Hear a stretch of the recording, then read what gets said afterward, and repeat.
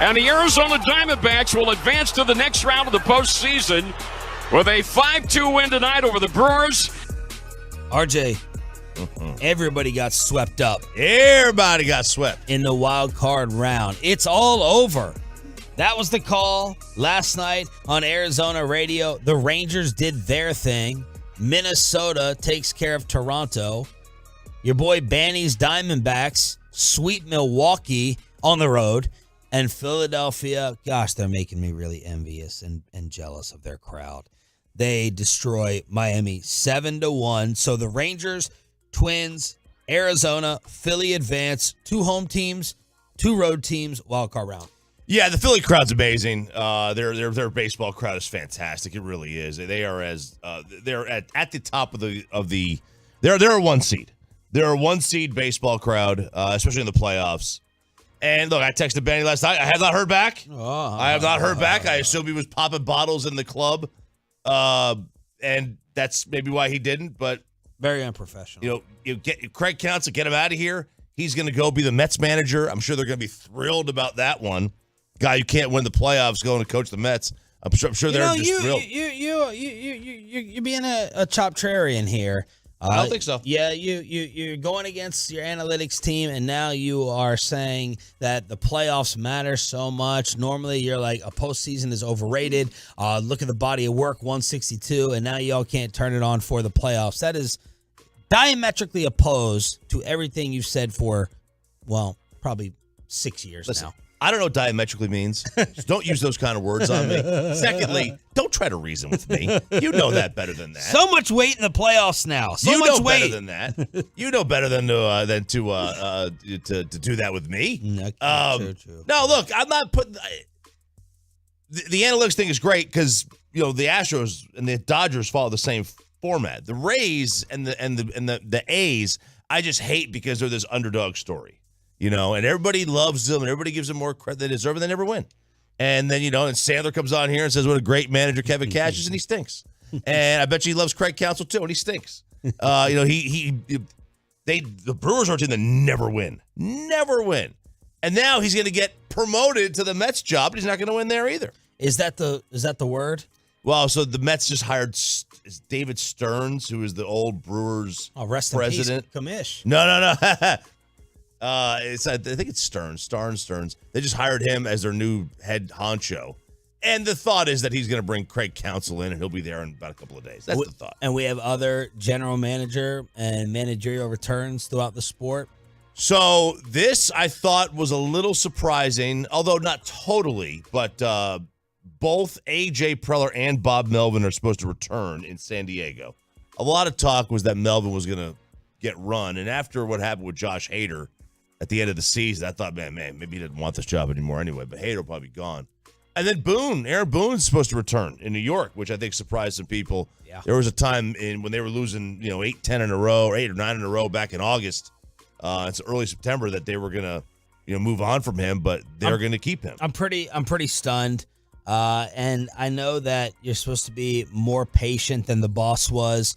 It just feels like some complacency there. I'm disappointed in it. I like to see heads roll. Brian Cashman sounds like he's just a made dude. Nothing can happen to remove him as the general manager. And George Steinbrenner's kids are like, okay, let's just go ahead and bring in the next thing. Well, not the next thing. Bring in the same old thing back. Yeah, like they're a money machine. They're like the Cowboys, right? They just print money. And from Hal Steinbrenner's perspective, he's a business guy like Steven is. He's like, okay, we're making money hand over fist here. Do I want to pay the manager $6 million a year like a lot of if you want to get an old manager like a Bochy or a Dusty, you got Joe Madden, you got to boost that salary. Or these guys can get a manager making $1 million and pay them nothing and just have them do what the front office says. So they're having an outside firm look at their analytics, apparently. They're having an outside firm look at how they do their operations. It's a mess. It's a mess up there. For all the money and resources they have, it's a mess.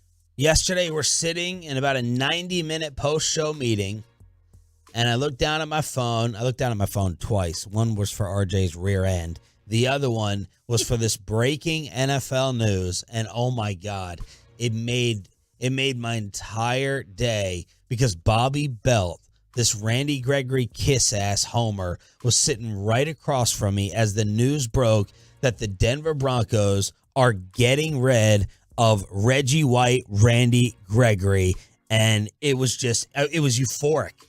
I didn't even need to drive home after all the RG debate here in the Metroplex and the ugly way in which he left. Now, Sean Payton clarified yesterday and said, no, he could still be traded. But, man, they're just outright discussing Randy Gregory being released. He was pulled from the starting lineup this past week against the Bears. He was replaced by a second-year outside linebacker. He played 33 snaps on Sunday, 3 tackles, 1 quarterback hit.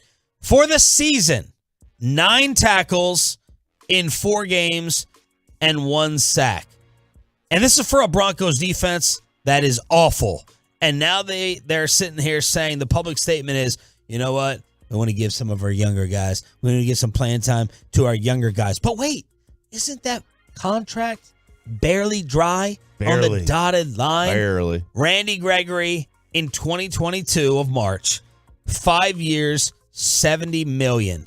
His $14 million base and another $5 million next year are fully guaranteed. So Randy Gregory has $20 million coming his way, guaranteed next year, no matter what, at the age of 30. And Denver said, nope, we suck. Our defense is terrible. You're still not for us. Still not for us. Bobby was speechless. Had to be. It was amazing. Had to be. It was amazing. This is the greatest player of all time. This is the one of the Cowboys. They dodged a bullet. They offered basically the same money. They got lucky. They got now they wouldn't have cut him. They would have hung on to him for dear life. This is weird. Could have gotten him a babysitter. Could have.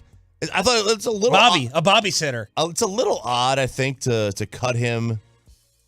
Like, you just signed him, and I know like the organization wants like younger guys. He's not like he's old. It's not a little odd. It's really odd. He's 30. Like, you don't see this stuff happen. No. That's why it was so shocking. Yeah, you don't see it happen at all. It's a very strange situation. But look, if you can't get on the field for that defense, that's something wrong.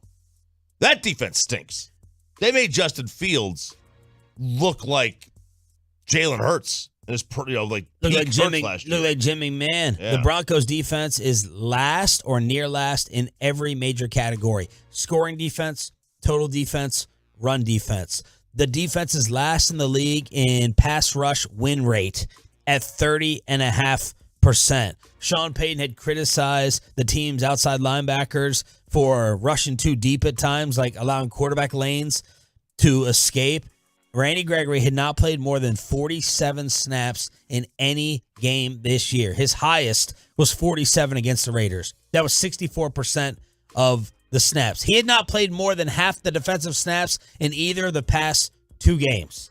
So now he's available. We'll ask Roberto, is there any chance of a Randy reunion? Is there any chance that the Cowboys could go ahead and bring him back? What do y'all want? No. What do y'all want on the Detroit.com text line? 877-881-1053. And then I know you're going to go off about this story. The National Football League has felt the need to address Taylor Swift. Yes, they have. They put her picture up on like their Twitter profile on their bio. Mm-hmm. You had New Yorkers and chief haters say this is biased. This is ridiculous. Kansas City's getting calls. You clearly want Pat Mahomes and Travis Kelce to be the faces. You're making them have a better record than they should have. So the National Football League came out and said, hey, look, this was a social phenomenon. Yeah. It's been a pop culture moment. We leaned into it in real time. We're embracing an intersection of sports and entertainment. We've gotten a lot of positivity around the sport.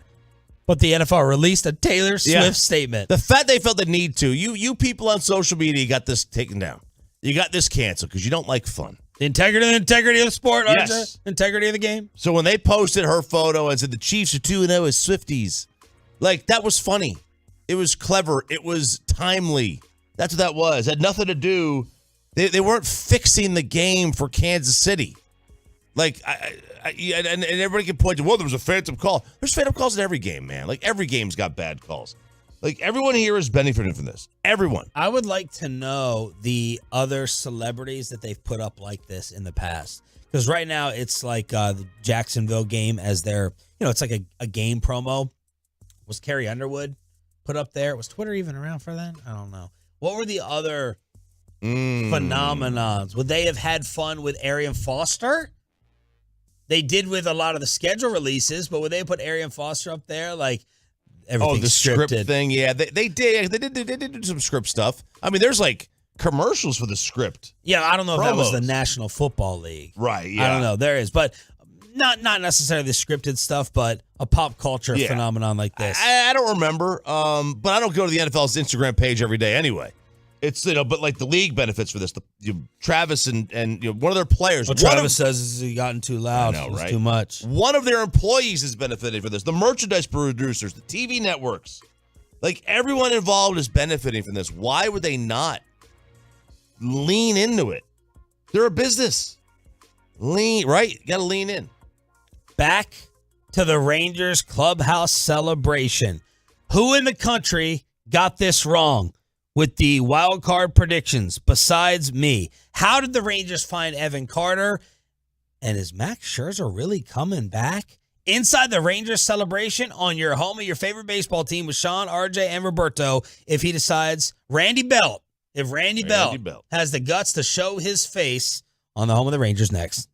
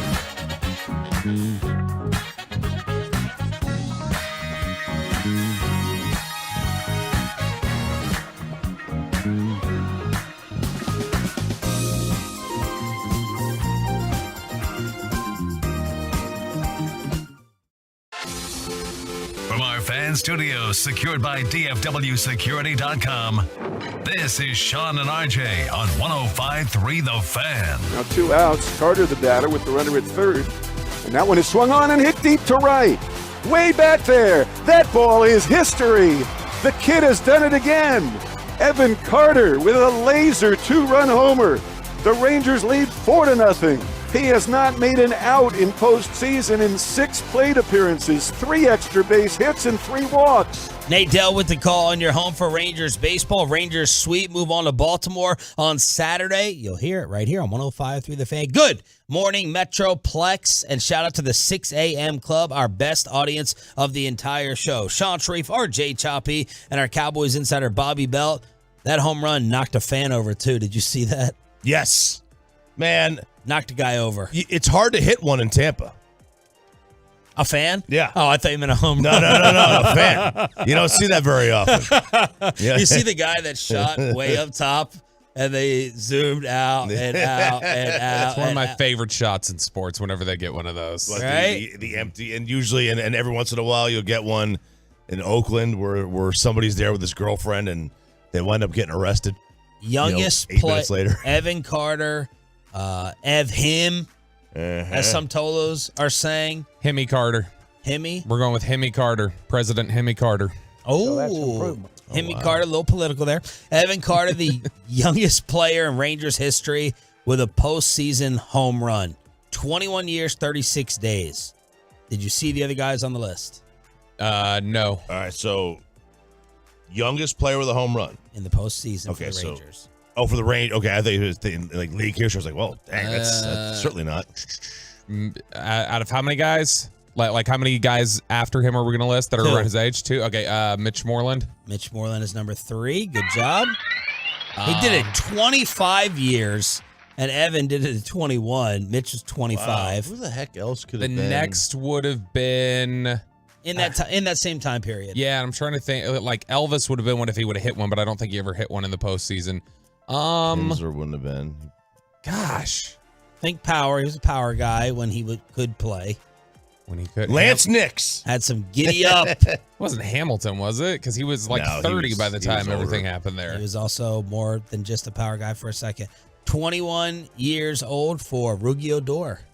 Oh, I totally forgot about that. Odor second. Mitch Moreland third. Josh Young had 3 hits, and Nathan Eovaldi was spectacular. Young Moolah, baby. And the Carter. That's what social media was calling Evan Carter yesterday, was the Carter, like the Lil Wayne album series. So you got the Carter and Young Money with Josh Young. Pretend I'm a Baltimore sports talk host, not that moron Jerry Coleman. You're suspended. He's not employed there. That's the play-by-play guy, not the talk show host. We got to try to get this Orioles play-by-play guy on this week or next week. I can tell him he's a coward. And I get you on Texas Rangers radio station, RJ Choppy, Bobby Belt. Describe Evan Carter. Smooth. Does everything well. 21, but really 31. Mentally 31, physically 21. Like, there is nothing that he doesn't do well. That's good. You know, like, I don't. We've run out of things to say because it's like, all right, now the only thing now to wait for with him is how he reacts to the league reacting. That's generally the next step. Like, anybody can come in and have a really good first couple of weeks as a player. The league doesn't know how to pitch you, or they don't know how to hit you if you're a pitcher. The league will make adjustments. Doesn't matter what sport you're in, they're going to make adjustments. And how you adjust to their adjustments really shows the player you're going to be. That's really all that's left. All that's left to know is how Joey Gallo adjustment. Absolutely. And Joey could never counter. It took 2 years. It's 2 years, right? Because he hit 40 and 40, 41 home runs, but, it took some time. It's tough because the way he's having success is such, it's just he's got such a damn good eye at the plate, and he's so patient, and he's so mature and advanced in his plate approach that it's not like pitchers are finding, oh, okay, I can't throw him a fastball here, or I can't do this or that. Like, they've tried painting corners on him. They tried to do different things, and he's got such a clean eye. Try breaking his ankle. I freaked out yesterday. Oh, gosh. I was like, that was bone. Yeah, oh, my God. that was bone. Amanda walked in. She's been with me for, these awful sports injuries lately, and I said, get out. She walked in the room. Evan Carter got hit. I said, leave. Get out of the room. You were here for Rogers. You were here for Diggs. Get up out of here. He is. He's when the news broke on my phone with Diggs, we weren't at practice. To me, obviously, it's easy in hindsight to say this. You wouldn't say it as when he was coming out as a prospect, so I don't want to pretend like this is something that we all saw. But what we've seen so far at the majors. I remember you saying when he got called up, you talked about the plate discipline. You talked about getting on base. Yeah, because he's so advanced in terms of his ability to recognize the strike zone. Like, that's where he's and he's shown it frequently. Although with his first walk yesterday, I was like, ooh, I think that was a strike. Well, that shows how good his eye is. It was. I mean, the K zone showed it. The K zone showed it. And then on the very next pitch. He's already getting respect from the umps. Yeah, the K zone showed it. And then, another pitch later, they called basically the same pitch a strike. But see, that's the thing, is that having a good eye at the plate is not having a good. It doesn't mean you have a K zone eye. It means it means you have the umpire's eye for the day. You know what that umpire's calling, and you can obviously not it. Because of the next pitch he knew called it a strike. He knew what was in his heart and in his soul. No, to me, it's the way you look at it. As you say, when you think of what a 5-tool player means, if you were to think of hey, just put all of those traits, just imagine what it's like in a young player. That's Evan Carter's everything. That he is fast. He is so good in the outfield. His batter's eye, like I said, it's fantastic. He's got a smooth swing. I'm stunned he's hit as many home runs already as he has. I can't remember. I think he hit 11 home runs in the minors all year. He's up to 6 now? Look, the shock is Evaldi, though. Yep. To have 6 straight starts of looking like a hot mess and then come out there and ball like that. Yeah. And this was not any 90-91. Y'all. This was, I'm going to blow you away. I'm going to make you look stupid. My stuff's got bite to it. I got explosion on my pitches. He was a horse. And Choppy, I remember when they dealt for him, you were a big fan saying he's a gamer. When he's on, he can be scary. And Sean McDonough, friend and guest of the show yesterday, does the Red Sox games. And he was talking about Nate Evaldi with one of the great performances of all time when they brought him in for the Red Sox. I think he threw 90 pitches, and all the teammates in the dugout gave him a standing ovation coming back. That was big game Nate. Yeah, it was. I think it was 6 innings in that game in relief. Yeah. If I'm not mistaken, that game went 17 innings or something. It was a super long game. Usual Ranger-Yankee game. No, I think it was Dodgers-Red Sox, but yeah, it was the usual, old Red Sox-Yankee kind of games. But, he could be a gamer when he's on. Now, we didn't know this was happening because he had shown nothing remotely close to this. He didn't have, his velocity was really solid. His splitter was working. He was fooling guys. How much of that was the fact that Tampa is gutless offensively and they've done nothing for now 2 postseasons in the playoffs in terms of offense? Who knows? Don't care. It was him. It was Jordan Montgomery and him. And now if him and Montgomery pitched that way, night Baltimore. Chris Young on the pitching performances of the big 2. Well, we don't win without those 2. The pitching performances that they gave us yesterday and today, we're not here without it. And they took some pressure off the offense by throwing up zeros. And just when you get pitching like that, you're going to win games. And that's what happened this series. That, yes, was a celebration in the background. I need to take the L. I'm happy to take the L. I didn't think the Rangers had a chance in the series. I also didn't think this formula was going to work.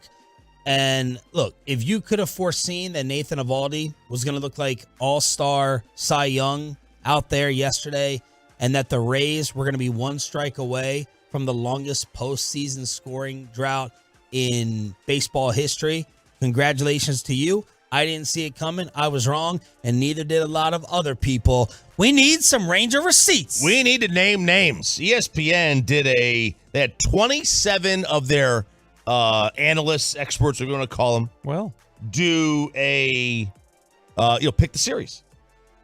And the first one of the questions was, how do the Rangers come out of the wild card series triumphant against the 99-win Rays? And the write-up was, when the Rangers lineup as a whole, which it is again, it is the most potent in the AL. Seager and Young missed extended time because of injury, but this team went 50-31 and averaged 5.5 runs a game when they both played. Interesting. What did they average in this series? 5.5 runs. Bobby said he wanted to see 7 yesterday, and that is what they put up. They said that for me is a tiebreaker. What was a coin flip series? That was from Paul Hembakidis. So he at least, I have no idea who that is, by the way. Hembo. He at least picked the Rangers. That's Greeny's researcher.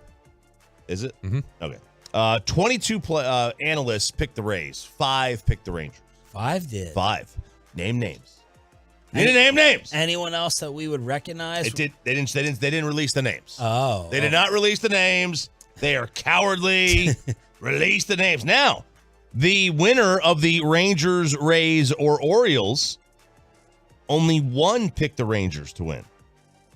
They don't say who it is, but 15 picked the Orioles, 11 picked the Rays, 1 picked the Rangers. This was obviously done before the series started. So nobody really thinks the Rangers are going to win. One person picked the Rangers to win the ALCS.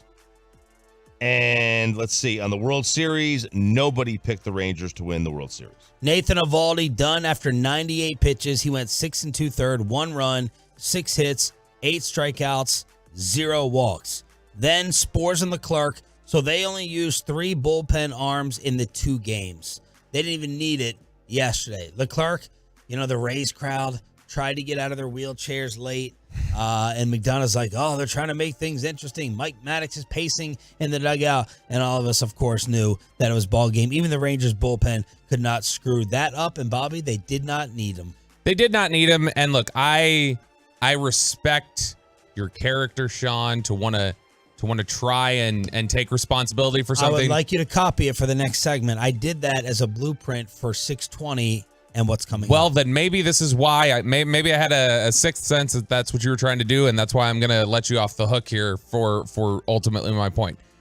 There's no L to hold on your part or Choppy's part or my part or anybody's part when it comes to saying that, the Rangers pitching wasn't going to be able to carry him in this series. This is not a disagreement like whenever I talk about if we've got an intense debate about Alabama or something like that, where one of us is making a hard call. This is something that all the evidence had shown otherwise. This is having to come in on Monday morning in 1969 or whatever and going, I've got to hold this L. I said the Jets wouldn't beat the Colts. I didn't think Joe Namath had a chance. Nobody thought they had a chance. Nobody thought they could pitch. And anybody who wants receipts now was not saying, I knew they'd allow 1 run in 18 innings. Right. I knew this pitching staff was going to look like the most dominant one in the postseason. No, this is not an L. This is a miracle. This is holy water. And that the Rays went 9 innings without a runner reaching second base. Yeah, it's look, I mean, like it's intellectually disingenuous and dishonest to say that you truly, sports, not anything can happen. Yeah, anything can happen in sports. Like, you didn't truly think they were going to win. Your desire for them to win clouded your judgment. That's fine. That's what fans do. That's what happens. But the other thing is, like, I never understood among a fan base keeping receipts on other fans within the fan base. They're all rooting for the same damn goal. Okay? That never made any sense to me. I will say this, and I'm admitting, you guys are bigger baseball fans than me, and I'm not following Tampa along throughout the entire year, especially when they lose, like, all their best players. The one reset I probably would have had is really looking at their offense. Like, I know the Rangers starting pitchers, we knew the case, but I didn't realize that Tampa, there were some Tolos who said Tampa doesn't have any firepower left offensively. Now you got Diaz, who led the American League in hitting. You got Arozarena. That I would have gone back and been like, what does Tampa's lineup really look like now? Yeah, but I mean, that's the thing is that there have been times this year against teams that had no offense where this pitching staff has still given up 8 runs to somebody. They've let teams back in who had no offense. This was the expectation. What you saw yesterday is not an expectation or a ha, I told you so, or what you saw from the series. It's like I said, it's a miracle. It's a complete deviation from what the Rangers had done for the last month and a half pitching, especially Eovaldi. This is, by the way, in 7 career playoff games between the Rangers and the Rays in Tampa. Tampa has scored 9 runs.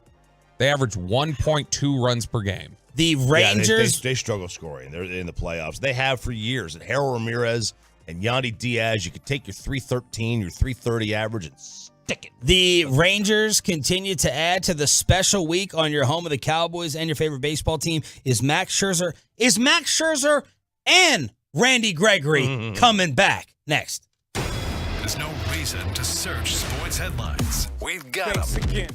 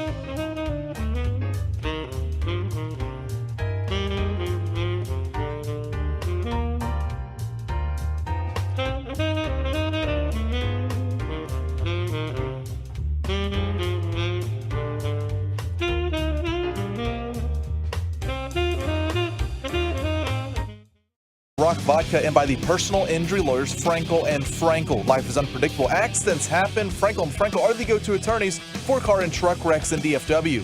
If you or a loved one have been in an accident, contact the Frankels for free at 214-333-3333 or go to truckwreck.com. Out comes Eflin.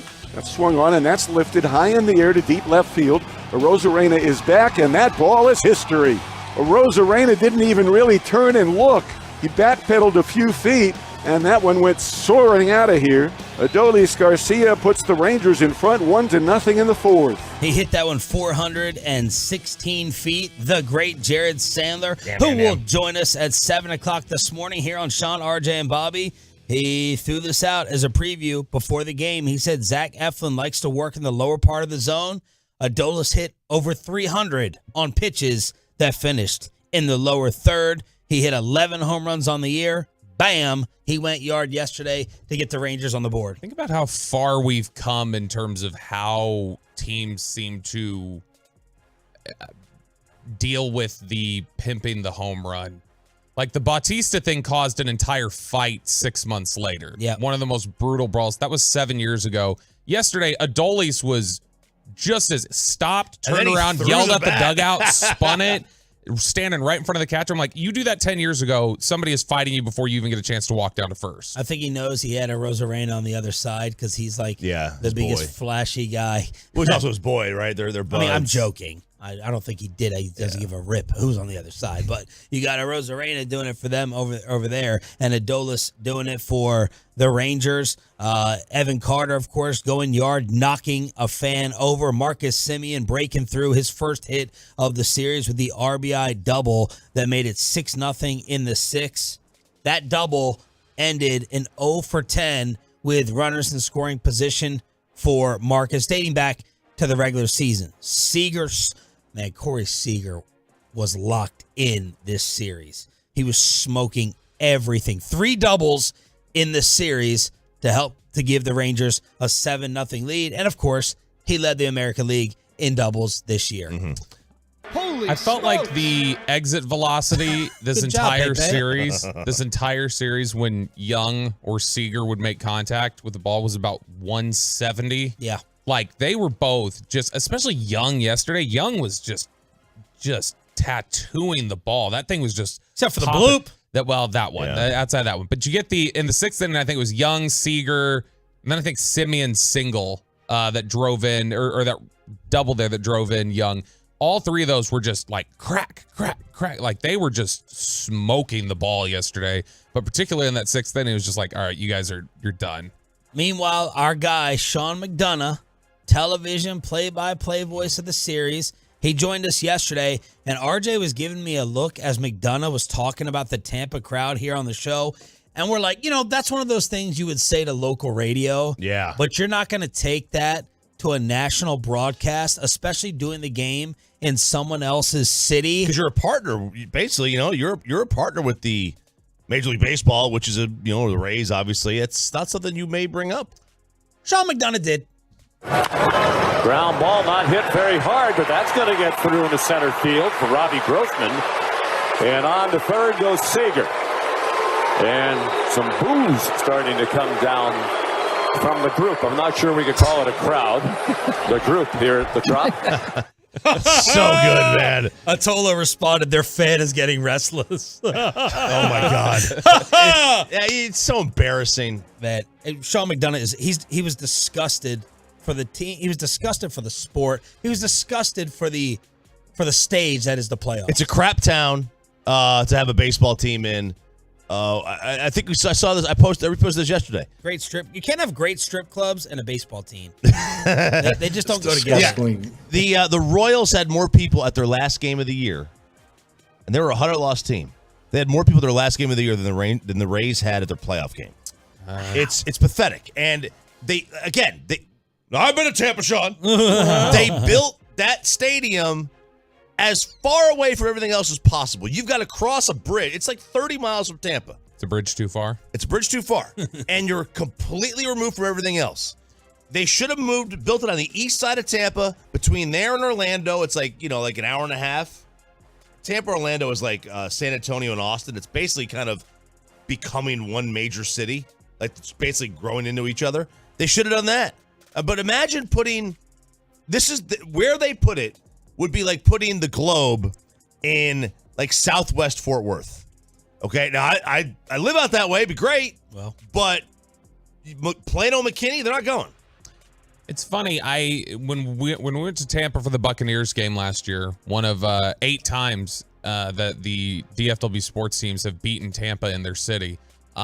When we were in there for Cowboys Buccaneers last year, I don't remember like even seeing the Rays ballpark anywhere, like on the bus ride in, or like you don't, because it's literally 30 miles southwest of Tampa, which is unfortunate because for all the shots I love taking at Jacksonville, Tampa, that was the first time I've been there. That was a great city. I loved that, but that area was beautiful. I don't understand why it's not a more popular area with baseball people, other than just like you say, it's so far removed. If you looked at the map of Tampa and you saw where everybody lived and you saw where this stadium was, it would make a lot more sense. And they're building the new one right there. They're morons. And it's not a great baseball place. Florida has never shown up for baseball. They don't show up for the Marlins. They don't show up for the Rays. I don't get it. I don't get how you could have a Major League Baseball team there. Move them to Nashville. Move them to Montreal. Sean McDonough also gave us a little bit of a shout out. And I was talking about how Tim Kirkchin, I want this guy at the fireside chats. Roasting marshmallows. He's going to be the 1 seed. He could keep everyone entertained. I talked about the social responsibility of being the Larry David guy in the middle. Mm-hmm. Tim Kirkchin is my number 1 draft pick for baseball with all the story. And he was spouting them out yesterday, and they were like, oh, man, you don't have any notes in front of you. Remember I compared it to Pat Doney? I'm like, there's no notes. He's just a machine. He's a baseball machine. And we brought that up to McDonough, who brought that up to Tim. Jessica, you will support this for our audience. Tim has no notes in front of him. This is all memory. I was on a talk show in Dallas this morning, a radio show, and one of the gentlemen said, I just want to hang out with Tim Kirkchin, fireside chat, watch some baseball. And we are blessed that we get to do that next to you. This is 2 times now you've gotten the shout out by the ESPN baseball crew, because earlier in the year it was Ravitch and them shouting out after you given them the reservation hookup. So you just own the baseball crews at ESPN. Yeah, if only we could actually get something out of it, or they could say it. Sham and RJ. Sham and RJ. Like Sham and RJ. Like WFAN. You don't know him that well because it's not Sham, it's Shan. Okay? It's Shan Sharania. That's so great. I can't believe they butchered it twice. Okay, now enough with all the pleasantries. Enough with all the celebration.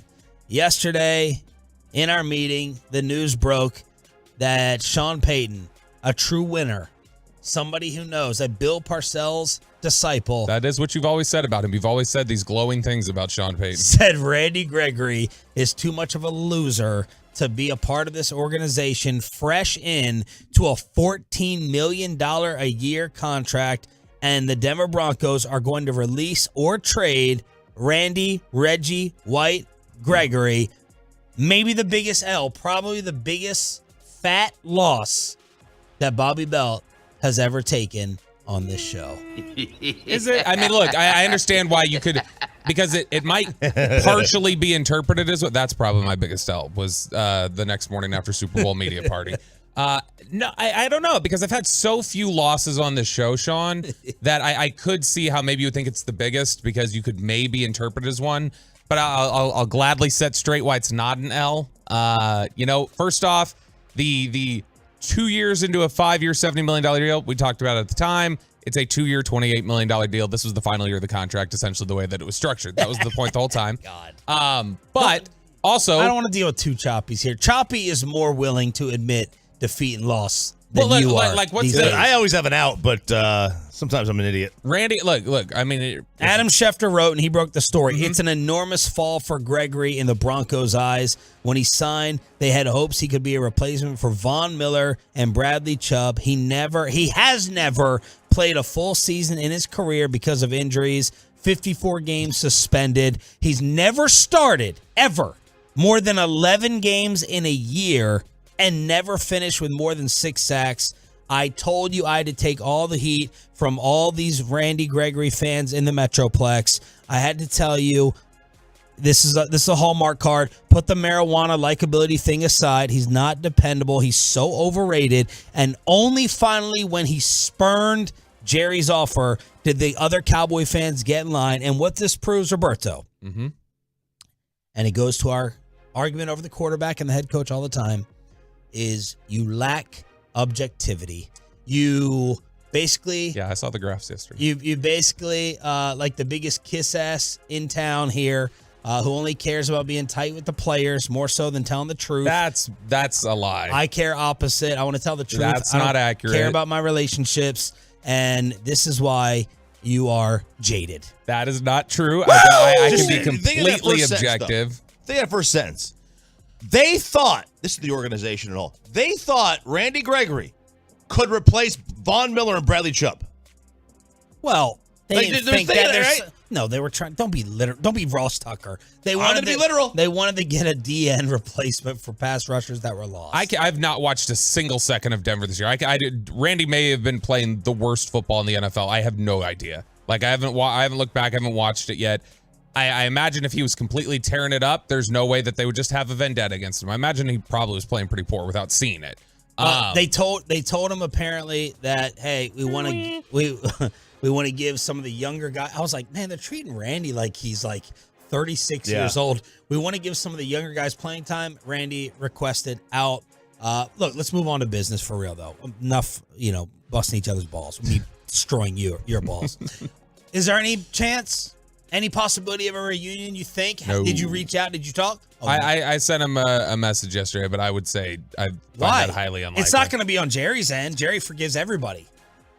It ended. Yeah. It ended poorly, and it ended poorly, and I think there was some bitterness there. Even if they both have moved past that, I don't think like Jerry and Randy, if they could sit down and have a glass of Johnny Walker Blue or whatever else and talk it over. I don't think either one. I think they'd be like, this is a good time. But yeah, we probably shouldn't. But that's my assumption. I don't know for sure. I haven't asked, but I would. I'd be down for it. I've heard enough over the last 18 months from both sides about how they feel about the other to feel like that's probably not going to happen. I'm with you. I can't see how it does. I mean, no, but I would be down for it at a cheap price. Like a number? Give me a number. I mean, your email. Look, the number said last night you were that down minimum, for him to come back. I mean, that minimum, minimum type number. Yeah, I don't see it happen. He's got $20 million guaranteed next year, no matter what. Mm-hmm. They were sitting in a car ready to go to get on a plane to Denver to sign this contract, and they were on the phone with Jerry, and we're ready to try and, hey, let's see if we can salvage this. Maybe we'll walk away from this, see if we can salvage this. It ended, the course of that hour-long phone call ended with Jerry in not so polite language saying no thank you. Best of luck in Denver. It was much more aggressive than that stuff we can't say due to FCC regulations.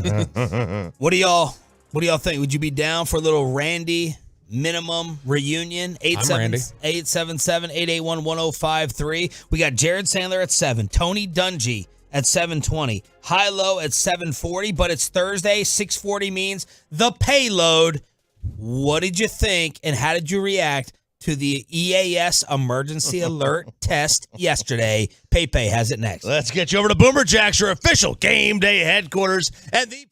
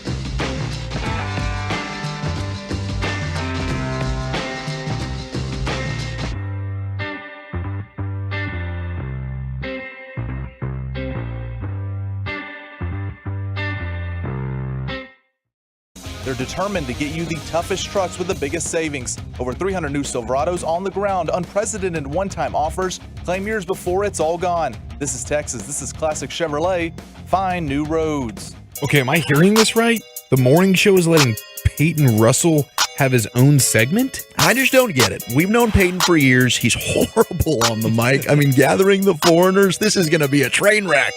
Daddy does work, and Peyton just does board hopping. That is right, guys. It's 6:40 on a Thursday, which means it's time for Pei-Pei to take over Morning Drive, baby. If you're new to the station, new to the show, welcome. Tolo, turn on Leave It On, 877-881-1053, the truckwreck.com fan text. Get in on the conversation on Twitch and YouTube as well.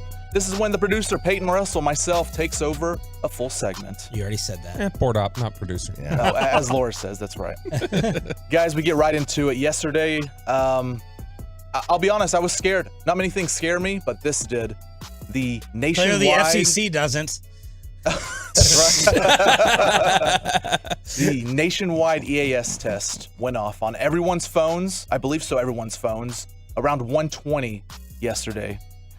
I was in my car, and it wasn't even 1:20 because I was ready for 1:20, but it was like 1:16, 1:17. It went off, and I flipped out. All right, so this went completely over my head until RJ brought up the X-Files conspiracy theories, which he's going to go into here in a second. I just assumed it was like it was an Amber Alert. That's what I assumed. It was loud, no doubt about it. I was maybe like, okay, maybe that was a little bit louder. I didn't even reach over for my phone. I was sitting there trying to crash for 40 minutes before the Rangers game started. Didn't even realize anything. Now, I got this buddy, Rich, who has been on Facebook talking about the world ending or some type of crazy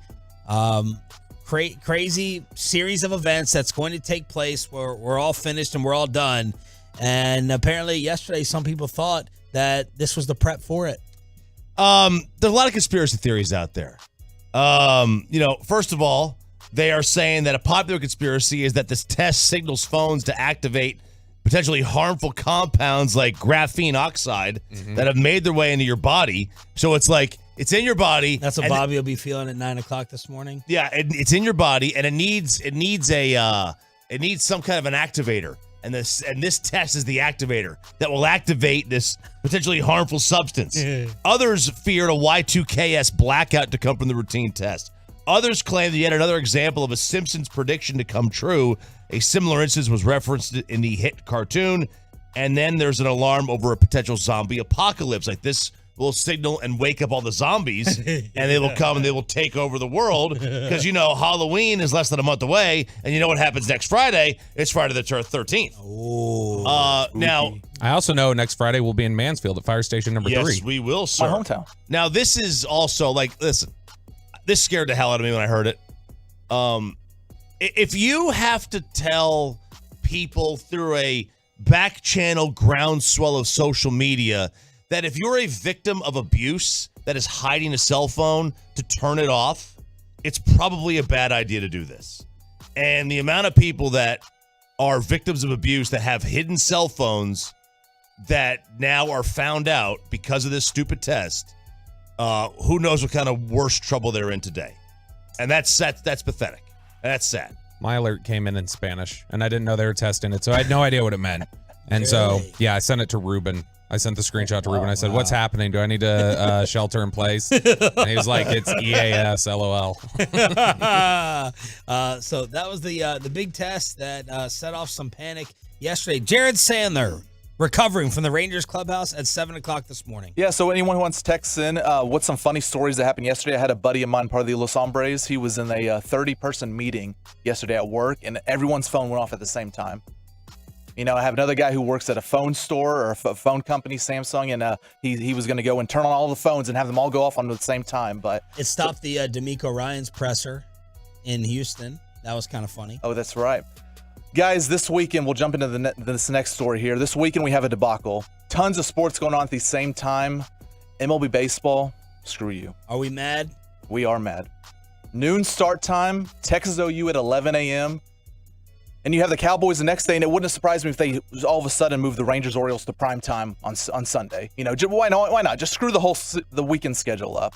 Now, Choppy, you told Ranger fans deal with it for this Tampa series and explain why. Same exact thing. We just need to deal with it. They're throwing us right into the teeth of the Red River. Yep. Do you know what's partially impacting this, apparently? The start time? Not being relevant? Billy Joel and Stevie Nicks are playing in Baltimore at 7 p.m. that night.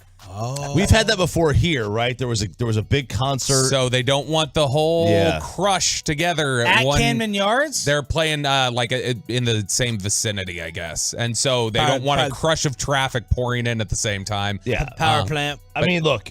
Where I got carried out. Dodgers obviously are going to get the night game. They're out west. Braves Phillies is a monster series, and the Braves are the best team in the sport. Astros. So the Astros have gotten the noon game in the ALDS basically for 5 straight years. We replaced the Astros. Like, that's it. Like, it's not. We don't have enough cachet to. The Orioles haven't done anything in years, and we've been bad. We don't have no cachet to complain on this one. None whatsoever. It's just the way it is. And now on Tuesday and Wednesday of next week when they're here, I assume we'll get the 4:00 game. So how are y'all going to divide this up? Longhorns and Sooners, 11 a.m., Oklahoma, Texas. If you're going to the game, you're really screwed. Bob Waterman, sales department. How are you going to do it? Roberto. We're DVRing the Rangers. I'm watching Texas OU. Why don't you just go to a bar? Well, or also because I'm screens. gonna miss the end. I can't do that because the flight to San Francisco leaves at 1, I think. Oh. And so I'm gonna watch as much of Texas OU as I can. Then I'm gonna get the internet on the plane. And I'm gonna watch Texas OU on the plane on my phone. Hey. I'm gonna have 2 TVs going up. I'm just gonna have 2 TVs. A flex. Are you gonna be with Mackenzie? No, I don't think so. She has a friend coming in town, so I think she'll be busy in the afternoon, which is great. I'll stick to my sports in the afternoon. Yes. And then at night, we can hang out. Okay. So I bring a scenario to all y'all. You can text in as well what you would do. You have to be a fan of the Rangers and the Cowboys. The Rangers either win their series against Baltimore or the Cowboys win Sunday night in San Francisco. You have to pick one. Rangers win. So you would pick Rangers win, but Cowboys lose in San Francisco. I mean, the season isn't over for the Cowboys if they lose. I'll say this. If you say the Cowboys are going to have to go through San Francisco again in the playoffs, you are almost assuring that they will lose to San Francisco if they've lost 3 in a row. Because it would be a road game in the playoffs. They will not mentally, I don't know that their psyche can recover from, they've beat us 3 times in a row. Rangers win. Rangers, it's playoffs. Playoffs, man. Okay. I just was thinking maybe, some people would pick the Cowboys and say, the Rangers, they've gone long enough. It's already a successful season. RJ, this one's for you, man. All right, sir.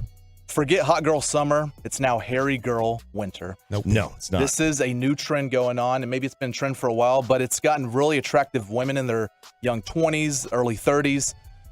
They're going to let the hair grow out of the armpits. Absolutely not. If you want to let the hair grow south of the border, look, I grew up in the 90s with women. I'm cool with that. I'm used to that. It's no big deal for me. Was that a 90s thing? I mean, every girl I knew in the 90s looked like Don King in a leg lock. All right, and I was totally fine with that. And I have no problem with it. How often you had to do this? Yeah, you might have to do that, Bobby. But it's that's disgusting. That's an FCC violation. That's a Cam figure. I didn't say anything. Got anything. kicked off of YouTube. I don't mind it. Armpit hair, I'm out. I'm out in the. I don't mind. I don't even mind if you don't shave your legs for a while, because after you get over the initial stubble, it gets long, and if you can't see it, the girl's got lighter colored hair. I don't care. It's their body though. Their body, RJ. Fine. I don't have to touch their body. I don't touch it. It's okay. You do what you want with your body. It's unattractive. I think it's unattractive. You want to do it? Great. You're going to turn off a subset of me, and that's all I care about. All right, around the room. If your loved ones, significant others are doing this, are you saying something, or you letting them do their thing? Sean? No. You're saying something? Yes. Absolutely. Here's the ring. Take it back. If you're dating and you go on 3 dates and you're like, oh, this is really nice, and then you discover this is enough to say, oh, well, this isn't just gonna work out. Yes. That's a breaker. Nope, not gonna work. That's not a gonna deal do this. I'm not dating armpit hair. What do you think is the male equivalent of this for the ladies? Is it just crazy nose or eyebrow hair on guys? I mean, back hair. Like a lot of back hair, I think, don't you? Well, the back hair isn't like something as seen as common. Like fair, that's your, true. Your usual everyday appearance. Not that I guess you're going to see the armpits every day from a female, but don't you always say that to yourself? You're like, when I become an old man, I'm not going to have those eyebrows. I'm not going to have those eyebrows, and I'm not going to have the nose hairs allowing me to do jump ropes with them. I wonder how many women would look at like how clean your fingers are, your fingernails. Yeah. I don't mean like grease from work. I mean dirt and grime under the fingernails. Yeah. Like my kids, my youngest, oh my God. Under his fingernails, I swear to God, is like weeks of chicken wing sauce and dirt and probably poop. It's disgusting under his fingernail. And I'm like, please clip these. And he goes, no, I don't want to. Bobby's gagging. Oh, yeah. Oh, gosh. And going back to the Cowboys-Rangers question I had, which we all said we'd take the Rangers win over the Cowboys. You have a few people on the fan text that are texting and saying Cowboys. Rangers had a great season from the 817. Give me the Cowboys win. 940 says the same thing. The 214 says give me the Rangers. Screw the Cowboys. You know what's funny is that if the Rangers lost the series, people would be sad and people would say, but it was probably a successful season. If the Cowboys lose on Sunday, Monday is going to be brutal depressing on the fan text. I was thinking about the rivalry, the 49ers rivalry thing. Like, you get San Francisco just shut up for a week, basically. No! We're not. Look, man, we're short-sighted, man. Short-sighted. I know that we're a football town and everything, but come on, man. This is insulting. It is still Rangers. This is insulting. Like, every single person in that Philadelphia stadium last night would pick the Phillies winning the next series against the Braves over the Eagles winning this weekend. What about the Eagles beating the Cowboys? They would still pick the Phillies winning the playoff series because they want to keep, you keep going, you have a chance to win the title. That is the payload every Thursday for the 6 a.m. club. We have Tony Dungy previewing Sunday night at 7:20. We're going to play high-low at 7:40, but he was in the clubhouse celebrating. Let's party with Jared Sandler on your home of the Rangers and get you ready for Baltimore next. But DFW Security is celebrating.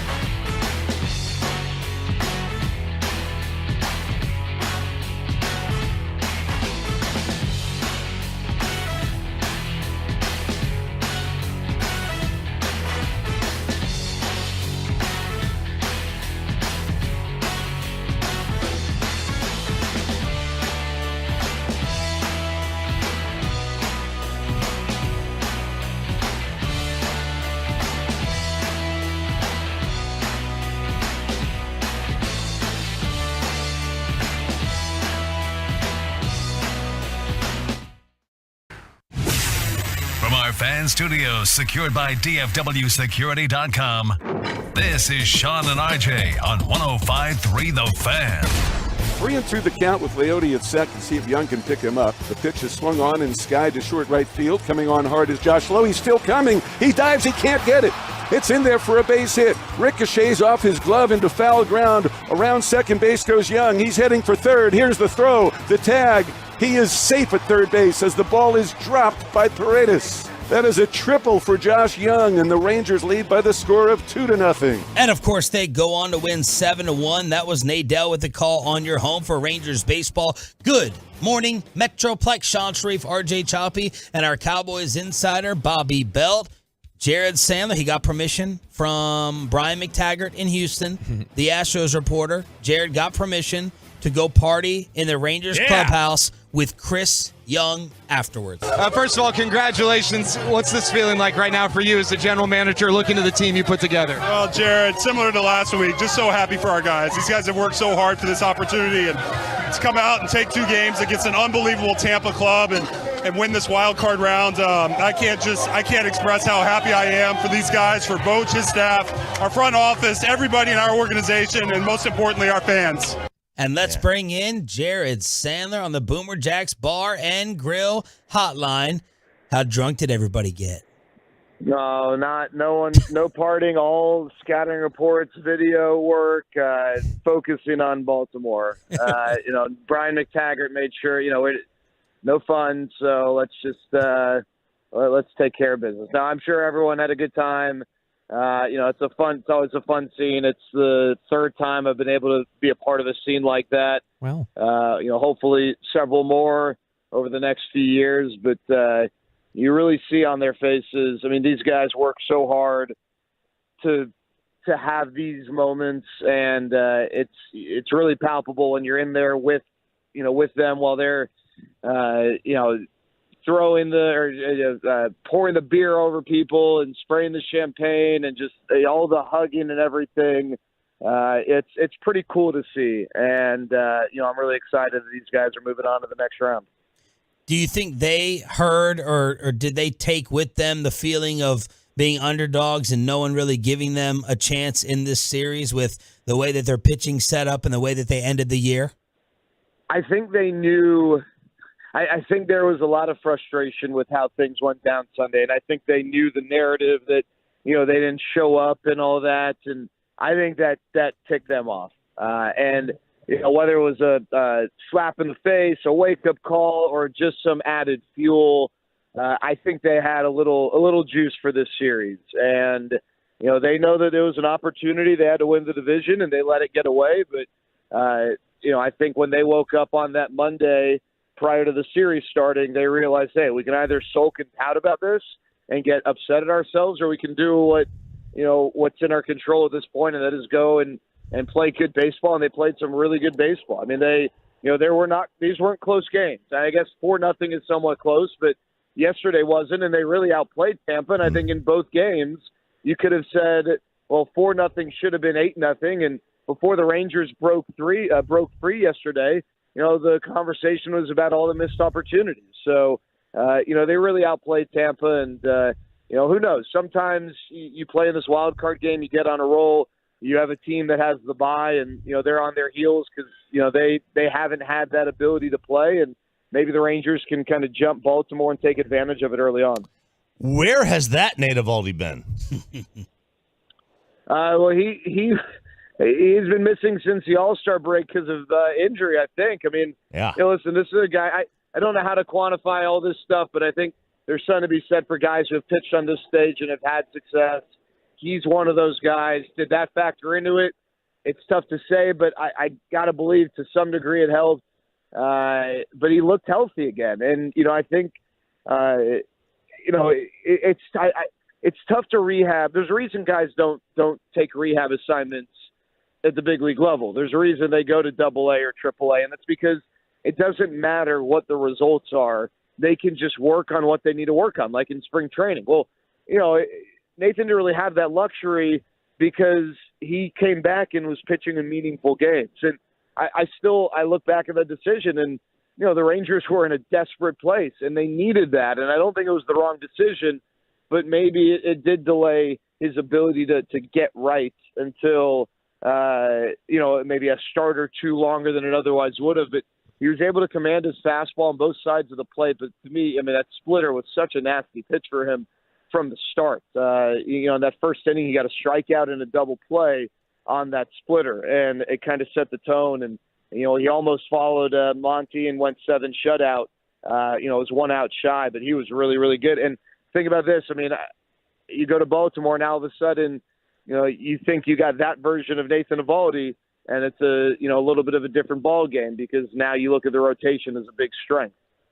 Talking with Jared Sandler here on 105.3 The Fan. Jared, Chris Young talked to Fox Sports as part of a piece they'd done on Evan Carter the other day, and he was saying that we were confident he was going to be a big boost for us. And he said, I can't say we expected him to be this impactful. He obviously has had a big, national coming out party here with this series. Is there anything comparable that you can think of in terms of the way Evan Carter has come up and at such a young age played at such a high level? I remember, Feliz really burst onto the scene, but that didn't include a postseason run. Yeah, it's a good question. So from an age standpoint and contribution standpoint, I guess the first name that pops into mind is Corbin Carroll with what he's doing with the Diamondbacks. He's only 21, but he played the whole year with the Diamondbacks and actually played part of last year. Now, I think Corbin Carroll is an interesting comp if you take away the postseason side of it, because he came up at the end of last year. He was so impressive. They gave him that massive contract, or relatively speaking. But, yeah, now Evan Carter not only did it in the regular season, but he's doing it in the postseason. I don't know, Bobby. Off the top of my head, I'm sure there are some examples. I just can't think of any right now. But what he's done is, not only does it excite you right now, it gives you hope moving forward. You got Josh Young who had a big game yesterday.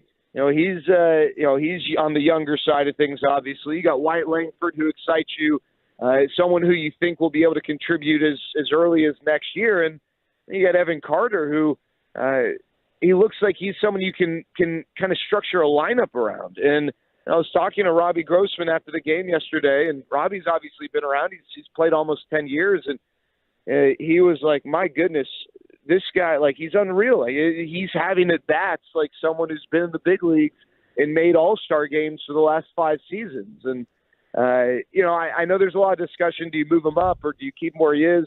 I think it's a fair discussion.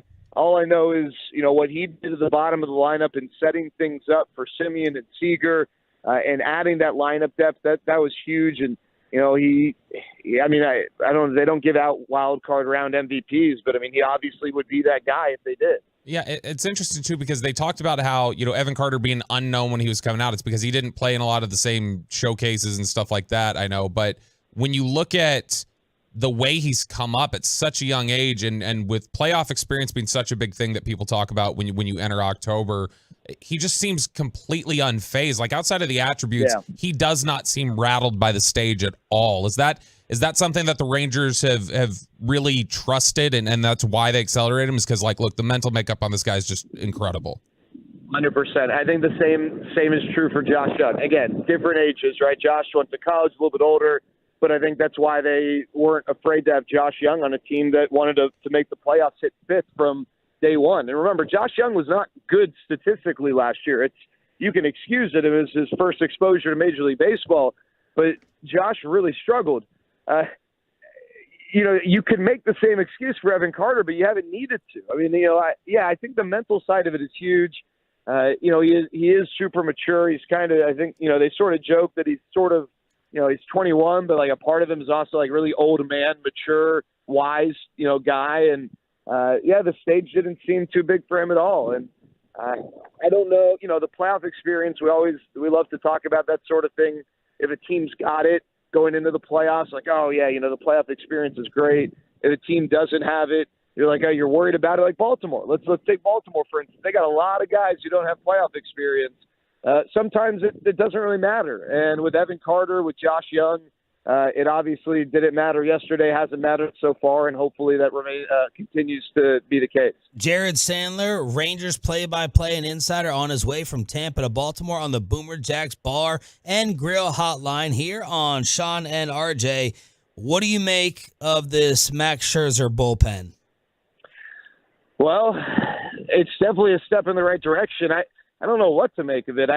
They really hyped this. I know you were at the game. Man, did they hype this up on TV. They hyped it up so much. Scherzer looked like a maniac sitting there dancing. He was high-fiving everyone they said. He was telling everyone, I feel great. I was throwing it at 90 miles an hour, and then Tim Kirchin threw some water on it, and he's like, I don't think he'll be ready for the LDS. I don't think he'll be ready for the LCS, but we'll see after that. Yeah, I don't. That's funny. Is that your Tim Kirchin impersonation? No, I can do it. I mean, it would be much worse. We're trying to book him though, so let's not do an impression. Okay. So I would agree with Tim. I don't think Max Scherzer will be on the LDS roster. I guess if he's saying he doesn't think LCS, then he's not just making that up through his own medical expertise. Someone's told him that, obviously. I would tell you that it's probably a long shot, but yesterday was a step in the right direction. And the only reason I hesitate to just fully commit to, I don't think so, is if you would have asked this question 2 days ago, I would have told you there's no way Max Scherzer's pitching in the playoffs because he had thrown a bullpen or a partial bullpen, and it just didn't go so well. But today's the key. How does he feel today? How does he feel in his first day of recovery after throwing that full bullpen? So, I don't know that I'll personally find out right away, but he'll know. His body will know, and they'll figure out a plan. But it's definitely going in the right direction. And at minimum, for all the fans who are like, "Oh my gosh, he's done," he's not going to pitch next year, because I get it. There's some freak out. Anytime you hear of an arm injury or an injury to a pitcher, you think it's going to end up being the worst, even if it's only reported as something more mild. But hopefully this gives people a little bit of peace of mind that, if he pitches this year, great, but he will be ready in spring training and ready on opening day to be a part of what hopefully will be a good rotation for this team. Sandler, bring on the next overrated, overhyped team, the Orioles. They can't pitch. I need the RJ scouting report. I need the analytics scouting report from RJ. They can't pitch. They got a bunch of guys that you're not scared of. They give up about a hit per inning for everybody except for like one dude. Not scared of Kyle Gibson and his cute little fastball. Not scared of anybody. In all seriousness, because Vegas has them as the smallest favorite. It's basically a pick 'em in the series. Is this going to be a bunch of 6-5, 7-6 games, considering the O's starting pitching isn't great? I mean, their bullpen is, but their starting pitching isn't great. Yeah, I was surprised when I saw the odds on that. So I think some of it is just the unknown of what we talked about earlier, the postseason vibe. Kyle Bradish is a really good pitcher. Look at his numbers. Grayson Rodriguez was awful to begin the year, was sent down, has come back up, and he's been great here of late. And then you've got John Means, who's an all-star pitcher. Tommy John came back, and since he's come back, he's looked really good. So I don't know where this, they don't have good starting pitching that's coming from. When you look at the numbers and you look at maybe how a guy like Grayson Rodriguez has performed recently. But, yeah, I mean, I think these are two teams that are probably, they're more defined by their lineups. Now, the Orioles bullpen is still a really good group. They are without Felix Bautista, their all-star closer, had to have Tommy John surgery. And this Rangers bullpen looks a little bit better than, maybe we would expect. Now it helps when your starters cover nearly 14 innings. But yeah, I would expect. I'll say this: the Rays scored 1 run in 2 games. They were 1 inning shy of matching the major league record for longest consecutive innings without a run in playoff history. I don't think you're going to run into that with this Baltimore team. This is a very good lineup.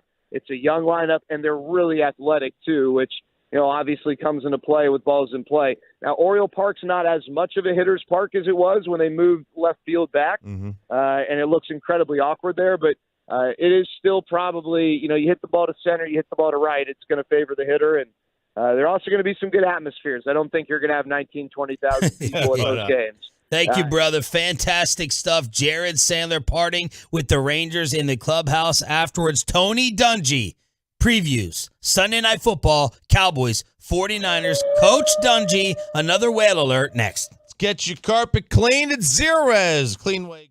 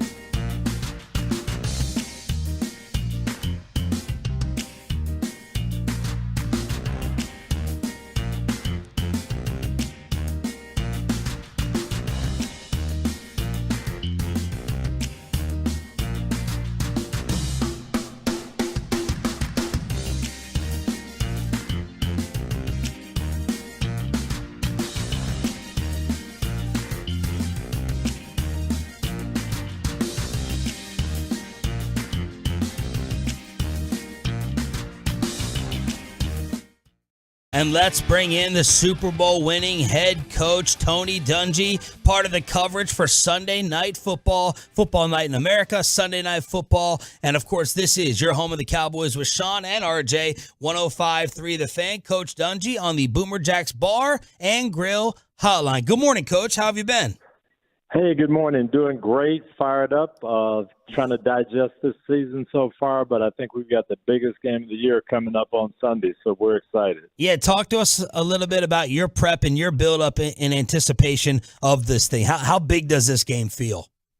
Well, I get a feeling, Philadelphia is very, very good, but this could be a preview of the NFC Championship game. This could determine who has home field advantage, as we go. So these games are always big. When Dallas plays Philadelphia, hey, if you don't win the game, you got a chance to win the next one. But when it's a non-division game and it's opponent like San Francisco, you feel like you've got to win this one because whoever wins is going to have that home field advantage if you meet again in the playoffs. Coach, does it feel like the Cowboys are the clear underdogs in this matchup? I think they are simply because it's in San Francisco. Both teams are playing very well on defense. San Francisco maybe a little edge in the running game, but I think people look at, the last two playoff games, San Francisco's won, so they've got the advantage. Dallas has to knock them off the hill. And if I were the Cowboys, that's the approach I would be taking. I've got to go in and knock the heavyweight champ out. Coach, that was something that your Indianapolis Colts, it felt like, dealt with in terms of the Patriots. That you guys had that same sort of intense rivalry, and it felt like the team that you were chasing. That's where Dallas has been at with San Francisco. That they're just kind of on the chase a little bit, and this feels like a really heavy game this week for the Cowboys in that locker room.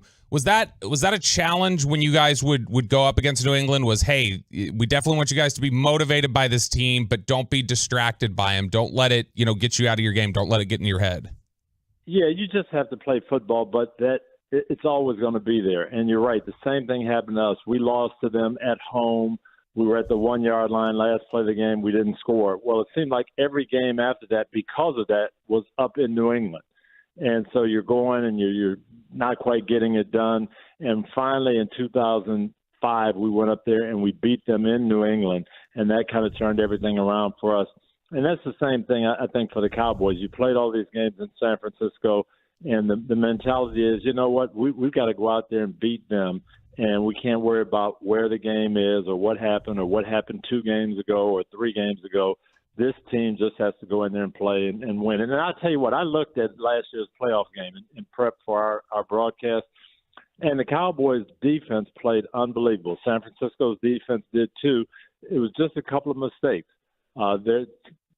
Cowboys have the ball at 6-6. They're going in at halftime to at least take the lead.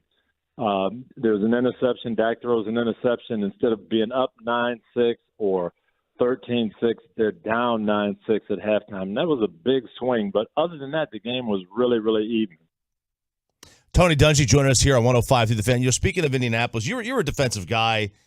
You had a quarterback who loved to score, loved to throw the ball.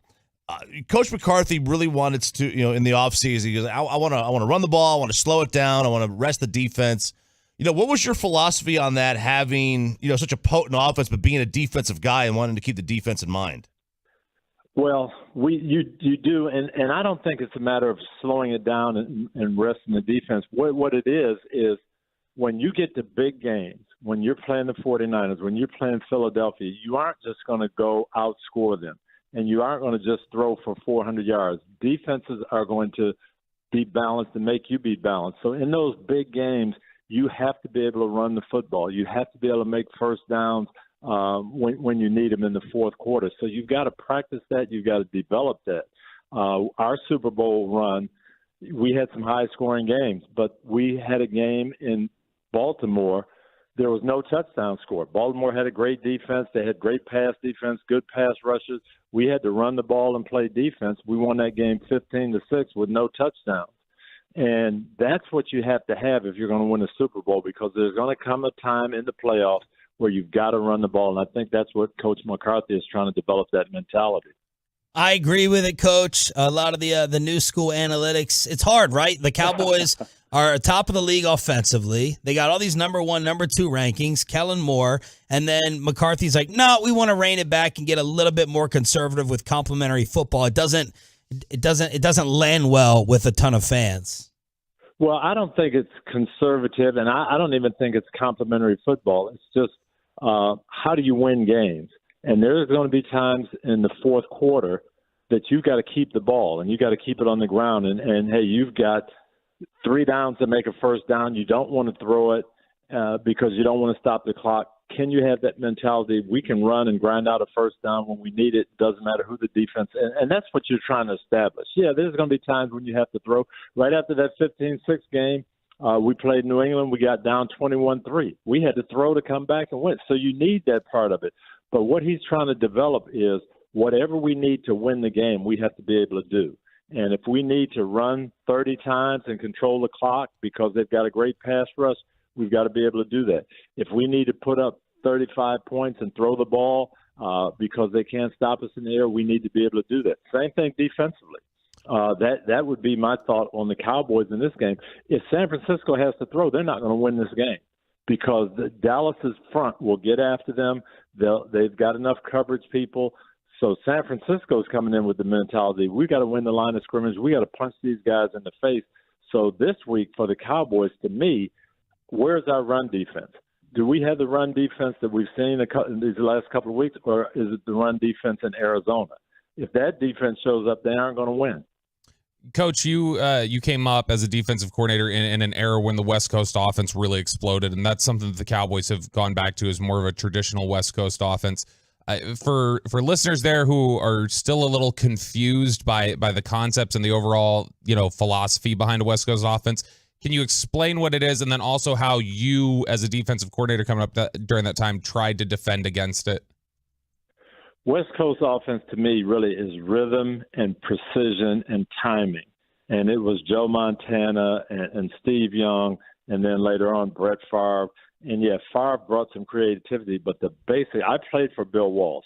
I played his first year with the 49ers, and it was 1, 2, 3, 4, 5, throw, get rid of it.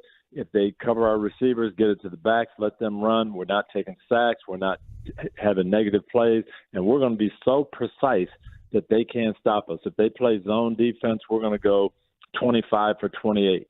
Now, if they play man-to-man, we've got to have that one guy, that CeeDee Lamb, that they can't cover, and then, bam, he's the guy. But if they play zone, it's precision, 85% completions, no penalties, no mistakes to take us back. And it's beautiful when it's going. And I think that's what Coach McCarthy is really getting to this year. We got to get that timing. We've got to throw. We can't wait for big plays. We got to create big plays, maybe with 5-yard passes. A swing pass to Tony Pollard can be a big play. And that's what he's getting across. To me, that was the essence of the West Coast. Coach, this team is not really throwing the ball downfield all that much. The vertical passing game just isn't there. And what you've seen, are they not trying to do it? And can you win consistently by throwing the ball very, very short? I don't even mean like 10 yards. I mean like 4 or 5 yards upfield. Do they need that vertical passing game? They'll need it because there'll be times when people say, hey, we're not going to let you sit there and throw these 5-yard passes and keep moving the chains. We're going to clamp down on you. We're going to play man coverage. We're going to tighten up. And then you've got to be able to go. And that's what made the West Coast really, really unstoppable when Jerry Rice got there. They won a Super Bowl with just the precision passing. But then when Rice got there and you tried to clamp down on that, now he could go over the top and make those huge plays. And the Cowboys had that in CeeDee Lamb. But I'll tell you how everybody's playing the Cowboys right now. Let's take away that deep ball. Let's not give them the one-play touchdown. And let's see if Dak can execute and have these 12, 15-play drives. Let's see if they can do it without penalties, without negative plays. And when the Cowboys prove that they can do that consistently, then you're going to see the tighter defense. Then you're going to see the big throws up the field. So I think Coach McCarthy, again, I think he's trying to establish we've got to show that we can have 12-play touchdown drives.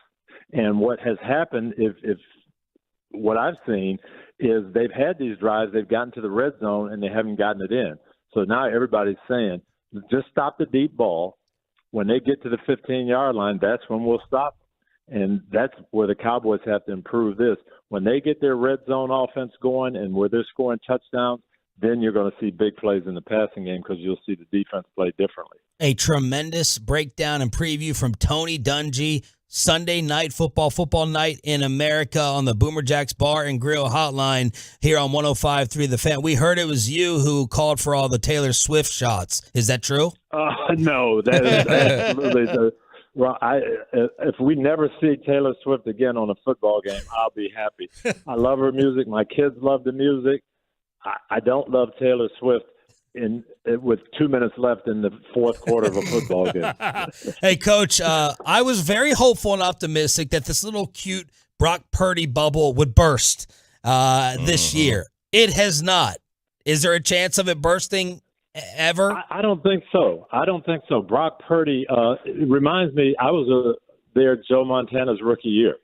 And Steve DeBerg was our quarterback, but you just saw Joe with this coolness, this precision, didn't have the greatest arm, didn't look like a super athlete, but could just move around enough.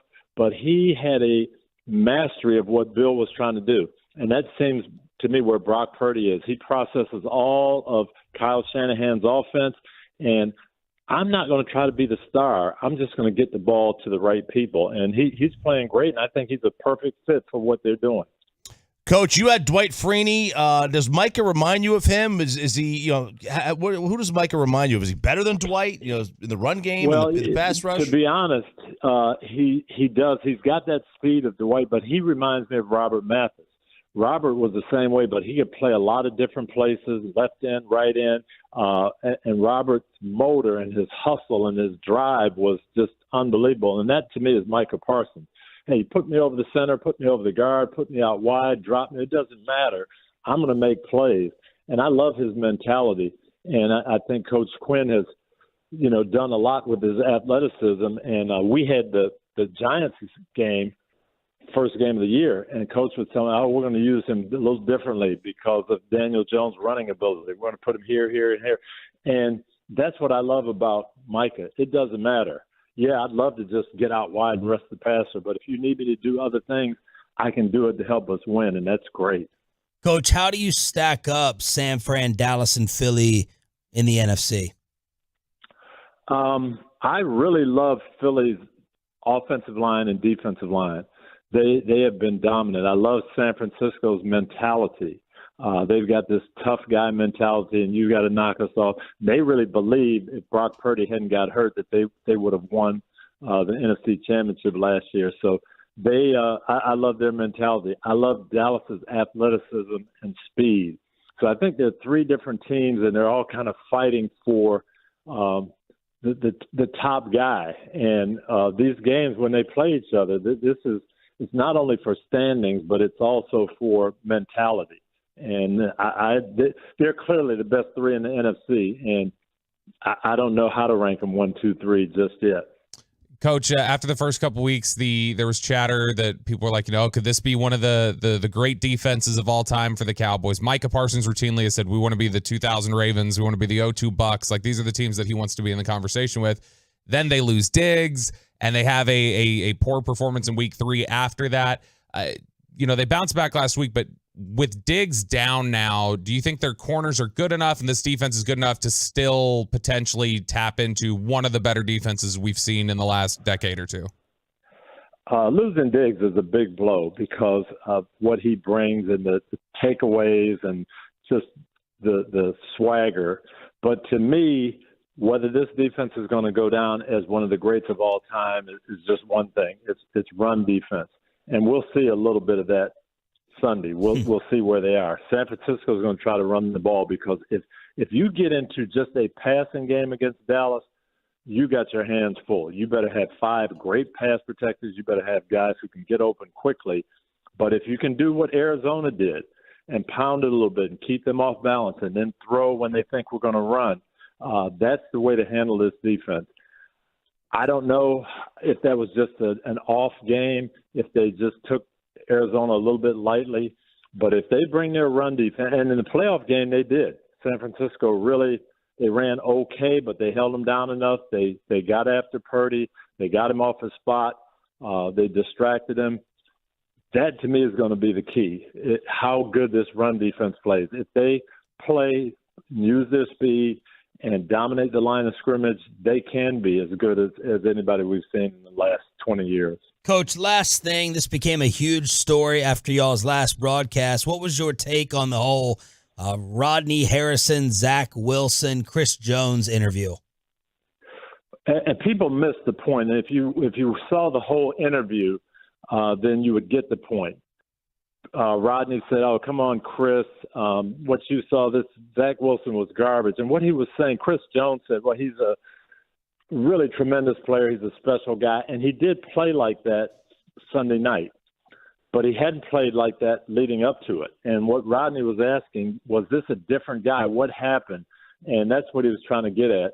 Not disparaging Zach Wilson, not saying he couldn't do it, saying he hadn't done it up to that point, and he did look special Sunday night. So what was the difference? People, you say things, people take them out of context, people get all bent out of shape. I know what Rodney meant because it's locker room talk. So I felt bad that people thought he was disparaging Zach Wilson. He really wasn't. Coach, this was so good. Thank you so much for the X's and O's breakdowns, the preview. Thanks for coming on again, and enjoy this one Sunday night. It was a treat. Oh, it's going to be great. We're fired up, looking forward to it, and it should be a lot of fun.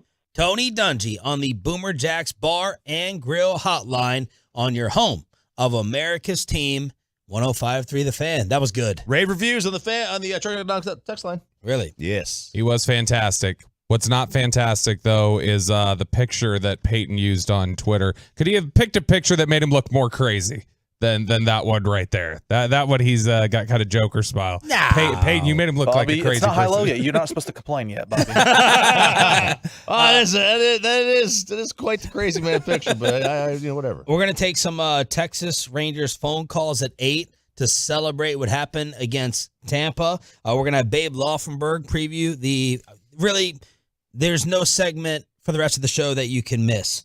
A New York Giant going off on his own fan base. Patrick Walker, DallasCowboys.com, final hour. And I would like to announce that no matter what happens in high-low, which I will probably lose, to me, I will not be in a bad mood because of this special delivery that Bobby just walked up here with. You're welcome. Choppy saw this box, and his eyes almost jumped out of his head. You got some Socorro there, man. What is this? It's a I can't really say it very well, but it's a tequila. Tequila is actually a doctrine in a particular religion. No, tequila. So this was downstairs? It was downstairs. As I walked by, they said, are you Sean Sharif? Which I was very impressed. She knew Sean. She said, are you Sean Sharif? I was like, no. And I was like, I can run that upstairs, though. So when we went to my boy's book signing, there's a guy in there that RJ's fiance, you had Troy Aikman in the room, you had Samir in the room, you had Ric Flair, Mike Tyson in the back, but Sarah was in awe over a guy named Jamie Bellin. She's like, that's Jamie Bellin. And I'm like, who the hell is Jamie Bellin? I have no idea. I think it's like her CEO or something. Yeah. And she's like, the big dog at her company. Well, he's in here. And I was like, okay, where's Ric Flair? So, so then I took Amanda and, the godparents to my child to Malibu for like a little before season trip. We ran into Jamie there. Wow. Came over, chilled, awesome dude. He's like, what's the station address? So he just dropped this by, and this will prevent me from throwing any hissy fit when I lose high-low. So the great Jamie Bellin from Southern Glazers. With a card? With a card. Dropping it on. Let me see the penmanship on that. I haven't opened it. No, yeah. It looks very impressive. Oh, that's very nice. Little smear. Is he a lefty? No, he's not a lefty. A schmear? I like it. Very nice. So I have no idea what this tequila is, but RJ's the liquor expert. That's good stuff. Judging by that, he's like, Socorro. So, Jamie, thank you, brother. You know what this means, Chop, is that Sean is just so confident that this will keep him in a good mood the rest of the day. We're just going to have to draw him off sides for the next 2 hours. Let's finish one. Well, I said just for high-low. Just for the next 20 minutes. Yeah, I didn't say I wasn't going to return to being a jackass at 8, but Jamie. Is Dak better than Mahomes? Jamie putting the smile on my face for the rest of the Expressway. Thank you, brother. Southern Glazers getting it done. Let's do it.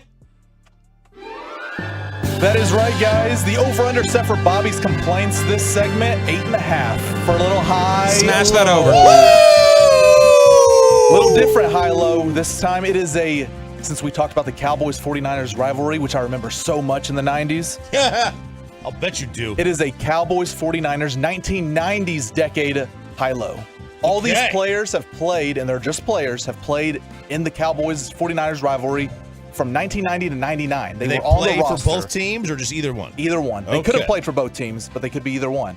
So just throughout the decade 1990. RJ Choppy is the defending champ. He will go first. All right, let's do low. You guys a chance. Low for 3 points.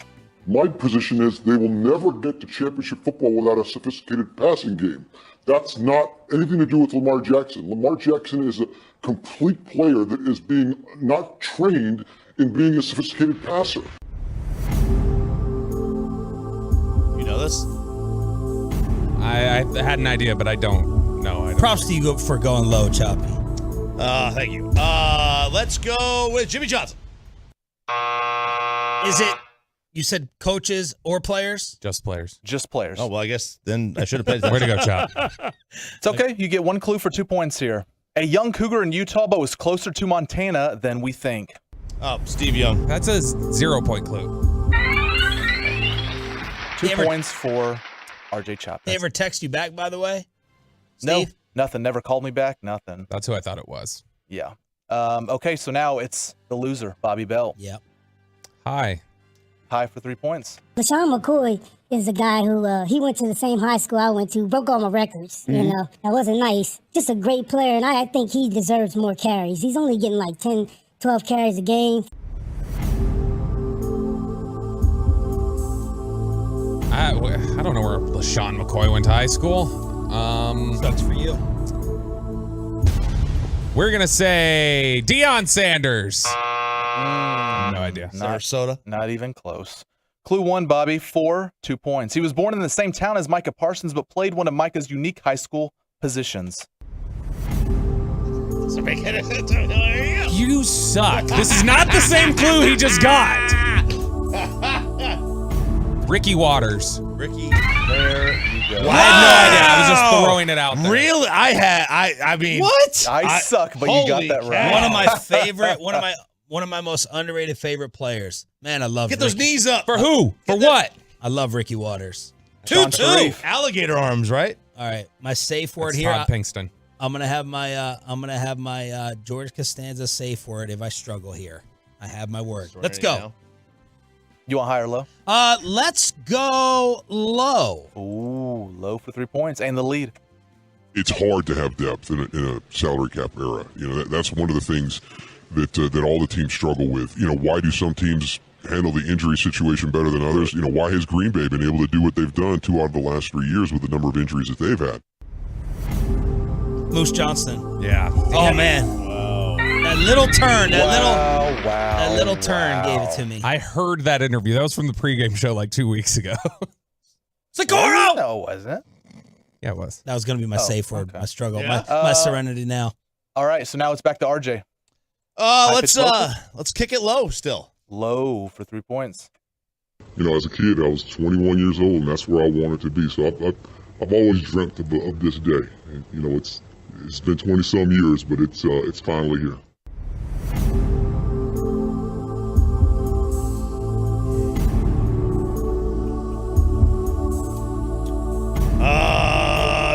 Drew Pearson. Not in the 90s. 90s. Very sorry. It's okay. You get one clue here for 2 Oh, did points. you say 90s only? I see. I got to listen to what you say more often. This is like you listening yesterday during our power rankings when you said we all had the same teams again. Yeah. That wasn't me not listening. That was me not being able to read. Okay, there was a difference there. So the reset, this is high-low. This is not sports match. No. Like, just so you know. I don't look when Peyton talks. I just basically tune out. Dang, that makes me feel like crap. Okay, so 2 points here. Clue number 1. One of the greats on defense, but still missing out on one of the greatest awards of all time.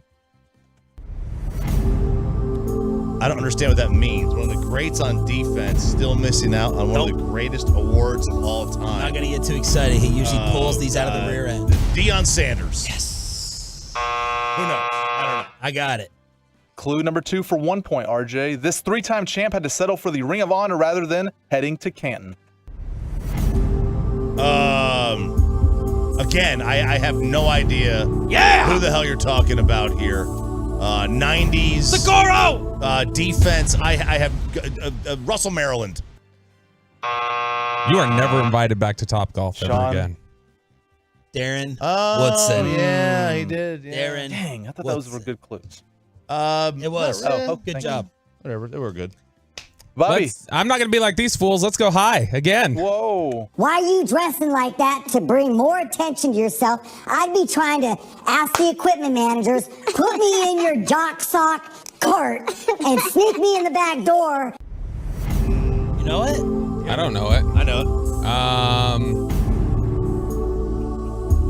We're going to go with Michael Irvin.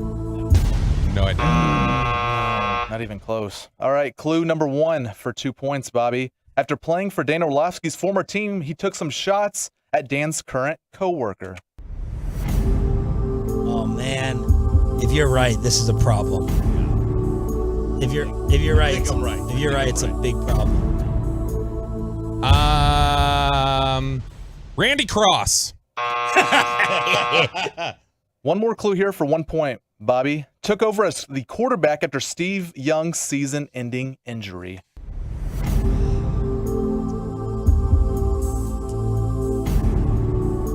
I got your back here. We might have a problem, Pepe. Oh. Jeff Garcia. Yeah. And he's not a 90s Niners quarterback in the 90s Cowboys rivalry. He was on the roster in 1999. Oh, gosh, this is what this is. What this is? 3 points for RJ. Count. It was not. I said it's a 90s decade. Yes, you did. That's right. I'm calling BS. I was thinking he wasn't even there in the 90s. His rookie year was 1999. Oh, Bobby, I am running this next week, and he's coming in here to play it. And he's getting nothing but brutal clues. Bobby is seething. Oh, my gosh. Oh, man, you're thinking here all the legendary matchups, and then Jeff Garcia, gets started there. with his slurs as a clue. Is Joey Galloway going to be in this one next? You're going to come in here next week, Peyton. I'm going to run the game. You're going to get John Giesick clips all next week. Pepe, you get a sip of this tequila after let's this. go. All right. I'll take a sip. All right, let me go. So the score is 3-3-2. Choppy 2, Bobby 3, me 3. Let me go. I actually think the low is, for some reason, is working better in terms of getting the sound. Let's go high. High. Growing up through school, 1 week, I'm in front of the line in the lunchroom, and the next week, that we have an assembly about my father and how he needs to change trainers and things like that.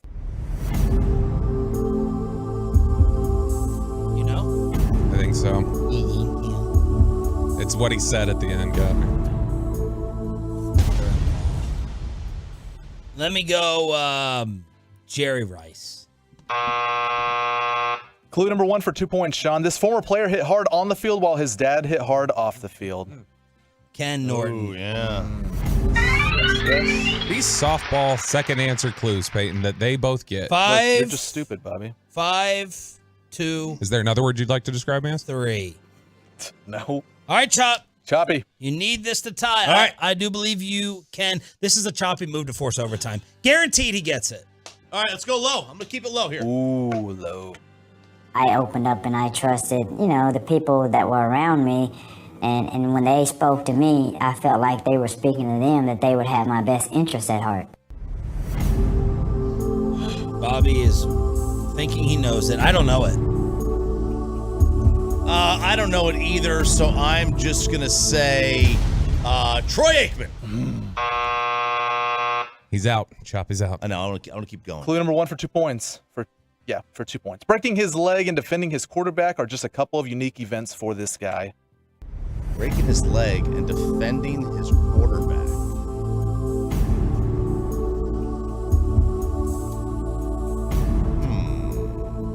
I've got no idea. Clue 2 for 1 point. Forgiven for disrespecting the star when he put a star on his helmet. There you go. Another flimsy 90s Niner. He was 96. Yeah, but he wasn't in this rivalry. Yeah, but he That's was at the thing. 93 and a half, you know. All right. Bobby, let's lose it here. Bobby, if you get this, you take the lead. Let's go. Cowboys, 49ers, kind of rivalry. Let's go low. Not yet. I'm just waiting for that dad to get up there and give the speech, I guess. Me and my wife are working on it, and just taking a little long, but we're going to get through it.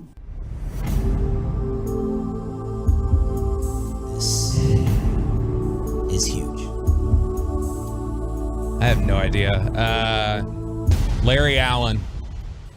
Oh! Wow! No way! Look at that! Whoa! This is where I choke. Look how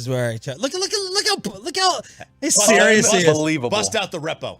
Bust out the repo. Sakara, I'm going to take a shot of that. I have 2 chances to win. Don't choke. Sean, let's go high. I think playing back on that same AstroTurf in New York, I just don't think you can take the risk with Jimmy's ankle right now. I know that Coach Shanahan has a great deal of confidence in Nick.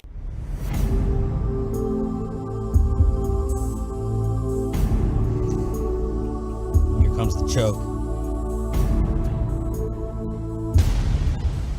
Aikman. Oh, God. Socorro.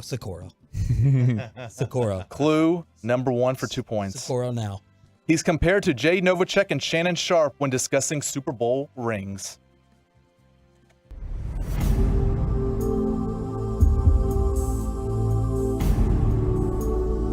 Charles Haley. Oh, no! Oh, no. Is this our first overtime forever? Wait, this is the tie. You got to get this for overtime. Socorro. Give it to me. 1 point here. Clue number 2. Held many records in San Francisco from the 80s and 90s before Vernon Davis came in and broke them.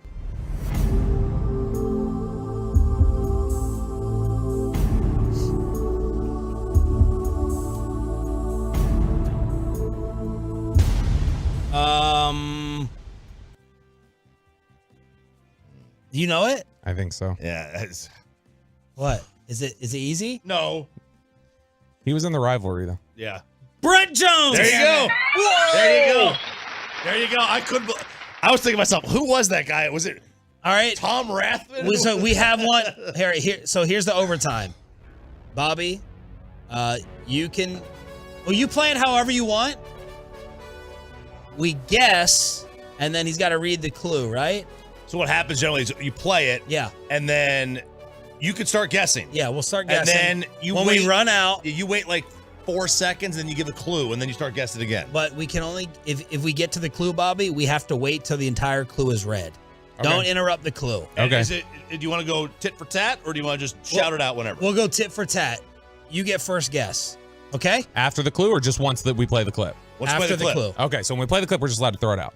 Overtime, here we go. I went out to Deion Sanders. He owned 152 Jerry Rice. acres in Canton, Texas. Wait a sec, stop! I said the clue! No. Now here's what happens. Now I get the first clue. Fine, go ahead. I get the Go first ahead. guess. Follow the rules. I missed it. No, play the clip. Play the clip. He interrupted and talked all over it. I went out to Deion Sanders. He owned 152 acres in Canton, Texas. And jumped on a tractor, got me a saw, cut down some trees, cleared out some brush, and here I am, baby, 23 pounds lighter. Oh, I know it. Michael Irvin. Emmitt Smith. No, sir. Who else is on that side? Charles Haley. I'm guessing. Oh, I totally missed it. Throw something at him. Hit him. Larry Allen. Go ahead, take another guess. I have no idea who this is. Chop does. Mm-hmm. You have another clue? Oh, yes. DallasCowboys.com. That's one clue. I'll give the next clue. Nate Newton. Yep. Socorro, congrats on your victory. You are the dumbest. I totally missed. I at least knew it was players. You can't even follow the rules. I thought you said that was with the. I thought you said that was with the clues. You're switching spots with Peyton next week. Okay, great. I'm running the game. You're switching It'll spots. be the best effing game we've ever had. Line up the calls, y'all. Ranger calls. 877-881-1053. 877-881-1053. Let's celebrate the baseball team. Follow the call instructions, unlike this dip-ass net. Let's get you over to Platinum Ford in Terrell. It is, of course, a Stephen Gilchrist-owned store, Gilchrist Automotive. Always hooking.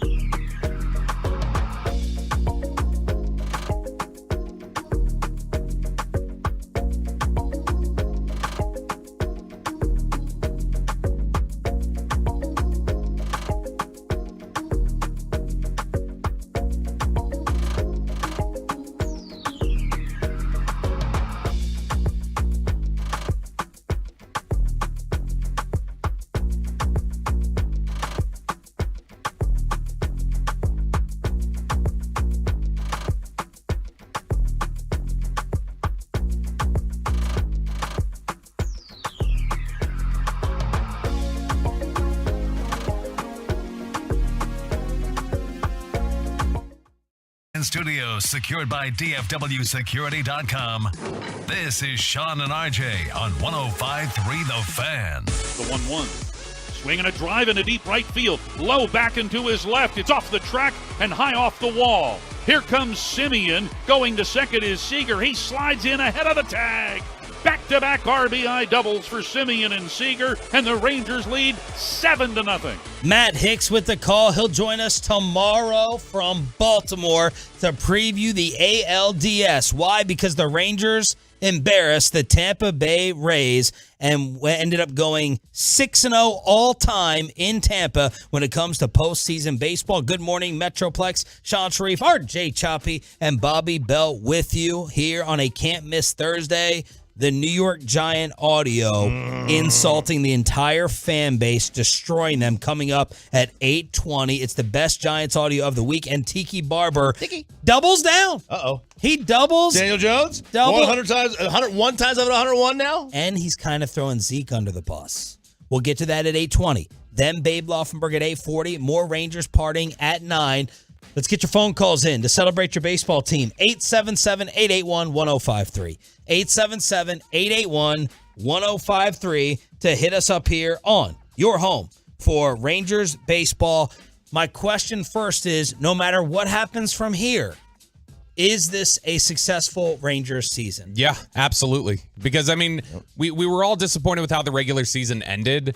And I honestly didn't think they were going to win this series. So the fact that they came out, answered the bell, played in such dominant fashion, even if they lose to the Orioles, I think you're just saying, look, you won a series, first time in a decade plus, first time since the World Series year, and you've built something that you feel like is sustainable and you can grow on. And so, no, I think this is absolutely a success no matter what happens. They could lose by 50 runs combined against Baltimore, and I'd still say the season was a success. It's all lined up now. It's all lined up. It's a success, and it's going to continue to be a success. And Gary Pettis isn't here to ruin it now. Fair. But, maybe get a little bit better third base coaching here on sending guys home in this series against Baltimore. You're going to need it. Two outs on guys. Let's go. Send them home. Did you see the quote from Jonah Heim yesterday when he got asked? He got asked about why he was mad, his body language, and he's like, I was mad that I'm not fast. Bruce Bochy on his team responding with the way this regular season ended in Seattle. Well, it wasn't something I had to do. They've been doing it all year. I mean, incredible. What happened? We lost a tough one there in Seattle, but they came back here with the right attitude, got refocused, got the day off, had a chance to reset, and we couldn't have played two better games than what we did here. I couldn't be prouder of these guys right now. It's absolutely a success from here on out, no matter what. You can get swept, and it was a successful season, especially with your top three starting pitchers missing. Even though Scherzer threw this bullpen that he's all excited about, you're still going to be missing him to at least the World Series.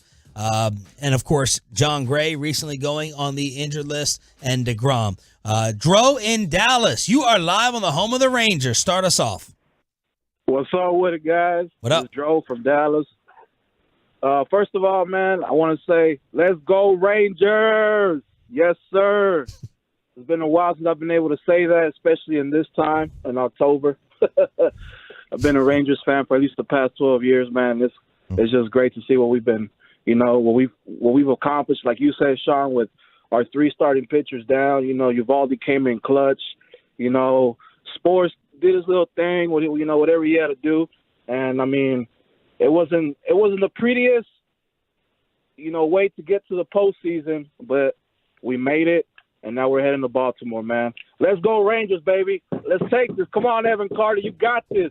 Yeah, bam. There you go. Thank you for the phone call. Hit us up, 877-881-1053, if you want to Rangers celebrate on the phones. You know why? That's another point right there. That's why this season is a success, is because you get the encouragement, you get the excitement of knowing this glimpse we've seen of Evan Carter and knowing that you've got him in the lineup for all of next season. I mean, honestly, the biggest thing that I look at here is just like, what? I understand he's outplayed expectations, but it's a little bit like, man, what would it have been like if he was up here for some of these losing streaks they would have had over the last 2 months? That and then a couple more things, like, what do you do with him in the lineup in this series? And then you want to get further than that, like, do you do what has become kind of customary throughout the sport, or I don't want to say customary, but trendy, where you lock him up to that 10-year deal now, like they did with Wander Franco, like Corbin Carroll got this year. Corbin Carroll, Ozzy Albies, Tatis got one, but that was like 13 years. But yes, those guys, teams have they've bought out arbitration years of these players, and that way you get him because he's got 6 years. I'm not even sure if his clock officially starts until next year. So let's just say it doesn't. They've got him for 6 years. You give him a 8 or 10 year deal. You've bought out the 6, and then you've bought out the 4.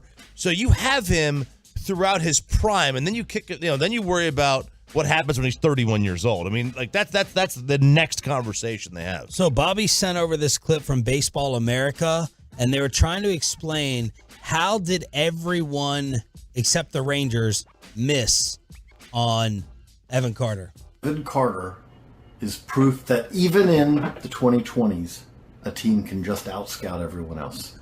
It was the 2020 season, which was the COVID year, which made it really hard to get good looks at players. But the Rangers saw something in Evan Carter that no one else did. Most teams didn't really even have Evan Carter turned in. I will admit, we didn't have him on the Baseball America Top 500, but I think of all the services out there, we're the only ones who even had notes on him. He was seen as a guy who needed to go to school by most, but the Rangers saw his advanced batting eye, his athleticism, and that he got a lot better in that weird pandemic COVID year.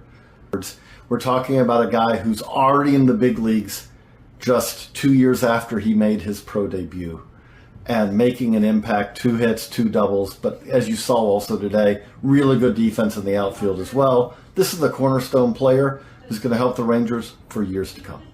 You love to hear that cornerstone play. And with the way Wyatt Langford just tore through the minors in 30 games or whatever he got, I am incredibly excited about the idea of an outfield of Wyatt Langford and Evan Carter for the next 7-8 years. Could you imagine of the 3 guys that would be either rookies this year or next?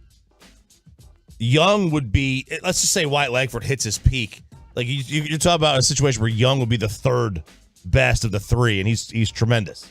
He was in the rookie of the year running almost the entire season, and Evan Carter seems to be like lapping him, and Wyatt Langford's doing things in the minors. It's tremendous. Josh Young, 3 hits yesterday, 2 doubles and a triple from Sandler. Josh Young is the 4th player in Rangers history with at least 3 extra base hits in a postseason game since 2011. Michael Young, Beltre, Nelly Cruz. Young is also the youngest to do it. And what's wild, another note about how wild it is what Evan Carter's doing right now, he is a year younger than Wyatt Langford. CJ in Dallas, you're live on the home of the Rangers with Sean, RJ, and Bobby. Go ahead, CJ. Hey, good morning, fellas. How y'all doing today? I want to start off saying, man, the Rangers are playing great ball right now. Can we keep the bat swinging? And also, I love seeing Mr. Dunning up there. Can he do what he normally does? And can we have a finish off Baltimore? It's all you guys. Thank you for having me. Man, I was getting ready to ask you to voice some promos and commercials with that awesome voice right there. Let's get to Garrett and Saxy. Garrett, you are live on 105.3 The Fan. Hey, good morning, guys. Good to be here. Just want to say how excited I am about the Rangers. One thing I noticed is a team like that, they have such great camaraderie. Coming together, you can see it when the batters are hitting, the pitchers are excited in the dugout and the bullpen. So just hoping they can keep that up, keep each other's morale going, and that way they can all focus on their specific jobs. Except they took it over the line by celebrating again. Yeah, God forbid. How dare they bring ski goggles on a trip? They never should have done that. Did Sandler wear your goggles? Did he take the goggles? He did not. He left them here because he's like, he wasn't going to go to Seattle. So he left him here, and he never snuck asked in someone's luggage. Dude, McTaggart has set this up Barry? to where, like, Brian, I mean, whatever his they name is? can't. The Astros can't celebrate if they win this series. No, they They're can't. not allowed to celebrate. Nope. Abraham in Arlington. Abraham, you're live on 105.3 The Fan. Hey, good morning, guys. It's good news that the Rangers made it this far, but unfortunately, I'm going to gripe about something. Okay. And that is the ticket prices. Holy crap. The just how they've raised the ticket price, honestly, it's kind of... What are they? What are they right now? Well, like during the regular season, the all-you-can-eat section, you can get some for $30, $40, $50. When I checked, they were like $150, which is, I think, just absolutely ridiculous. It's unfair, really. I understand why they do it, because at the end of the day, they're going to sell the tickets. People are going to go. I don't think there are any tickets available anymore for Tuesday or Wednesday. It is kind of unfair. Again, I understand why they do it, but I just don't think it's right. But at the end of the day, as long as they win, well, I'm not going to be crying. So thank you guys for taking my call. Have a good day. Thank you, brother. Looks like on the internets it says tickets as low as $78 for that game on ESPN. You know, they'll show like on the game score. Yeah. Game one Sunday it's $129, and that's the get in the door price, and we've got it at $78. Astros get in the door price for their first game is $40. Ooh. Yeah. So I'm looking at section 133 right now Whoa! for Tuesday, and the tickets are about $170.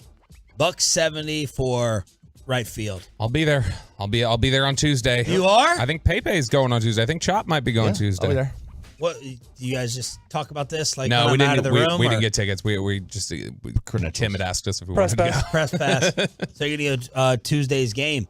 Chris in Springtown. Chris, you're next up on Sean and RJ. Go ahead, brother. Good morning, boys. How we doing? Doing well. I know we're going another round, and I think the Orioles might actually not do well because they're a young team and all. We got some experience, but I've been a Rangers fan ever since Pete Incaviglia days.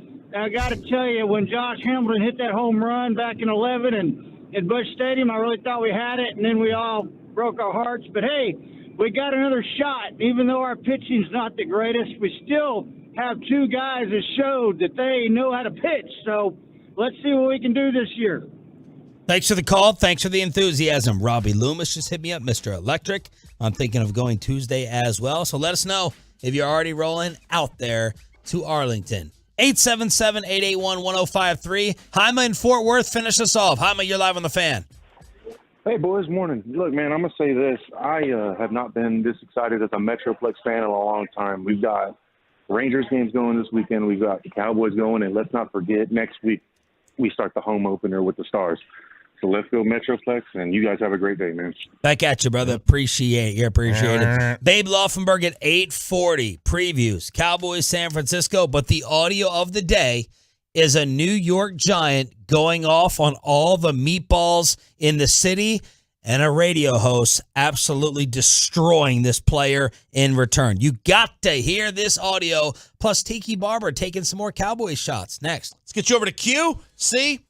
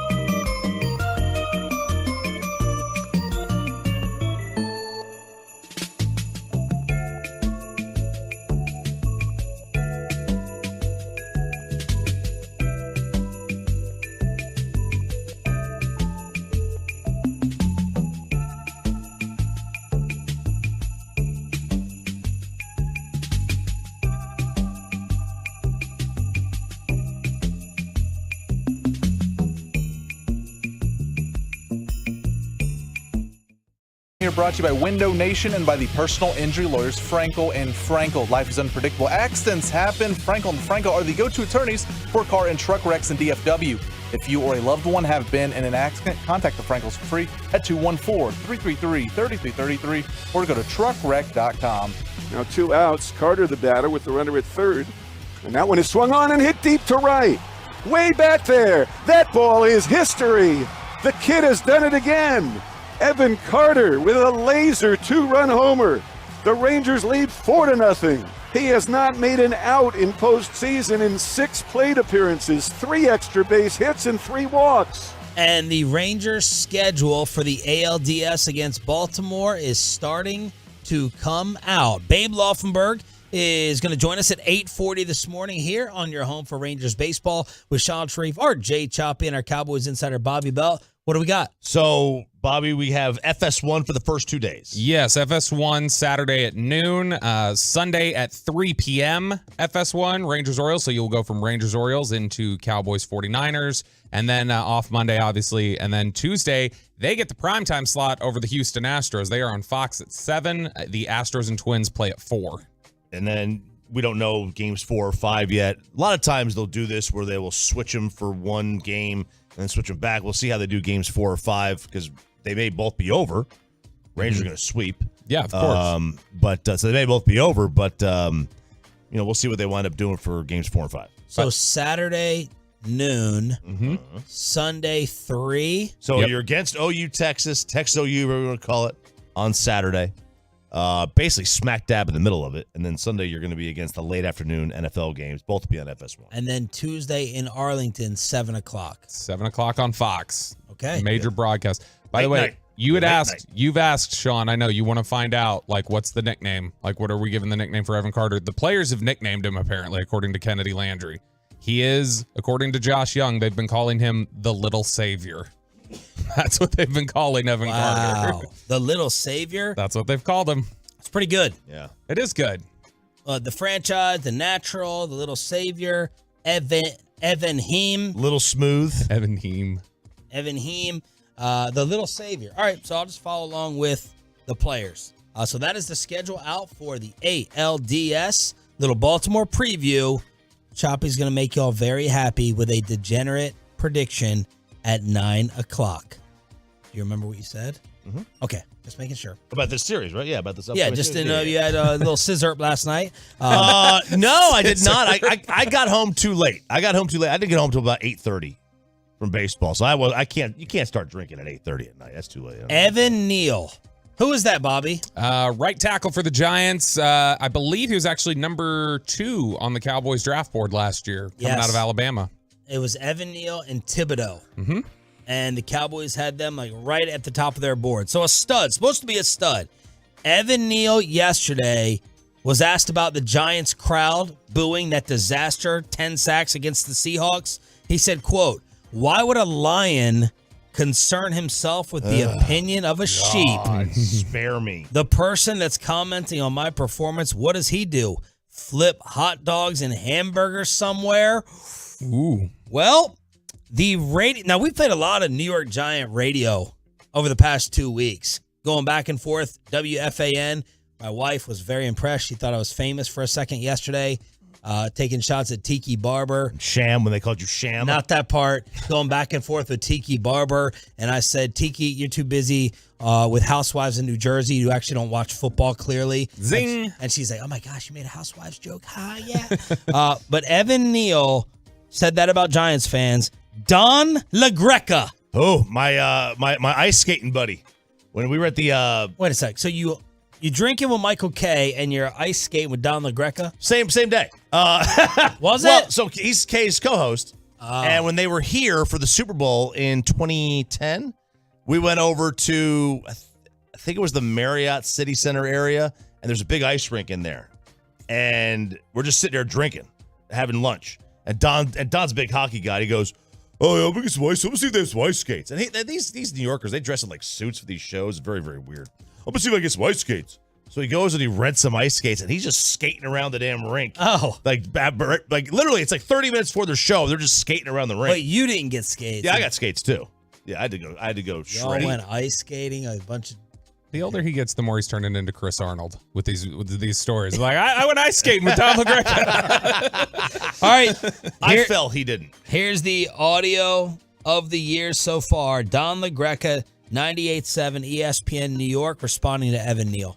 Are you kidding me? I'd cut his ass. I would. How dare you? These people pay your salary. They pay an obnoxious amount of money to park, an obnoxious amount of money for PSLs, to sit there and watch this pap, and you call them hamburger flippers? What, you're so much better? I'd rather have a guy that's flipping hamburgers block than your piece of garbage ass. Who the hell are you to talk to fans like that? You piece of garbage. I hate when players do that. You're not above us. What, because you happen to play a sport? You're better than me? You're better than the people that pay your salary? These Giant fans were here before you, and they'll be here after your sorry ass is cut. What a piece of human trash. And I don't want to hear some apology. I don't want to hear, I was taken out of context. I didn't mean, I don't want to hear, done. I would cut his fat ass. If you see him in the mall of Willowbrook, boo his ass. If you see him on the DMV, boo him. Don't stop booing him. If he goes to the Pro Bowl, boo him. If he wins a Super Bowl, boo his sorry ass. Screw that guy. We're not nobody. Flipping, how do you condescend to people that pay to watch you play? Poorly, I might add. So good. That was very good. Wow. See you, Willowbrook. Boom. Some of these, when we play them, I'm like, I guess you got to be from the region to really appreciate the energy. That's hilarious. But a typical meatball rant. You're not going to cut him, so shut up. I would cut him for that. I would. Okay, number 3 pick in the draft. Okay, the whole they pay your salary line. I hate that. I hate cut his fat ass. I hate the personal lion comparison that every football player does. I hate the lion comparison. So stupid. We're not animals on a safari. Micah. We're human beings. Micah. I hate it. It's the only thing that Micah does that I don't like. That when he plays linebacker, I don't like that either. And then I also hate the fans pay your salary stuff. Like, yes. It's going to make him a hero in New York, It is. It's going to make him a hero. Absolutely is. But y'all want to sit there and talk about Rodney Harrison getting personal? What are y'all going to do back to this? Piece of garbage, fat ass. Garbage is exactly what got Rodney Harrison in trouble. And trash. Now, no one knows who the hell Don LaGreca. Yeah. The people at the Galleria know him. Galleria know, yeah. The ice skating rink down here, they know who he is. But look, I mean, Evan Neal brought this on himself. First of all, Evan, when was the last time you saw somebody flip a hot dog? You don't flip a hot dog. You roll it over, okay? You don't flip hot dogs. Calling them a bunch of sheep and hamburger hot dog flippers. Yeah. That was really dumb. Yeah. That was really stupid. Really dumb. Really dumb. Yeah, Don't do it. This is stunning, especially to me for a guy that came out of Bama. Like, Saban is always so on top smart of in Alabama? No, he's so on top of these guys in terms of, like, you do not give anybody motivation. Yeah.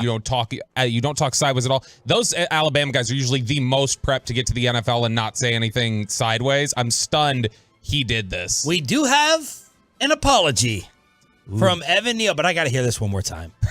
I got to. G-Bag of the day, week, month, year, Don LaGreca, 98.7.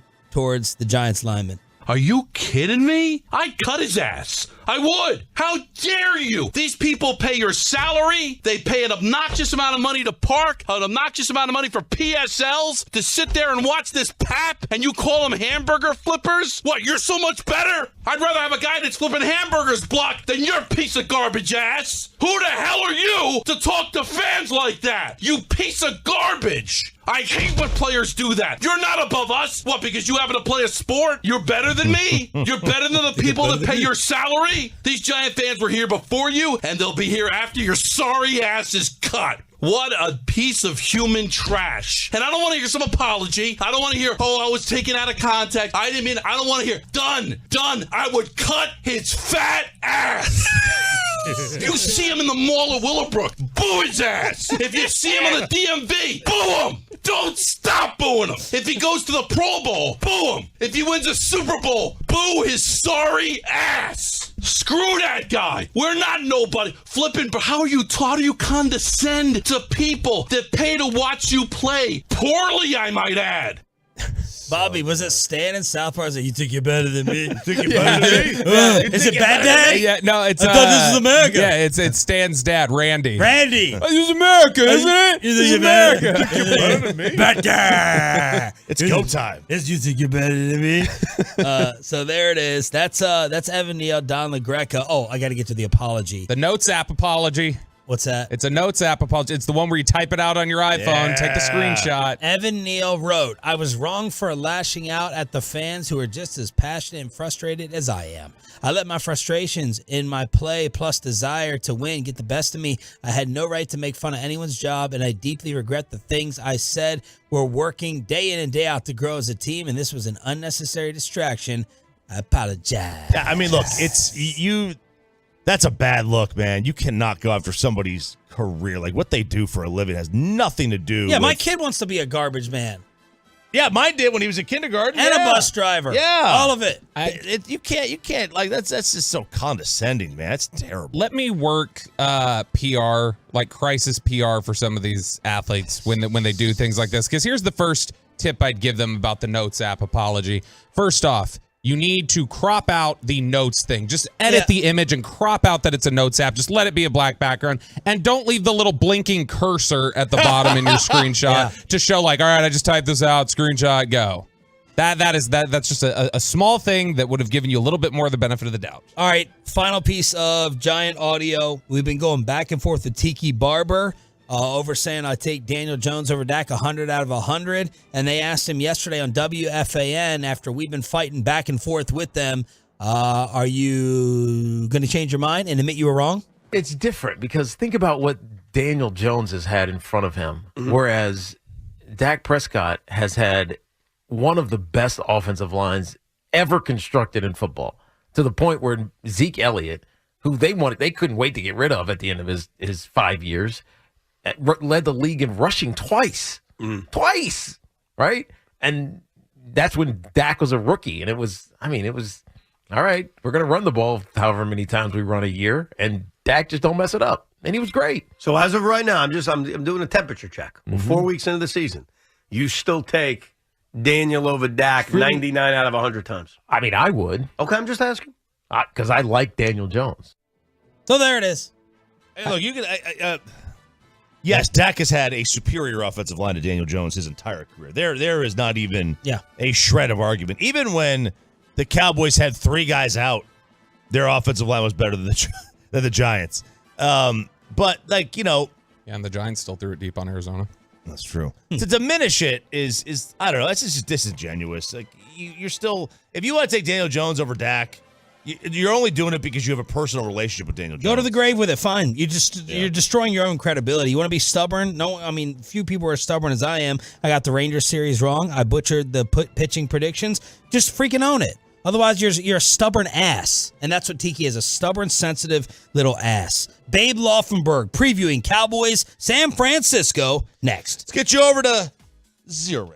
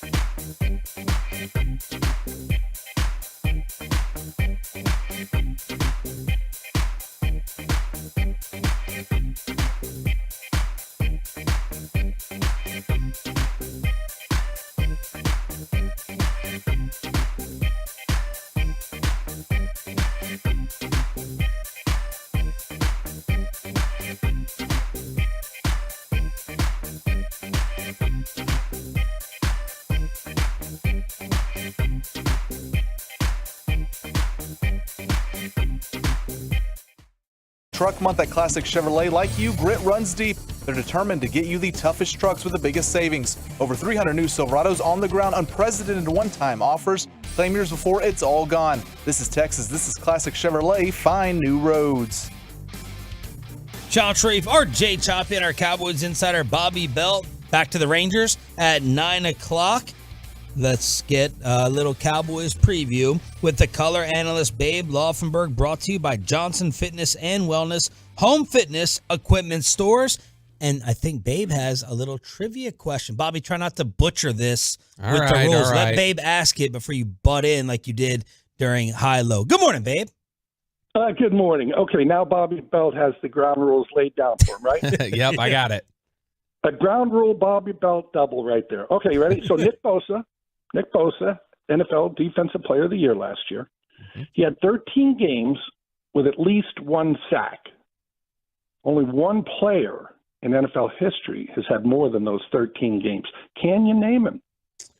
Ooh. Strahan. That's a guess. Incorrect. Anybody else? Kevin Green. Okay, that's a good guess. Anybody else? It's probably a Cowboy or 49er. That's the way Babe usually goes. Charles Haley. No. That's a guess. Can Peyton join us? Yeah, Peyton. Does Peyton have a guess? I'm thinking recent Cowboy. You know what? We haven't named DeMarcus Ware, have we? Nope. There you go. DeMarcus Ware. No! Bring it up. Alonzo Spellman was my next guess.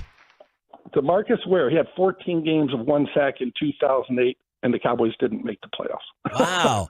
Hey, you did text Go Rangers, and since you were a quarterback, that must mean that you were a baseball stud. I don't think we've ever asked you about your baseball career, if there was one. Well, I don't know if I was a stud, but I was drafted by the San Francisco Giants. Whoa, well, I would say that's a stud. Yeah. What round, though? What round? Well, I will tell you the 20th round, but by the money they offered, it would have been like 7th round. But I was already going to school at Stanford. I was a quarterback, blah, blah, blah. So I told everybody, don't draft me. I'm not going. So just curiosity, did it matter what round you were drafted in? Like, was there any chance you would have gone to baseball? Oh, I don't think so. No, my dad probably wouldn't have allowed it, to be quite honest. He was going to make sure you went to college. And quite honestly, my freshman year, I played at Stanford before I had to go out for spring football. And that's a long story, but so I played both. You know, it's funny, most quarterbacks, I laugh. Somebody came up to me the other day. I was at a speaking event. They talked about Patrick Mahomes, right? Well, he played shortstop, and that's why he's able to do. I said, every quarterback played baseball back in the day. Today, you're specialized, but I guarantee you, Troy Aikman was a hell of a baseball player, and I never saw him play baseball. But if you can throw things, you can throw things, right? Yeah. Football, baseball. I always say if you're going to skip rocks across a lake, and you just say, hey, let's skip rocks, the quarterback's going to win that competition. Yeah. Who was the last one before we get to the Niners? Who was the best baseball player you ever played with or against? Doesn't have to be even famous. Well, you know what's funny? You won't even know the name. So I was a decent pitcher, obviously got drafted, all that good stuff. There's a guy named Kevin Muno. He went to Loyola High School. They were in our league, so he played him twice a year. I think he hit like 900 against me. Jeez. I swear, I think he hit 900. And I'll never forget, my manager, who had a little taste of the minor leagues, said, just so you know, when you get up in classification and rank and you get to the pros, every hitter is Kevin Muno. So I thought, you mean the whole world's going to hit 900 against me? I mean, I would strike a guy out, and I'd see him on the on-deck circle. Now, he was older. I was like a sophomore. I was a sophomore. He was a senior. He ultimately went to Notre Dame, played football and baseball there. But anyway, that was the one. I can't give you Tom Bernansky. Remember Tom Bernansky? I know Tom. Sure, love Tom Bernansky. The videos. Not the video guy. Oh. Tom Bernansky was a first-round pick. But anyway, I wish I could give you like a real big name, but I don't think I can. Babe Laufenberg. Of course, at the time, you didn't know who these guys were, right? Playing high school ball. Yeah, we still don't. Babe Laufenberg, Boomer Jack's Bar and Grill Hotline. So last year, I remember late in the season, you kept talking about the Cowboys' run defense, and you're like, is this going to be an issue? Is this going to be an Achilles heel? I'm not personally sold that the run defense is like this lockdown unit, babe. I'm scared about it against San Francisco's running game. How do you see it matching up Sunday? Well, obviously you guys know this as well as anybody, but San Francisco's good in all facets, right? Some teams you say, hey, let's make this guy a pocket passer, or let's make them run the ball, or let's make them do this. San Francisco, they do it all, and they do it. You know, they've got an all-pro running back, they've got a quarterback, they've got receivers, we've got an all-pro tight end, so it's a lot to take away. But here's the thing, too, about San Francisco. I think it's been overstated that the Cowboys haven't stopped their running game, because if you go back to the playoff game 2 years ago, Elijah Mitchell had 27 carries. He had 96 yards. Now, Deebo Samuel hit him for a big run, and he got, had 72 yards. One of them was that 26-yard touchdown run. But 27 for 96, you'll take that every day of the week. That's 3.6. Last year's playoff game, Elijah Mitchell had 14 carries, averaged, again, 3.6 a run. Christian McCaffrey had 10 carries for 35. McCaffrey's longest run was 8 yards. So Deebo Samuel had 4 carries last year for 11 yards. So they shut down the running game. The problem, as we all know, has been scoring. I mean, in those 2 games, they've averaged under 15 points, averaged. And, you're just not going to beat a good team doing that. So I guarantee you, if they come out and score 17 points again this week, they're probably going to lose to San Francisco. So they need to put some points up. Babe, if you're Mike McCarthy, give me the pregame speech or what you're saying throughout the week, and finish the sentence. Screw the last 2 years. We're not the same football team facing them because of what? Why is this different? Honestly, my guess is, and you guys can ask him tomorrow, I don't think he'll bring up the last 2 years because you don't need to, right? It's not like they've forgotten what's happened over the last 2 years. You're not going to stand up to me. If I were a coach, I would not stand up and say, hey, do you guys remember what happened the last 2 years? It's like, yeah, coach, we do remember. So I think it's an easy game to coach. I think it really is. The week of practice, you don't have to get guys' attention. The 49ers have got their attention. Babe Lovenberg, join us here, 105 through the Fan. Is Brock Purdy the next Tom Brady? Are they protecting him? Are they just putting him in positions where he only succeeds? And can he win you a game if they're behind? What is he after the 15 starts or whatever? Not even. Yeah, he's really, really good. And it's funny how at what point are we going to stop saying he was a 7th round draft pick and start saying we're going to stop saying that now. Yes, he is. Yeah, but you know what I'm saying? Yeah, we do. At what point did Tom Brady no longer become the Cinderella story, 6th round pick? Drew Bledsoe got hurt. Never. They had to play him. At some point, he became Tom Brady. Now, I'm not going to make the argument that Brock Purdy is Tom Brady, but he is really, really, really good. I mean, the guy has yet to lose a football game that he started. Obviously, the playoff game in Philadelphia, but he lasted through the first quarter, so that's not really on him. But, yeah, he is so impressive to me, just the way he handles everything. And I do want to go back to this quickly because, hey, Shanahan is a great coach. I mean, he really is. What they do offensively, it's tough to defend. They hit you with a million different things. Do they have good players? Yes. But Shanahan, without Jimmy Garoppolo, was 9-29 with the other starting quarterbacks there. He had 4 different guys. Yep. So the notion that Brock Purdy is a product of the system and you just plugged anybody into that system. No, they plugged 4 different guys in and they were 9-29. They could not win without Jimmy Garoppolo. And so I think it sells Brock Purdy short is my point, to say, oh, anybody can play in that system. No, anybody can't. And that was proven. Babe, is this from what you've seen with the 49ers? Obviously, a lot of people are starting to feel like, hey, this is the best version of the Cowboys defense. The offense isn't turning over the ball. This might be the best version of the Cowboys going in to play the 49ers over the last years. When you look at the tape, is this the best version of the 49ers that you've seen? That's an excellent question, and it very well could be. And the worst thing is, they had pretty much the best defense in football last year, and then you had Hargrave, at defensive tackle, guy that had 11.5 sacks last year. It's like, okay, that's not fair. But the funny thing, too, guys, is when we talk about Hargrave and adding him, so we're sitting here looking at this week 5, and obviously you hear all week, and it's great. I love it. I love the talk. Is this going to be setting the bar for if these two teams meet in the playoffs again?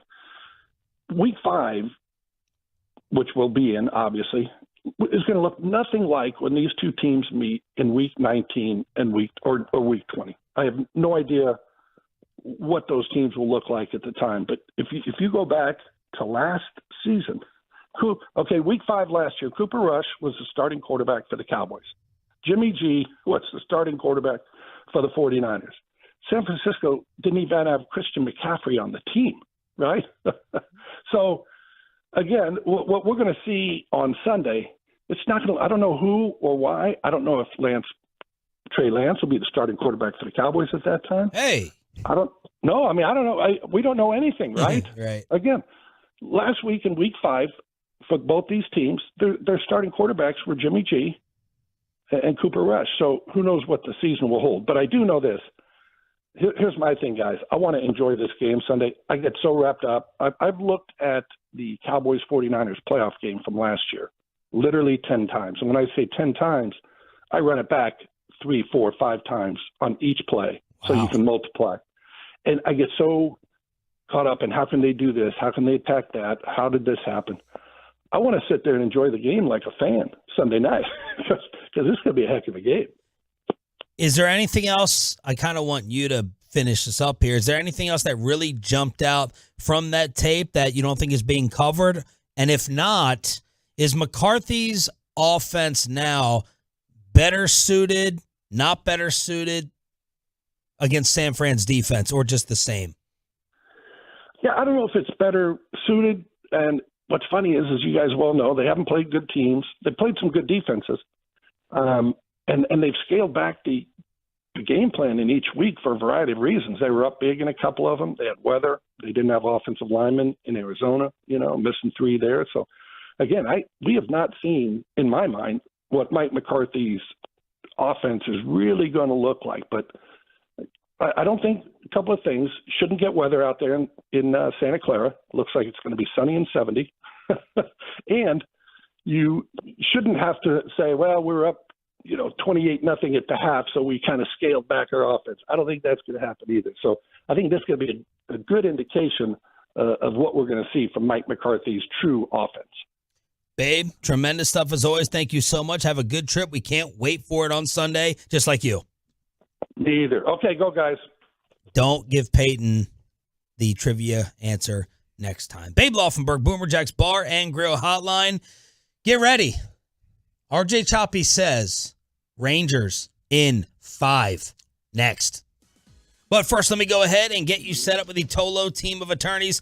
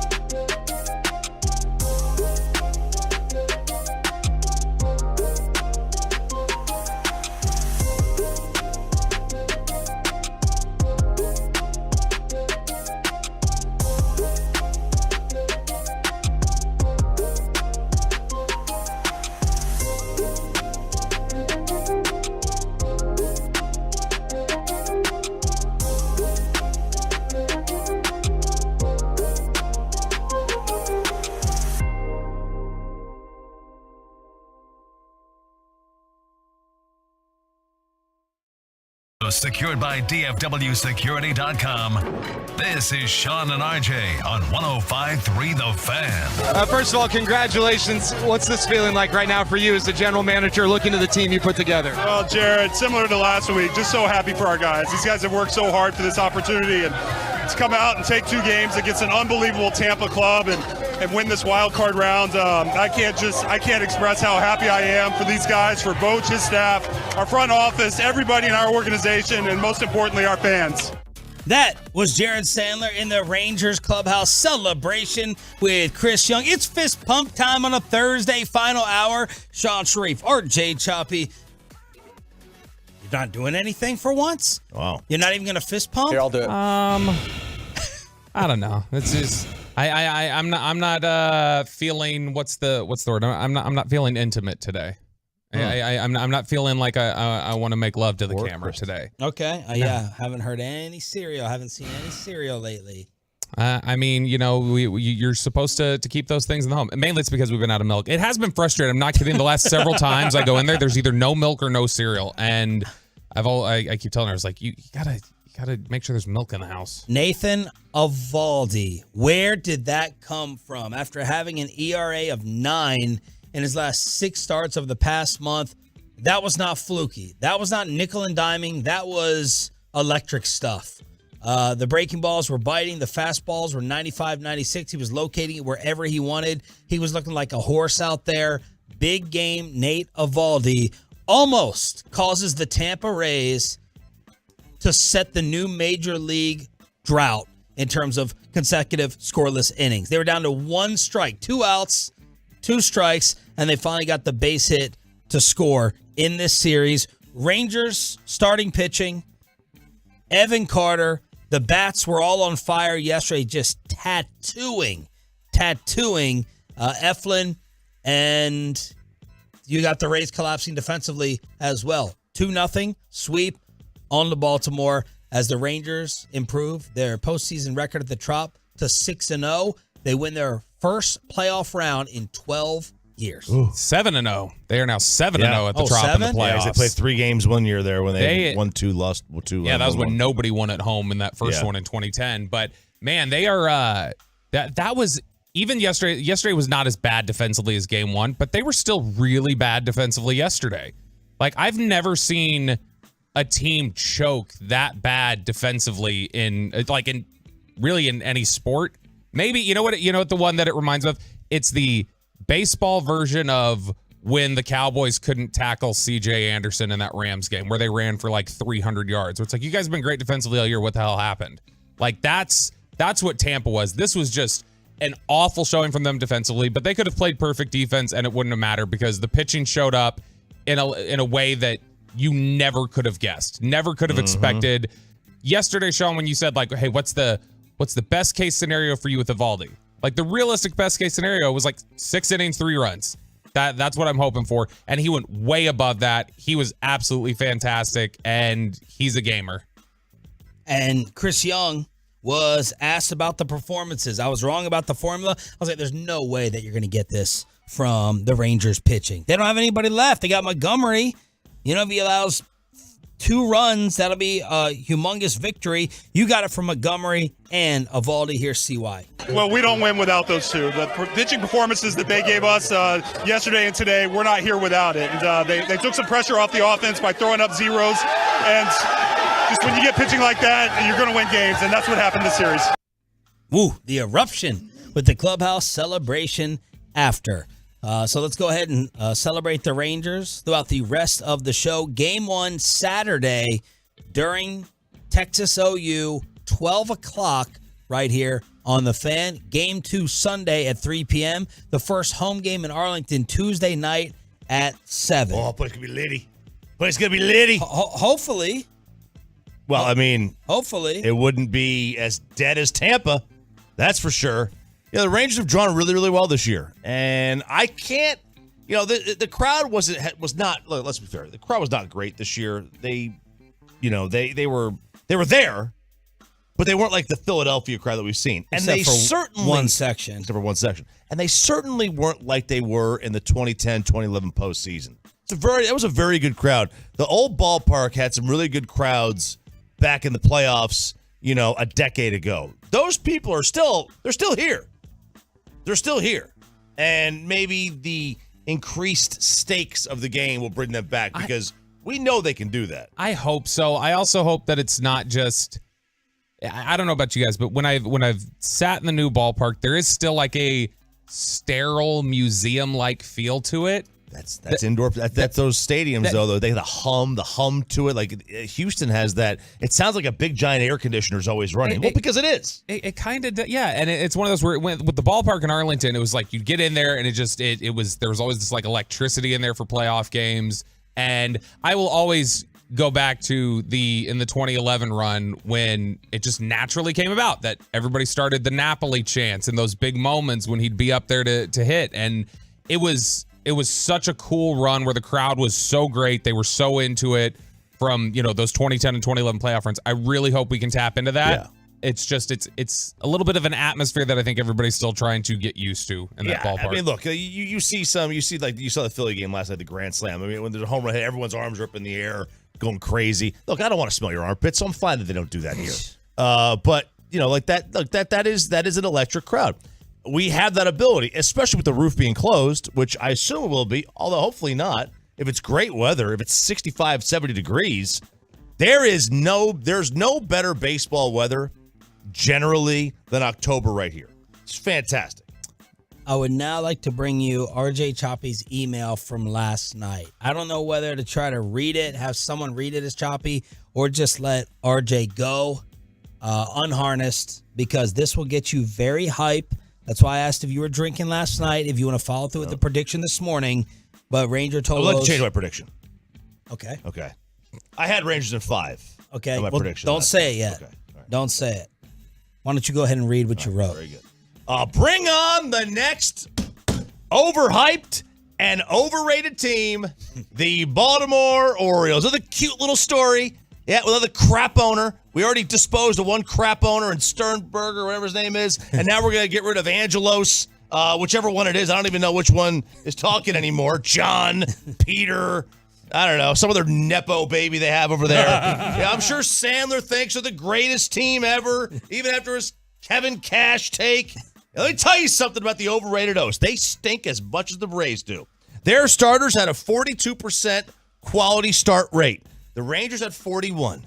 Not much different. They have a team ERA of 3.90. Ours is 4.28. Again, not much different. Look, they're better, but it ain't Nolan Ryan versus Drew Smyly. Okay, it isn't that bad. They got a bunch of guys who have never, ever in their life taken a meaningful at-bat. They've never put on a jockstrap with a cup and a belt and a pair of pants and some stirrups before a big game in their life. None of these guys have.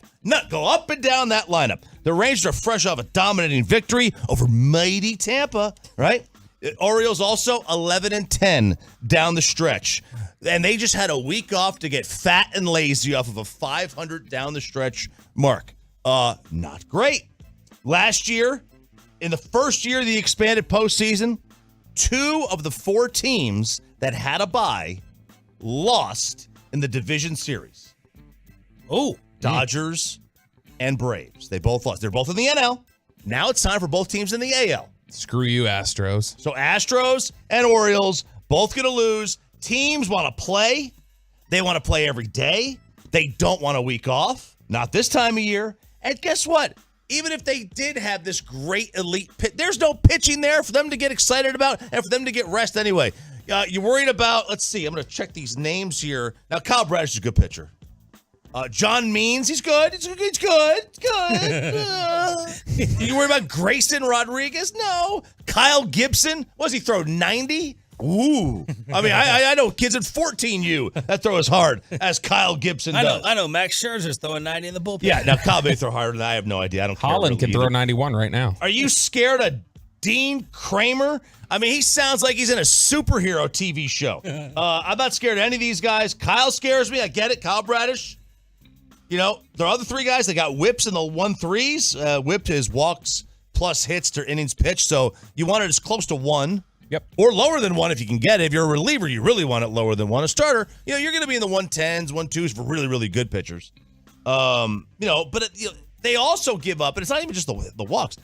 These guys are literally giving up a hit per inning. I said Rangers in 5 in my email. I made a gross error, Sean. I thought this was a 7-game series. Just off the top of my head. I knew it was 5, but the first thing is when you're going to win a series, you're going to go, oh, it's in 5. I knew it was a 5-game series. They're going to win this thing in 4. Woo! Wait, this is a 5-game series? Yeah, 5-game series. Yeah, I don't know why I thought it was 7. Because I was off yesterday. I just couldn't remember anything. I thought it was 7. Yeah, no, it's a 5-game series. Rangers in 4. They're going to win it here on Wednesday night. What a rant. Ryan, Ryan, get that out. Get that rant out there. Sean and RJ page, fan Instagram page, G-Bag of the Day nominee. We talked about this the other day that we all agreed like it was really important that if the Rangers wanted to win the series, they had to win the first game in Tampa. Mm-hmm. Do we feel the same about Baltimore? Like, do they have to win the first game in Baltimore, or do they just have to split? Split there. Split. I mean, obviously, win the first game would be great. Because here's the way the matchup's going to go. It's going to be done. Monty's not going to go on Saturday because that would be Wednesday, Thursday, Friday off. He'll only be on 3 days rest. Mm-hmm. So they'll wind up going Dunning, Montgomery, Evaldi, and then you get on your knees and you say a prayer. That's, you know what I mean? It's like for next Wednesday. That's what you do, and they'll be fine. Here are the division odds. Last night, everyone else swept. Wild card round, nothing but brooms. Braves, Phillies, 4 versus 1. Atlanta, according to Caesars, minus 175 is the favorite. Diamondbacks versus Dodgers. The Dodgers are minus 205. Twins, Astros, kicking off in the armpit. Houston is minus 165. And Rangers, Orioles, minus 120. Yeah, that is as close to a coin flip as you get. So when you place a regular bet, we have the closest 50-50 odds of any of the 4 series. When you place a bet on a regular game, let's just say Cowboys minus 3, that's minus 110, which means you bet $11 to win 10. And this is you bet $12 to win 10 if you take the Orioles. I mean, that is as close to 50-50 as it gets. If you want to take the Dodgers to beat the Diamondbacks, you've got to bet $20 just to win $10. That just goes to show you how close Vegas thinks these two teams are. And look, I could joke around about the Orioles. Their pitching is it's stable. That's the best way I could say it. It's good. It's stable. And their bullpen's really good, even though they don't have Bautista. I do wonder, and I'm a big talent over experience guy. This team has virtually no playoff experience. Go up and down that roster. Look, it's a young group. It's very green. Now maybe they're too dumb to know. Yeah, maybe they're too young and too dumb to know. Who knows? We talked about that yesterday with the Cowboys 49ers history. That was what was said about the Cowboys in '92, is that they were just they were almost too dumb to know that they shouldn't win yet, and they weren't rattled by it. That could be Baltimore. Evan Carter. Yeah. Josh Young. Yep. I mean, we didn't need too much experience. Yeah, and those guys have been absolute studs for that. Now, I do think you are going to have Evaldi, different. Yeah, Evaldi, and see, that's exactly it. Evaldi is the complete opposite end, where it's that's where the moxie and the experience and the ability to just dig deep in those pressure moments, you see how big it can be. All right, let's preview San Francisco and ask Patrick Walker, DallasCowboys.com, if Randy Gregory should come back to DFW. Patrick Walker, next on Sean and RJ. But let me go ahead. Hey.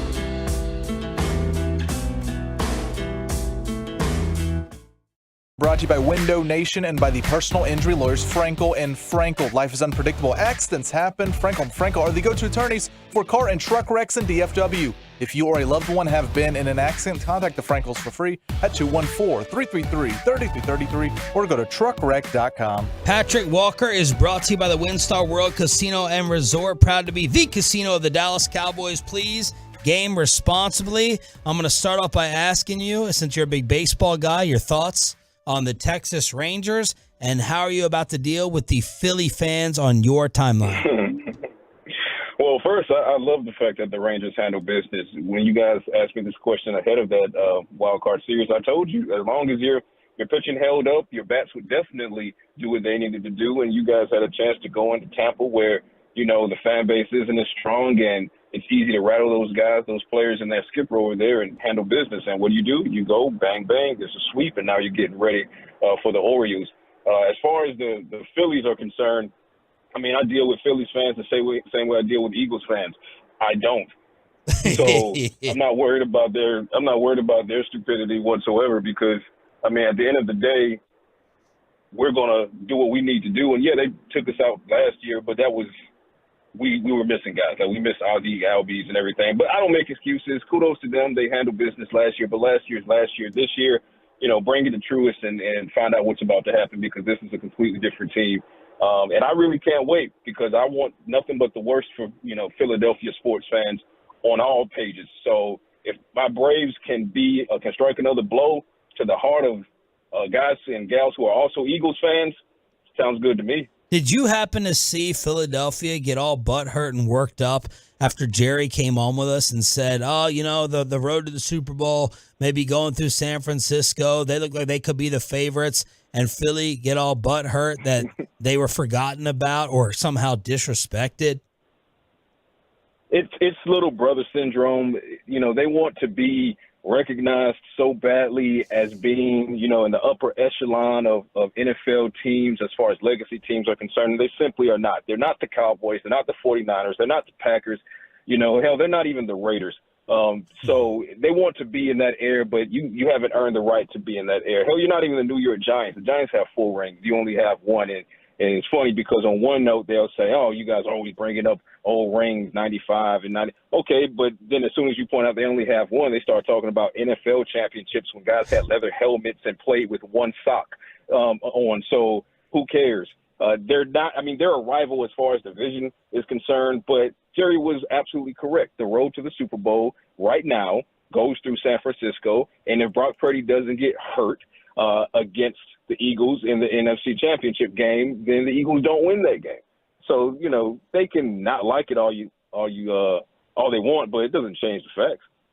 Yeah, Pat, when you look at the intensity of you know, the Cowboys, 49ers, and the Eagles playing like they do, and this just, you know, them kind of passing around the baton of like who's the top team in the NFC right now. It was interesting yesterday hearing how many guys in the locker room, Micah, Curse, I think there was another guy in there saying the same thing, that they're openly talking about, yeah, the top teams in the NFC. It's us, the 49ers, and the Eagles, and you know, we're the top dogs, and so this is a chance to show it off. Have you heard players talk as openly in the locker room before about like, hey, we're both the standard here, we're 2 giants here? It feels like everybody is so comfortable with the reality of who are the top dogs in the NFC right now that they're not even worried about the optics of talking about it a certain way. I've not seen it like this in quite a while, Bobby. And like you said, or like you alluded to, when it comes to these games on a weekly basis, more often than not, it's about, you know, leaders in the locker room like Tank and LVE and Dak Prescott and Tony Pollard and CeeDee Lamb. You know, they'll say, well, we approach every game the same. This is no bigger than the last game. And while they're still kind of saying that, they're also letting their true emotions kind of leak out more than ever in that this is the game. They understand that this is the game. Spoke with Leighton Vander Esch on Sunday after they demolished Bill Belichick and the Patriots, and he was asked about, you know, the 49ers game, and he said something that he had said during the summer when I asked him about it. He said, I had this game circled. Yeah, everybody in the Cowboys organization, players, coaches, they have this game circled because, like you said, it's kind of understood at this point. And this is no disrespect to the Eagles as far as objectivity is concerned. The Eagles are absolutely a top 3 team in the NFC. But when you look at what the Cardinals game notwithstanding, because that was an aberration, if you look at what the Cowboys are doing, particularly defensively, if you look at what, Purdy and his offense is doing, and if you look at what the defense is doing with Nick Bosa and Fred Warner and those guys, I mean, these are the two teams. These are the two heavyweights that everybody wants to tune in and watch. So, yeah, everybody will tune in and watch Cowboys versus Eagles because it's Cowboys versus Eagles. But I bet this game here that we're about to witness will be the highest-rated game of the NFL season thus far. And that's because this feels like a preview of what might be the NFC Championship if both teams can continue to handle their business even after Week 5.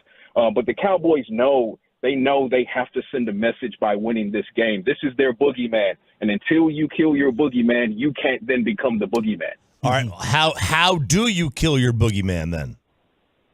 Well, first of all, the defensive front for the San Francisco 49ers is just absolutely devastating. Not entirely dissimilar from what the Cowboys present with their defensive front, but there are cracks in the armor, and my Science Lab column is going to drop at 10 a.m. on DallasCowboys.com for ladies and gentlemen. Make sure you check that out. I did a lot of deep diving and trying to find the cracks in their armor, and it took a while, which goes to the reality that they are right now arguably the best team in the NFC, but you attack their secondary. Their secondary is not comparable even remotely to what the Cowboys present in their secondary. So you have to make sure that not only do you protect up front, which goes without saying, but Dak Prescott needs to get the ball out quickly as he has been.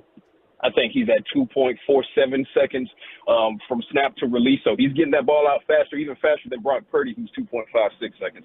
So get that ball out fast. Give it to your playmakers. Let your playmakers make plays in space. They've proven they can. You got Michael Gallup is coming on strong now with doing that as well. Last week had 4.5 yards of separation, 44 yards after the catch. You know what you get with Turpin and Tolbert and Cooks. I think this is a massive game for Cooks. I think this is the one he breaks out on. But then CeeDee Lamb. So get the ball out quickly. Let them make plays. That keeps the defensive front honest, makes the secondary work and play forward. And when that secondary has to play forward, they can't. And it shows on film, and the stats back it up as well. When you look at a guy like even Ward tends to play off, and he's their best corner, but particularly Lenore. Lenore is by far one of the, this is not me throwing shade at the guy, this is just what the film and the stats bear out. Coverage-wise and ball hawk rate, he is one of the worst in the 49ers went out and got former Cowboys cornerback Anthony Brown and brought him on the roster, released him and brought him back on the roster. That's the soft spot. You got to attack their secondary, but you got to buy yourself time to do that first. If you do that, those safeties who like to play back because they want to allow you the second level and then come up and tackle, you can make them miss in space with these playmakers, and you can have a big day in the passing game if you neutralize the pass rush of the 49ers. Brock Purdy is what? Good. If you're looking for the adjective of great, I'm not there yet. I think he's really good at what they ask him to do. And that's not a knock to him because when you're really good at anything someone asks you to do, then you're just that. You're good at what you're being asked to do. I don't think they ask him to do too much. That offense is predicated largely on yards after the carry. Deebo Samuel, Christian McCaffrey, those two guys came out of the womb averaging 8-9 yards a carry. Like, that's what they do. He doesn't take a lot of deep shots. Look at Brandon Ayuk. He's his deep threat. And Ayuk is averaging 16 air yards per catch, which means that is definitely the deep threat. But Ayuk is the exception in that he doesn't get yards after the carry. So if you can stay in front of him and disrupt his routes, you can negate him from the game because he only averages 2 yards a carry. So Brock Purdy, he's in a situation where kudos to Shanahan and Lynch and that organization for saying, you know what, we have a very solid, a very good, not necessarily great, a very good quarterback. If we get him destructive weapons on offense, we get him an offensive line anchored by Trent Williams, arguably the best left tackle in the game. That gives him time to operate, and he can get those weapons, get the ball out to those weapons in space, and they can do damage. So Brock Purdy is good, very good at what they ask him to do, but he also can panic, and that's one of the cracks in their armor as well. No, he hasn't thrown an interception, but he's fumbled the ball 4 times when he was pressured and hit in the pocket. Now, he only lost one fumble, fellas. Only one fumble of those 4 that he put on the ground, but that was because he was going against defenses that average less than 1 takeaway per game. Cowboys defense averages 2.5 takeaways per game. Opportunities will be there to get pressure on Purdy. Once they get pressure, opportunities will be there to take the ball away via fumbles, and the Cowboys have proven they can take the ball away. So weakness versus strength. Patrick Walker breaking it down from DallasCowboys.com on the Boomer Jacks Bar and Grill hotline every single Thursday. Have you all made your official picks yet? Not yet. Okay. I was going to give it just now, but we will make our picks today. I'll make mine on Cowboys break at 11 a.m., and I'm kind of going back and forth on what I think the score will be. But tune in to Cowboys break at 11 a.m., and I'll drop my prediction for this week's game. All right, so yesterday, big moment for me. I got to look at Bobby right in the eyes as a piece of his soul was destroyed. Careful. When the news broke that Randy Gregory was getting kicked out of Denver by Sean Payton. Of course, that's Bobby's guy. Pat's guy. Your reaction to the Gregory news, and do you think there's any chance he could return to Dallas? Well, first, let me say this. Everything I say after this, when it comes to Randy Gregory, completely my opinion. This is not anything that I've heard about in the Cowboys organization, so I'm going to give you my take on it. My take is I don't see it happening, and the reason I don't see it happening is because of two reasons. Free agency is a two-way street, so let me give you the first part of the street, and then the second. First part of the street is organizational. When you look at the Cowboys, when things went left in that negotiation with Randy Gregory, they were willing to give him the big contract, 5 years, big money, and then ultimately things fell apart at the last second. There's dirty laundry on both sides. I'm not airing the dirty laundry. This is not TMZ. People either know or they don't know. But he went to Denver. What did the Cowboys do in the subsequent draft? They went and got Sam Williams with your second-round pick. You bring Dante Fowler in. So when you look at guys like Fowler being here and being effective, 6 sacks last season and no starts, look at what he did on Sunday with the strip sack fumble. And then Sam Williams, they want him to come on in year 2. Who are you going to take reps away from in order to get Randy Gregory the reps that he most certainly wants to have? The answer for me is no one. That will make him DE5. And then, what are you paying for at DE5 as far as money is concerned? Because the premium might be slightly higher than what you're, currently paying on your roster for at DE5. So I don't see it happening organizationally from that standpoint alone. Flip it to Randy Gregory's standpoint. If you are Gregory and his agent, you have to look at it like this timing could not be more perfect for a guy like Bill Belichick to come calling.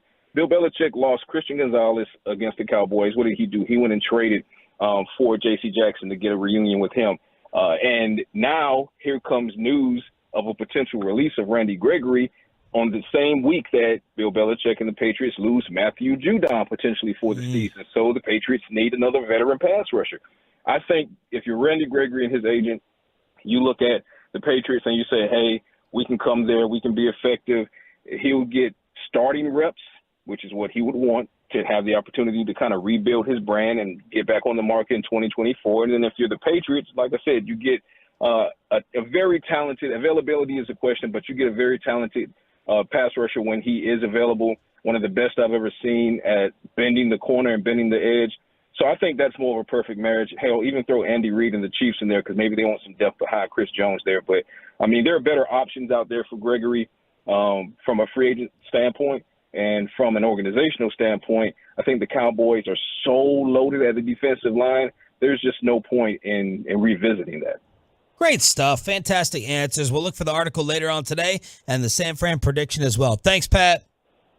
All right. Talk to you guys soon. Really, really good. Patrick Walker brought to you by WinStar World Casino and Resort. Proud to be the casino of the Dallas Cowboys. Please game responsibly. Rangers celebration in KMC Crosstalk next. But don't drop the ball on your retirement.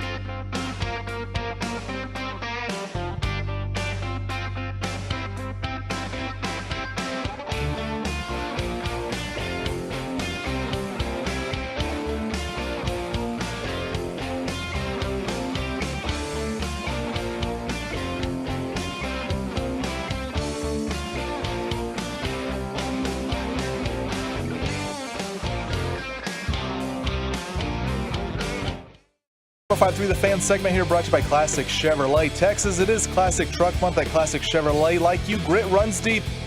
They're determined to get you the toughest trucks with the biggest savings. Over 300 new Silverados on the ground. Unprecedented one-time offers. Claim yours before it's all gone. This is Texas. This is Classic Chevrolet. Find new roads. Leclerc comes to the belt. He kicks. He fires. He struck him out looking, and the ball game's over.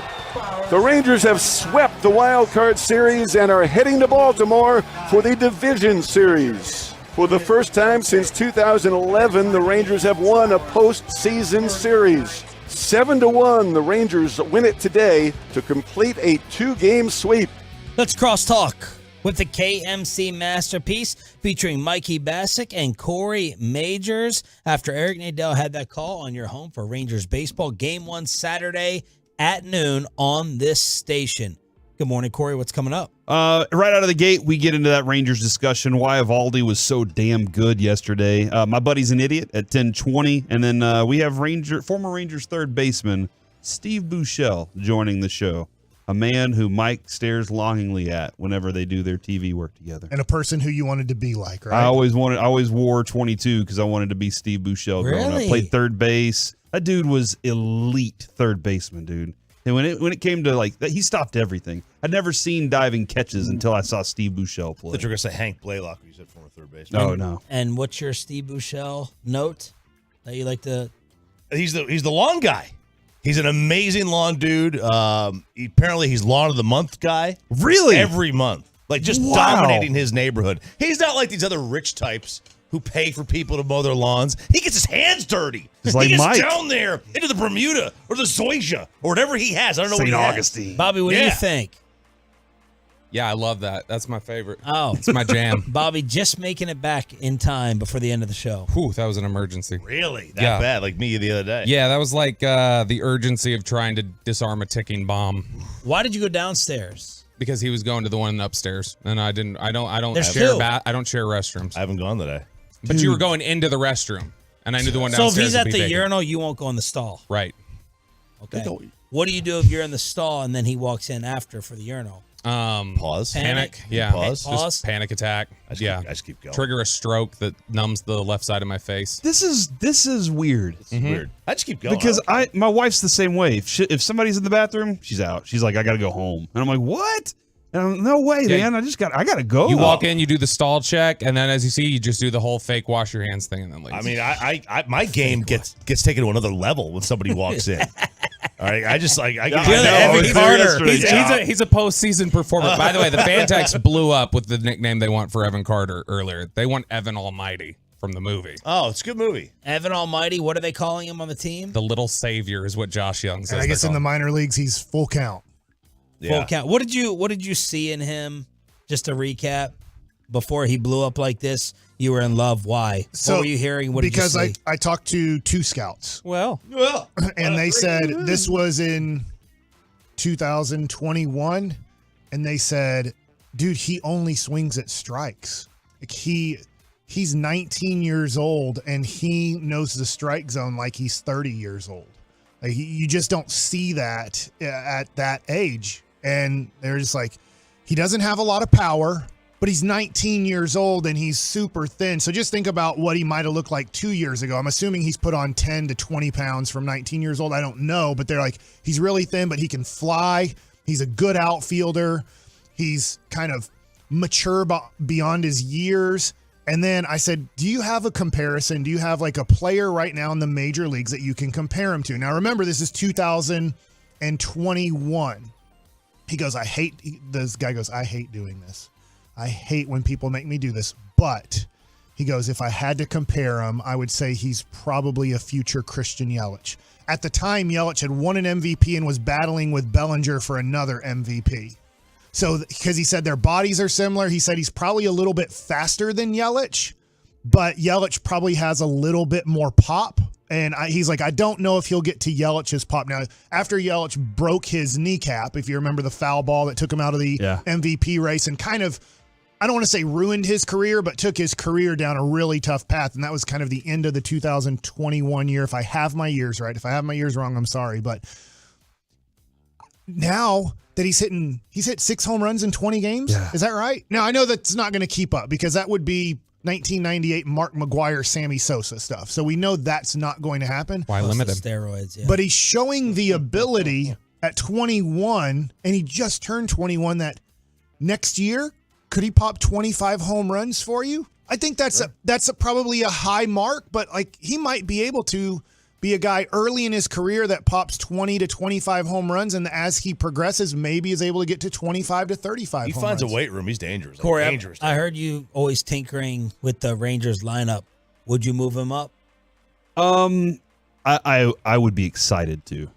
I'm talking about next series. I kind of want to, yes. Let's play hypotheticals. Yes, I want to move him up. Here's why. Because Marcus Semien isn't hitting. There you go. Right there. So I want to shake him up just a little bit, give him something new to look at.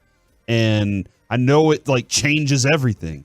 But even when he's getting on base, Mike, Marcus Semien not hitting is kind of killing the fact that he's on base. So I need to be able to get him on base and hope that Corey Seager can drive him in. I hear you. It was 2 games. I know. So when Young got a double, if I have my innings right, in the 6th inning, Young got a double, then Carter struck out.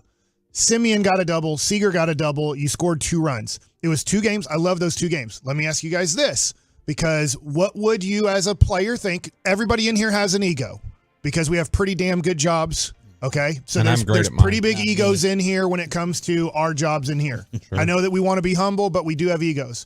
All right, they move Carter up to number 1, and he goes 0 for 4 with 3 Ks. That can happen. It's 1 game. Do you now go back to 9? No. What? You 0 for 8 with 6 Ks in the first 2 games in Baltimore. Like you're Yeah, okay. they have a day off. You got to reset. I mean, managers have done that throughout history. Maybe not this soon with a player, Right. But they've moved the lineup or they've taken guys out for game 3. Yeah. After you lose the first 2, they've made. Well, changes. are you talking about Evan's ego getting dented? Not so much His his ego, confidence. but all of a sudden you're like, Yeah. all right, more pressure on you. And I get it. Like there's pressure. And he's dealing with it tremendously. And I think next year, and probably for his whole career, let's be honest, probably for the next 10 years, starting in 2024, especially starting against righties next year, he's going to be the leadoff hitter for the next decade. Okay. But why would you mess with the lineup right now that you've had? Marcus Semien became the 5th player in Major League Baseball history. In the history of the game since 18 whatever, he became the 5th player in the history of baseball to have 100 RBIs from the leadoff spot. Yeah, look, I mean, you're not wrong. Okay, I get that. I think the bigger issue is not leadoff. I mean, It's getting him more at bats. It's getting him more at bats. I mean, I don't know what they're going to do with Grossman in the 3-hole. I'm not a fan of it. I did want to that's one of the things I wanted to kind of discuss there too. You can move things around and move Evan from 9 to 5. Yeah, 6, whatever, you know. I am kind of curious if Mitch Garver might play a little bit more because they have a lefty bullpen in Baltimore. Yeah. But one of the things that I do kind of like about this is one of the reasons I would consider keeping him where he is because confidence is such a big factor for Bochy. Bochy talked about that with us with Ezekiel Duran. He talked about that with us with Leody Taveras. He's always like, look, I just got to get their confidence up and keep them at that place. So Mike might have a really good point of changing his confidence. Maybe it just keeps going. Maybe he just keeps getting better. But you had 162 games, and in 162 games, Marcus Semien batted first. There wasn't one game all year. So you get to this point, and I understand how great Evan Carter's doing. I'm a big fan of Evan Carter, and in the offseason. Is this starting Sagana Jop? Is that what you're saying? Is this like putting Jop in at center? It would be in a way. I know this goes back in time, and he had like one good game in his life, and then we wouldn't trade him for like LeBron James. But it would be like Rodrigue Bobois having that game against San Antonio. Now, I know it ended a series, but then going, we're starting him and playing him 40 minutes no matter how it goes because he had a great 4th quarter. And it's a little bit different. I understand people saying this, and I'm the biggest Evan Carter fan. I probably have now, instead of about $1,500 worth of Evan Carter cards, I now have $3,000 worth of Evan Carter cards. Dang! They doubled overnight. So during that game, When he hit the home run, and now he's 7 for 8 getting on base. If you had a $100 Evan Carter card, it's now $200. If you had a $200 Evan Carter card, it's now $400. That's what the marketplace did in the last 48 hours. Hell, the first time you talked about him on our show, like his cards they were gone. They went up $50 immediately, and they were gone. This is what a real natural looks like, Mike, not Trevor Lawrence. So learn your lesson there. Holland said, leave him where he is now. Worry about that next year. How the hell did Nathan Eovaldi do that? Where did that come from? That was nasty. That was the plan all along. Yeah. This has been the plan since middle of the season. They said, hey, you need some rest. You're an old guy. Man. You need some rest. Take a break. We're going to fiddle with you a little bit. We're going to give you little starts here and there. And playoffs, we'll let you go as long as you want. Meet at the schedule. That's the plan all the way. Just like the Tyron Smith Just plan. like they're doing with Max Scherzer, baby. They're just waiting for the right moment to release him. Get him out of that cage. That was super impressive, Mike. He dotted the outside corner against righties first pitch of the at-bat. It felt like every time. If he didn't dot it, he's 18 of 25 first pitch strikes. If he did not dot it the first pitch, then he dotted it the second pitch. And when you start a guy off on the black outside for 0-1, you're a little bit vulnerable to other things. I talked about it yesterday. You have an 0-0 strike zone. You have an 0-1 strike zone. You have a 2-strike strike zone. You have a 1-0 strike zone, a 2-0 strike zone, and you put that guy immediately into a little bit of a defensive category, especially when you're dotting. And then he comes back with his split finger, and you're like, oh, crap, that looked like a strike, and then it dipped right below the zone last second. And then he had his good kind of slow curveball working. He mixed in a cutter every once in a while. But when you have fastball command, I don't care about the game today, even when you only throw 33 to 40% fastballs. If those 33 to 40% are not located, it does not matter about your slider. It does not matter about your curveball, split, changeup. All those pitches don't matter. They have to work off of one pitch. And still to this day, they have to work off of that one pitch. If you do not have fastball command, you are going to get hammered as a starting pitcher. You can do it. You can get away with it as a reliever because you're only a sprinter in that situation. So you're like, dude, you want to throw 15 sliders in a row? I think we can do it, and that's why you're a reliever and not a starter. But his fastball command, especially dotting the outside corner, was amazing. We are back tomorrow morning for the Dream Week of Sports Radio. Mike McCarthy at 6:30. We will also have Bobby's film breakdown of San Fran. Matt Hicks previews the ALDS in Baltimore. What up, Bobby? You have to run to the bathroom again? No. Yeah, sounds like you do. You got to go potty? You sure? Uh-oh. No, I'm good. All right. I'm walking in that bathroom as soon as you get in there. The KMC Masterpiece is next on your home of the Rangers. We have your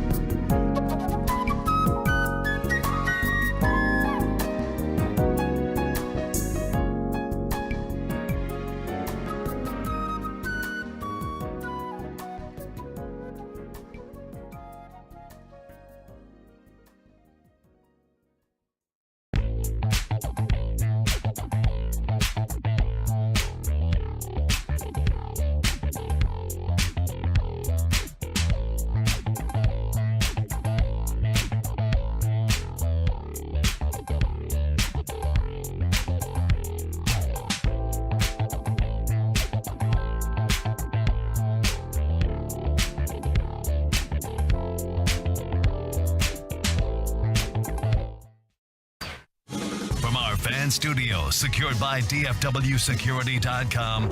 It's the KNC Masterpiece on 105.3 The Fan. We're back here on the KNC Masterpiece on 105.3 The Fan, just putting our way through this thing, enjoying it today as the Rangers get a victory yesterday. And, look, man, if you're just now tuning in and you're like, hey, is it going to be Rangers all day? Because I'm a football fan. There's going to be a lot of Rangers talk. Get ready for it. There's a lot of sports here in DFW right now. I was just on the San Francisco Odyssey station just a few minutes ago. We talked a lot of Cowboys 49ers. Some Cowboys 49ered out. But no, it's interesting. You can't ask for better when you're a true sports station. And we have fun here. Yeah. I'm Mike Bassick. That's Corey Majors over there. We have fun here. But when you do get Rangers playoff, San Francisco, Dallas Sunday night, Texas OU Saturday. You have other things around it. Playoff baseball is happening. Obviously, every series got wrapped up in 2. Nobody made it to today for a game 3. It makes you excited to come to work. And I'm not saying I'm miserable coming to work, but when you get to mid-July or late July, you start getting to training camp for Cowboys and other teams, but kind of that all-star break in baseball, you're like, all right, free agency's done in basketball. Nothing to talk about there. Baseball, you're at the all-star break. You're still a few weeks away from possible trades happening, and you're in the middle of a 162-game season. There's no hockey to talk about. Football, they're just off. Hockey's on the way. In July. Yeah. I'm talking about mid-July. So mid-July, we come in and go, how much sports should we talk here? And then we have some fun. But then today, it's like, gosh, how much non-sports can we talk right now? Exactly. There's just so much going on right now, and it's exciting. It's a lot of fun, and I like seeing this on the fan text right here. Uninterrupted show from the 817. From the 682 F football. Let's talk Rangers, baby. And then, Mike, there are a lot of people coming at you right now. They're saying, hey, and from the 817, I'm so glad Kevin's on vacation. So he doesn't have to see this horrible kid, Evan Carter, only bat 750 in the postseason. This is awesome. Mike, they're saying, hey, you picked against the Rangers. Can you admit that you were wrong now? 100%. 100%. I was wrong. I will say this. I don't know how you predict the Texas Rangers. I just don't. You've said that for the last 2 months, Look, I feel. I'm going to tell you something. If you believe in jinxes, call me and Leslie McCaslin jinxes. Because Thursday, we bought champagne because we were pretty certain after taking 2 of 3 in L.A., that the Rangers would win at least a game and probably 2 out of the 4, and that Houston would probably lose a game in Arizona. The probabilities probably going into that Thursday day where the Rangers were playing, Houston had off, right? They're going to win the division, and they didn't. So I don't know. I guess you can make fun of me because I definitely thought Thursday night last week that the Rangers were going to be division champs, and they were not. So then after that Seattle series, I'm just looking at the starting pitching. Evaldi had a 9.6 ERA for the month of September. You could not have predicted Montgomery and Evaldi doing what they did. Now, Montgomery, I did say this. I didn't predict 7 shutout innings, but I said, I remember Sean giving me a funny look the other day when I said, nobody in baseball is pitching better than Jordan Montgomery. And it's like, whoa, wait a second. And I'm like, yeah, I'm not saying he's the best pitcher in baseball, but nobody's pitching better than him heading into the playoffs. And he continued that streak.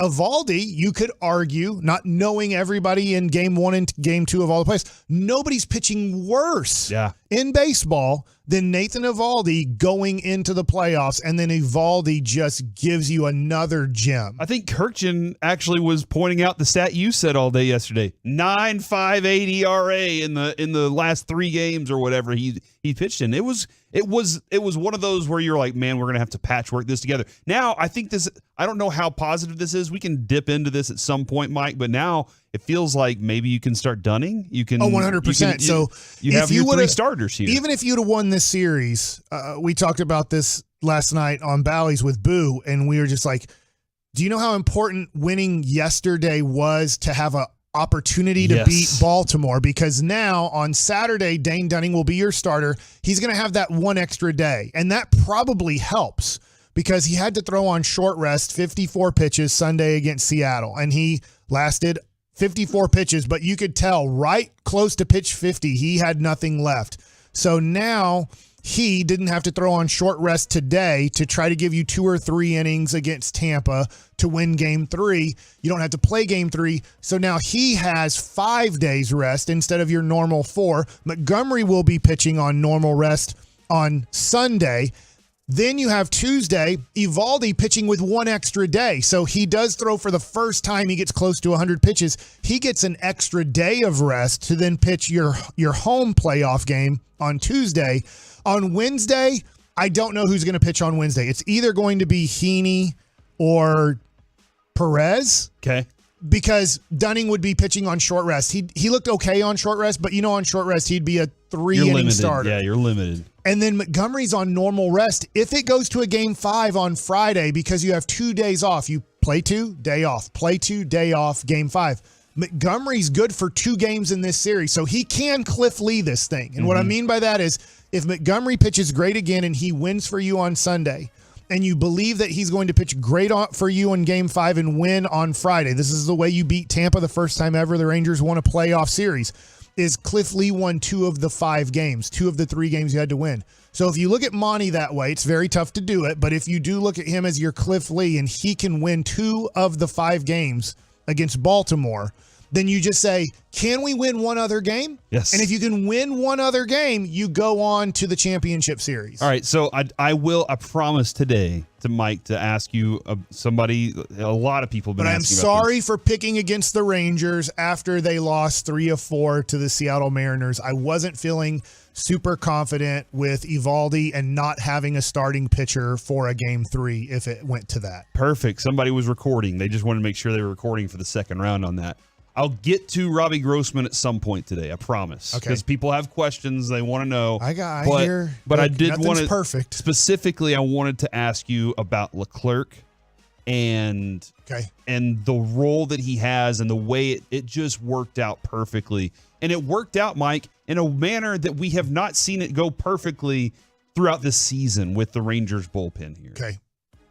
Well, so Leclerc for one, right? I know it took him a little longer to get out of the inning, right? But then you had Spores come in and do great work there. Dr. Jekyll, Mr. Hyde this year, right? And Chapman in the first game. So now you've used 3 bullpen pieces? Yes, that's it. That's awesome. That's fantastic right now. And you felt like everything went pretty well, right? Yes. Okay. Now, look, it was 2 games, and they did a great job. 4 1/3 innings pitched. 2 for 16 against the relievers. That's a 133 batting average against your relievers in that series. You didn't give up any runs. You walked 1 guy. You only walked 1 guy for your 18 innings pitched. The Rangers walked 1 guy. Awesome. Your starters didn't walk anybody, and the relievers struck out 5 guys in their 4 1/3 innings. That is great, but it's a brand new series. And the likelihood, I'm just putting, like, if people are like, oh, Bassick, here he goes again, negative. I'm just putting the probabilities out there. The probability of getting Dane Dunning to throw into the 7th inning, to get Montgomery throwing into the 7th inning, Evaldi throwing into the 7th inning, they're not likely. I hope they happen. It can happen again. Yes. But just like if I tell you all the Baltimore Orioles starters are going 7 innings or 6 2/3 against the Rangers, you'd say, that's not likely, Mike. And I'd say, you're correct. The probability is starting pitchers go 5, maybe 6 innings in these playoff games because of the stressful part of playoff games and how each pitch matters so much that it takes a little bit more energy out of you, even though you have more energy. So I look at this bullpen, and you only had to use 3 guys. But you're going to have to use more guys in the next round. Why did they throw Leclerc out there again? Probably to make sure. Just because they said, shut the door. We're not screwing around. And Does it help him? It does that he got 2 games in. Now, he didn't have a slider yesterday. Luckily, he had his fastball. His slider was outrageous. And luckily, the Margot swung at one 3 feet outside, which gave us an out. I was like, thank you so much.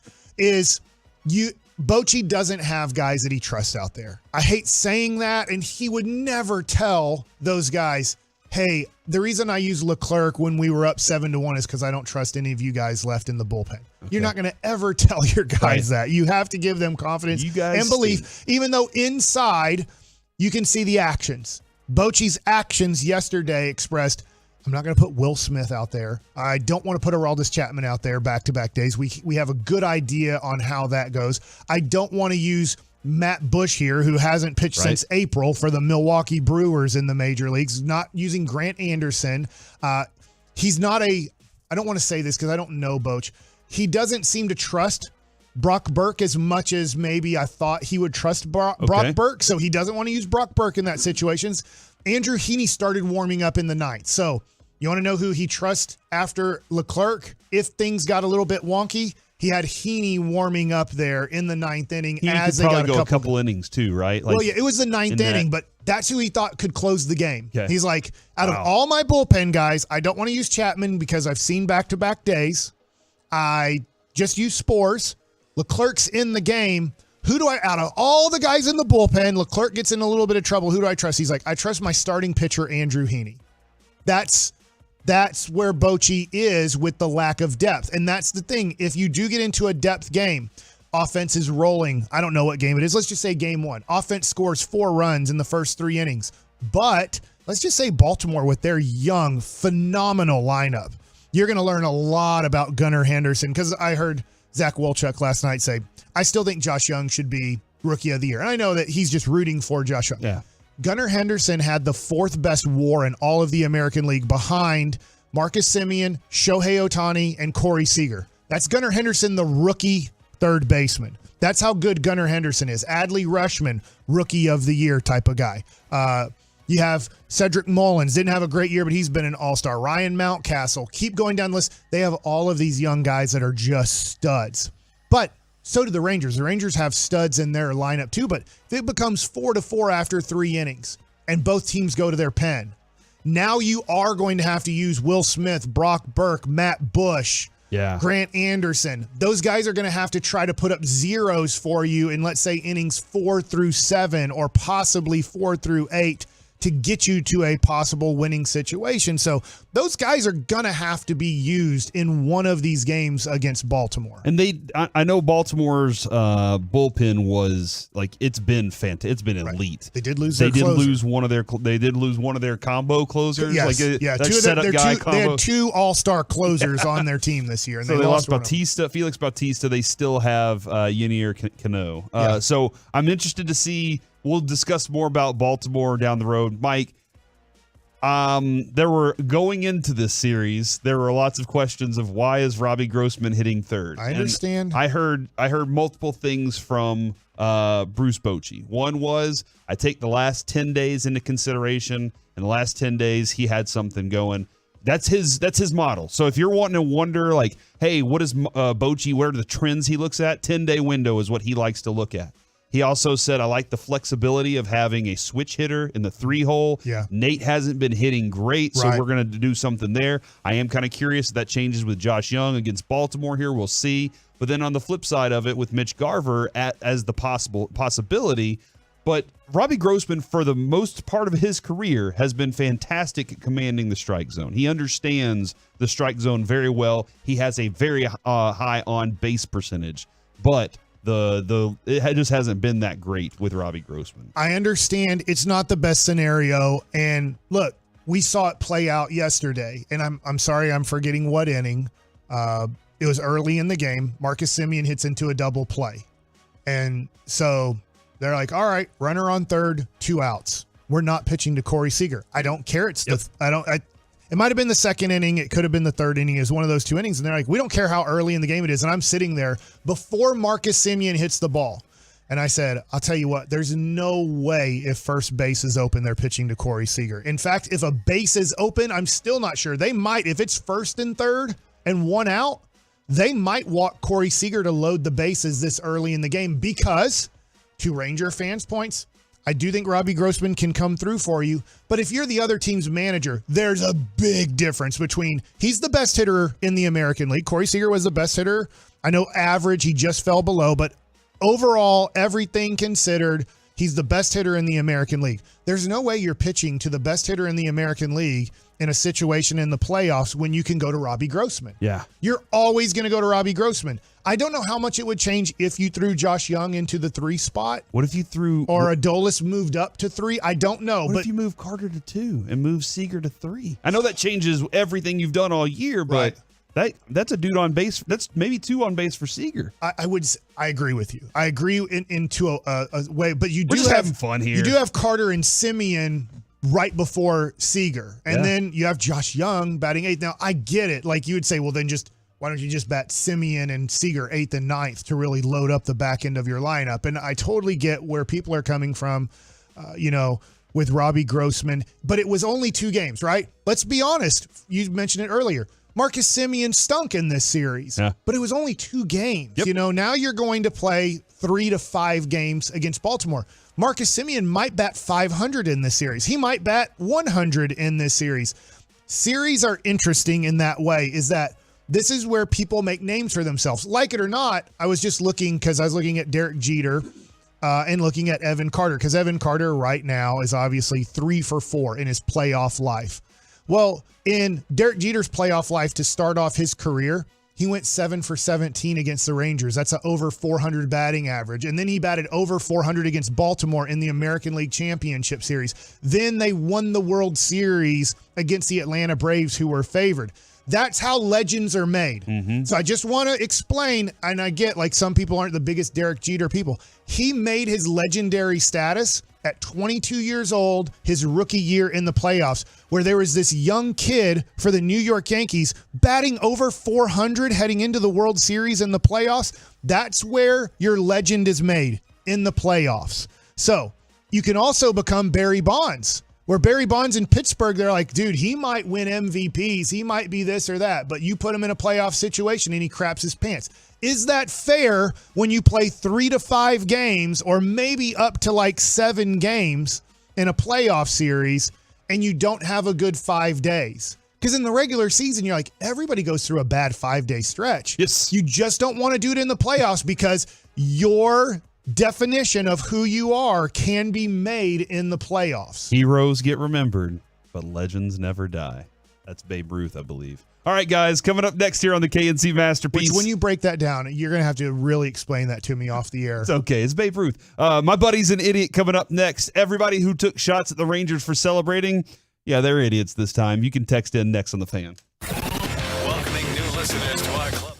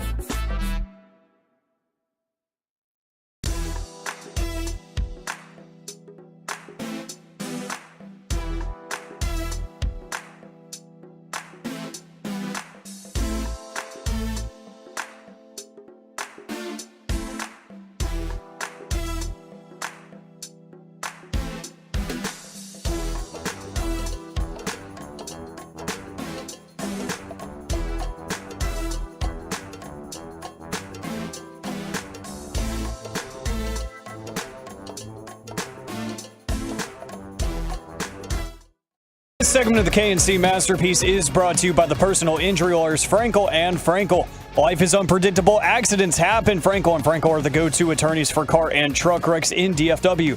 If you or a loved one has been in an accident, contact Frankel and Frankel for a free consultation at truckwreck.com or call 214-333-3333. Back here on the KNC Masterpiece on 105.3 The Fan. Thank you, Tolos, for being with us. You are always riding with us. We appreciate that. And the Twolos as well. I see you right now. I see everybody in there. Twolo Justin, Mike, Natty Daddy, everybody in there having a good time. They're getting the Twolo party started, Mike, the right way right now. And don't forget, it's a fun time. There hasn't been many fun times over the last 10 years to be a Dallas-Fort Worth fan. But in the playoffs. This feels really good right now. We had it with the Stars for a minute, and then what happened? We had the very terrible Jamie Benn Vegas Knights. But it was fun while it lasted. And it was fun with the Mavericks in the Western Conference Finals 2 years ago. Hopefully we can get back to that at some point. But right now, your teams are hot that are playing at this moment, so it's exciting to get through that. And don't forget, this Sunday night, if you're wanting to see one of your hot teams, they're playing against San Francisco. And it is going to be the Cowboys. You got to get there to Old 75 where KG and Reggie are going to be hanging out. I'll be at the next one next week. I'm taking Lucy up to Cleveland for a study this weekend. But KG and Reggie are there. $275, by the way. Miller Lite specials on hand, plus sweet prizes. Go check out Old 75 with KG and Reggie this Sunday night for the football action. Now it's time, everybody, for My Buddy's an Idiot. My buddy, my buddy, my buddy, my buddy. Wherever I go, he goes.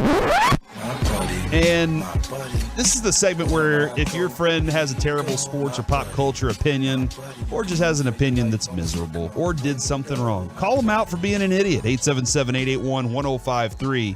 From the 972, here it goes. My buddies are idiots that celebrate with champagne after every series win. No other sport pops champagne for being a 6 seed in basketball or winning a divisional game in the NFL.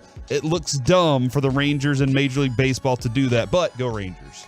Yeah. This is when did this tradition start? So here's what's funny. Maybe that's an older person, but I've heard from people, I want people to have a dance cam, and I want to have an on-deck dance cam, so when a guy hits a home run, it takes him 45 seconds to get around the bases. He twerks. He does everything. He Superman's that age. Like, he does everything, right? I mean, I want guys to strike guys out and Lima time it. If anybody remembers who Jose Lima was, like, they want all of these things. They want super celebrations in baseball. Then the opposite happens. They celebrate after winning the wild card series. They have 2 days off, and then they play Saturday in Baltimore. And it's like, I can't stand over celebrating. It's like, wait a second. I swear that same person, and I'm not just speaking about that same person, but hundreds of thousands of millions of people. Mark Cuban, who really knows nothing about baseball and stuff like that, is like, I want a dance cam. I want this and that. I want guys to do all kinds of things. Okay. But then when you celebrate, when you have a good time after winning the wild card round, you're like, that's stupid. I can't believe they're celebrating that. Which one do you want? Like, I want the celebrations, dude. And I think it might be smart on Bochy to be embracing this, because he was the man that got it all started last night. When he walked in, they finally decided, hey, we're going to party now. They had it all set up. He's the one that at the speech after they made the playoffs, Mike, he said, hey, we celebrate achievements. We celebrate these. You celebrate these moments. Enjoy them. And dude, I'm looking forward to the next party. Like, if I'm a player, I'm looking forward to the next celebration. Let's go have more fun. But I love the fact that he's embraced it, because he almost put this little chip on everybody's shoulder of, hey, it's us against everything else out there. There are going to be people that come out as hating us and everything. Don't worry about it. We're doing our thing in here. We're building. Y'all get ready for the next party. And that's what I like about Bochy embracing this. He got that clubhouse, Mike. He told me, he told us last week, he was like, look, these guys earned my respect in spring training. But he has slowly been building these guys up all season long into what they are. It's awesome, man. I enjoy it. Stop calling them out for celebrating. I understand. It's just a tradition. It's the way it's done. But then the same person would be like, I don't like tradition. I don't like the way it's done. Do this on the field. Do that on the field. All right, well, which one do you want? Do you want super tradition where when you hit a home run, you put your head down and you run around the bases and you keep your face as straight as can be and you give your guys fives in the dugout and you get ready to play the next inning? I want them to have fun, dude. I don't see in that situation the harm in it. If you can explain the harm, then I would listen to you, if that makes sense, right? If you can explain. Yeah, it's basically saying celebrating anything other than a championship is not okay. Yeah, and I understand. I know Bobby and Sean and RJ this morning were asking, I think it was Sean asking the question was, is this season now a success? And it's for us, the fans, yes. And it's weird, Mike, because I started thinking about it and I was like, okay, it was a success when you got in the playoffs. It was a success when you got 90 wins. Like that's 90 wins. I know it sent you to the playoffs, but getting 90 wins was massive for this team this year. I know this goes into next season and seasons after this. It shows that if they would have lost one more game, if they would have only had 89 wins, they wouldn't have made the playoffs because they would have lost tiebreakers. So it shows you, even in the new format, most likely you're going to have to get to 90 wins. So it looks like the Rangers have a winner on their hands for the next few years, hopefully longer than that. But if you're looking at what do you have to do to get into the playoffs, sometimes you can get away with 87 or 88, but most likely you're going to have to win 90 games to make the playoffs. And that's a big accomplishment from this team. And they celebrated that. And obviously they took criticism from more outside of the DFW than inside of it. At the same time, hey, there was a job to be done. They didn't get it done on Sunday, but I can't remember who it was yesterday who told Emily Jones in the interview, hey, I think it was Spores, who was like, he was so funny. He was like, yeah, it's not fun getting hammered for 3 straight weeks because he was horrible for 3 weeks, you know, but he is like, we totally dominated them as a pitching staff. That was awesome. And he's like, now we won our division. As in, I get it. They don't have home field advantage starting Saturday, but he's like, we've made it to the divisional round. So what we didn't accomplish in Seattle, we now accomplished in Tampa. Yeah. I think the other part of it, like, then I start to look though, Mike, at one point in the season, I was like, this is the best team in baseball. They are playing like the best team in baseball. They are beating other great teams in baseball right now. I expect them to win the World Series. So I did change my expectations. At one point, Mike, we were saying they need to make trades so they can go for it because they don't have anything after like a 3-year window here. We got to take care of business now. So Bochy has screwed me up. Him and Chris Young have screwed me up, Mike, because they have made me think they're the best team in baseball and they were the worst team in baseball. And I don't know what to think about them. So I feel like they're on the rise, and that's a positive thing. This is a good thing for a playoff run. In a weird way, there's no team in the history of baseball that has done the things the Rangers have done, and that is have a horrible bullpen, like I'll say an inconsistent bullpen. I'm sorry for saying that. It's inconsistent bullpen, but that inconsistent bullpen usually only wins 70 games. Not usually, always. In the history of baseball, when you blow as many saves as the Rangers did, you only win 70 games or less. And they won 90 games with a bullpen that inconsistent. And then to go on the streaks they went on, to go on winning streaks the way they did, and huge losing streaks, yes, it's 162 games. Streaks will happen.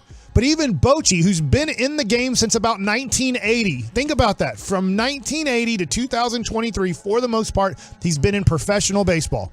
He's never seen a season like this. He's never been part of a season like this, and he's probably never competed against a team like this that can go on such violent swings of they can't be beat and they can't beat anybody. Yeah, man. No, it's a wild situation they're in right now. All right, let's go to cut number 7. And I might not be just saying he's an idiot. I just kind of like this guy actually. But this is Mike McDaniel talking to a referee before the game. If at any time you need to talk to me during the game, just look the sidelines, let us know. I'll come over the next time. Phenomenal. I'm looking for friendship. All right, yeah, that's right. So am I. Yeah. I get it. Yeah. That's why I don't try to meddle as best as I can because you guys' job is. I couldn't do it well. Well, look, I couldn't do your job, so believe me. And at least made the right choice in professions. That's right, yeah. We got that going for us. I just always enjoy hearing Mike McDaniel talk, but he is sitting there buttering up the referee before the game, talking about how good, hey, look, I couldn't do what you do, man. You're really good at your job. Michael Irvin used to do that all the time. He'd walk up, he'd see cornerbacks talking to referees, and he's like, don't let that man tell you how to do your job. You're too good at your job to let him try to dictate how you call this game today. I always enjoyed that. I had a fun time in spring training when you play inter squads at times, at least back in the 90s.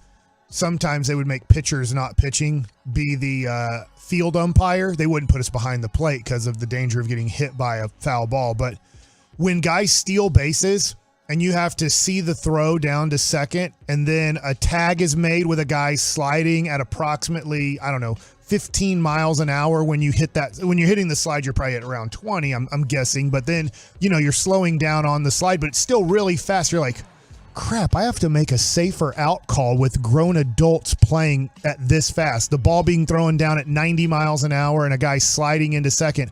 It's not so easy when you're on the field. And so I get it, man. Those guys do a good job. And look, the NBA refs do a good job of doing what the league offices want, so they get the matchups that they want in certain situations. From the 214, my side piece just sent me a picture of her wearing a 49ers jersey. She's going to feel like an idiot when the boys get that dub on Sunday night. Is that where you you send pictures of your Cowboys boxers? Is that where you're like, ha ha ha? He said side piece, not his significant. He said, I just realized that said side piece in there. By the way, we're going to be at Buffalo Wild Wings in Keller off of Main tomorrow. Can't wait to be out there. Just down the street. Just right up the street. Looking forward to having everybody just roll in and join us as we celebrate this Ranger situation. Again, the only station with somebody in the room. We had Jared Sandler right there for all the celebration yesterday. And we're looking forward to just having a great Friday football feast here. Tomorrow, Keller is kind of the home of Kevin Minch. I wonder if I can get Minchie to come up there for 10 minutes. Hang out with us for a little bit. He can talk his Eagles chatter and then maybe talk about kind of playoff baseball. I'm not going to let him talk Eagles chatter, but we'll talk baseball. I'll let him talk baseball all he wants, but he tries to talk Eagles, Mike. I'm going to have to shut him down. I'm going to have to give him a wing and be like, stop it. You stop it, Kevin Minch. I like him, though. He's awesome. Yeah. He is really a lot of fun. My buddy's an idiot. He doesn't think Yadier Molina is a Hall of Famer. I'm pretty sure How he many is. catchers? 3? Is he third all time? Maybe Bench, not. Pudge? Yeah, but you have Yogi Berra, who has the most World Series in the history of baseball. He has a lot of stats, too. Carlton Fisk. The best offensive catcher of all time is Mike Piazza, but obviously catching struggled. But yes, Yachty, I'm 95% sure will make the Hall of Fame. Yeah. Like, I'm pretty sure he'll get in first ballot. I don't think he'll be like 90-something%, but I do think he'll get enough votes in to be a first ballot Hall of Famer. Yeah. I get stats. I get, there's catchers can sometimes get in a little bit differently than other positions can. Also, I wanted to ask you, our third base coaches idiots? Because Bryce Harper just blew past his third base coach, was like, I'm scoring. It just seems like the job where you're just like, I don't know. I'm like a parent over here. I'm just trying. Maybe you listen, maybe you don't. I do think it's the toughest job in all of sports coaching. Tougher than offensive coordinator, tougher than defensive coordinator in football, because you think about it, that thing's happening in that one moment. And you have to make a decision when, look, sometimes there's easy decisions. Go home. It's easy. You're going to score standing up. But those big time plays, those big time situations, obviously people critiqued Beasley the other day with the Carter double and Jonah Heim. But that moment, what other moment does that happen in? You're not in the quarterback's ear when the ball is snapped and you're telling him what to do. That third base coach, more than the first base coach, more than the manager of the baseball team, he has the ultimate decision on whether he thinks that they can score this run or not. Coming up next here on the KNC Masterpiece, typically it's where we do baseball nuggets, but Mike McCarthy, we're going to go to him live from the Star for Mike McCarthy's press conference next on The Fan. RJ Chop here.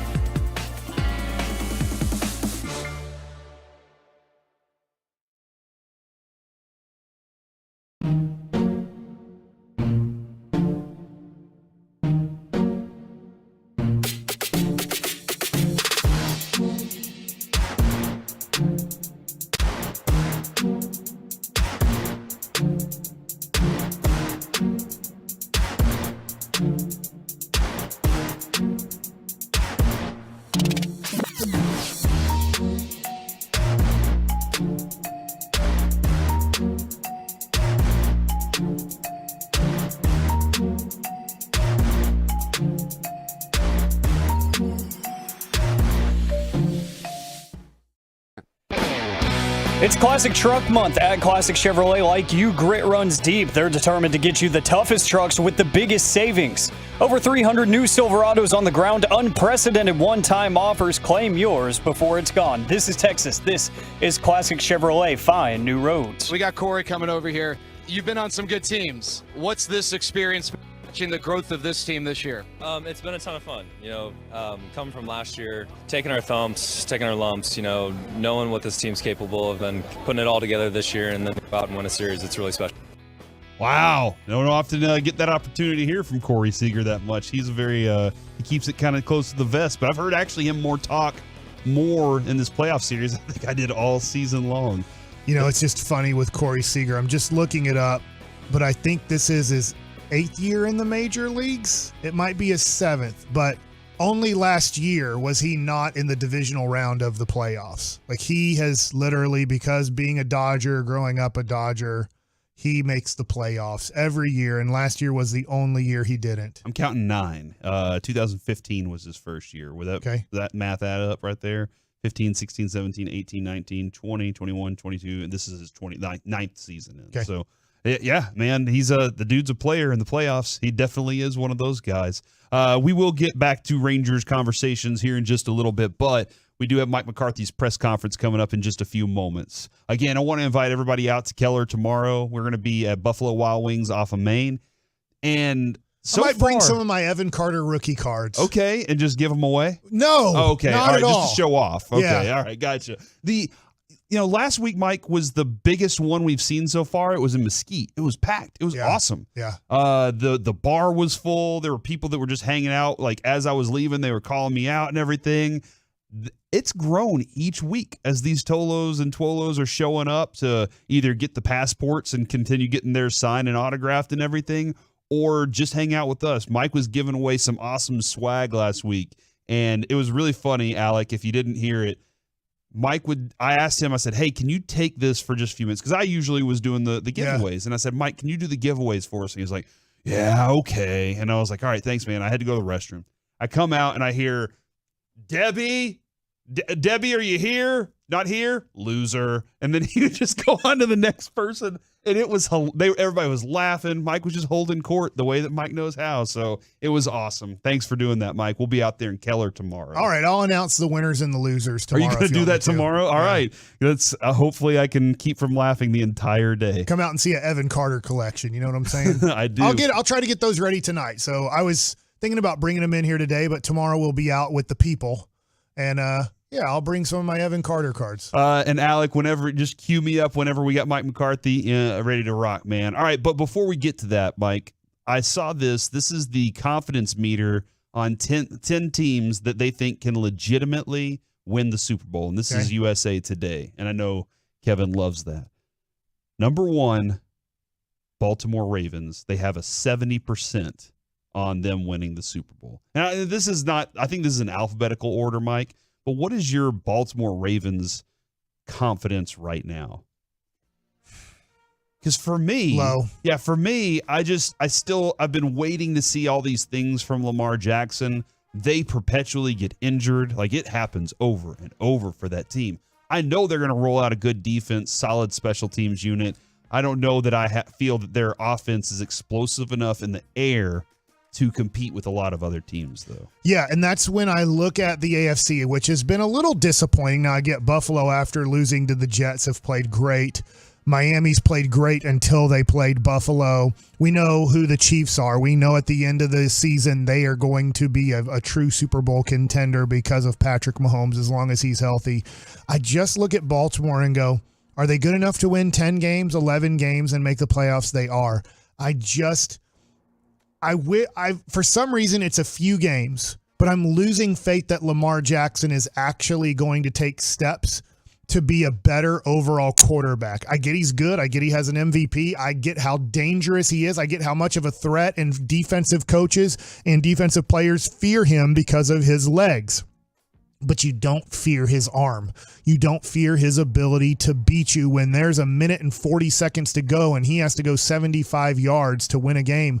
I don't think he can do it unless he busts out a 50-yard run and gets out of bounds. The next team on this list at 90% confidence meter for them to win the title, the Buffalo Bills. They've looked great. I will say this.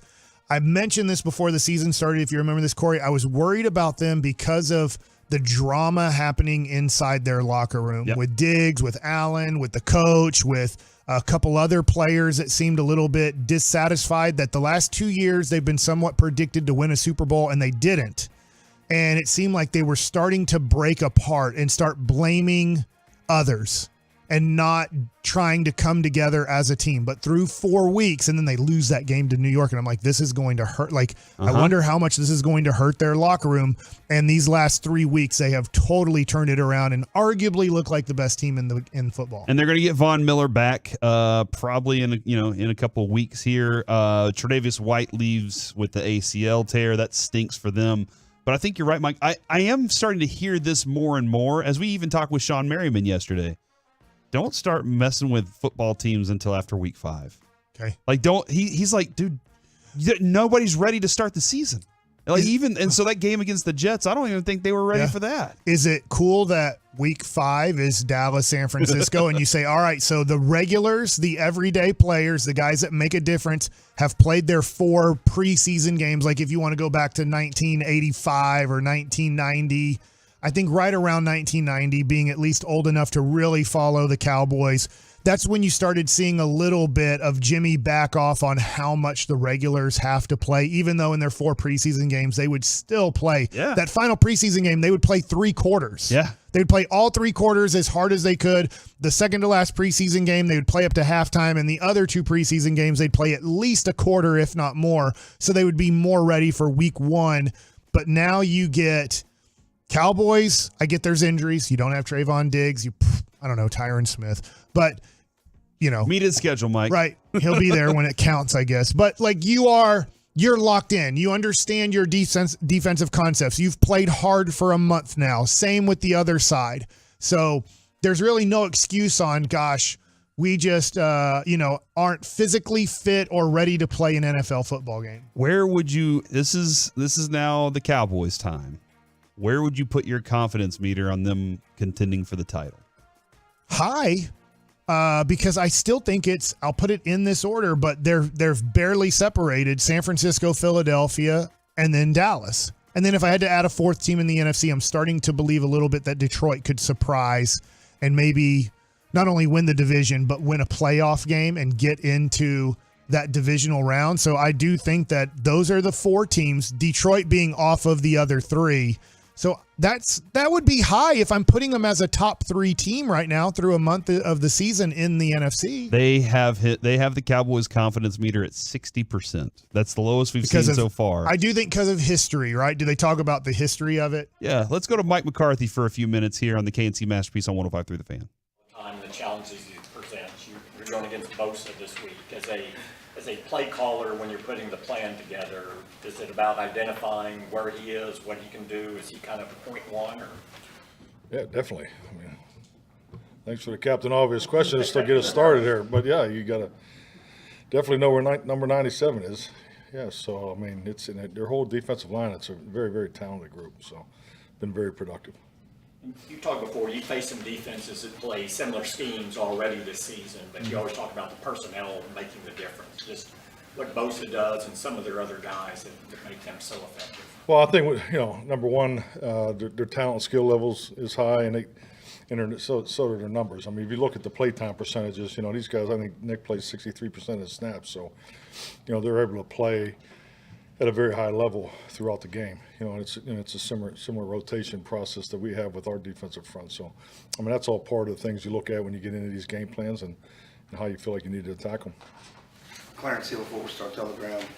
Dak offered a little window in the soul after the game the other night. We talked about the loss to the 49ers has been his motivation throughout every day, throughout the offseason and every day. Can you just talk about what you've seen from him and how he's changed or improved or whatever else?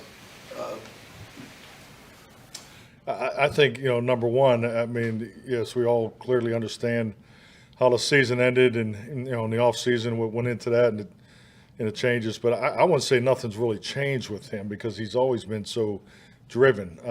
I think, if anything, he's being smarter, more experienced, maybe not trying to do too much. So, but I think that, what he's been asked to do, especially with his connection with the perimeter, started way back in the spring throughout the summer, and so I really liked how that group has come together. All the protection responsibility, he's got a lot more on his plate than he did in the past. He's crushed that, given an A for that. So he's just met every challenge, like he always has. I mean, he's extremely disciplined in his approach and his work ethic, his plan, the external sources that he utilizes. So I just see a very, very consistent man that I enjoy working with every day. Mike Todd with ESPN. We talk about vision defenses that you're facing like this week. How important is patience for a quarterback when you're facing those kind of defenses? Any more than other weeks? Yeah, I mean, patience is always important, but also you're dealing with the defensive front that's really trained and believe they're keeping you on a time clock. So they're pretty much, and you can see the way the secondary is coordinated with the defensive front, because the way their techniques align with the time clock that they believe that they're going to keep the offense in. So and that's why the game is always so fun and it's such a challenge. But yeah, it's when you talk about vision defense, the ability to play with vision at a certain time clock is obviously tied to the pass rush.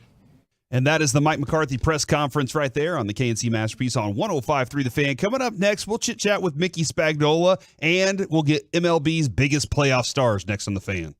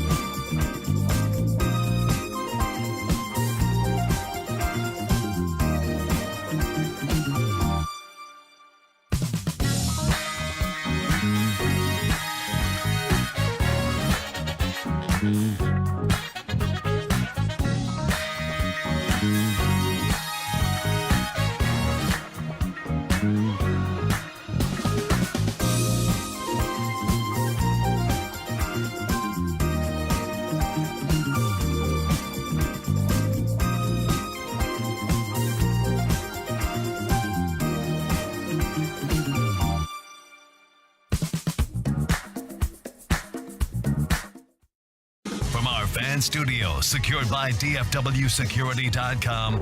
It's the KNC Masterpiece on 105.3 The Fan. Hey, we're back here on the KNC Masterpiece on 105.3 The Fan. Corey Majors and Mike Bassick. We have Alec Medford in studio. Kevin is out, getting everything fixed up in his life right now. So he's connecting with people that he loves, and that's not us. But it is you guys. It is you Tolos out there, especially the ones who turn it on and leave it on. That's what a Tolo is. You turn it on in the morning, you leave it on all night.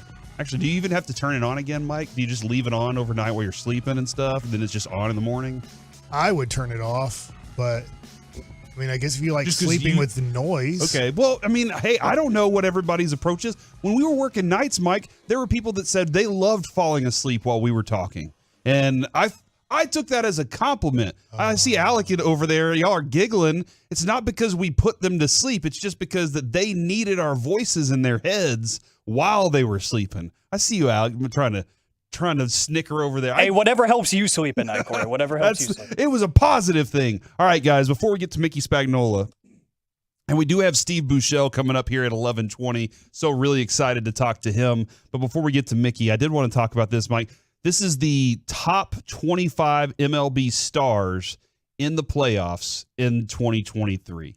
Where's Evan Carter? One? He is not on this list. No, he shouldn't be.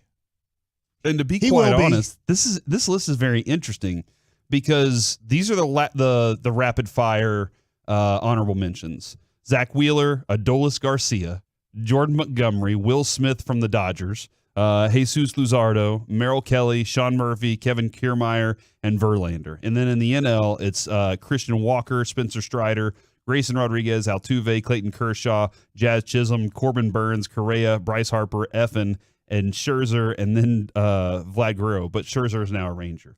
So those are that's one player from each team who didn't play well enough to qualify for the top 2023 stars. One of those was an Oriole, Grayson Rodriguez, who's from this area. He made his debut against the Rangers. He had a really tough start to the year, got sent back to AAA Norfolk for Baltimore, and then came back up. And he was a top 10 prospect in all of baseball, and he is now a great pitcher for them. I don't think he's going to be in their playoff rotation because John Means came back, the lefty, and he had a good September, so they will have a lefty starter out of their four guys. I bet Grayson Rodriguez, who is their future stud, they want him to be Garrett Cole. So just to give you an idea, they have what they think is a future Garrett Cole. I don't know if he's going to live up to that standard, but they have that. That's what they've developed. But he's probably not ready to step into their rotation because they do have four veteran guys that have had good years, and Means only had 4 starts. But just to give you an idea, when you mention him and he's honorable mention, he had a really good second half, but I don't think they're prepared to put him into their playoff rotation. All right, let's go ahead and start with the 23 then. Tied at 23, Adley Rutschman and Isaac Paredes. What was the first guy's name? Adley Rutschman. Adley Rutschman. Number 23. He's a super stud. This is, I hate saying this, and I hope I'm wrong, especially in 2023. He's the next Buster Posey. So Boch knows who I'm talking about, obviously. Yeah, he does. He comes up as a rookie. They win the World Series. 2010, they win 2 more World Series. Buster Posey was not the only reason, but a major reason San Francisco became a world champion and a 3-time world champion. And Baltimore, the number one pick in 2020, if I have my year right, it might have been 2019 because 20 was the COVID year. He is a super stud, switch hitting catcher. This will be a guy that you're going to learn a lot about Ranger fans. I hope he's cold. I hope you're like, gosh, Mike, you built him up for nothing. This is always tough to say, but this is probably a future MVP candidate and a possible future Hall of Famer, Adley Rutschman. Tied at 20 is Zach Gallen and Matt Chapman, third baseman for the Toronto Blue Jays. That's tied at number 20. Right. We've seen Gallen before. He's been freaking great. Right. So. He's one of the best starting pitchers in baseball. He is a Cy Young candidate this year. Also tied at 20, Bryson Stott. I know him for one reason, and that's because he had the pencil bat, which I thought was awesome. Yes. But he's really good. Good player. Obviously had to move off of shortstop once they signed Trey Turner in Philadelphia. That Philadelphia-Atlanta series will probably be the most watched series. That will probably get the best ratings in the divisional round because you have a huge rivalry. The Braves are the best. Philadelphia went to the World Series. They have star power in Trey Turner and Bryce Harper and the fan base, and Atlanta has a lot of star power. So that is going to be a really fun series. Jordan Alvarez comes in at 19, which, he's a star, dude. I feel like that's too low for him because last year I just felt like he won the World Series. Yeah, I do too. So he is arguably the best hitter in baseball. Ozzy Albies comes in at 18. Love him. He's one of the most fun players to watch. Great attitude, great energy. Ron Washington loves him. Big time second baseman, switch hitter. He does strike out a lot, but he also has for a little guy, he has a lot of power. Bo Bichette at 17. He's out. Alex Bregman is tied for 13 with Luis Ariz. Probably not your favorite guy in Alex Bregman, but really solid player. And Luis Ariz, obviously, great contact hitter. Also tied at Doesn't 13 matter, though. With Ketel Marte is Kyle Bradish, right-handed pitcher for the Baltimore Orioles. Yeah, they have a good rotation. They don't have a super stud, Baltimore, but they do have a good 4-man rotation. Ketel Marte is a fascinating player too, man. Yeah, he really ticked me off though because he did come up against Houston with the bases loaded and 1 out and struck out against Neris. And if he would have gotten a hit there, then the Rangers would have won the division. So number 12 on this list and out as well, Yandy Diaz, who didn't show up great, but then yesterday he had a really good defensive game. He had three defensive plays, and I'm like, God, he didn't make any of those plays yesterday. But yesterday he made them. Didn't matter. Sonny Gray comes in at number 9, tied game yesterday with Corbin Carroll. He comes in at tied with 9, tied with Kyle Tucker. Well, I'll tell you what, there's a lot of young players making major marks right now on winning teams. Corbin Carroll is going to win Rookie of the Year in the National League, and he got paid. He really helped Arizona out in that playoff round. I'm a little shocked that Sonny Gray is still this good. It just feels like there was a time where I was like, he might be done, and he keeps kind of popping back into it and doing his thing. Number 8, Austin Riley with the Atlanta Braves. This is interesting. Really good player. That's your third baseman. That's one of the guys that you hear less about, considering how much star power they have. Yeah. Gunnar Henderson comes in at number 7 from the Orioles. I've said it already in the show. His WAR was right there with Marcus Semien, Corey Seager, and Shohei Ohtani. He's a rookie. So when you say, hey, Josh Young should win Rookie of the Year, I don't care he missed 6 weeks, you need to go look up who Gunnar Henderson is. Number 6, Freddie Freeman. Number 5, Corey Seager. So this is the first. It took Top a long 5 time to get to that, but there he is at number 5. Tied for 3rd, Matt Olson. Yeah, 50-plus home runs. And Marcus Semien. Okay, I was wondering, I was like, I can't believe, because when they said Seager, I thought Semien didn't make the list at all. Yeah. So he's tied for 3rd with Matt Olson, who had 54 home runs this year. And then at the top, it's Ronald Acuna at number 2. Number 1, Mookie Betts. So, and Mookie Betts is a star. That dude, he is surpassed just being a guy that plays baseball, and even off the field, people are like, I know that guy. I think Mookie's going to be the most underrated player of this generation because the way Mike Trout is getting hurt and falling off the map and not playing for a team that matters, it's just Mookie Betts, I think, is one of those guys. When you talk about just previous generation, you talk about Miguel Cabrera, You talk about Albert Pujols for the most part. You talk about kind of this current generation, and I think you talk about Mike Trout, and I don't think people will say, and Mookie Betts. I think you should say, and Mookie Betts. Now, this new generation coming up, you have Shohei, you have Acuna. Soto's kind of fallen off a little bit, but you have these guys. I just think Mookie Betts is going to be, over the last 10 to 15 years, he might be considered the best player overall, maybe more than Mike Trout. I know that's tough, but Mike Trout is falling off so much that I think Mookie might have a claim after you get past the Miguel Cabrera, Albert Pujols era. You might have a claim for Mookie Betts being the next generational guy. And somebody did ask from the 940, how come the national media isn't giving the Rangers any credit? And this is a long story with us as Rangers fans, Mike. Even remember when Bannister was here, and it was he was all upset about the fact that they weren't getting enough play on MLB Network and ESPN. And everything. We have no history. We don't.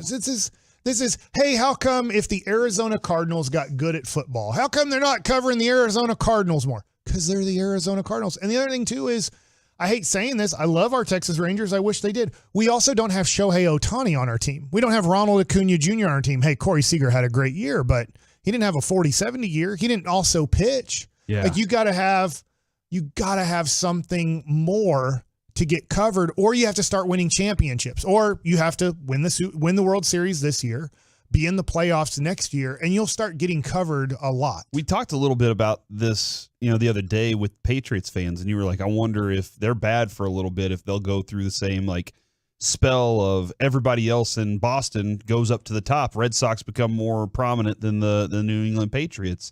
And I think it's a huge factor, even as with media, in that if you're successful for a long period of time, the people in a 20-year span will be with you no matter what. And the media recognizes that. I mean, just look at ESPN.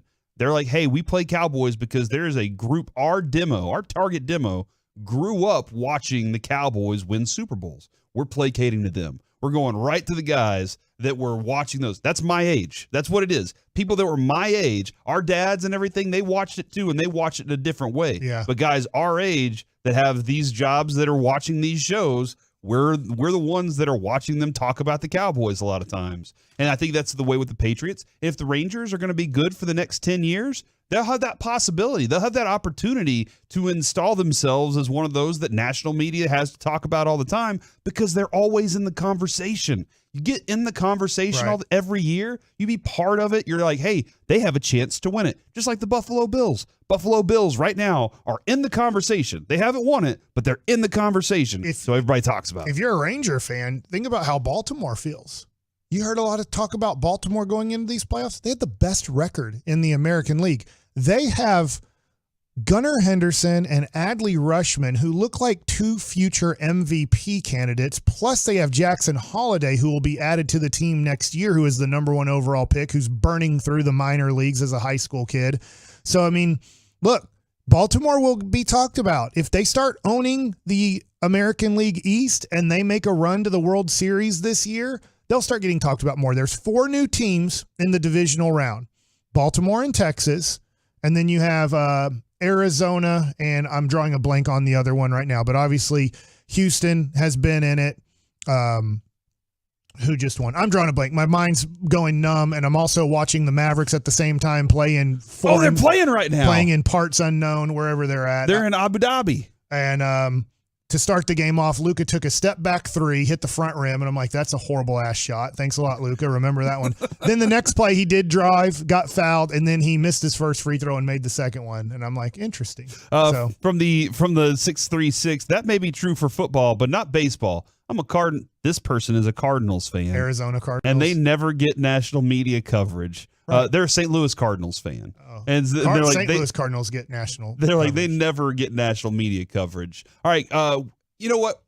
Mickey, hop on with us real quick. Brought to you by Ford. Ford is the best in Texas. Mickey, how's it going today, man? I'm good. How are you guys? Oh, we're doing well. We're getting ready to talk with Steve Buechele in just a few moments. Do you Baseball all day, right? It is one of those celebration type days for us right now.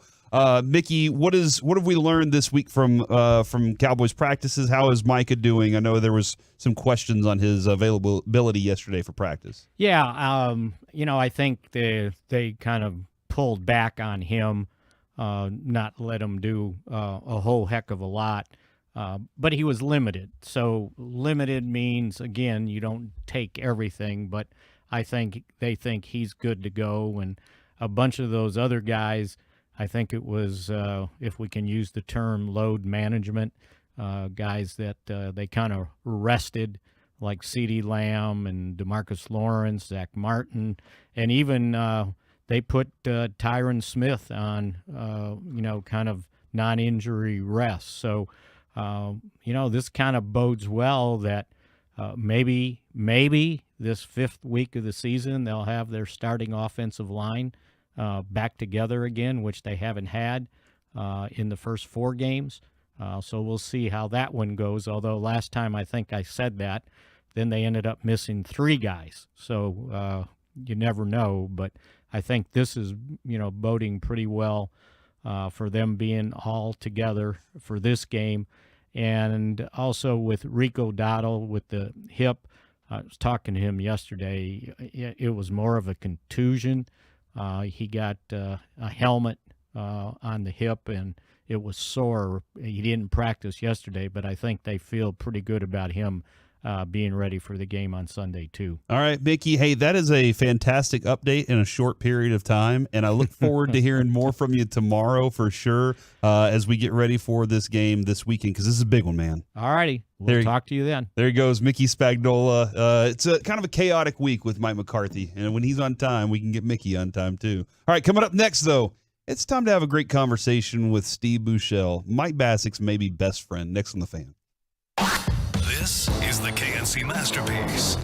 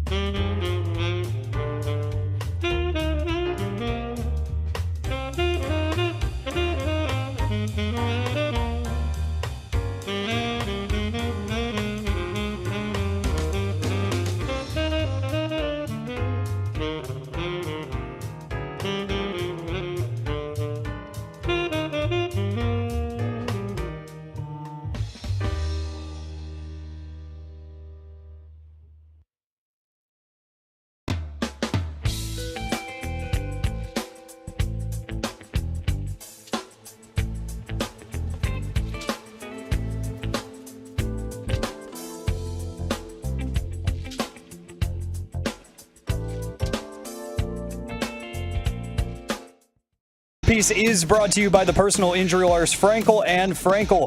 Life is unpredictable. Accidents happen. Frankel and Frankel are the go-to attorneys for car and truck wrecks in DFW. If you or a loved one has been in an accident, contact Frankel and Frankel for a free consultation at truckwreck.com or call 214-333-3333. CY, first of all, congratulations. What's this feeling like right now for you as the general manager looking to the team you put together? Well, Jared, similar to last week, just so happy for our guys. These guys have worked so hard for this opportunity, and to come out and take 2 games against an unbelievable Tampa club and win this wild card round. I can't express how happy I am for these guys, for Boach, his staff, our front office, everybody in our organization, and most importantly, our fans. Man, what an awesome celebration that was, and the Rangers fans want to keep celebrating today, and we're here for it, baby. The home of the Rangers right here on 105.3 The Fan. Thank you for being with us, and it's now time to go to the Boomer Jacks Bar and Grill hotline and talk with our friend Steve Bushell. Steve, how's it going today? What's up, guys? I said Steve. I should have said Boo, Mike. That's okay. Dang it. I messed up. You just told me, say Boo, never Steve. Boo, this is so fun to watch this team play throughout the season, but it's been such an up and down nature. And obviously doing sports talk radio, we have to try to make predictions. And I say this is probably the most impossible good team to predict. Usually when you're a good team, you have a good idea to say, hey man, they're going to win. But when you watch this team play, how fun is it to watch them play, but also how unpredictable is it to know what they're going to do from game to game? Well, I think they became an unpredictable team, right? Like after the All-Star break. That's when things were going up and down. You just didn't know what to expect. You get a 6-game winning streak, and then you get swept somewhere. It was crazy. And there was no way you could predict what was going to happen or how they were going to play. But all along, I just have always felt that it's a good team. Those first 2 months or first maybe even 3 months of the season, you don't do the things they did unless you're a good baseball team. So I think I've always held out in the back of my mind that this is a good baseball team, that they're going to find a way to win. But like you said, we've seen a lot of inconsistencies here, especially over the last couple months. So to predict what they're going to do and how they're going to do it is almost impossible to do. I was watching the post-game show with you and Mike yesterday and Leslie, and then I was also bouncing back and forth with G-Bag here, and I was really captivated by your discussion. When did you know yesterday that Eovaldi was on his game? You know, I knew it. Well, I didn't know it, but for me, it was the second hitter of the game. It was Randy Arozarena was at the plate, and it was the first fastball in that Jonah Heim called. And he set up inside, and I was just thinking, man, if he nails this or if he gets it where he wants to, that's a really good sign for right-hand pitchers that throw hard. It's sometimes really hard to be convicted to make that pitch and get it in there. Mike can talk to this too. A lot of times you'll see a right-hand pitcher just not be convicted and pull that and leave it over the middle of the plate or even miss off the plate on the outside corner. So when he nailed it, and it was a ball, but he nailed it maybe a couple inches off the inside corner, I just thought that was a great sign. And then the rest of the inning, the rest of the game, I mean, he was spot on. I mean, he was nailing the outside corner at will. It was just a really fun game to watch. Boo, you've been on a lot of different teams with a lot of different leaders, and I know that the Rangers have multiple leaders, but I was telling Corey during one of the breaks, I said it's really hard to be maybe the leader of the team as a pitcher because you're only pitching 20% of the games if you're a healthy starting pitcher. It feels like when we hear these guys interviewed that Eovaldi is the leader of this team. I think Seager also has, and Simeon obviously have a role in leading this team too. But how difficult is it to be the leader of a team where everybody looks to a starting pitcher as the guy that kind of speaks up and kind of leads the team?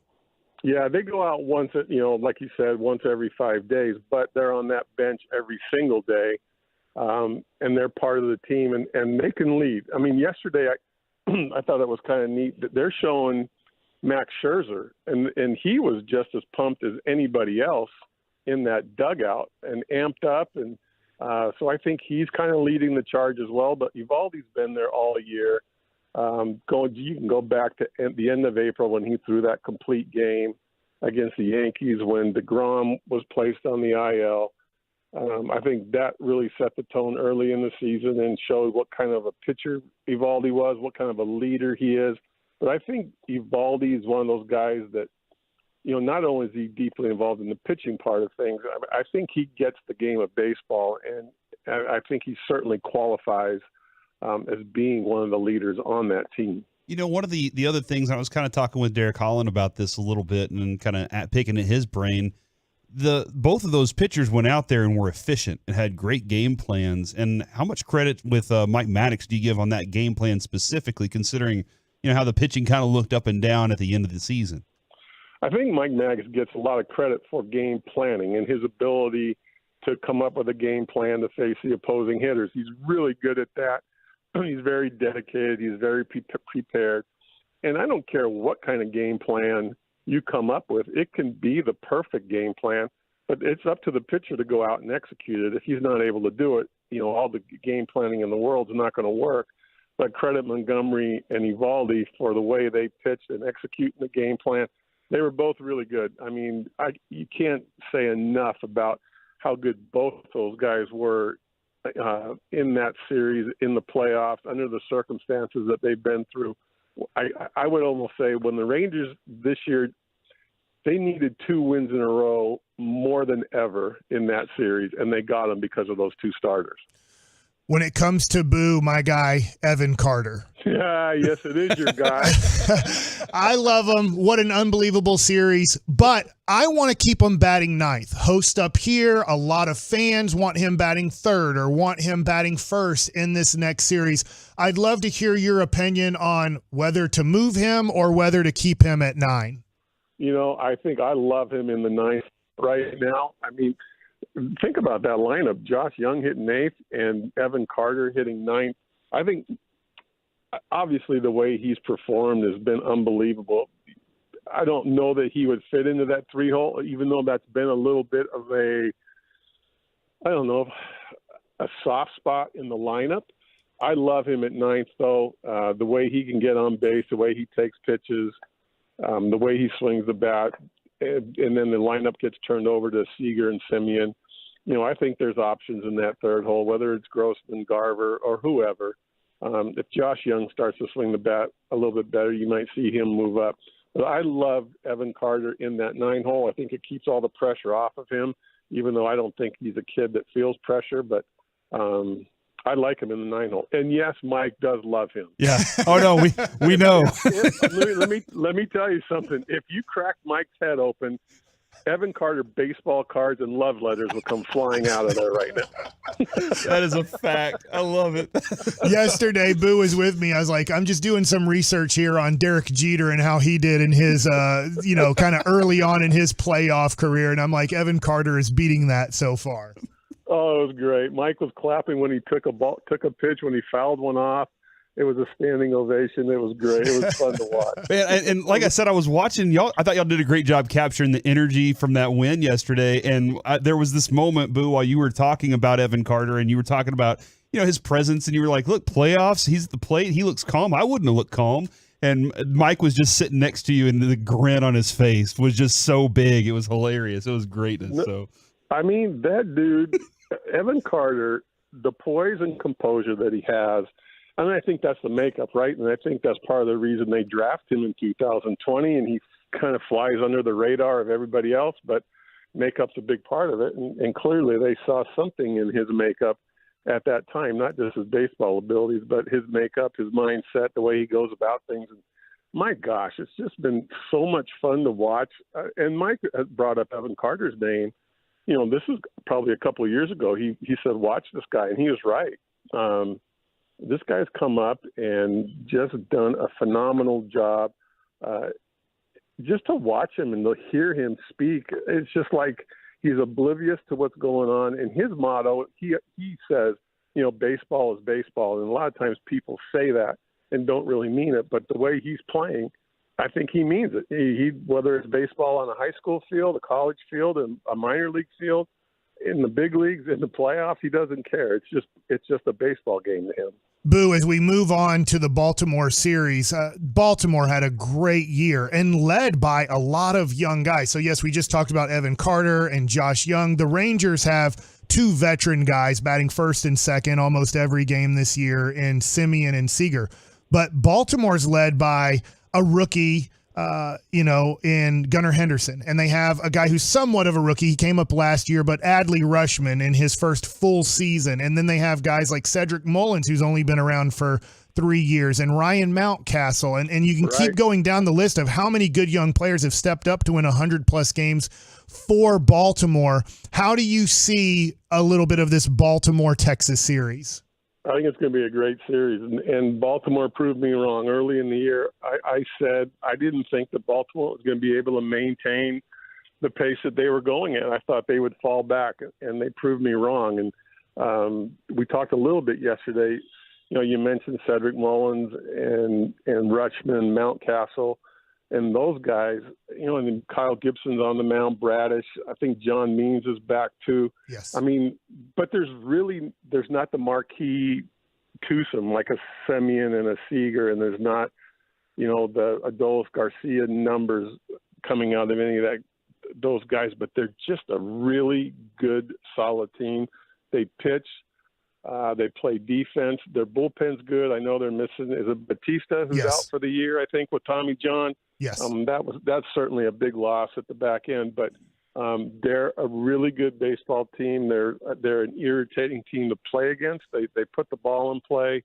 And like I said, they're very solid. I think it's going to be a great matchup. Boo, one of the things that I asked you earlier in the season before opening day, just about the pitch clock and all that, and watching these guys kind of get ready and get in the defensive mode and being active in the game because the way the pitch clock is going to go, and we saw that all play out. But one of the other things is you set the standard for me of what a defensive third baseman should be. When I watched you growing up, I was just like, that's how you should play. Then we had Adrian Beltre come along and play great defense at third base as well. And I know you talked a little bit about Josh Young, but where's his standard now defensively? Because I don't know if we expected him to be this good defensively this year. Yeah, I don't know if anybody saw that type of defensive season coming out of him either. He's improved a lot.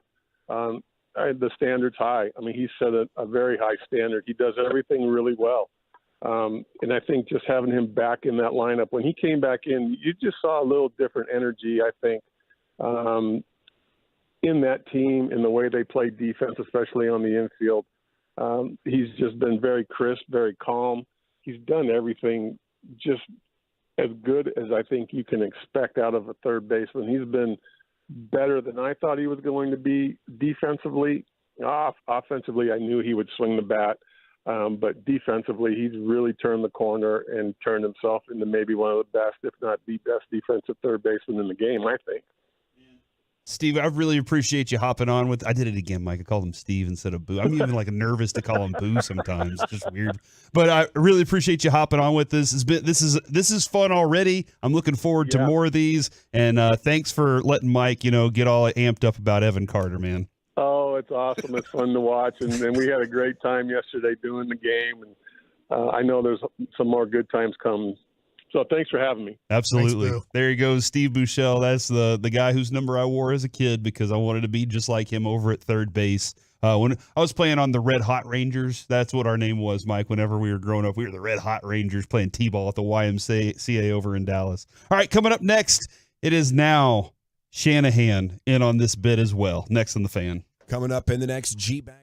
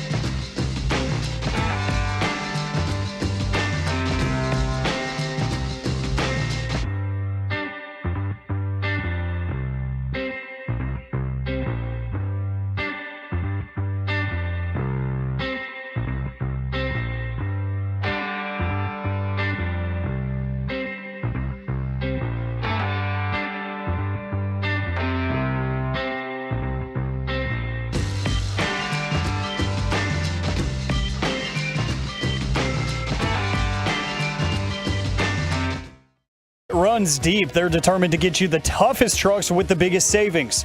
Over 300 new Silverados on the ground. Unprecedented one-time offers. Claim yours before it's gone. This is Texas. This is Classic Chevrolet. Find new roads. Back here on the KNC Masterpiece on 105.3 The Fan, the only station with reporters in the room as the Rangers were celebrating yesterday. We'll get back into some Rangers discussions coming up here at noon. We'll talk about Evan Carter and Josh Young and their imprints on this franchise for how long it will be.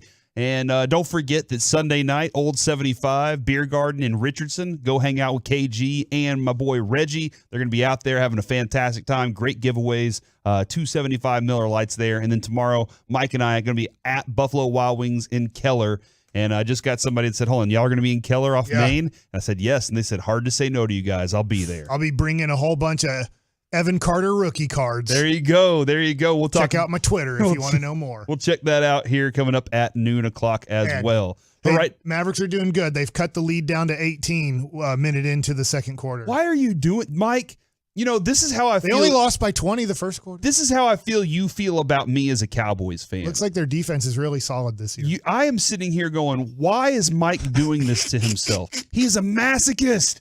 He is like, I want to watch Mavericks preseason basketball in Abu Dhabi. They've only given up 41 points in 13 minutes.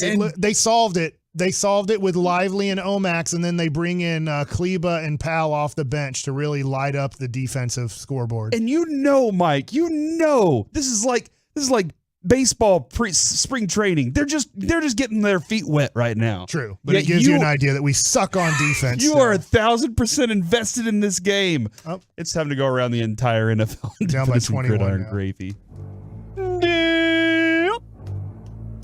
Mavs suck. I think he's going to quit on the Mavs this year. I probably will, just like Kyrie will at the end of the year, and we'll have to trade him for nothing. You got the Rangers at the top of their game. Yeah, baby. Hockey Mike is on the way. Hockey Mike, Robo. And then you also have Cowboys, Niners, and you're sitting here bleeding with the Mavericks. It's okay, man. It's going to be all right. Yesterday, Mike, we talked a little bit about Brian Schottenheimer. Young Shotty, and how he said, yeah, Trey Lance can help us out knowing some things. And then Kyle Shanahan got in on the bit. He was asked how much Lance can reveal to the Cowboys about the 49ers offense. Here's what he said. As much as most coaches can, you can see the plays on tape. You can explain what we look at and stuff like that, which usually you can when you can stack up a lot of guys and a lot of tape over years. And we've been here for a while and previous. So hopefully he's talking to him all the time and making them focus totally on that instead of the simple stuff, watching the tape. I don't know how much I'm asking Trey Lance. I might say, hey, why do they do this? What's their signal when they do this? I might ask him that. But the tape is there. Like, you watch the tape for a reason. A lot of guys, though, they'll show stuff on tape, and then whenever they play you, they show something completely different. And that's where I think this is the fun part of the game is Mike McCarthy hasn't really shown his offense yet. Because of blowouts. Exactly. Right. And then I guess he tried to show it against Arizona, and it didn't look good. Yeah. But, I look at this Trey Lance thing as a kind of non-story, but it's interesting. I was on San Francisco radio this morning, and it was a lot of Cowboys 49ers talk. Obviously, they're like, hey, they're actually in San Francisco very happy for the Rangers because of Bruce Bochy, right? They're Bruce Bochy fans. There's no rivalry really between San Francisco and Texas. They beat us in the World Series in 2010, but that wasn't like a we hate the Texas Rangers situation. They're rooting for us in San Francisco for baseball.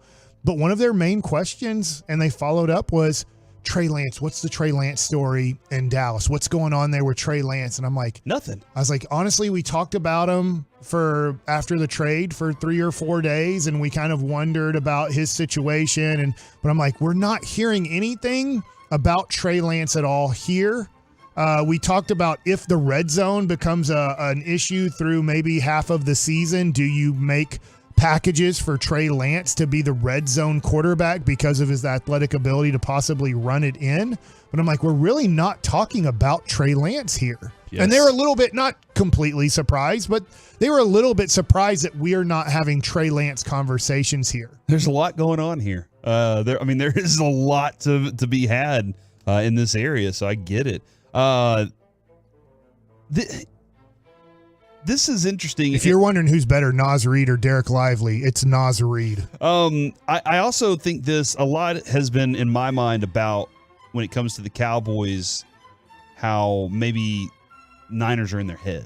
And it makes sense.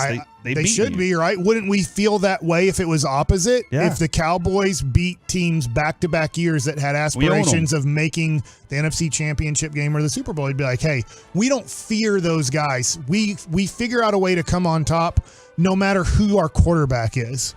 I hate the way I said that sentence, but it happened. And that is, Mike McCarthy did talk about that earlier in his press conference. He said this is not all about what happened last year. This isn't a fight where you walk down the street and you're always looking around the corner for that guy to see if he's there because you got to be ready to fight. This is about winning this game, about winning the next game, but we know who we're playing. And you got to be he said you have to be upfront and honest about that too. You have to understand they are going to play a physical style of football. We have to be prepared to play a physical style of football, and we have to be the more aggressive physical team. Not out there making stupid bonehead plays, but out there making sure that we put our imprint on the game so that they know they played the Cowboys whenever we left. That's what you have to you have to be mentally different for this game, I think, for this kind of team, when you know they're going to try to be more physical than you are. And this is going to be a game where they've bullied you 2 times in a row. In the playoffs, they've bullied you into beating you.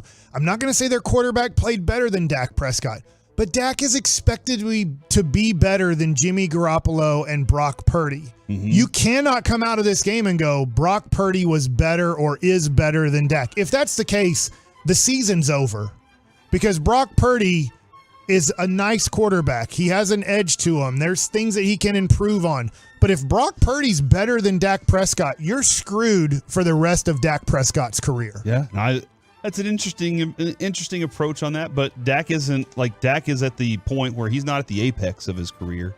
He's at the point where it might start going in a different direction for him. So you got an interesting point there. I like this as a teammate.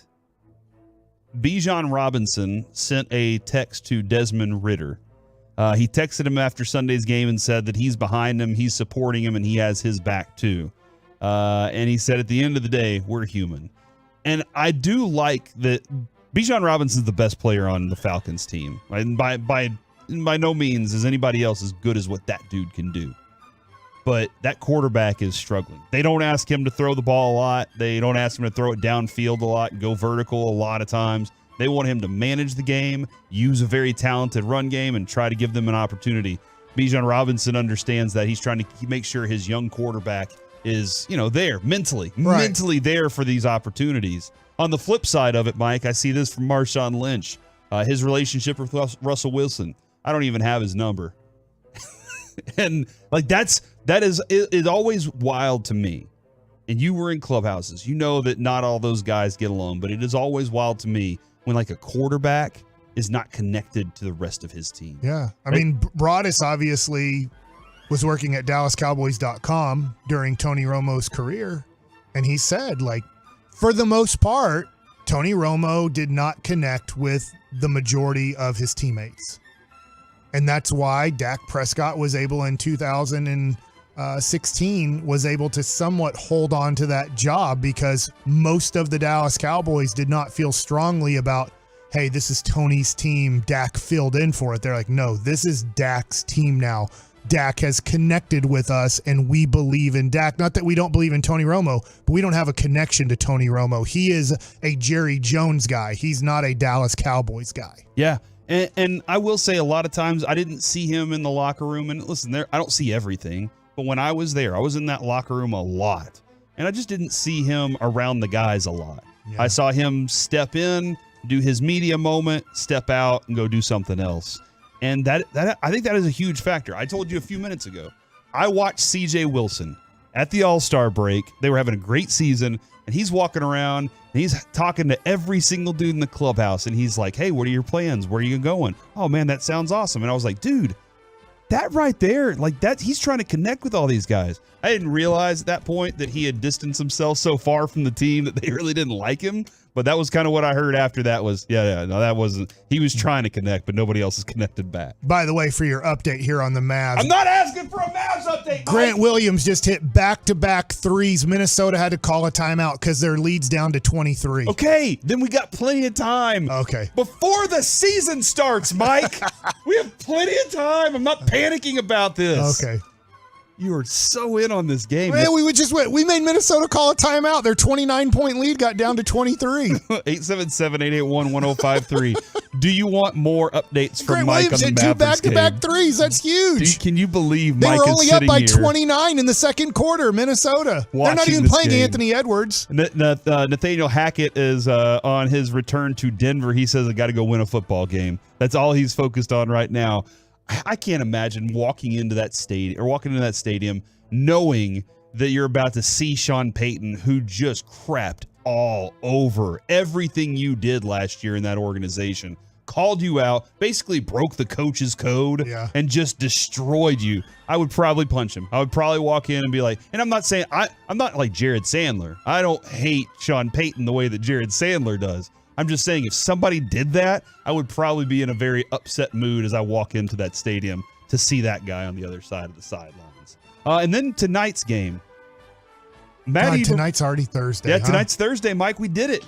We're almost to next week. This has been a quick week because of Rangers baseball. Do you think it's been fast for Kevin too, or do you think it's probably slowed down if you're on cocaine and you're not on it anymore? Everything's kind of changed, huh? Yeah. I think you're slowing down. We'll find out from Kevin next week just how fast or slow this week felt for him. Yeah. But Matt Eberflus said he feels the support from the organization, and then now the question is being asked: if he loses tonight, could he be fired? Could he be let go from the Bears? And Mike, one of the guys we have Frank Provenzano on, and he was the assistant GM for the Stars and multiple other teams, and he was like, "Look, man, if people are talking to you, you're okay. It's whenever people stop talking to you, that's when you're in a lot of trouble. If nobody's coming over and saying hi and asking how you're doing, that's whenever they've already fired you." 100%. Yeah, so that's something we'll keep an eye on. Eberflus and the Bears tonight. Coming up next, what is the future of this team with Evan Carter and Josh Young at the forefront? Oh my God! Next on the What Fan. about Langford? You are officially a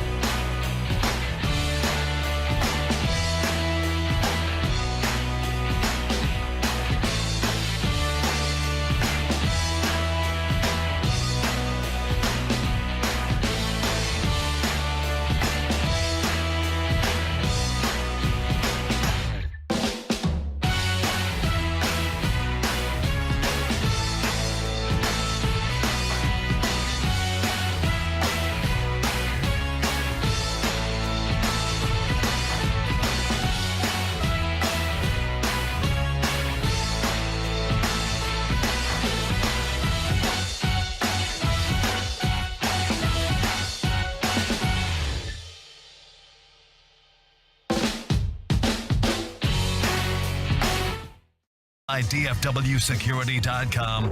It's the KNC Masterpiece on 105.3 The Fan. Back here on the KNC Masterpiece on 105.3 The Fan, Corey Majors and Mike Bassick rolling with you today.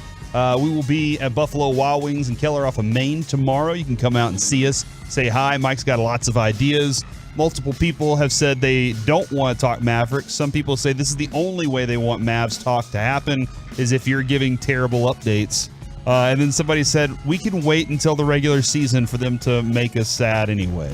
They're doing good, man. They just gave up an uncontested layup and then an uncontested dunk. I thought Dwight Powell did a good job of fake hustling. Okay, all right, that's enough. Luka just made a three, I believe. Yeah, all he right. did. Mike, Oh, man. It's down to 21. Somebody tweeted me and you and Jared and Wolchuk earlier and said, this is from Belts by Boberto. Interesting. Are the Rangers and the Orioles going to go head-to-head again next year in the Rookie of the Year race with Jackson Holliday and Evan Carter? Yes. And those will be the two, I think, betting favorites going into next year. And there's potentially, just based on the fact that one of these dudes has been tearing up the minor league system, potential that Wyatt Langford could be in that conversation. Yes, if he gets called up soon enough, right? I don't think he's going to be on the 26-man roster out of spring training. Wyatt Langford. Now, is there anything he could do in spring training that would be like, Boch is like, I just can't not? Multiple things. Yes. Let's just say he bats 400 in spring training and there's an injury. Okay. Because right now, if you look at it, I need to look at contracts and everything, but you could see you're starting outfield before trades. There's going to be a lot of offseason. I do think the Rangers are going to look to possibly move an outfielder for a starting pitcher or for bullpen help. And we can get into the who's and what's of that after the next playoffs. year, you would probably say Adolis, Leote, and Evan Carter are your starting outfield, and then you'd have kind of veteran guys like Jankowski and Robbie Grossman being your backups. But if Wyatt Langford tears up big league spring training and somebody's hurt, somebody starts off the year on the injured list, you might go, look, they're only going to have Wyatt Langford on the team if he's one of your 3 starting outfielders. Mm-hmm. They're not going to put Wyatt Langford on the team because he's better than Jankowski or better than Robbie Grossman. He has to be better than Evan Carter, Leote Taveras, or Garcia. And I don't know if they're going to make that decision in March, but I could see him playing 1 month in AAA or 1 month in AA and going, all right, May 1st, it's time. Let's do it. This is also an interesting aspect because I think it was CJ Nitkowski that pointed out Corbin Carroll got paid pretty quickly in his career. Yes. Right now, Josh Young looks like your future at third base for however long you want, right? Now he's older because he's a college draft pick. Okay, so he maybe you're looking like a 6-year deal with him? That would buy out 1 year of free agency. I don't know if I would if I'm doing a deal with him, I would love to do probably an 8-year deal. Okay. With Evan Carter, do you think that they're going to sit there and say, "Hey, we're going to put you through all these years of arbitration and all this"? I think they're going to try to work on a 10 to 12 year deal with him this offseason. Tatis and Tatis got a 13-year deal. Obviously, they did a great deal with Ronald Acuna Jr. Just think about how much money he'd be making next year. He would be a free agent. So you'd have 1 more year and he'd be a free agent. Probably you're looking at $45 million a year. You're probably looking at a 10-year, $450 million contract next year for Acuna, but they signed him to an 8-year deal after his rookie year, so they don't have to worry about it. And you protect him money-wise. They only gave him like $10 or $11 million a year. Yeah. So you have to look at it. So just think about the money that they're going to save on a guy like Acuna.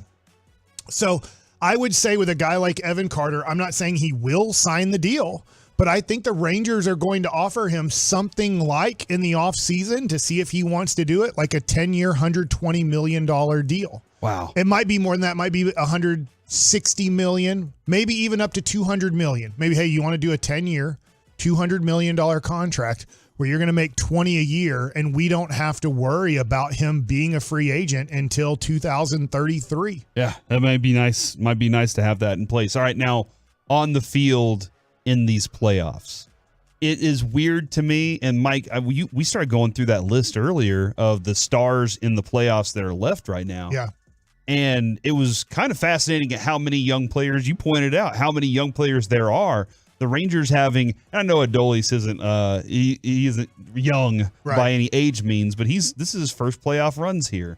It was fun to see 2 very young players, the future of your franchise, being part of it, and not just a bit piece of it, being like a huge piece of it. It kind of reminded me a little bit of Elvis Andrus. I know in those World Series runs he was part of it, but he was kind of on the back end of everything for those guys, but he was still making some significant plays, stealing bases and stuff like that. Playing a great defensive shortstop. Yeah, but here we are with 2 young. This is again, what did Leslie say yesterday that the statistic that they won in Tampa exactly 12 years ago? The same thing? I'll have I to don't go know back if it was and- the exact date. I but- looked at there was a stat that I saw yesterday, and I'll have to go back and look because I did retweet it. I was a big fan of that statistic, but it was a very significant thing about how the Rangers did something very similar. Yeah, all right. The Rangers are the first team to open a postseason with consecutive road wins by 4+ runs since the 2010 Rangers against the Rays. And so just seeing like those pictures of Elvis Andrus and Ian Kinsler, a very young group at the time. Right. And they grew up really quickly, but they were a very young group at the time, and you felt like you had some future with these guys. Yeah, and it looks good. Evan Carter and Josh Young, what a series. Yesterday they go 4 for 6. A home run, a triple, and a double, because I believe no, it might have been 2 doubles because he had the triple. I know he had a triple and a double. Josh Young had the one. I know you went 1 for 2 with a hit by pitch and a walk by Evan Carter. I keep up with everything that he does because even I went and broke down his last at bat. He had a 1-2 count. He fouled off 4 pitches, took another pitch for a ball, and then got hit by a pitch. That was his last at bat, Evan Carter, where he got hit with the back foot slider. They have a double and a triple listed for Young. Okay, Or so two doubles and a triple. Yeah. So now, if you look at the one double he hit, it was a rocket into the wall, right? A 1-hop rocket into the wall, which, by the way, when that ball is stuck up there, that was really stupid to take the ball out of the wall because now it's still a live ball. Oh, really? So if you just put your hands up, when the ball gets stuck into the wall or underneath the wall, you just put your hands up. They just look at it and go, yeah, we can see it stuck. It's dead ball, ground rule double. When you go and reach for it and try to pull it out, it's still a live ball. You try to pull it out again, it's still a live ball. Now, if the ball stays stuck in there, you can put your hands up going, hey, I could never get it out of the wall. They can say, okay, because the ball's stuck. But if you keep reaching for it and then eventually you pull the ball out and it falls down, that was a live ball the whole time. You played it as a live ball. Interesting. Okay, I didn't think about that. And whenever I watch it, it didn't look like the Rangers were taking advantage of it anyway. There was nobody on base. But, so it was Josh Young who could have ran to third, which he couldn't have made it. He hit it so hard. And Randy Rosarina was the guy who got it. He jumped up and got it first time, no problem. The ball's a live ball. So if you thought it's immediately dead because it got stuck, it's not immediately dead. That's why they tell you as an outfielder, you need to raise your hands in that situation. Do not touch the ball, because if you go and you touch the ball and you jar it loose, or you don't jar it loose and then you go and try to get it again and you do jar it loose, it's a live ball. You decided to make it a live ball. From the 972, Mike, do you have a Young or Carter rookie card? I have plenty of Carter rookie cards. I do not have any Josh Evan Young. Evan Carter, as our Carter was demanding that you call him yesterday. The little savior. Full count. The chosen one. Which nickname the is he real going to stick deal. with? Which nickname is he going to stick with? It's when you're this good. You know what? He might just go by Evan. He might be Ichiro. You know? Okay, I wanted to ask you this real quick. My plumber, Michael Talbot, he's fantastic. I think I see him. Do I know him? I know him, right? Probably so. He's a good dude, man. He reached out to me yesterday, texted me, and he's like, dude, Evan Carter reminds me of Ichiro. He said, you know, all the skills. Different style of hitting, but yeah, he could be a guy. Now, he's going to walk so much. I don't know if he's going to accumulate the 200 hits per year every year that Ichiro did, because he has such an eye that he's like, I'm going to draw 80 to 100 walks a year. When you draw 80 to 100 walks a year, it's tough to also get 200 hits. Yeah, okay. All right, so you think because he's such a patient hitter, that's going to keep him from being the Ichiro type guy? I do, because if you draw 100 walks and you get 200 hits, you had close to a 500 on base percentage, and nobody really has close to a 500 on base percentage. I think he's kind of probably talking about the hitting from the left side. For sure. The fact that the dude has great command. He's going to get on base zone. as much as Ichiro, just maybe not as many hits as Ichiro. And I don't know. It's early in his career, but he's showing such power promise in 20 major league games with 6 home runs now that you're like, dude, this does happen. If you go look at Ken Griffey Jr. got called up at 19 years old, and it's not fair to compare him to Ken Griffey Jr. And I don't think he's ever going to be a 40-plus home run guy. I do think Wyatt Langford has the ability to be a 40-plus home run guy. There's more maturing and everything to do with Wyatt Langford. But now you start looking at Evan Carter at 20, 21 years old, and you go, wait a second. If he's doing this quickly with this much power, this quickly in his major league career, you start going, could he be a guy who's a 25 to 30 home run guy early in his career and maybe progresses to 35 home runs? You know who couldn't hit home runs? Corey Seager. We don't think of Corey Seager, right? He was a guy who would live around the 20 to 25 home runs with the LA Dodgers. He's a bigger guy than Evan Carter. But now all of a sudden we look at Corey Seager, we're like, dude, if he's healthy next year, if he's able to play in 140 games, I think he's going to hit 40 home runs. Yeah. And Corey Seager coming over to the Rangers was more like, no, he's going to hit 40 doubles, maybe even get to 50 doubles, which is a lot. And he's probably going to be like a 20 to 28 home run guy. And this year he had 33, if I have my number right, in a limited amount of games because of injury. So power can come later in a career that you sometimes don't expect. But now at 21, he's showing this power. He's looking like he could be a guy who early in his career is able to hit you 25 home runs from, I'm going to assume, the leadoff spot next year. Yeah, Corey Seager did finish with 33 last year and 33 this year, so that's back-to-back seasons. Never had 30? Before that, 26 was the most he had. Yeah. But he was 26, 22, 2 in the short season. Nope, that was injury. Yep, no, the short season. And then he was 19, 15, 16. Yeah. Injuries obviously played into that, and then 33, 33 when he gets to Texas. So that's...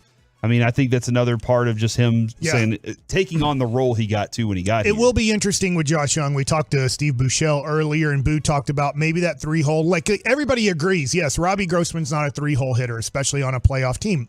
It's just the way that it so happened with Nate Lowe getting cold, and Nate Lowe does have a real excuse. His mom has cancer. Mm-hmm. He's dealing with a lot in the month of September and here in October. He's excited to play baseball. He's giving it his all, but just understand his mom's sick. His mom has cancer. And that's not an easy thing to just go out there and be at your best. This is a way to get away from those feelings and those thoughts. But when the game's over, when he's in his hotel, when he's, calling up his mom and dad, there is real conversations about his mom really being sick. That's not the easiest time to perform at your best when those things are happening to you. So he's struggling for multiple reasons.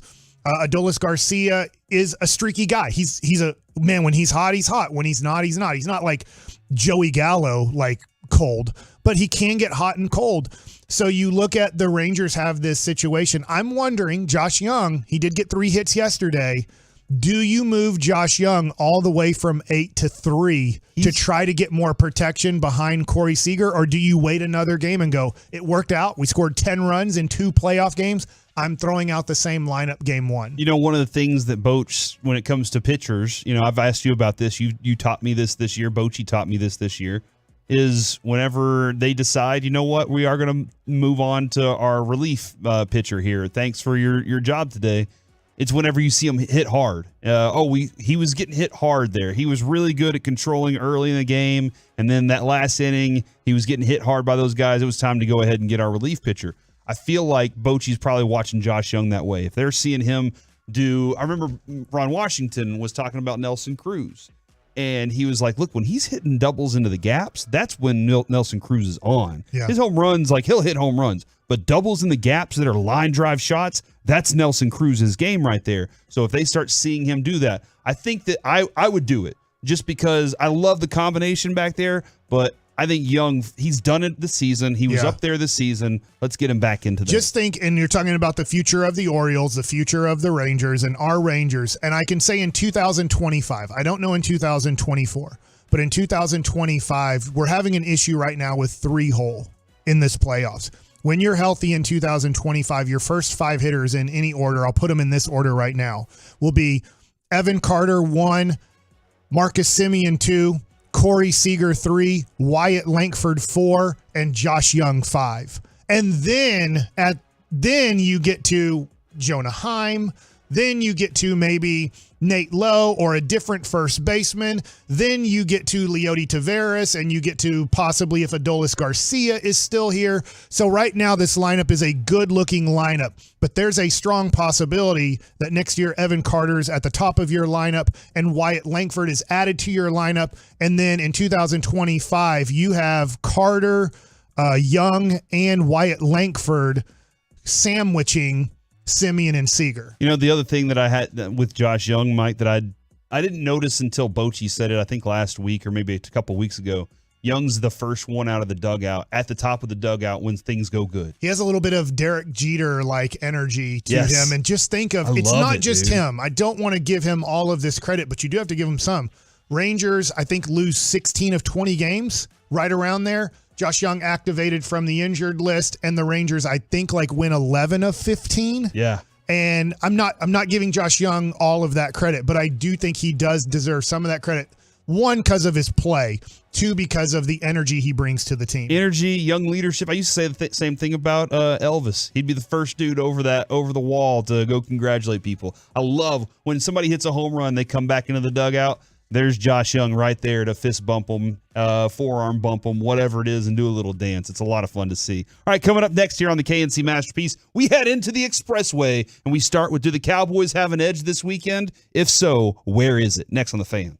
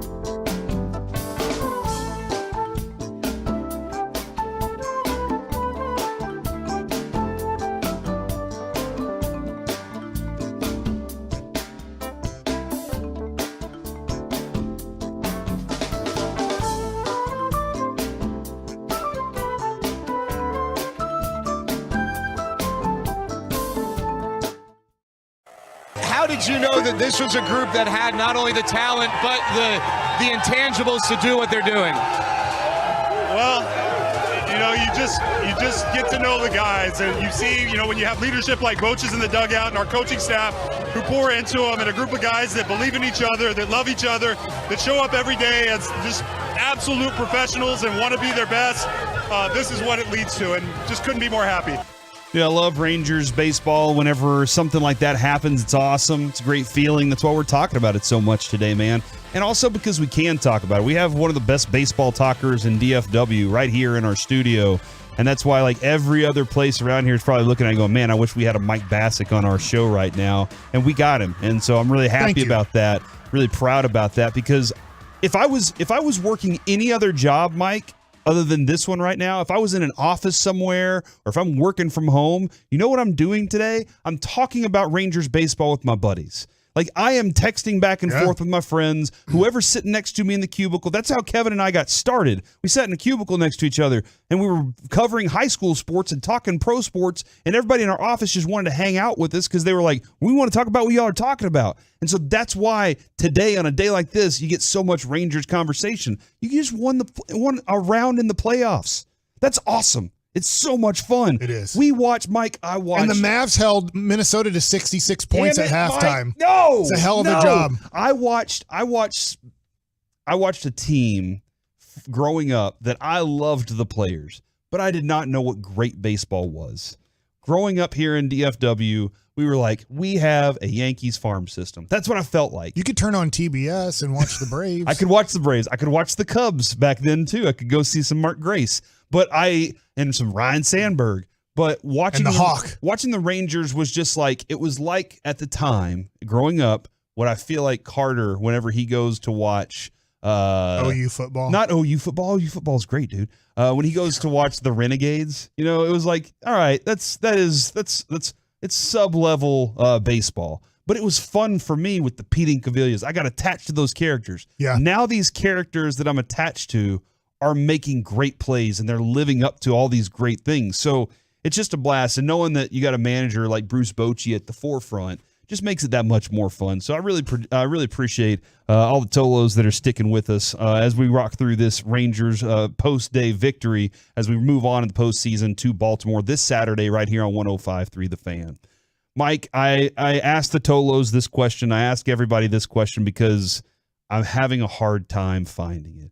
Do the Cowboys have an edge in the game against the San Francisco 49ers? If they do, where is it? Well, I believe that the Cowboys pass rush, the defensive front, maybe I'm wrong about this, but I would say is better than their offensive line in passing. Mm-hmm. All right. Now, you've heard me. I've criticized Dak. I've said Dak is an uninspiring player to me at this point in my kind of Cowboys watching and fandom. I get he's good. I get that the players are inspired by him. The players on the team love him, and that's what matters. It doesn't matter that I'm uninspired by him. I'm not on the team. Yeah. They're inspired by him. Dak's better than Brock Purdy right now. Brock Purdy might end up being better. At the end of this year, we might look at both quarterbacks and go, dang, man, Brock Purdy is turning into a really good quarterback. In fact, he might even be a top 10 quarterback in the NFL, which Dak lives around that number 10 area. So right now, you're better at quarterback. I think when you're going matchups, because if you look at, is their defensive front better than our defensive front? Man, it's super close. Our secondary versus their secondary. With the loss of Trayvon Diggs, I would say our secondary is better. With the loss of Trayvon Diggs, I'm not sure now. It's very close. These teams are very close. And that being said, if these teams are very close, they're way better at running back. Nothing against Tony Pollard, but Christian McCaffrey is a super stud. And then they have a couple backups. I'm sorry, I'm drawing a name on their backup running back who's a pretty Elijah good, Mitchell. Yes, he's I think a really good backup too. Is our quarterback is better, or the Cowboys quarterback. If you're not a Cowboys fan, you know the Cowboys quarterback, Dak Prescott, is better than Brock Purdy. You have that advantage, and Dak has to take advantage of that advantage because it comes down to these are two very good defenses, and they both have weapons on offense. Can Dak be better At some point in your life, Dak, you're going to have to be better on the road versus a team that's as good as you. If not, you go into the Tony Romo category. Yeah. I think when it comes to Dak Prescott, Mike, specifically, I understand when you watch guys like Mahomes, Rodgers, the guys that have had those drives that it was just like, we need this drive to go down the field, win the game. He has to be the dude that's making all the plays. It's just like, okay, in the moments, in the playoffs at least, he's let us down. Yeah. And you can say, well, the defense, whatever. Right. Like, that's fine. Things happen. Yeah, I get it. Yeah. But he was the one who decided to scramble and run the clock out in the first. He had the ball in his hands, man. He had the ball in his hands. He's the one with that opportunity. And I also understand they called the play where Zeke had to block as the center. Like, I get that. But the thing that inspires me about Dak is like how invested he's 1,000,000% invested in this team, right? Like, he wants to be the Dallas Cowboys quarterback. He wants to be the guy leading these guys. I just don't know if he has that next gear. And so I do, but I agree with you on the front of Purdy. Purdy is, people keep saying he's a product of the Shanahan offense. And I agree with that to a certain extent. And it was Babe Laufenberg this morning that said something that I've been thinking for a while. There have been other quarterbacks in that didn't work out. Right. That weren't nearly as good as even Garoppolo. Yeah. That failed and didn't do it right. I mean, even Trey Lance didn't get it done right with the San Francisco. I know he had injuries, but he didn't look great when he had his opportunities. Right. Brock Purdy has looked good. So I'm not saying that he is transcendent. I'm not saying that he's a guy that's the next Tom Brady, but he knows how to play in that offense comfortably and let their defense. So when I'm looking for that edge, I can't look at that and say my quarterback has a distinct advantage there. Okay. I hear you. And I will say this about Brock Purdy and about Dak Prescott. The goal, I know I sound like the former Jets coach, but you play to win the game. And I do think this, we get so stats oriented because of fantasy football. Fantasy football has been going on now strongly for 2 decades. Mm-hmm. I remember playing it, my first time playing it in 1999 when I was in AA in Akron. So I know that it's been around for a while, but I look at fantasy football and it has distorted people's view at times on what the quarterback is supposed to be doing. And so if a quarterback like Brock Purdy throws for 220 yards and you go and he had 2 touchdowns. Or 1 touchdown. Let's say one touchdown. And you're just like, well, he didn't play very good. And you're like, they won 30-7. Like, I don't know. You need to go back and watch. Well, he was 19 of 29. That's only a 65% completion rate. You're like, do you want to go back and watch the game and you tell me when he should have been throwing the ball deeper more or should have been taking more risk? There's only 17 games in an NFL season, and then the game can dictate, and this goes to Dak Prescott's numbers right now too. He's only had 1 game where you really needed him to save your team. You needed him to throw for 340 yards and 4 touchdowns, and he didn't do it. And the Cowboys lost, and it's not on him. The whole team played bad that game. Mm-hmm. But there's certain games where you go, dude, going into this game, most likely when you're playing Kansas City, you're going to have a great game as a quarterback because most likely you're playing the best quarterback of your generation. But sometimes the game dictates that the quarterback's numbers are not going to be spectacular. And then you run into people that don't really understand how to play professional sports and don't really follow it with an educated view. We'll start going, well, look at the numbers. Just look at the passing yards. Look at the touchdowns. And you're like, let's go back and individually break down each game and go, you know what? He needed to throw for 100 more yards in this game. He needed to throw for more touchdowns in this game. Or did he do what he was supposed to do to win? Yeah, no, I think you got a really valid point there. You know, as I continue searching for that edge that you can say, all right, offensive line versus their defensive line. I know I just saw Tyron Smith out there. The way they wanted this offensive line, they're all in pads this week right now for this weekend. I know Jerry said earlier in the week that it was a little iffy. We'll ask him tomorrow when we're at Buffalo Wild Wings. We'll ask him about Tyron Smith and his possibility of playing. But then I'm like, man, their defensive line's really good. And then I go, but our defensive line's really good. Right. But these are very similar their teams. offensive line is very good. Yesterday, Mike, when Adolis Garcia, I do the same thing. When he hit his home run, I felt like I heard 7 bats break, and when he hit it, it had the sound. I distinctly remember this. I got lucky, Alex on the board with us today, and you'll probably hear a lot more of him. But I got lucky to face Mike Bassick on the Frisco Rough Riders field. And I made a bet with him when we were a night show that I could hit 7 out of 10 off of him. I got 4. Mike still says I put 4 in play. I say I hit 400 off pro pitching. They were 4 hits because there was no defense. There wasn't anybody out there. But one of them, I think, was foul. There was a moment whenever we were walking up the stairs to the batting cages, and we hear this just whack. And Mike goes, "That's a pro hitter right there. That's not." This was at Dirk Nowitzki's game. He's like, "That's not Tyron Smith. Dude. That's not Dirk Nowitzki hitting. That's a real hitter." And when we got up to the cage, it was Pudge, and he was like, "You can tell the difference between a pro hitter and that." And that's what I heard in Adolis's home run yesterday. I don't know if you heard the same sound, but I heard it. And saw a hanger, and we bang it. And that's what Sunday night's about to be with this game. This is going to be a hard-hitting 2 defenses that want to show that they are the dominant one out on the field Sunday night. I don't know what records are after you play San Francisco lately, and we'll worry about that the next week. But I just remember when you play some of the most physical teams over the last 2 or 3 decades or so, the next week you have a bad week because you're so physically beat up from playing that style of football. So this is one of those games, this San Francisco game. There's a lot of meaning into this game, and there should be a lot of meaning into this game.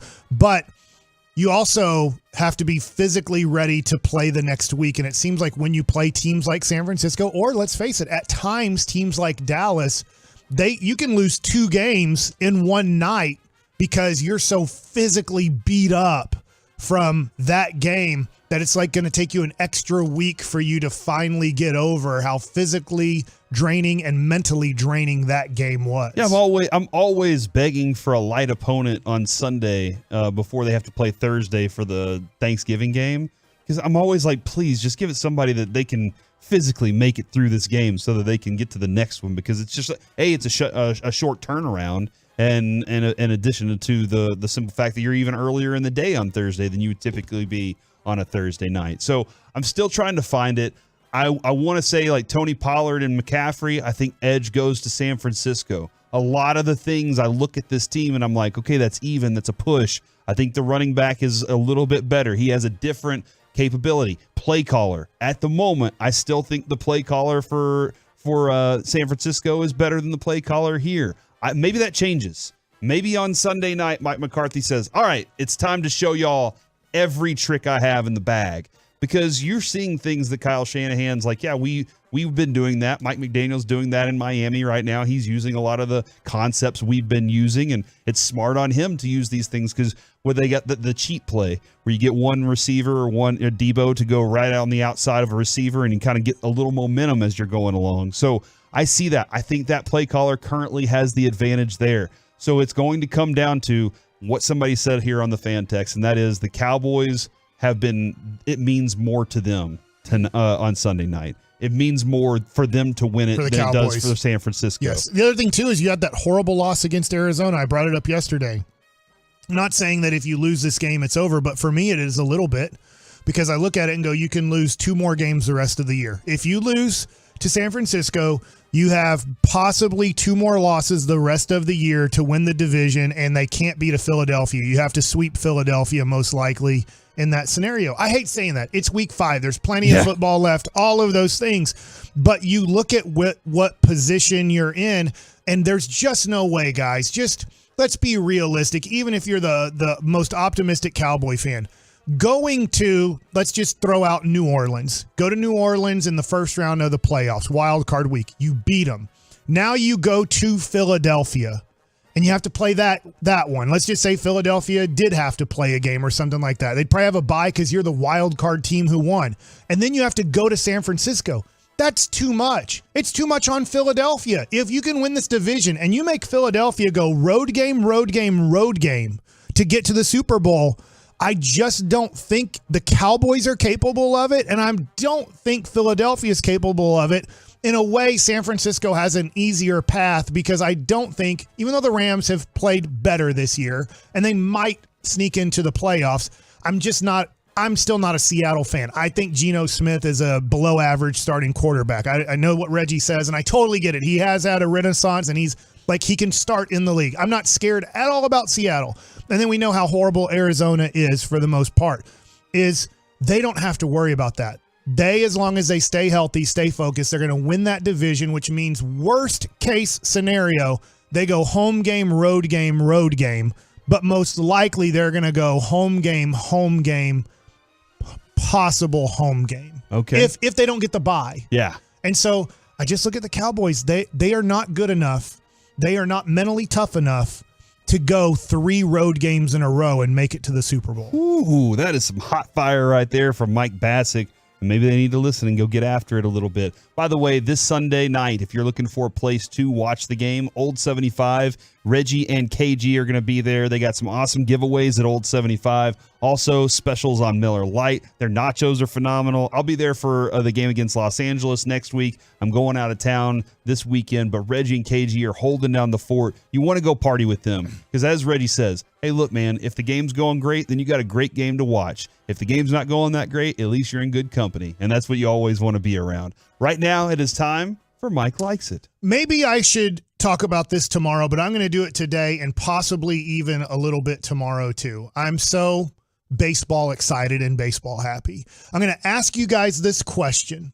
And Alec, you can answer this question too, because I know you're a fan here in the Metroplex too. And Alec, I don't know you well enough. Did you grow up in the DFW area?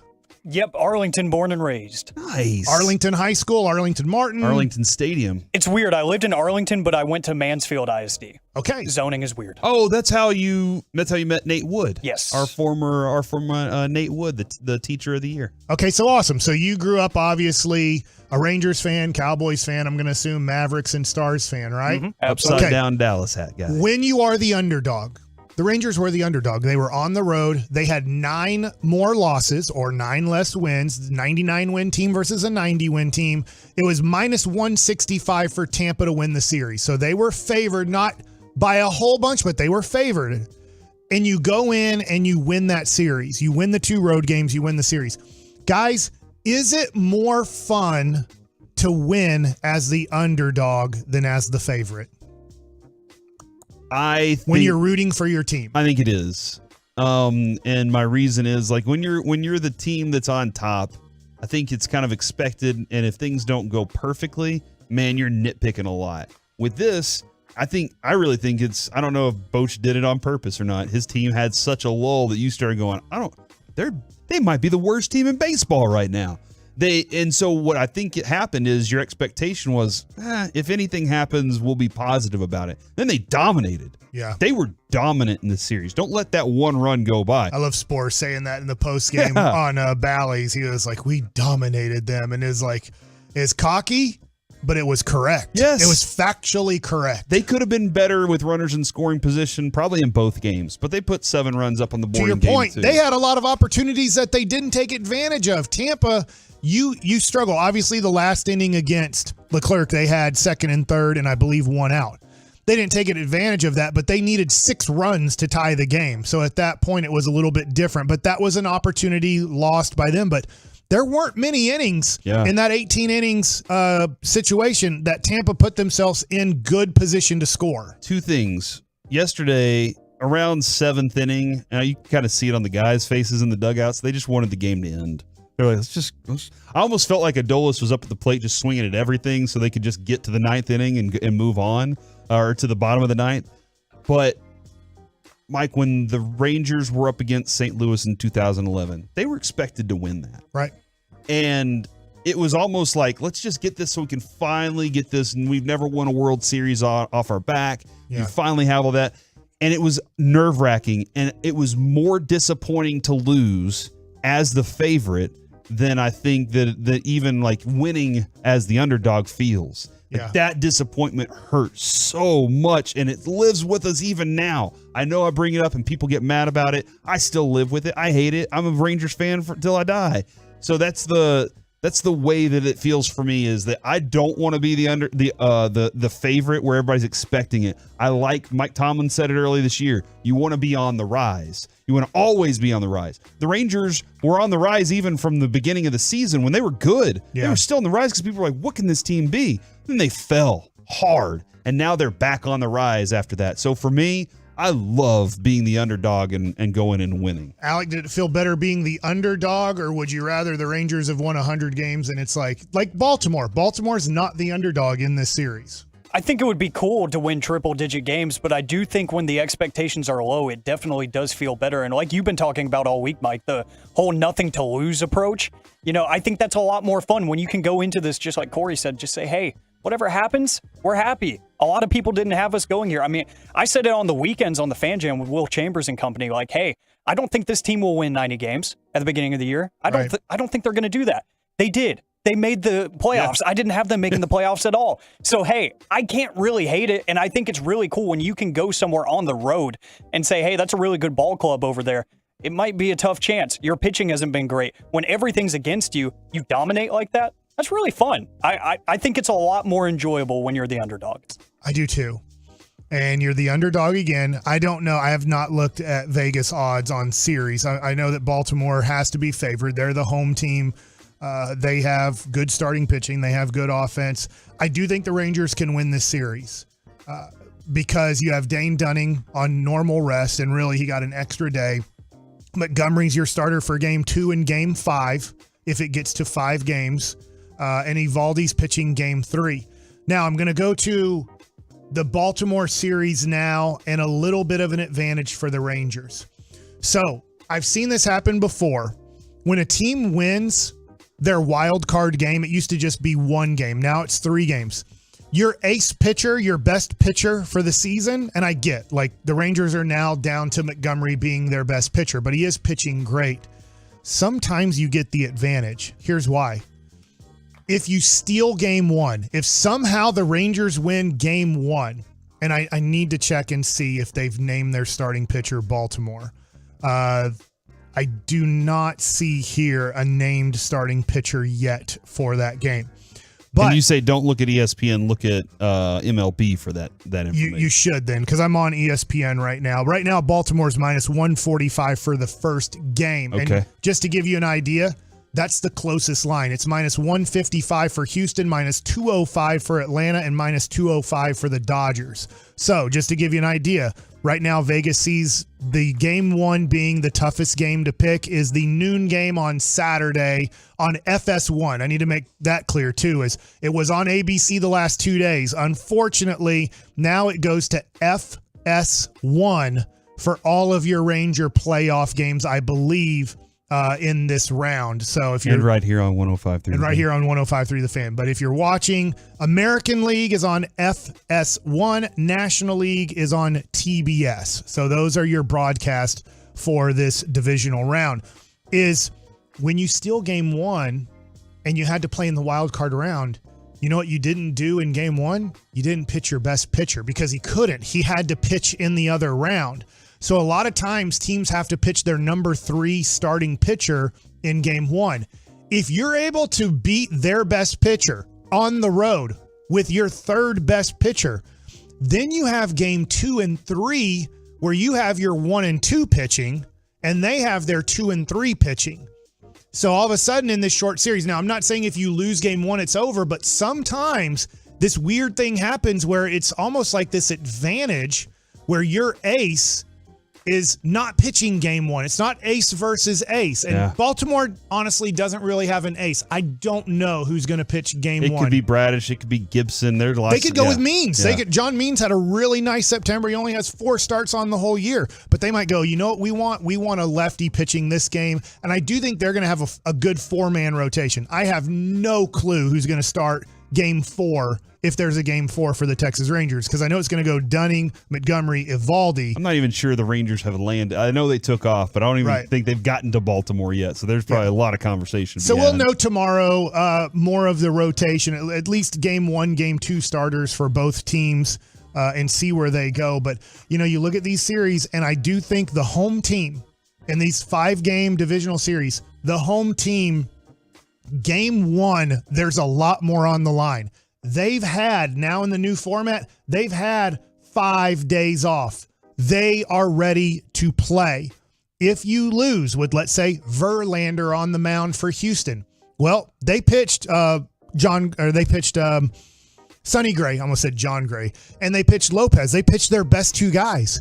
Well, those 2 guys are set up for game 2 and game 3 when they get back to Minnesota. So Houston, who stunk at home this year, they are favored, but if they don't win game 1, now all of a sudden they're looking at Minnesota's best 2 pitchers pitching game 2 and game 3 against them, and game 2 starting pitcher, because of the off days, is on normal rest for game 5. So your ace can pitch game 2 and game 5. They still get 2 games in the series. Verlander's going to get 2 games in this series, or Framber Valdez, but I'm assuming it'll be Verlander.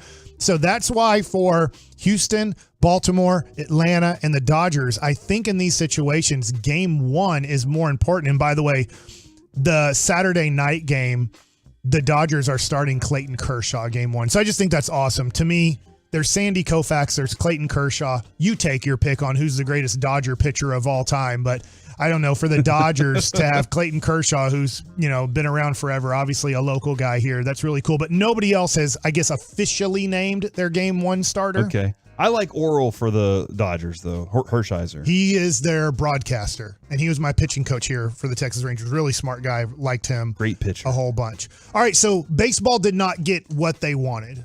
Oh, they didn't. They did not get a deciding game 3. Every team went 2-0. That's wild. That's very wild card round, to do something like that. Yeah, so unfortunately today you were hoping to have probably a couple games. Obviously not the Rangers. When the Rangers were playing yesterday, you did not want them to play on Thursday. But the Twins win 2-0, and Corey, you had a play. I don't know if you have this later in the show, but we can do this now. You had a play that you were really intrigued by. Uh-huh. Oh, the Sonny Gray play. Yeah. All right, let's go to the Sonny Gray audio real quick, because Sonny Gray decides in the last moment, he was like, you know what? We're going to make something happen here. Carlos comes in after the first inning, and he's saying, hey, listen, trust me. They can't hear. You can't. The place is so loud. They can't hear the third base coach say back.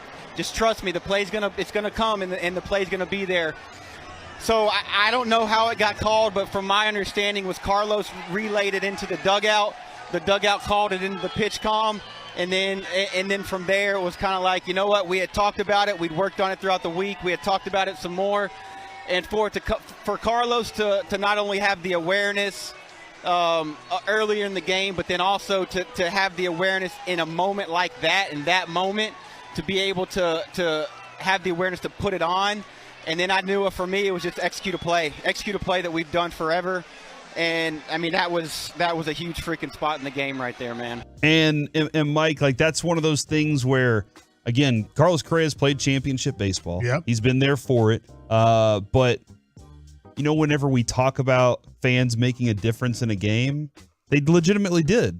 He says they couldn't hear the guy, the third base coach or the first base coach yell back. I don't know who's watching in that instance, but they couldn't hear anything. The first base coach is watching the shortstop. The third base coach is watching the second baseman. Now, can't hear either of them. If there's a runner on third, then the third base coach does not have responsibility at second, because he has to watch the third baseman and has to watch the pitcher and make sure nothing happens there. If there's runners on first and second, the first base coach is watching the first baseman to make sure there's no back pick. He can kind of have a little bit of peripheral vision on the shortstop, but most likely your responsibility is going to be the first baseman, and then the third base coach's responsibility is the middle infielders, and saying careful if there's movement, which means you don't have to go back because they're not picking yet, but guys are moving towards the base, it could be happening, and then you scream back if you see a guy breaking hard to the base. But that timing play is an interesting play. So you work on it a lot in spring training. It can be done multiple ways, but the most common way is I turn and look at my middle infielder, whoever is holding the guy on. And I can't stand when you get to ninth grade and dumbass kids are holding the guy on second base by standing there. Please, if you're a coach and you're listening, never have a kid standing on the base if they're 14 years old or older. Like, you've gotten to the point where you should be able to hold a runner on second without having to stand there. Next, you're looking at Carlos Correa. You know the play is on.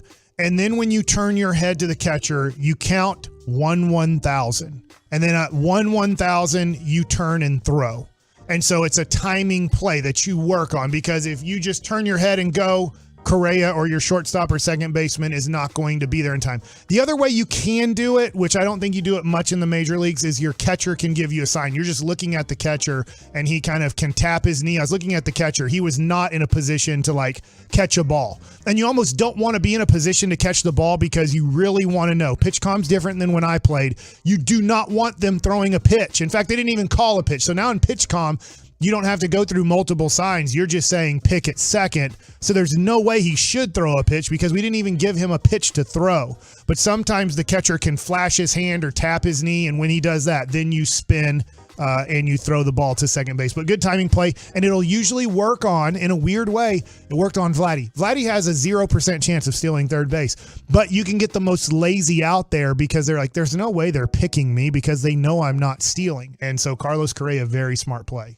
It was a lot of fun to watch that and hear Sonny Gray break all that down. There was one moment where he was at the podium kind of giving that exact same story, Mike, and he goes, and then I just was waiting to let it all happen. He didn't want to give away whatever the thing was, like waiting for the signal or waiting for whatever. He was like, just to let it all unfold. All right, coming up next here on the KNC Masterpiece, it's time for the C Block, starring me, but also Mike and Alec. Regrets from all 32 NFL teams next in the Fan. Hey, what's up?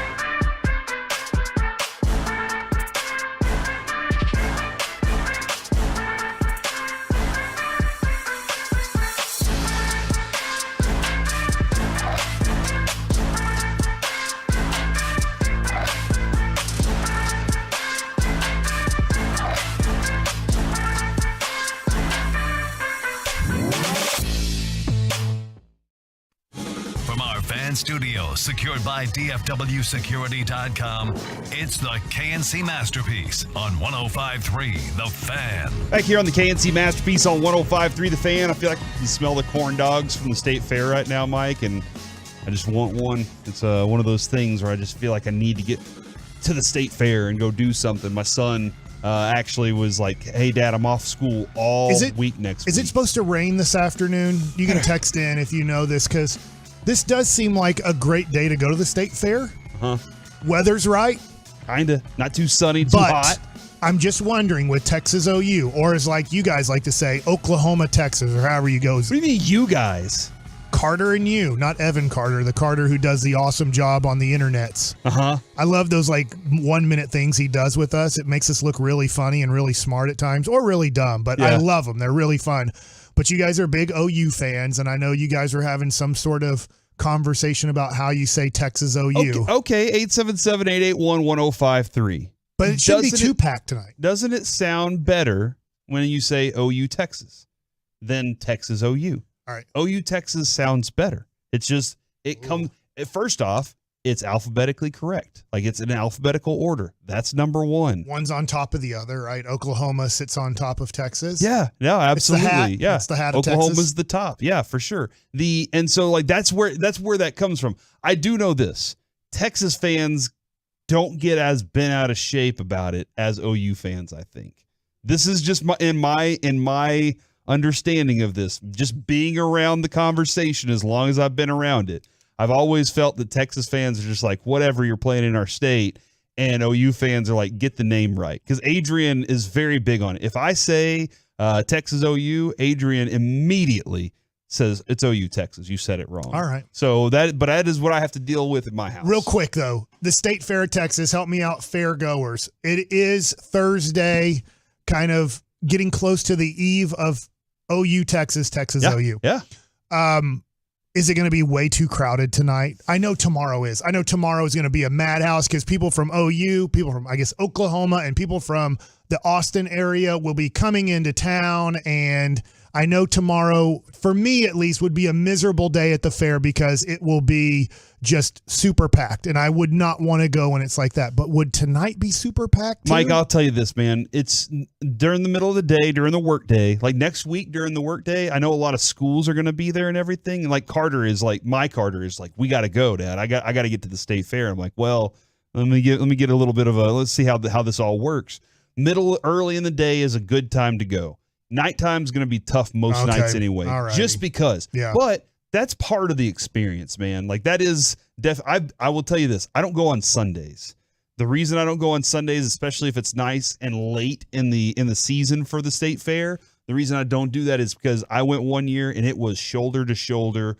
I felt like it was just sardines packed in next to each other. And I told Adrian, I said, I can't do this with a stroller for one. It just makes it too difficult. And for two, it just took away from the experience of, I like to see the fair. I like to see what's going on. And when you're kind of packed in like that, it's really tough. Saturday nights are tough because everybody's going on date nights down there. But there are some really, I think Fair Park also does a really good job of making sure that they open up for like Irish Fest. They had their Winter Fest that went on last couple of years. Fletcher's Corny Dogs and all those fun treats aren't out there, are they? There are a lot of fun treats out there, and I think they have some, but just not the same as like the State Fair. That environment. It's not that quite the same, but it's always fun to get down there.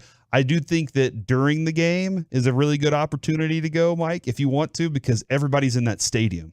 Now, halftime, if the score's wild, everybody pours out of the stadium, or half the stadium's pouring out. Right. Should be a competitive game this year. Yes, it should be a very fun, competitive game, and I see a lot of people chiming in on the Texas OU conversation, the OU Texas, putting anything on Oklahoma before anything Texas is never right, is what one person. This is going to be fun. Tomorrow we're going to discuss this game, Mike. So be ready to discuss this game a lot more tomorrow. All I was saying was that I was excited to get an opportunity to get down to the State Fair because I can see the Ferris wheel rolling from where we are. I did see this too from the 214. Just want to let you guys know my company, Aimbridge Hospitality, put out an offer to volunteer at My Possibilities Day of Inclusion. Because of y'all and being a Tolo, I instantly volunteered, and I'm super excited to help My Possibilities. Thanks for all you do and the great midday radio that y'all give. So thank you very much. And I just got a text back from my wife, and she said that Aimbridge Hospitality is somebody they work with all the time. So she's really excited about that. So that's awesome. That's really, really cool. Mike, I did see this, and I wanted to kind of get your thoughts on some of these regrets that have happened for the NFL season. The one glaring regret for all 32 NFL teams after 4 weeks. Okay. I wanted to start with Arizona, not because it's alphabetical. Beating the Cowboys. Well, not necessarily that. Trading for Josh Dobbs. Josh Dobbs has actually been better than they wanted him to be. They had Colt McCoy, right? And they're like, hey, we're going to lose this season. But if we go out there and start Colt McCoy, he might actually win a couple games. We don't need that. So let's go ahead and get this Josh Dobbs kid. And he has been a perfectly suitable replacement. He has actually done a very good job. Do you think that Arizona regrets not just winning against the one game against the Cowboys, but having Josh Dobbs? Or do you think that maybe they're thinking, hey, can we ship off this Kyler kid? No, they want Caleb Williams. Yeah, I do think that Kyler is going to be in Washington next year or a place like that. That said, dang it, we like our team, but we don't like our quarterback, and we don't luckily have a lot of committed to this quarterback. Like the Giants will regret tremendously Daniel Jones at the end of this year. So I do think there'll be teams that believe in a Kyler Murray, because they're like, the Arizona Cardinals are one of the worst organizations in football, and we think that we can have him right, and that video games will not be the most important thing in his life. And so look, Arizona with Dobbs, fine. Let's move on, but I don't think it's that big of a deal. They're going to lose 12 games or more. The Baltimore Ravens, their biggest regret is running afoul of the injury gods once more, or maybe having a below average training staff. Okay. I mean, I know that Dobbins is hurt. Who else is badly hurt for them? Does it list like Dobbins out for the season? Bateman, Beckham, Andrews, Owe, Beckman, Williams. That's not their fault. They were dumbasses for signing him. I told every Cowboy fan, stop being a dumbass about Odell Beckham. He's a hurt player. He's always going to be hurt the rest of his career. He would have worked with a star on his helmet. Yeah. He would have been fine. The injury gods would have kept him. Sorry for saying dumbass. You guys are just not the smartest. Mike, when it comes to the injury gods, I know you are a man of faith. Yeah, he's just Justin Fields. But their coaching staff might be worse than Justin Fields. But Justin Fields, I think, unfortunately, he admitted he does not understand football. And that's always tough from that position when you say, I don't understand what is asked of me at this level. I just want it to be simpler. Yeah. I'm sorry. There's Micah Parsons, there's Bosa's, there's Myles Garrett's. This is very complicated. This is such a tough position. That's why when we look at Dak and people say Dak stinks, Dak's one of the top 15 quarterbacks in the NFL, wherever you want to put him. And there's 32 spots for quarterbacks. When you have to have ability, but the brain has to be there at this level. You can't Vince Young it. Vince Young learned very quickly, and he never did learn, oh, crap. I have to run away from these guys. I actually have to know a lot about football, and I just don't want to or don't have the ability to learn this game. You said it yesterday. You lived baseball, and you have to live football. Yeah. When you throw tops 89 and you live at 86, you better have an idea on how to get people out, because it ain't going to be, here's mine, where's yours? Yeah, I got to work on my sequencing here. Cincinnati Bengals, their probably biggest regret is Joe Burrow's lacking of calf strength. Yeah. That's tough for him right now. And the Cleveland Browns handing Deshaun Watson $230 million fully guaranteed before his first snap with the team. Bad mistake. That stinks too, especially whenever he says, hey, I'm not playing. You're medically cleared to play. And he says, yeah, but I'm not going to. And you're like, but we already paid you all this money. He's like, isn't that a situation for you? Huh. All right. Watson. The Dallas Cowboys. Their Trayvon biggest Diggs. regret. I disagree with this 1,000%. Losing to Arizona. Losing to Arizona is probably going to be a massive regret for them. Not adding extra cornerback depth behind Trayvon Diggs and Stephon Gilmore.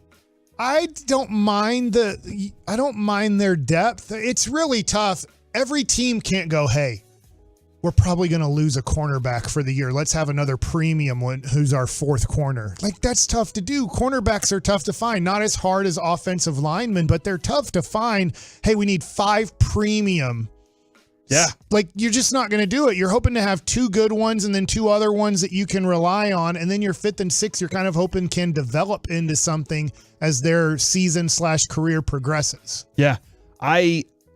What's interesting here in this line is maybe Sunday's win was the start of Bland's ascension as the next link in a chain of dominant defensive backs in Dallas. And I don't know that that's necessarily like this last week wasn't his first time to play. Yeah. I mean, he's been in the slot. He's been doing a lot of other things too. But last year, he was really good. Yeah, and the other thing, too, is the Cowboys do make life usually a living hell on the quarterback. Mm-hmm. And when you do that, it takes pressure off of the cornerbacks. You said this about the Cowboys scouting and really good. You always talk about offensive line. Probably the best. And their first round picks, like they seem to nail their offensive line. They can't miss, man. Especially when it comes to the first round. But now here that you're looking at cornerbacks that the Cowboys have kind of added to this. I know Eric Scott's a kid that we're kind of watching potential here, but it looks like Will McClay or whoever's got that in their hands has found a groove with secondary, man. For sure. Yeah. They found Diggs in the second round, right. Got very lucky that he fell. They were going to take him in the first though. Yeah. And they just signed him to a massive contract. The injury, you can't. Like, that's unfortunate. Yeah. And unfortunately for Jordan Lewis, he hasn't maybe developed into the guy that we hope, but a lot of it has been because he gets too hurt. Yeah. But then, I mean, to have Bland as a follow-up and, Lewis is back in that action and you're looking at the depth chart, you're feeling pretty good. I hope they continue to do that. What's to San add those Francisco's names in. one? San Francisco, give me just a second to get to San Francisco here, Mike, because I'm not sure what their regrets are at this point. The San Francisco regret trading 3 first-round picks to draft Trey Lance. That makes sense. And that was a while ago. Right. That's this year. That's not but a this year kind of thing. The reason they're putting it at this year is because the Cowboys gave up their 4th. Yeah.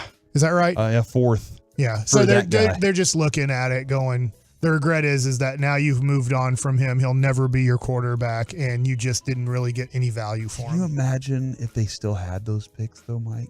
As good as that team is right now. Yeah. And how they look built at quarterback and all these other pieces that they put in. Yeah. How terrifying it would be that they're just like, and we're continuing to add first-round picks here. Yeah. Good God. Well, that's the scary part about the Eagles. They did have to lose some players because of cap situations, but then they had the 9th pick and maybe took the best defensive player in the draft with the 9th pick. Yeah. Yeah, it's wild, man. All right, coming up next here on the KNC Masterpiece, when is it okay to get ejected? We do that next on The Fan. They are 3.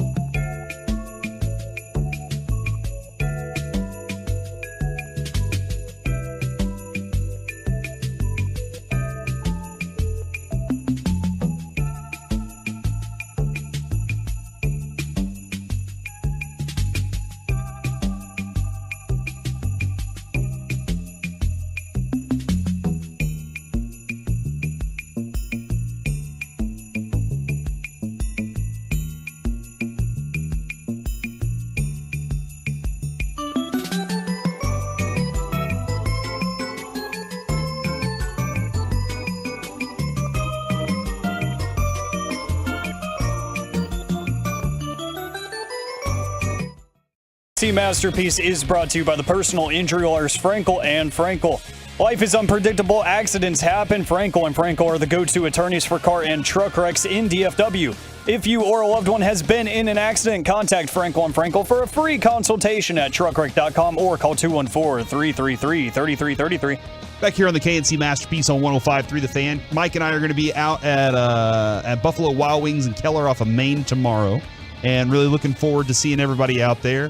I know Sean and RJ have their Firehouse tour going on as well. Next week, right? Next week, I'm looking forward to getting out for that. And then this Sunday night, Old 75 Beer Garden with Reggie and KG. Look forward to that as well. And don't forget, man, whenever it comes to the Cowboys pregame, we stack it up really well. Melissa Stark will join the crew live from the field, and there's going to be so much more going on with the pregame. You got Babe, you got Brad Sham, Christy Scales, Zach Wolchuk, and Brian Broaddus breaking everything down as they lead you into it. And then that postgame show, man, Eric and hold on, are we on Zach Wolchuk? Yeah, that is the halftime. All right, so and then Zach in the postgame show. Eric does a great job on the pregame show there. I was just got a little confused by some of the stuff I was reading there, but this is a big weekend for DFW and for the fans. So it's a great weekend to be around it, and part of it, just have it turned on the entire weekend long. Thanks so much for being here with us, Tolos. We always appreciate it. I heard Sean McDonough on Sean and RJ and Bobby yesterday, and I did hear the moment when Sean was having a conversation about Tim Kirchin with him, and he was like, hey, he just sounds like he has stories on everybody. Like he could just tell a story about everything. I will tell you this, because the Rangers were winning 7-1, for us, it was super exciting. If you're a baseball fan, it's not super exciting. Okay. You're like, dang it, right? I memean, if it was, let's just say Seattle, it would have hurt our hearts to even watch. But let's just say it was Seattle and Tampa, and it's 6-0, it's 7-1. You're just like, oh man, I was hoping to see a great baseball game. The last 3 innings mean everything. But Tim Kirchin kept you engaged by stories of working at the Dallas Morning News and working with Bochy, and talking about Bochy he had the only helmet that could carry 6 beers in it because of his head size. Like, he is just ice and a 6-pack of beers. Mickey Rivers asked him for $2,000 in spring training in 1982. He's like, I only make $12,000 from the Dallas Morning News. I do not have $2,000, Mickey, to loan you. Like, unbelievable by Tim Kirchin. A+, being able to try to keep an audience engaged with somewhat story time during a 7-1 ball game. That's one of the reasons I've always really enjoyed whenever we were working nights. I would come in late and I would be listening to Eric Nadel, Matt Hicks, and Jared during the game. And some nights, Mike, you're like, this isn't going too well. This game, it's already second inning. It's a blowout. What are we going to do? And there's Eric and Matt and Jared having fun. One night they were talking Star Wars, and it kept me captivated. And I was like, this is what I'm talking about, man. You got to have – that is why they've always called baseball the talking man sport. Brad Sham says that football is a march. You have to, get everything in order, and then you're on to the next one. You just keep marching the entire way. When it comes to baseball, it's a talking man sport. Now, obviously, the pitch clock changed a lot of that this year. Great job. And it sped everything up. But in those moments where it's time to have to enjoy the conversation – it's still that sport where you can have a conversation. I don't know how long. You talked about that with your family, too, when you went to the game. You said you could have a conversation and watch a game. I think it's a great – because basketball, hockey, the game's moving quickly. And so it is great for action-wise, but to have time to just kind of have a fun discussion and kind of goof off and look at the scoreboard and see where a guy's from or the year he was born or, just stuff like that. Especially when you're with people who are just kind of casual fans, the game of basketball and especially hockey move too fast. Football, there is plenty of dead time, but there's like an intensity to the game that doesn't maybe allow you to have just kind of casual conversations. But yeah, during that game, I wanted to bring this up though. Sean McDonough did make mention of being on with Sean and RJ. He did make that mention, but also he had this to say about the Tampa Ray fans. He was even mocking them a little bit. And on to third goes Sager, and some boos starting to come down from the group. I'm not sure we could call it a crowd. The group here at the Trop. That and Mike, I know I know the stadium's not great. Yeah. B, that area may not be necessarily the biggest of baseball fans, but on top of that crowd was dismal again, and they were getting taken out of this thing, and they didn't even show up to try, man. So I stayed with this guy when I was in spring training in that area, Steve Foucault. Now, most people will be like, I don't know who he is. Foukie. His nickname was that. He played on the Texas Rangers in the 70s. He's one of my dad's good friends and teammates. And so he lives in that area. And he was just talking about not only does the stadium stink, but it's just so tough to get there. There's bridges that it takes you a while, and there's so many bridges you have to go through to get to that stadium. It's miserable. And they're building the brand new $1 billion stadium for the Tampa Bay Rays in the same area. Oh, gosh. So most of the people that live there are like, is it worth it? Is it worth it to take an hour drive there and then with traffic, an hour and 20 minute to an hour and a half drive to get home? So they're like, look, you're looking at a 3-hour game, and then you're looking at 2.5 hours in your car, give or take, to get to the stadium and get back from the stadium. And so a lot of people there that even do like baseball are like, I just don't want to put up with that. I don't want to put up with the traffic and the bridges, and nobody lives like there. They're supposedly in the new stadium. They're going to try to build a Tampa Live or a St. Petersburg Live. They're going to try to make their more entertainment district, more things to do. Hey, get here and hang out. We have dinner. We have after the game. You don't have to just immediately get in your car. And then they're going to try to supposedly build apartments, condos in that area so that they have people living near the stadium. But that's a lot to ask if you build 10,000 apartments / condos to be like, all right, we have 15,000 people living near the stadium. Can all of you get season tickets to the game? From the 806, Corey, imagine driving 2 Rockwall bridges in traffic to get there. It's a nightmare. And yes, I used to work in Rockwall. I used to see that. It was miserable. I know a lot of people work or deal with that on 30 all the time. Well, that was another thing too that I started kind of like as I was watching it. Kevin Cash, the manager for Tampa, looked like he was like hiding. He looked like he just wanted the game to be over with. I know there was a lot, that was happening as the Rangers, like there's Bochy just doing his thing, postseason baseball. He knows how to do it. And Kevin Cash looked like he wanted to, and at one point, Mike, I was almost like, just walk out there and start arguing and get kicked out of this sucker. Just get ejected. And that brings me to this question. Okay. When is it okay to get ejected? When is it acceptable? And it's not just baseball. Okay. Football, any other sport. Here's why. Raiders lineman Jerry Tillery was ejected on Sunday for hitting Justin Herbert late. Have you seen this? It was bad, dude. It was uncalled for. And Von Miller said Justin Herbert was hit late on the sideline and the whole team came to his defense. If that was a receiver, it might be different. If that was a running back, it might be different. But a quarterback, that's just ridiculous to go over and hit the guy like that. You can't do stuff like that on the sidelines. If that was Tom Brady, they would have suspended him. To see the whole team come to his defense, that's what you're supposed to do. If someone hits Josh Allen like that, I'm getting kicked out of the game. I'm not going to let that fly, man. Yeah. And I really love hearing that. And that brought to me the question, like, when is it acceptable to be ejected from a game as a player or coach? The most acceptable is when the game's out of hand. So the game now has pretty much been determined. You're losing in baseball by 7 runs or more, and you're to the 7th inning. That game is pretty much out of hand. Yes, people have come back from that, but very, very rarely do you. If you're in football and it's down to 5 minutes or less and you are down by 20 or more, that game is decided. If there's 2 minutes or less and the other team has the ball and they're kneeling it out, very much the way, oh gosh, who was the coach that got the penalty the other day? Oh, Saleh. Yeah. I always want to say Salah Measure. It's dude. Funny Robert how much Saleh. I want to say Salah Measury of the Mavericks. Saleh. But Robert Saleh, because the game had been determined, he hated the Sauce Gardner pass interference. He might have hated a few other things during the game. There are a lot of things to hate. But he decided, you know what? The game has been determined. We have lost. I am now. He didn't get thrown out, but they gave him a 15-yard penalty.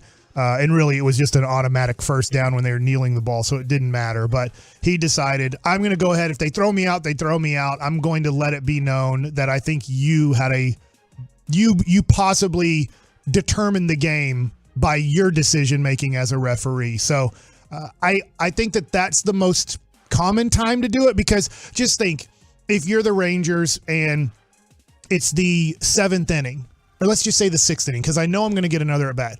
Corey Seager, who wouldn't get thrown out, but Corey Seager, who's not an emotional guy, they throw a breaking ball and it's below the zone. We see that it is a foot below the zone. It almost hit the ground, and they call strike 3, and it was 2nd and 3rd and 2 outs in a 1-run game.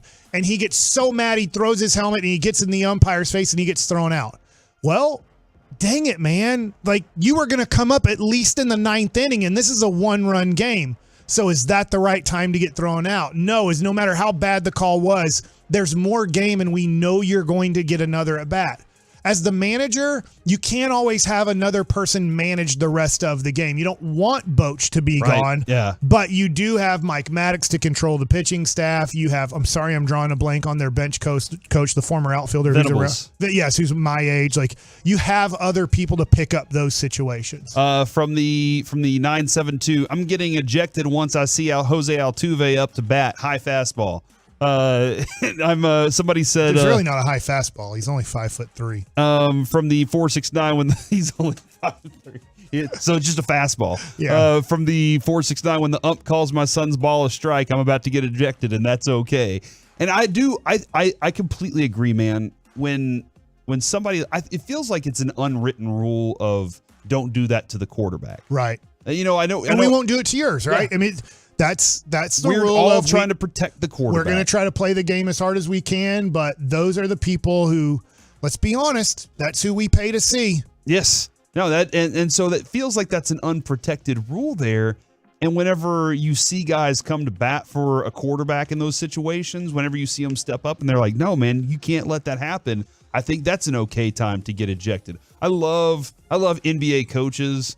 They get ejected so quickly and weirdly. They get ejected and they immediately leave. Rick Carlisle, he knew. He was very, very strategic on, I'm about to get ejected. Watch. I bet a lot of times he looked at whoever his bench coach was and said, watch this, I'm about to get ejected, and threw one of those out there. I don't like when I see, it's weird because in like the NFL, Mike, fighting doesn't get you ejected. I know there are punches thrown and stuff like that, but a lot of times the NFL referees are trying to break that up as quickly as possible and send guys away so they can get the next play on. In the NBA, a punch is thrown and you're out, dude. You know, like that's the big deal in the NBA and then in hockey, it's like, hey, everybody get out of the way. Let's let these guys settle it for a second, and then we're going to send both of them away, but neither one of them necessarily going to be kicked out of the game. They're just they're in timeout for a few minutes. The things that, like the Jamie Benn thing when he got ejected, that was a bad move. I'll tell you what, I'm super excited about baseball. Obviously, we have a great weekend of football. We got a great weekend of baseball too. But we're going to get help. Brian Ray, who works for Bally's, he's their pre and post for Dallas Stars. He works some Texas Rangers this year. He's going to help me throughout this season, and maybe I'll ask him on every once in a while for kind of a 5-minute breakdown of last night's game or what to expect or something like that. So I'm going to try to become more educated in hockey this year and watch more hockey. So I'm a little bit excited to watch this team. I've been up there at Bally's for these post-game shows for playoffs, and a lot of the people that are covering the Stars really believe they can make it to the Stanley Cup this year. Dude, it is great to have Hockey Mike back, man. Hockey Mike, and I will tell you, on the way. People aren't as optimistic about the Dallas Mavericks, but who knows, man? They might win it all this year. How's the game going, Mike? You got an update? Well, they put in all the people that nobody care about that are all going to get released, and the Mavericks made a little bit of a comeback. I think they cut it to 18. Jaden Hardy's going to cook this year, dude. My prediction is he's a 17-point guy. All right, he's an average 17 points this year. All right, and if he can do that, that's a positive. I'm a fan of his. All right. Coming up next here on the KNC Masterpiece, let's chit-chat with the fellas from the G-Bag Nation next on The Fan. Get ready.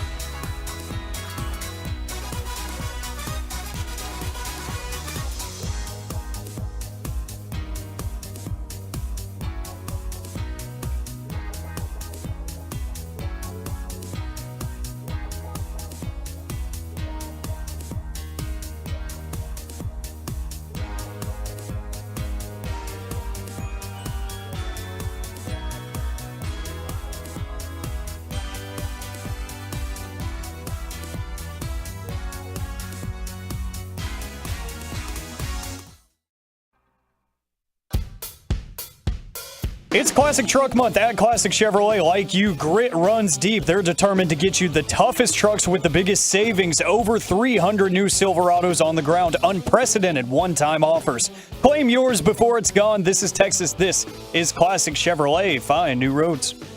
Back here on the KNC Masterpiece on 105.3 The Fan. This is the G-Bag Nation KNC Masterpiece Crosstalk brought to you by D&M Leasing.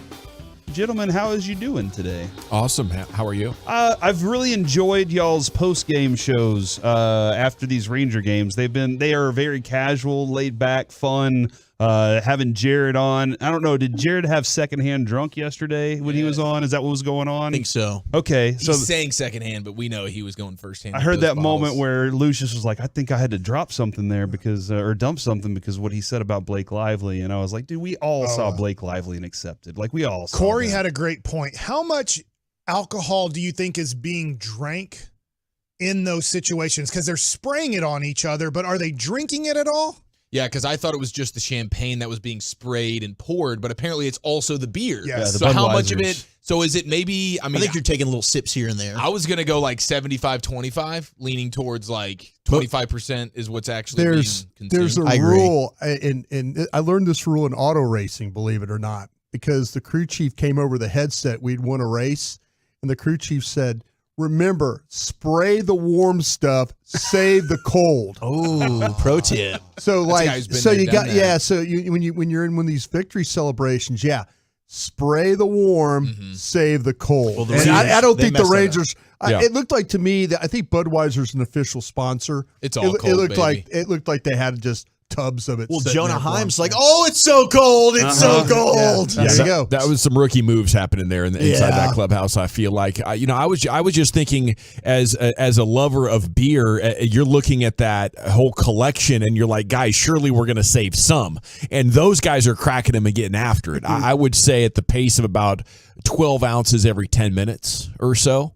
You're going to have some guys like Mike who might not be the biggest beer drinkers, and they're just spraying them around and maybe sipping a little bit. But the guys that crack them, they're going to get after it pretty quick. I've only had one situation on a team like in the majors. Cleveland, in my rookie year, we clinched the division, and we had that situation. It's funny, the drinkers, to your point, after the celebrating's all over, it's like an hour to an hour and a half. It just having They're fun. still sitting in their locker and drinking. Yeah, but they also get like a big bag, and go. they put about 12 or Yeah. 20 alcoholic drinks in their like bag. They're like, I'm taking these home. This party ain't over, and it's free. It doesn't matter. You can be a multi-millionaire, and you're like, free alcohol, I'm taking it. Sounds like that would have been Dutch based on what he was talking about with us earlier in the week.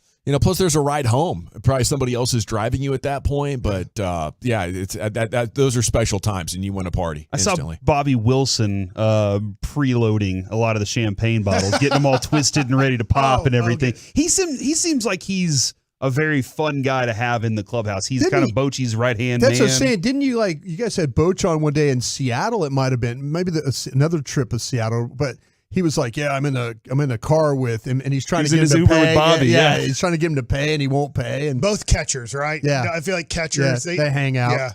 Yeah, I do kind of wonder. I heard, Emily, she was asking something along the lines to Jonah Heim about Bochy and that connection and everything. And I wonder how much of a presence he has with him and like what we could really find out with those two. It's one of those things I just mentioned. You said that yesterday as he's going through the line, shaking hands with all his players, he hugged Jonah Heim. You see Bochy hugged him like, thank you for just catching every game this whole way, and stuff. So there must be that connection absolutely between those two. You really are the quarterback of the team. The catcher is calling the game. I mean, think about it. An offensive coordinator is calling the game. Can you imagine if, let's just say, the center really called the game?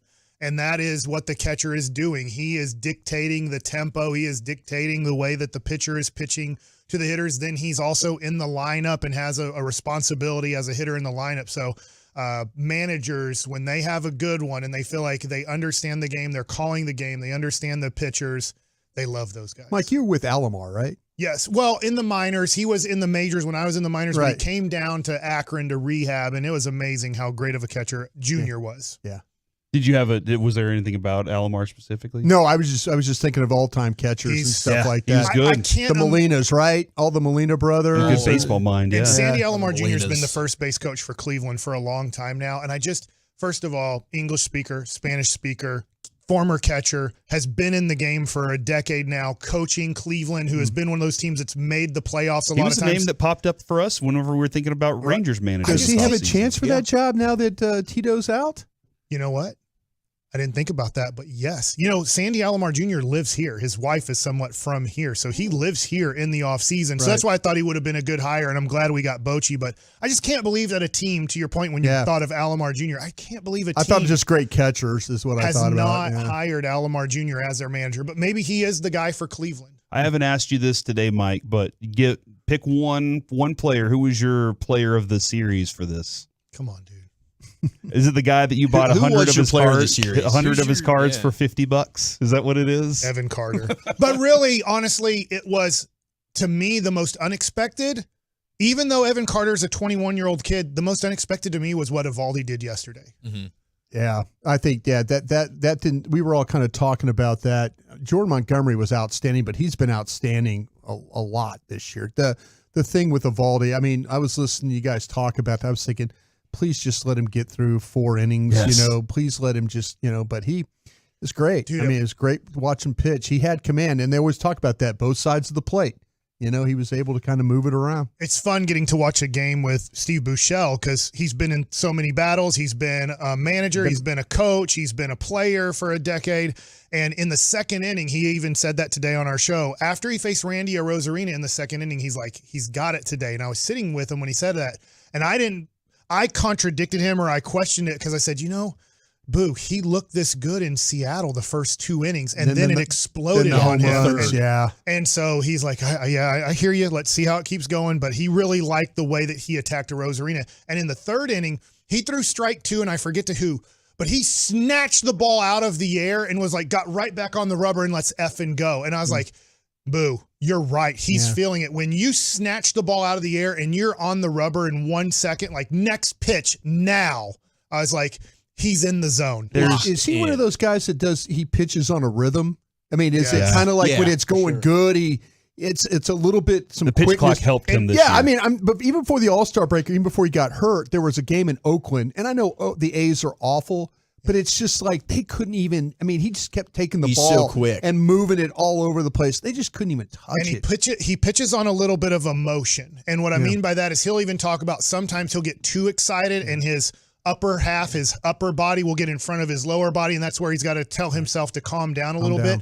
So for some way, he controls that emotion. He uses that high energy, and it doesn't get the best of him in big situations like yesterday and like Boston, where he helped that team win a World Series. So he might be one of those kind of Colby Lewis's guys that he takes his game to the next level. When you don't expect it, he can take his game to another level. Gamer. Broadus, you were saying, both sides of the plate. He also just destroyed them with throwing balls in the dirt. They were like, we have to swing at it. And he was dancing up at the top of the zone. My favorite thing when a pitcher's in that place is whenever they release and they are already turning around because they know it's a strikeout. Like you see that swagger as they're walking off to the left side, and they're just like, all right, I got that dude out. Next dude. I always watch Jonah Heim because even when they miss with one, like you're saying, in the dirt, and he gives them the encouragement, like, good spot. That's it. Throw it again. Throw it again. Put it right, and I'm kind of I watch Jonah Heim to tell if the pitcher's actually doing a good job or not. To your point yesterday,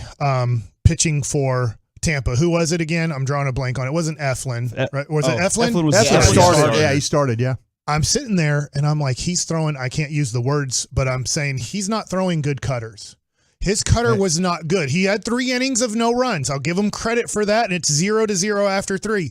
But misses, as a former pitcher, I'm watching a lot of misses. I think you probably do that as a scout. You're going, hey, they're getting away with some BS stuff, and they can't do it for 4 quarters. They cannot do this for 4 quarters and survive after 1 quarter of watching. And when I'm watching Eflin, I'm like, his cutter / slider sucks today. And finally, in the fourth inning, he They got threw to that him. piece of crap, Yeah. and it was a home run. Yeah. And I was like, he's getting away with so many crappy breaking balls. We have to take advantage of this, and we did. I just retweeted Wolchuk's tweet for the show for today. It looks like y'all have a very full loaded. show. What do y'all have coming up on EAA show? Like Howard Stern with our interviews. Eh? Pure gold as always, Major. Yes. Thanks for asking. Zach Martin at 4:30. Danny Cannell 3:20. Okay. Coley Harvey is coming up at 2:20. Okay. The dugout reporter here during the series. And a bunch of awesomeness. Nick Harris, 4 o'clock. All right, man. DallasCowboys.com. So 4 different guests. Our stack, dude. That's Yeah. awesome. For All a full 5 show. hours. Just kind of came together that We way. got a full 5 and hours. we got a full party. This is amazing. Full-fledged 5. This is I'm cool. looking forward to this for Little you guys. hungover from Club Rangers yesterday. I like that. Hey, that's an okay hangover. You want to keep better these that way. pumpkin spice cookies for I'll the try show? 2 more before you Little leave. pumpkin spice? They're good. They You a are good. pumpkin spice They're guy? good. Well, after you told me that it wasn't really pumpkins, I was pretty out on it. Yeah, the whole try that. I'll leave them here for you Is there guys. an iced one? I bet they're all iced. They're iced. Every Ooh. single- Oh. I bet, Yeah, I bet they're not every- terrible. I They're bet not. every one of these will be gone by the end of All your right, show. that is an off-air Okay. discussion, guys. We will be back Before you take at those with Buffalo you. Wild Wings in Keller tomorrow. Everybody show up and have a good time with us tomorrow. We got Jerry Jones at 10:30 and so much more fun. But until then, Buffalo Wild Wings! That's right. You've been Masterpiece. Miss any shows?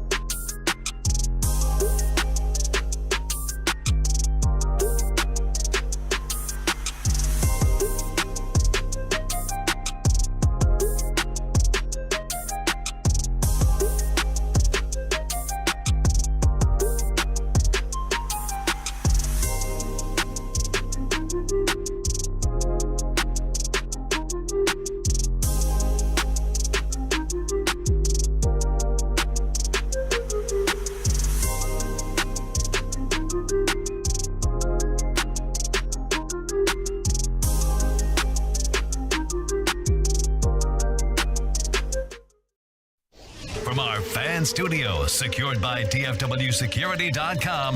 You're rolling with the G-Bag Nation on 105.3 The Fan. Here we go. It's hour one, G-Bag Nation on 105.3 The Fan. It is a thirsty Thursday. Hope you're having a great day. Let's talk sports. It's a very exciting time to be on the air here, talking all this with you and soaking it all in.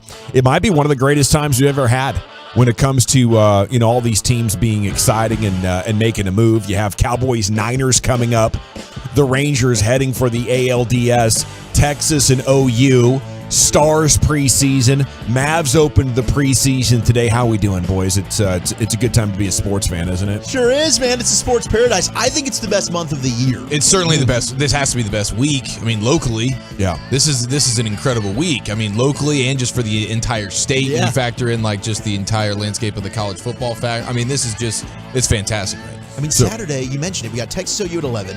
We got Rangers at noon. Then Sunday, you've got Rangers at 3. Then we roll right into Cowboys 49ers. I mean, this is just unbelievable what we have right now. And pay respects to the Aggies in Bama on Saturday. And Bama, no doubt. We got Tech and Baylor. Yeah, and Texas OU is going to be on KRLD. It's 1080 a.m., our sister station downstairs. And we'll have Craig Way on tomorrow at 5 o'clock. So cool. Big day of guests here today. Including coming up here at 2:20, the dugout reporter Coley Harvey, ESPN's going to be joining us. We'll talk some Rangers with him, and we're going to talk Rangers quite a bit today. But we do have a huge matchup with the Niners coming up, and we barely got a chance to talk about it all week because we've been having the baseball games on for you. We have a film study coming up on the Niners offense at 2:40 in Krusty's Corner.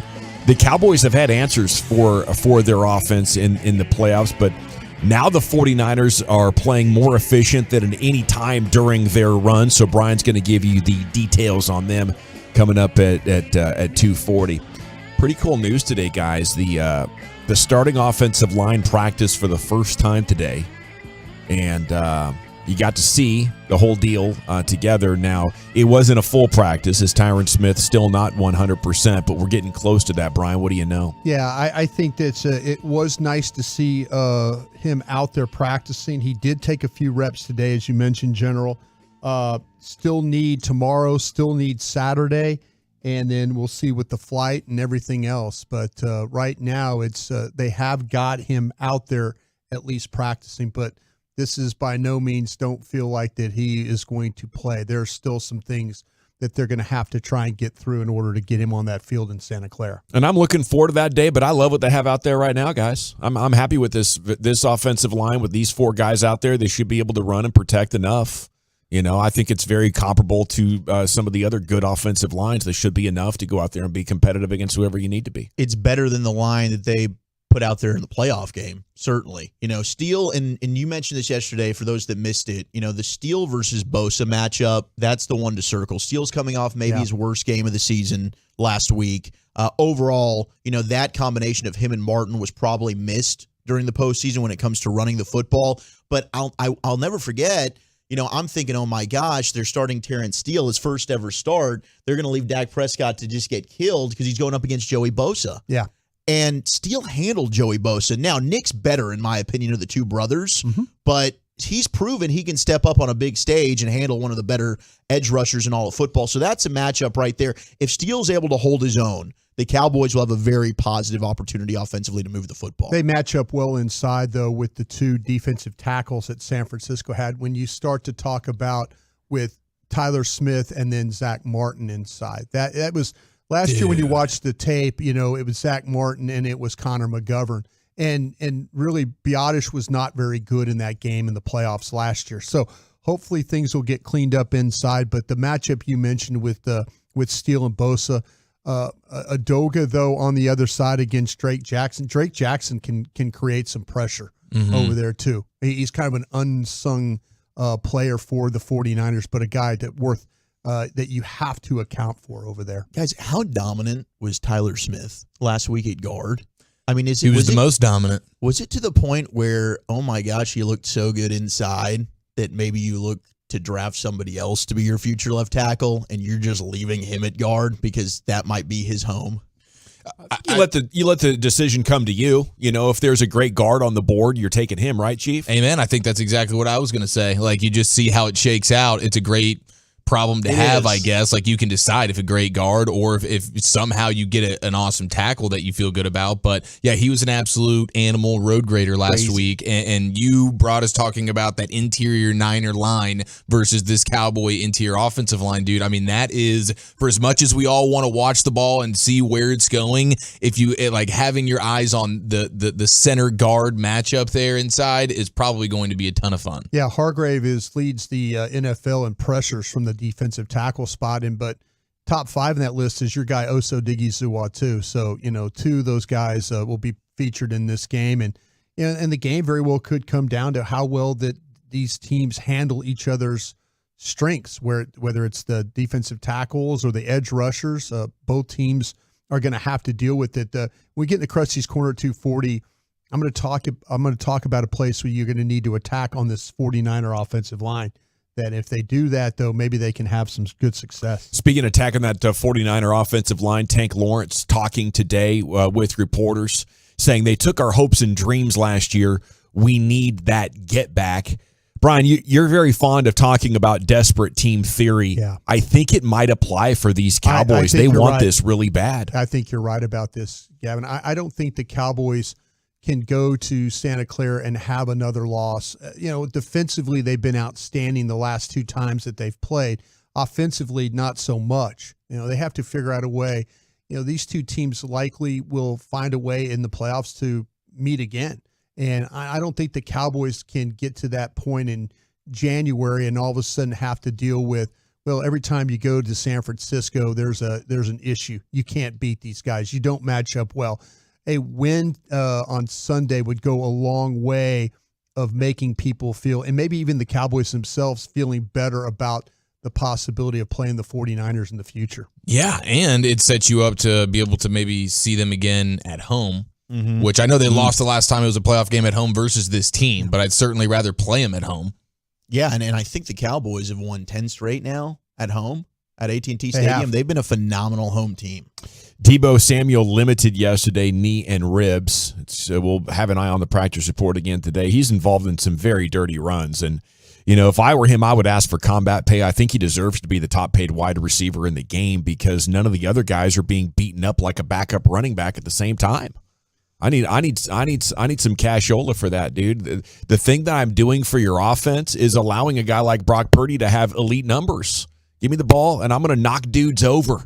I'm taking the brunt of hits like no wide receiver is in today's game, and I'm almost as productive as the guys at the absolute top. But yeah, he's dealing with some ribs, man. That's tough. That could be a factor if you ask me. You're gonna have to get shot up, I think. Yes, absolutely. Maybe a halftime Toradol as well. Might need to double dose that bad boy, especially because the defense now knows about the rib situation. Yeah, and the guy, you mentioned the receivers, and I'm sure you'll get to this, Brian, but Brandon Ayuk, that's a guy we really got to watch. I saw this stat from PFF. He's got 17 receptions on the season. Yes. Each one of those has gone for a first down or a touchdown. Yeah. I was like, is that true? Are we getting butt cracked here? That's unbelievable. Yeah, I know, dude. He's been extremely efficient, and he might be their highest graded wide receiver. Pro Football Focus. He's missed one game. Yeah, he missed a game. There's an injury also that they're dealing with right now. This with Dre Greenlaw. The ankle. Yeah, the ankle. Okay, so is that a serious thing, or was that because I wasn't sure if maybe they were just giving him a veteran day off? I don't know for sure. I just know he missed a practice with an ankle, so I was big. Okay, that affects things. Him and Fred Warner. We talked about them both yesterday. Just outstanding linebacker play from the 49ers.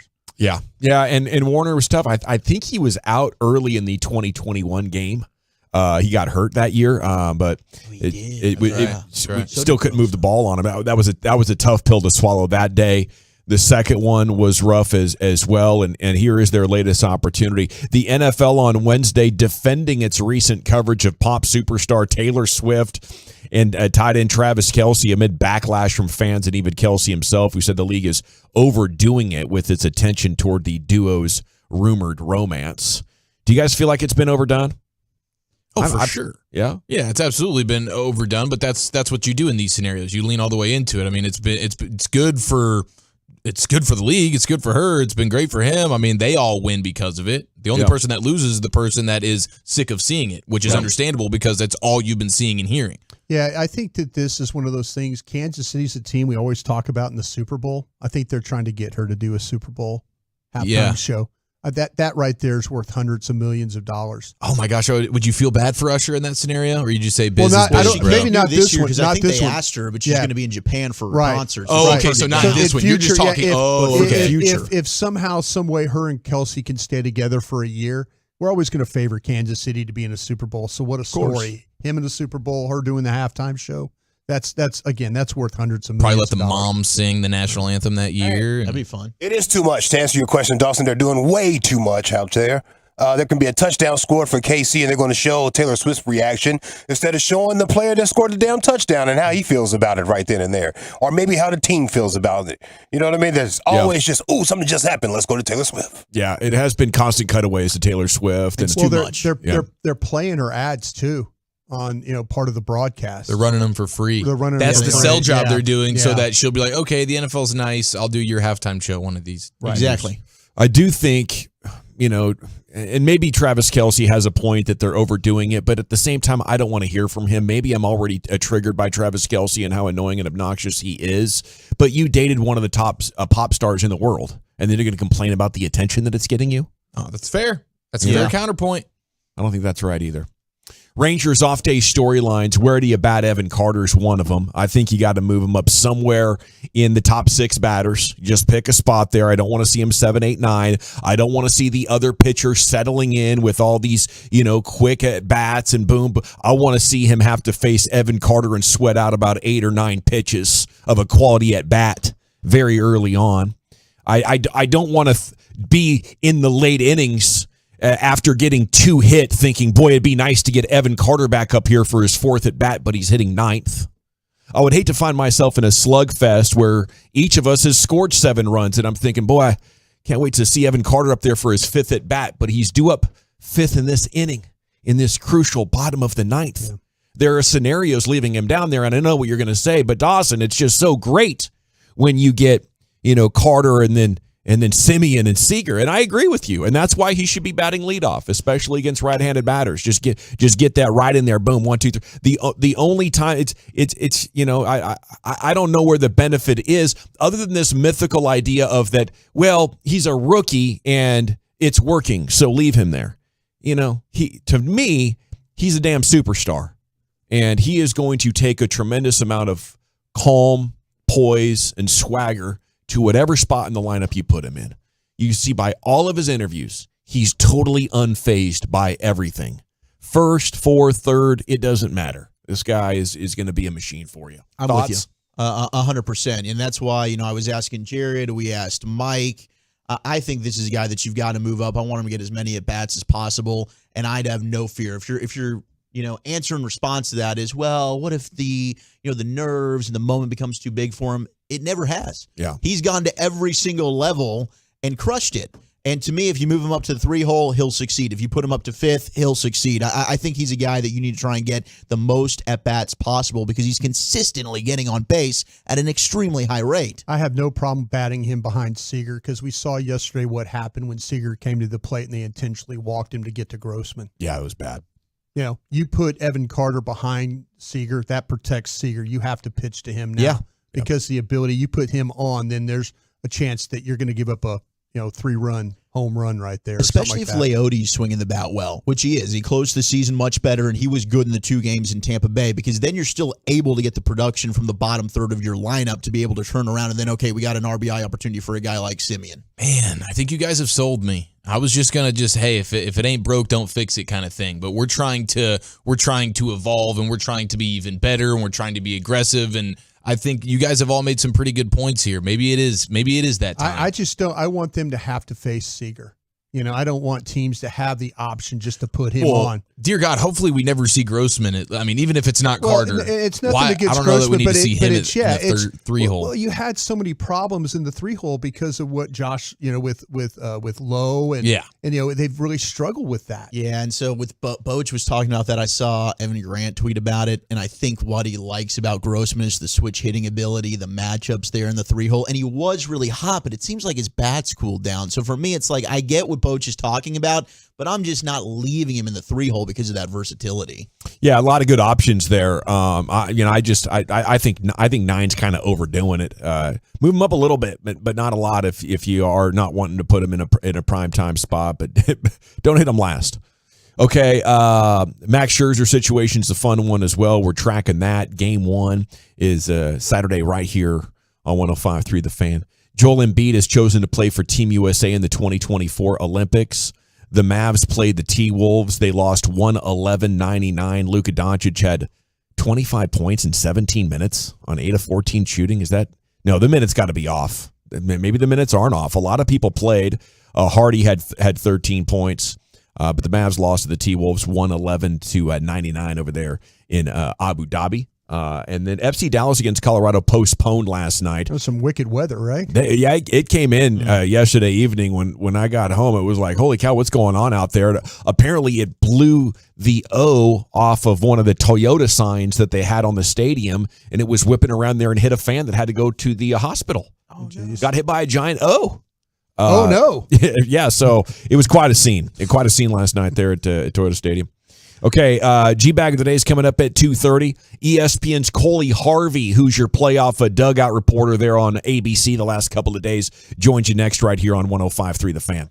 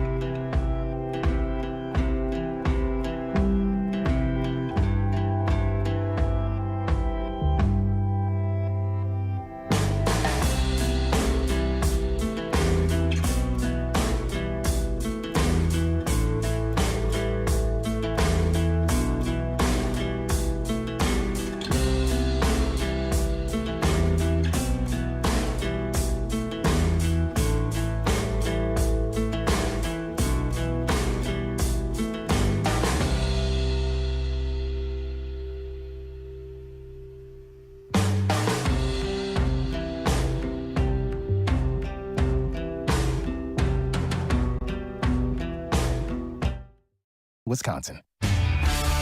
Welcome back, Nation. We're about to have a special guest join us. We saw him over the last couple of days as the dugout reporter there for the Rangers series against the Rays on ESPN and ABC. Segment here is brought to you by the Frankels. Life's unpredictable. Accidents happen. Frankel & Frankel, the go-to attorneys for car and truck wrecks in DFW. If you or loved ones have been in an accident, contact Frankel & Frankel for a free consultation, 214 or 817-333-3333. Go online to truckwreck.com as Coley Harvey joins you now here on 105.3 The Fan. And a good afternoon, sir. How are you? Doing well. How are you guys doing over there? We're doing outstanding. You know, after how this Ranger season ended to be in the DS now, we're on cloud nine over here. You got to be, right? I mean, it was not looking like that was going to be the case about 4 or 5 days ago, and hey, here you are. Yes, sir. Hey, you have so many roles at ESPN across all the sports, doing an outstanding job, but this one specifically is dugout reporter the correct verbiage on that? You know, I don't even really know because we normally use sideline for everything, but there's no sideline in baseball. So I guess I got to go with dugout, you know, because that's exactly where you're sitting. So, yeah. How do you like that? How were the Rangers to work next to over the last couple of days?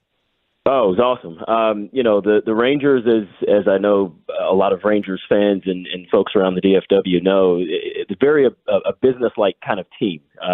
Even when it comes to celebrations in the dugout, yeah, they're high-fiving, yeah, they're clapping for each other, but it's kind of like right back to baseball pretty quickly. You see a lot of the celebrations that some of these other teams do where, you know, the Angels have the samurai hat, the Braves kind of do a little extended high-five routine.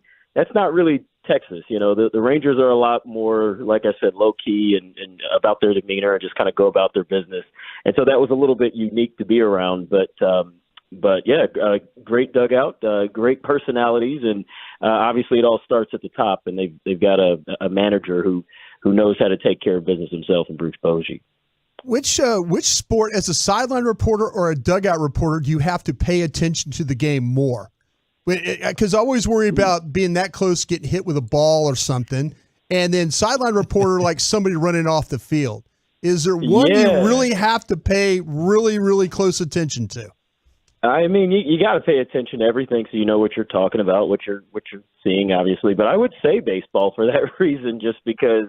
And granted, there's a lot of times where I'm, you know, kind of writing notes or keeping score, or you know, if we've got a television right there, I'm kind of just trying to make sure I'm seeing the replays the right way. So you are looking down, but you're trying to look up as much as possible because you're right. You never know when a hot shot could kind of come back your way. I had a couple of foul balls that would tip off the dugout that actually fell right in front of me. Of course, you can't see them once they're on top of the dugout. So really unique. But yeah, you know, football, that could happen with tackles coming out of bounds, but you can kind of see that develop if you're really paying attention like you should be. So. It's Coley Harvey here with you on 105 through the Fan, home of the Rangers. So what we're getting to watch this thing firsthand. You got the best seat in the house. Over the 2 days the Rangers got the sweep, what were some of the things that stood out to you, maybe takeaways from getting to visit with some of those personalities on the club? Yeah, well, just the one thing that really jumps out at me right off the bat was this moment yesterday when Josh Lowe for the Rays actually singled and got on first base. I believe it actually was the only time he reached base, at least at first base, in the entire series. And so he was standing right there next to his brother Nathaniel. And of course, we know the story they were able to share just before the wild card series about their mom and brain cancer that she's going through with that battle. So it was this moment where, you have the two brothers standing side by side, and I had heard that they were trying not to speak to each other at any point during the series while they were on the field. And sure enough, Nathaniel looked over and said something to Josh. Who knows what he said? It was probably just, hey, good hit, or, how are you, or whatever it was. But I was standing, sitting right there. It was just a couple of feet away from that. So that was a really cool moment just because of everything that family is going through. And as we mentioned often on the broadcast, our thoughts are certainly with them. And then the other cool thing I would say for me was really witnessing Evan Carter and his emergence. I live in New York myself. Obviously, I pay attention to baseball as much as I can. I'm also keeping a tab on a few other sports, but I didn't know a ton about Carter until coming into this series, and just to see the presence, the moxie, the steady attitude of a 21-year-old in a moment this big, I was really impressed by him. Just talking to him a couple of times, but then also, witnessing what we saw him do on the field as well, obviously with the big home run yesterday, and the 2-for-2 day the day before, truly a special ball player whose career I can't wait to follow even further. Yeah, we were all trying to decide what was more surprising, Evan Carter doing what he continues to do, or Nasty Nate Eovaldi doing what he seems to always do in the postseason. But, I mean, it seemed like he was, from the television, it just seemed like a guy who was super, super dialed and locked in. Was that the feeling for you? Both pitchers, Jordan Montgomery as well in Game 1. Several years ago, in an earlier phase of my career, I was a baseball writer for a couple of seasons. I covered the Yankees here in New York. And so Jordan Montgomery was on the team, so I got to know Jordan a little bit there. And he always seemed like the kind of pitcher that he's become. And that he was, of course, a lot younger at the time, but he just seemed like this kind of crafty lefty that's not going to necessarily power you, blow you away with his velocity, but he's going to get the right pitch at the right time. And it seemed to me that he really knew how to pitch to the big stage, pitching in the AL East. You're facing the Rays all the time, and that was obviously a team that's been on the up and up for the last 6-7 years, the Blue Jays as well in that division. And it just seemed like he really rose to the occasion. But the Yankees, as we know, didn't really see them quite that way when it came to the postseason. And that was part of why he got dealt at the deadline from them last year.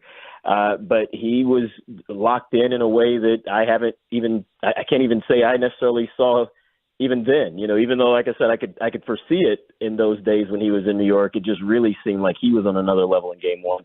And Eovaldi, he was, of course, with the Red Sox at that same time as I was covering the Yankees, so I was around him a lot in some of those years as well. And I've seen the up and down nature of him. Of course, we saw his previous start just getting rocked in his last outing of the regular season, but then he comes out and really looks like just a masterful pitcher. I mean, it just seemed like there was nothing that either one of those two guys could do wrong in that series. And even the bullpen, Jose Leclerc and Aroldis Chapman really looking strong. Spores looking strong in his couple of innings of work yesterday.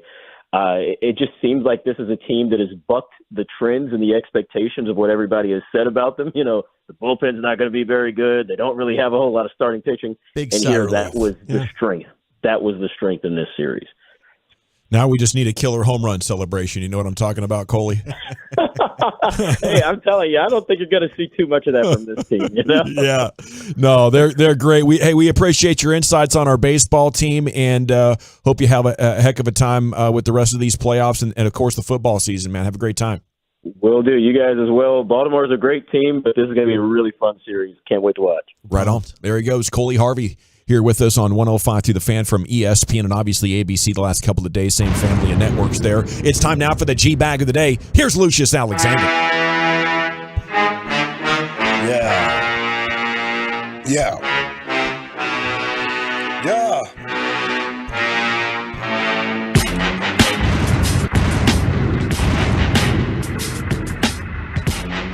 Hey, brothers, those barbecue thighs. Yeah. You slid your boy the other day. Yeah. Fire, man.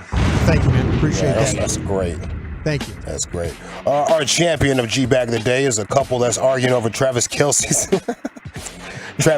touchdown dance. The wife says it's the Soldier Boy dance. Husband says it's the Young Jock dance. He even gets up off the couch during Sunday, excuse me. every Sunday feels like a Super Bowl Sunday.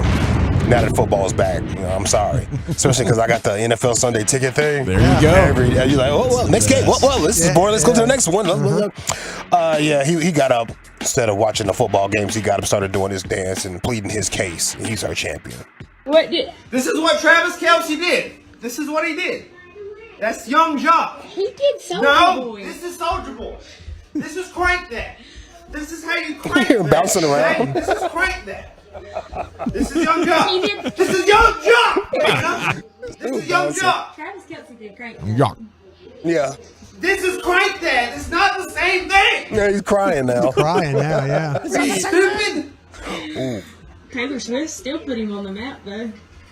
He's an 8-time Pro Bowler, Brianna. Dang it, Brianna. Brianna is in her bag trolling him that day. Well done. Yeah, I'll tell you what, that Young Jock, when it first came out, hold on. Boy, you in the club, and you hear this? People start elbowing you. Excuse me, trying to get to the dance floor. Excuse me, brother. Oh, watch out now. This is the time you go get your drink. Because everybody's leaving the bar. This is the time you go get your drink. But you don't want to because you want to do the little motorcycle dance with everybody else at the same time. Pardon me, sir. Are you doing Crank That? You're damn right I am. This is Young Jock! All right, let's see. Let's go to the bad bets. The Steeler fan was not pleased with the loss to the Texans. He wants people fired, apparently. In time reaching out to y'all. I'm not about to keep going through this shit. Fire Matt Canada. Fire his ass. He can't call shit. Nobody in the open. We got playmakers. We got George Pickens, Najee Harris, Jalen Warren, Deontay Johnson, Fryer Booth, Darnell Washington, and y'all can't get him the ball because of these dumb play calls. We got one of the best defenses in the game, but they can't get off the field because the offense go 3-0 every time. Every time. How this we lost to the Texans, man. Fire Matt Canada. They did, man. They couldn't score any points. They could not, man. Oh, they're bad. Matt Canada is terrible. Matt Canada Yes, he bad. is. I like when he said he can't go. This is not one, but have you heard DeAndre Ayton's new nickname? I think he named himself, fam. Dominating? It's corny as hell, fam. Dominating? It's corny as hell, bro. Come on. Dominance. I'm bringing dominance. My name is Dominating. Bro, what? My name is Dominic. I don't know about that. I haven't heard that. Not quite as bad as Mr. Unlimited. That's weed. That's weed. Oh, man, that's hysterical. What else we have right here? Oh, yesterday was a church day. I hope you got your blessing and all that good stuff. We have some storm chasers. They look like some storm chasers. They got themselves trapped in a twister. Got the praying to God. That's it right there. Right there. That's it. What's good, bud? Be cognizant. It's coming towards us. Yeah, we gotta go. Keep going down this road. Go. Straight. It's a mile away. It's growing a little bit wider. Go. All right? Yep. Oh my gosh! Oh! Holy. Lord Jesus, please protect us in the name of Jesus. We're okay. I don't know where that tornado is right now. I don't like that either. Tornado's right next to us, right here. Holy shoot. Dear Lord, please, in your Lord, please! Wow.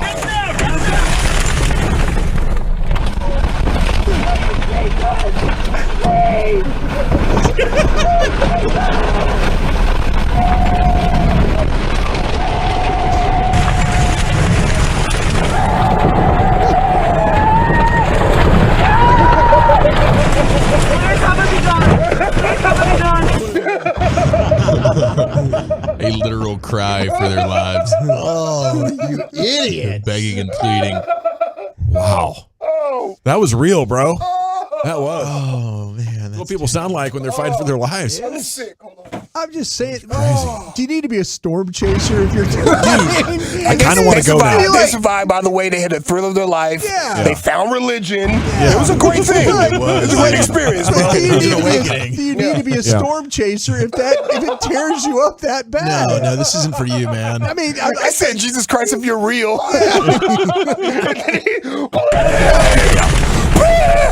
You know they were in church last night. Oh, gosh. I want to go in the truck that like anchors down and has those claws that come out and anchor down and has all like super bulletproof glass. And then I would love to go. You know, that looks like an amazing sight. Man, you do not hear those guys in the Air Force that fly into those hurricanes when that plane is just shuddering all over. They're just flying that thing. They're going right for the eye. These things, oh, God. Those fighter pilots are different, though. That's what I'm saying, though. You don't need to be a storm chaser if you're like panicking, right? Let me get focused. No, you don't. No, you're right. You're right. Let me get focused. Let me get focused. I got one more. I see the time is clicking on me, and I've been getting in trouble a lot lately. Oh, yeah. You been getting in trouble too, Dawson? Yeah, I've been getting in trouble a lot lately. Your ringer on your phone says a lot about you. I don't have a ringer on my phone, but when my phone does play some type of tune, it is usually a wake-up song early in the morning. Wake up, all the people, time to sing in the way. Anyway, Stephen Jones, what does his ringer say about him? He was on KMC Masterpiece. Ball skills are a huge part of our draft evaluations. Oh. And I don't think it is an accident that we've ended up with a defense that can make plays on the ball. So sorry about that, guys. It's all right. Sorry about that. That's awesome. But I got my ringer. My ringer's What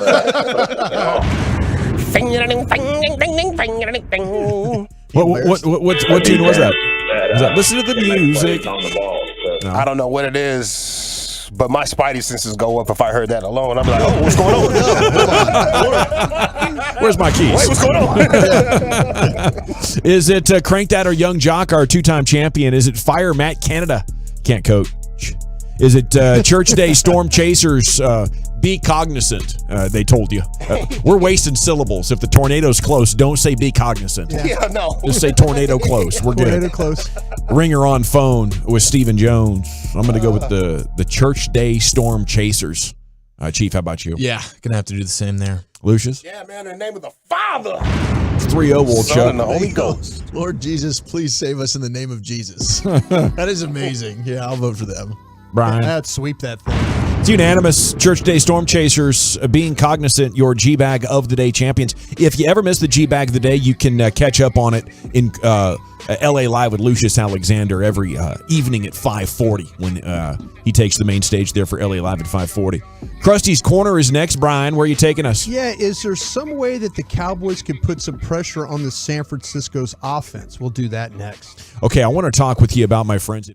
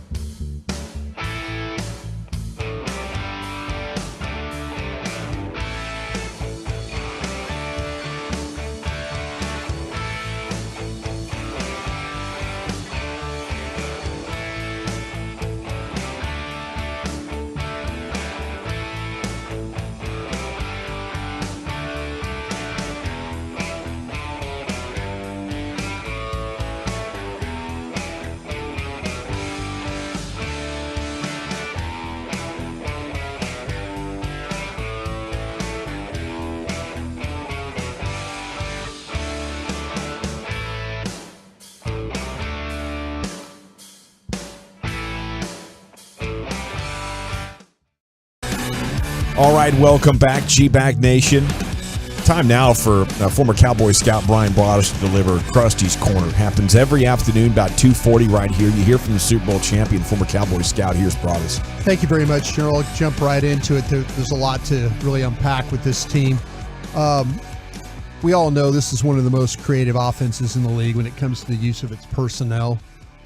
We always like to talk about the numbers and things like that. I'm really starting to embrace this analytics stuff. I think there's a path through that. Next gen Broaddus. That you can kind of learn. But I found something really interesting about this. On average, the NFL uses pre-snap motion 52% of the time. 49ers run it at about 82%. You can tell when you watch them. Yeah, it is. It is really a lot of fun if you're into that kind of stuff. They do a great job. They got great personnel, but they're one of the best teams in the league when it comes to using pre-snap motion to their advantage. They do a great job. We always give Dan Quinn credit for taking defensive players and putting them and playing them to their strengths. Kyle Shanahan and his staff do a great job of taking their personnel and playing to their strengths.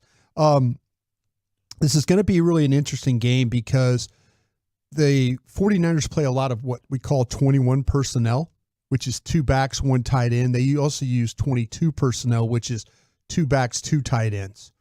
And so far, the 49ers have played 103 snaps with those personnel groups. The Cowboys have only faced those personnel groups 7 times this season. So how Dan Quinn matches up when somebody gets in 2 backs, 1 tight end, or 2 backs, 2 tight ends. Most teams will play it just base straight up, but I wonder if Dan's got a plan for how to handle them. The last 2 times out, they've done a pretty good job of playing this 49er offense. And so we'll see if he decides to play it with his base or plays it with his nickel. 49ers' best way of running the football is their 12 personnel stuff. So 1 back, 2 tight ends. That's when they get in that, they're generally going to run the football on you. Who's that mean is going to be on the field more for the Cowboys? Well, if you play base, then that means it's your 3. Well, it's hard to say. Is that LVE, Damone Clark? Yeah, I'm trying to think who the third. And then it's still probably Kurz. Probably still Kurz. Or Wilson. They'll probably play. Yeah, they'll probably play with that safety. See, that's one of the things that I kind of worried about was that teams would start to run the ball at that nickel linebacker. That can you hold up? And the one thing when we get into San Francisco like we are, the one thing that they really don't do as a run blocking unit is most teams will try and secure the down lineman first, make sure that the tackles or the end, those guys are taken care of, and then get second level. 49ers aren't that way.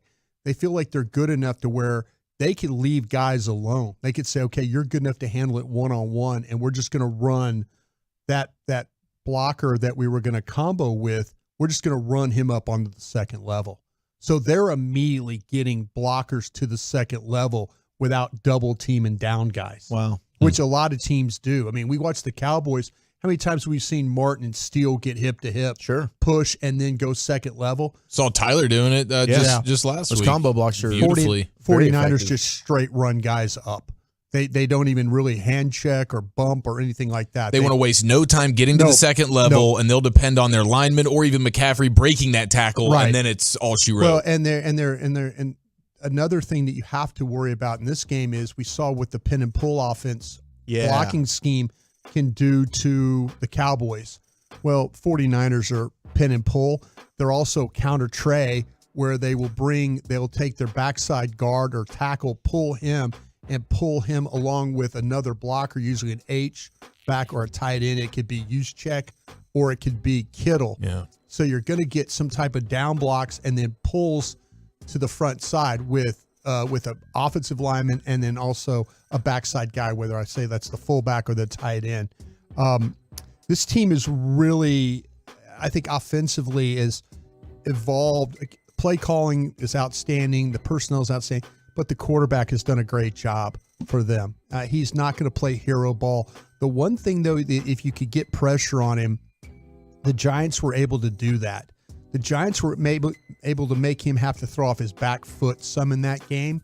So it kind of rattled him a little bit, though. When he feels comfortable in the pocket, he's going to make some plays. But the Giants did a good job. I went back and watched all the pressure plays against him. And teams that got after him, Pittsburgh, the Giants, Arizona, they were able to kind of affect the way that he threw the ball. And so that's the Cowboys' hope, that they can find a way to create some havoc in the pocket. He's a guy that also put the ball on the ground. He's only lost one fumble, but he's got 4 fumbles. One was that got recovered by the opponent. So get around him in the pocket. You might make him have to put the ball on the ground. That's something that we as a Cowboy fan, you need to hope for. I mentioned this, though, just talking about more numbers and stuff. When they do get in that 21 personnel look, it's amazing. This guy he's 36 of 43 for 426 yards, 4 touchdowns, no interceptions. He's very accurate. Yeah. So, I mean, he is almost damn near perfect when they get in that 21 personnel throwing the football. And they attack the middle of the field. That's something that the Cowboys are a little bit better on the outsides than they are in the middle of the field. And that's really, really big. It's very rare for this guy to miss a pass with the way he throws it. But, that's narrative starting to turn a little bit on him as far as being a guy who thrived in the Shanahan system to now maybe he's pretty dang good. Yeah. Is that what you're seeing? I think so. But there's pressure gives him some problems. Ball security. Now, he won't throw you interceptions, but the fumble part, I think you have to be worried about a little bit if you're them. Got a little Dave Craig in him. I think he's better than a Dave Craig. Okay. I mean, Dave Craig's pretty good. Dave Craig's damn good. Don't get me wrong, but I'm just saying I think a little bit better of a player. Where the problem you're going to deal with, we all know about McCaffrey, use check. These are problems that you're going to have to deal with, at the running back, the fullback spot. But I really do feel like the wide receivers are, this is a really dynamic group. There's just it starts with Deebo Samuel, his size, his physical ability. It's rare for the position. He's extremely dangerous, as we know, with the ball in his hands. He can be difficult to bring down on the ground when on the move. He's got running back ability and a tight end body is really how he plays this game. It's kind of 50-50 where he receives the football. There's not one area that's better but if you look at Brandon Ayuk is a dangerous player, but Brandon Ayuk makes more plays on the left side of their formation than he does on the right side of the formation. It shows up on tape. You also see Brandon Ayuk in these games when Purdy gets in trouble, gets pressured, that's the direction that he goes. He throws the ball to Ayuk. It's not throwing the ball to Samuel or to Kittle. But still, those receivers are really, really difficult to deal with. Big-time players, clutch players. I mentioned George Kittle. This guy, honestly, he does it all for the 49ers. He takes a great deal of pride in his blocking. Great blocker. Does a lot of dirty work for a star player. And they run behind him with some good success. He's not a shield or a get-in-the-way blocker. He's a guy that legitimately sticks his nose in there and tries to finish you off that way. He plays left side, right side. It's balanced that way. He's tight the majority of the time. He's in line right next to the tackle when he plays. They'll put him in the slot occasionally. So, that's kind of where you need to kind of keep an eye on him because he does a lot of really quality things. When their offensive line, I think it's a good offensive line, but they're going to have a problem at right tackle. I just think that Colton McKivitz is not up to snuff what they usually play with their guys. I know they lost McGlinchey, and now Colton McKivitz is the guy playing. You could watch him in all these games. TJ Watt did a really nice job of breaking him down in week 1. The Rams broke him down in week 2. Arizona broke him down last week a little bit. George Kittle sometimes has to stay in to help him due to some of his struggles. Good. So Tank Lawrence, Micah Parsons, if they're having success to that side, don't be surprised if we see the same adjustment. But McKivitz is a guy you absolutely have to attack off the edge. Teams have been able to kind of do that, and it's caused the 49ers some problems. But it's a difficult team to deal with because the play caller, the talent, and then the ability for the quarterback to kind of he knows where he needs to go with the football by the play design. I think that's what makes him so effective. Well, thank you, Brian. That's a great report on this Niners offense. Thank you. Glenn from Virginia says a loss to the Niners would be devastating mentally. I'm not sure this team would recover this year. Yeah, it'd definitely be a tough one to stomach for sure. And you can tell by the way the Cowboys are talking about it, they really, really, really want to win. Okay, we want to get you a 2023 G-Bag Nation flag. The Tour Day DFW has been rescheduled for the 21st, but stay tuned for your next opportunity to pick one up at a remote or G-Bag appearance near you. NFL News of the Day coming up next here with the Bully Bully. Where are you taking us, bruh? Oh, we've got hilarious New York radio audio we got to get to, and Beast Mode laughing in Pete Carroll's face. That's next.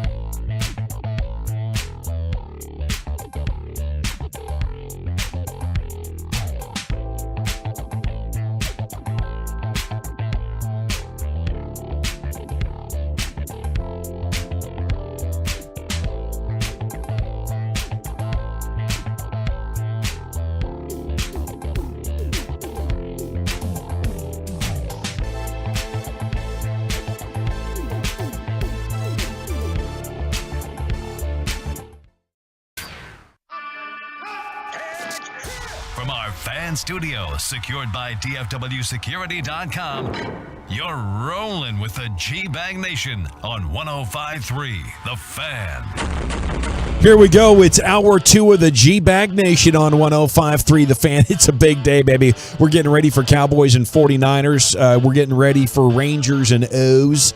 The Mavs played earlier. The Stars are getting close to their season opener. A lot of good stuff going on. Oh, and FC Dallas is going to play Saturday night up there at Toyota Stadium, I believe, against San Jose. Here's the woolly bully, Zach Wolchuk, with your NFL news of the day. Thank you. The big headline in the NFL world, you have Jonathan Taylor, who is back. He is practicing for the Colts. That was a massive offseason storyline. He said he's healthy, and he's locked in with the Indianapolis Colts. He requested a trade. That trade was never able to happen. He is committed. He was asked about that. He said, quote, "I don't think it matters if I'm saying I'm committed or not because I'm here. If somebody wasn't committed, they wouldn't be here. And right now I'm here. And my number one goal is to attack this first practice." It's been over 290 days, I believe. So interesting. We'll see how much action he gets in his first game back. We also have Cooper Kupp, who has been got that 21-day window activated off of the IR. So he's returning to practice. Looked good moving around. He did. Watch some drills. Yeah. Maybe he's a guy that's able to go. It'll be fun watching Cooper Kupp and Puka Nacua now with that Rams offense. They've now got two. You knew Cooper Kupp was one of the best receivers in the sports. Puka Nacua on a historic pace as a rookie in his first 4 games. You know, how both of them together, that's fun for Sean McVay, not Jared Goff, formerly Jared Goff, but Matthew Stafford in that Rams offense. Team to monitor moving forward. There's maybe a 7th wild card team if they can get in there. And then the story that we saw yesterday, Eric and I were laughing about this. So Evan Neal, Giants offensive tackle, out of Alabama. He's a guy that I think we liked, Brian. We thought he might be pretty good coming out of Bama. Yeah, the feet were going to be a problem. Maybe a better guard when I was watching him. Like he could kick inside. I thought more because of the lack of foot quickness was going to be a problem for him. And it has been. I mean, the speed rushers on the edge, they've been absolutely crushing him. But he ended up ripping Giants fans. And a New York radio host on the Michael Kay Show did not take kindly to this at all. He shares you what Evan Neal said, and then he goes off on an absolute tirade. Are you kidding me? I'd cut his ass. I would. How dare you? These people pay your salary. They pay an obnoxious amount of money to park, an obnoxious amount of money for PSLs, to sit there and watch this pap, and you call them hamburger flippers? What, you're so much better? I'd rather have a guy that's flipping hamburgers block than your piece of garbage ass. Who the hell are you to talk to fans like that? You piece of garbage. I hate when players do that. You're not above us. What, because you happen to play a sport? You're better than me? You're better than the people that pay your salary? These Giant fans were here before you, and they'll be here after your sorry ass is cut. What a piece of human trash. And I don't want to hear some apology. I don't want to hear, oh, I was taken out of context. I didn't mean, I don't want to hear, done. I would cut his fat ass. If you see him in the mall at Willowbrook, boo his ass. If you see him on the DMV, boo him. Boo Don't stop booing him. If he goes to the Pro Bowl, boo him. If he wins a Super Bowl, boo his sorry ass. Boo him. Screw that guy. We're not nobody. Flipping, how do you condescend to people that pay to watch you play? Poorly, I might add. Yeah, that's Don LaGreca, a long-time sports radio host. I think he's the co-host over there. Don LaGota. That was incredible. That was. That whole show's been going crazy, by the way. I played audio from each one of the members of the show. They've all went viral in their own way. With Peter rants? Rosenberg, Peter Rosenberg. You got Don LaGreca, and then, of course, Michael Kay. That's amazing. I mean, the only thing I disagree with is calling people like human trash. That's where I'm like, oh, geez, just call their play trash or their comments trash. You know, when you go that far, I think it does at times get a little bit cringy there for me. But man, an explosive, epic rant from a broadcast Hall of Famer. That felt like an all timer. It was. My gosh, he hit all the hilarious. right notes there. And he got triggered because of the quote from Evan Neal, the person that's commenting on my performance, what does he do? Flip hot dogs and hamburgers somewhere? He also called Giants fans bandwagoners. He has recently taken, I think it was yesterday, after this blew up, and of course this went viral, he took to X, formerly known as Twitter, said, I am wrong for lashing out at the fans who are just as passionate and frustrated as I am. I let my frustrations in my play and desire to win get the best of me. I had no right to make light of anyone's job, and I deeply regret the things I said. We are working day in and day out to grow as a team, and this was an unnecessary distraction. I apologize. Somebody sat him down real quick. Yeah. Come over here, let me talk to you about that. What the hell did you say? Pat Hanlon used to be the PR director for the Giants. I wonder if somebody wrote that one out. Yeah, Pat said, "Hey, Evan, come into my office, sir. Sit down." Is that a Notes app screenshot? It was a Notes app screenshot. It was. It's too much to put in there. Always is. That's the apology. That's like the new apology. It's the Notes app screenshot. Yeah, that's very handy. It is. Listen, Evan, there's no way that burger flippers can afford a ticket to this game. No way. The only burger flippers are the guys actually working in the stadium right now. That's so right. if you could just go ahead and maybe take it easy on our fans. You flip burgers, but you don't flip hot dogs. No, so you roll them. Yeah, yeah. You roll 'em. That's a rolling situation there. I can cook hot dogs here, Brian. I'm a hot dog guy. I like it. I can roll. Don LaGreca, though, that goes down in the the sports radio audio Hall of Fame, if there is one. It's playing on a loop somewhere. So what as we need to like do- a one seed of New York sports radio. Next Cowboys Giants game, and we try and get somebody to preview the opponent behind enemy lines. We need to get Don on, and we need to see if we can trigger him. Oh my gosh, I hope Don's got time for us. Oh, man. I think Don's going to make time for us. Don and is. If he doesn't, that's then a we'll legend. blow him up on social media and call him a hamburger flipper, and he'll go viral by yelling at us. So wait, so Don LaGreca is. Do you really have him booing like during the Super Bowl championship parade for the Giants, and Evan Neal is up there partying, and he's just booing him? Going to the mall? Is that what he was saying? Going to the local mall somewhere and booing him as well? I mean, that was perfection there. That was sports radio rant perfection. So the Carolina Panthers, they traded DJ Moore to Chicago. And by the way, what a terrible Thursday night game we have tonight. It's the Bears who are 0-4 against the Commanders. And maybe the Commanders, they get a win. I was hoping they'd get a win last week. They didn't. Maybe they end up being 3-2 and they're above 500. But this is going to be a disgusting Thursday night football game. Carolina's looking to add a number one wide receiver via the trade market after they traded DJ Moore. They now have, which is worth it, because they've right now got picks 1 and 2 in the NFL draft because they got the Bears pick, and they're also terrible right now as well. But one of those names that were rumored was Devontae Adams. Devontae Adams, according to ESPN, not on the trade market. He is going to stay in Las Vegas. A big reason is he is reportedly a believer in rookie quarterback Brian Broaddus out of Purdue, Aiden O'Connell. Yeah. To me, we talked about the Cowboys really liked Aiden O'Connell. Mike McCarthy did. I think if he had made it to the fourth round, he might have been their Mike pick. McCarthy was, pre-draft. It was like you started to break down all the quarterbacks and could the Cowboys take one? And, because it was Hendon Hooker in the third round. Would you take Hendon Hooker because of the knee injury? And people say, I don't know. But the quarterback that McCarthy, it was O'Connell who they really liked. I needed a truth serum blow dart though to hit up these press conferences or these media appearances. And I think Aiden O'Connell could have something, but yes, he wants out of there, man. He's got to want out. Devontae wants to be close to home. Yeah. But you could go to maybe a contender that's still on the West Coast. He left there to play with Derek Carr and then pretended Jimmy Garoppolo was going to be good. He just wants to be with the Raiders. Just leave him alone. You put him in must-lie situations. It's awkward. Yeah, don't go out of your way to say, no, it's the rookie quarterback. I'm a believer in him. And he's not going to no, play this is probably the rest of the year, I don't want out. No, I love this guy. He and his family want to be in Las Vegas.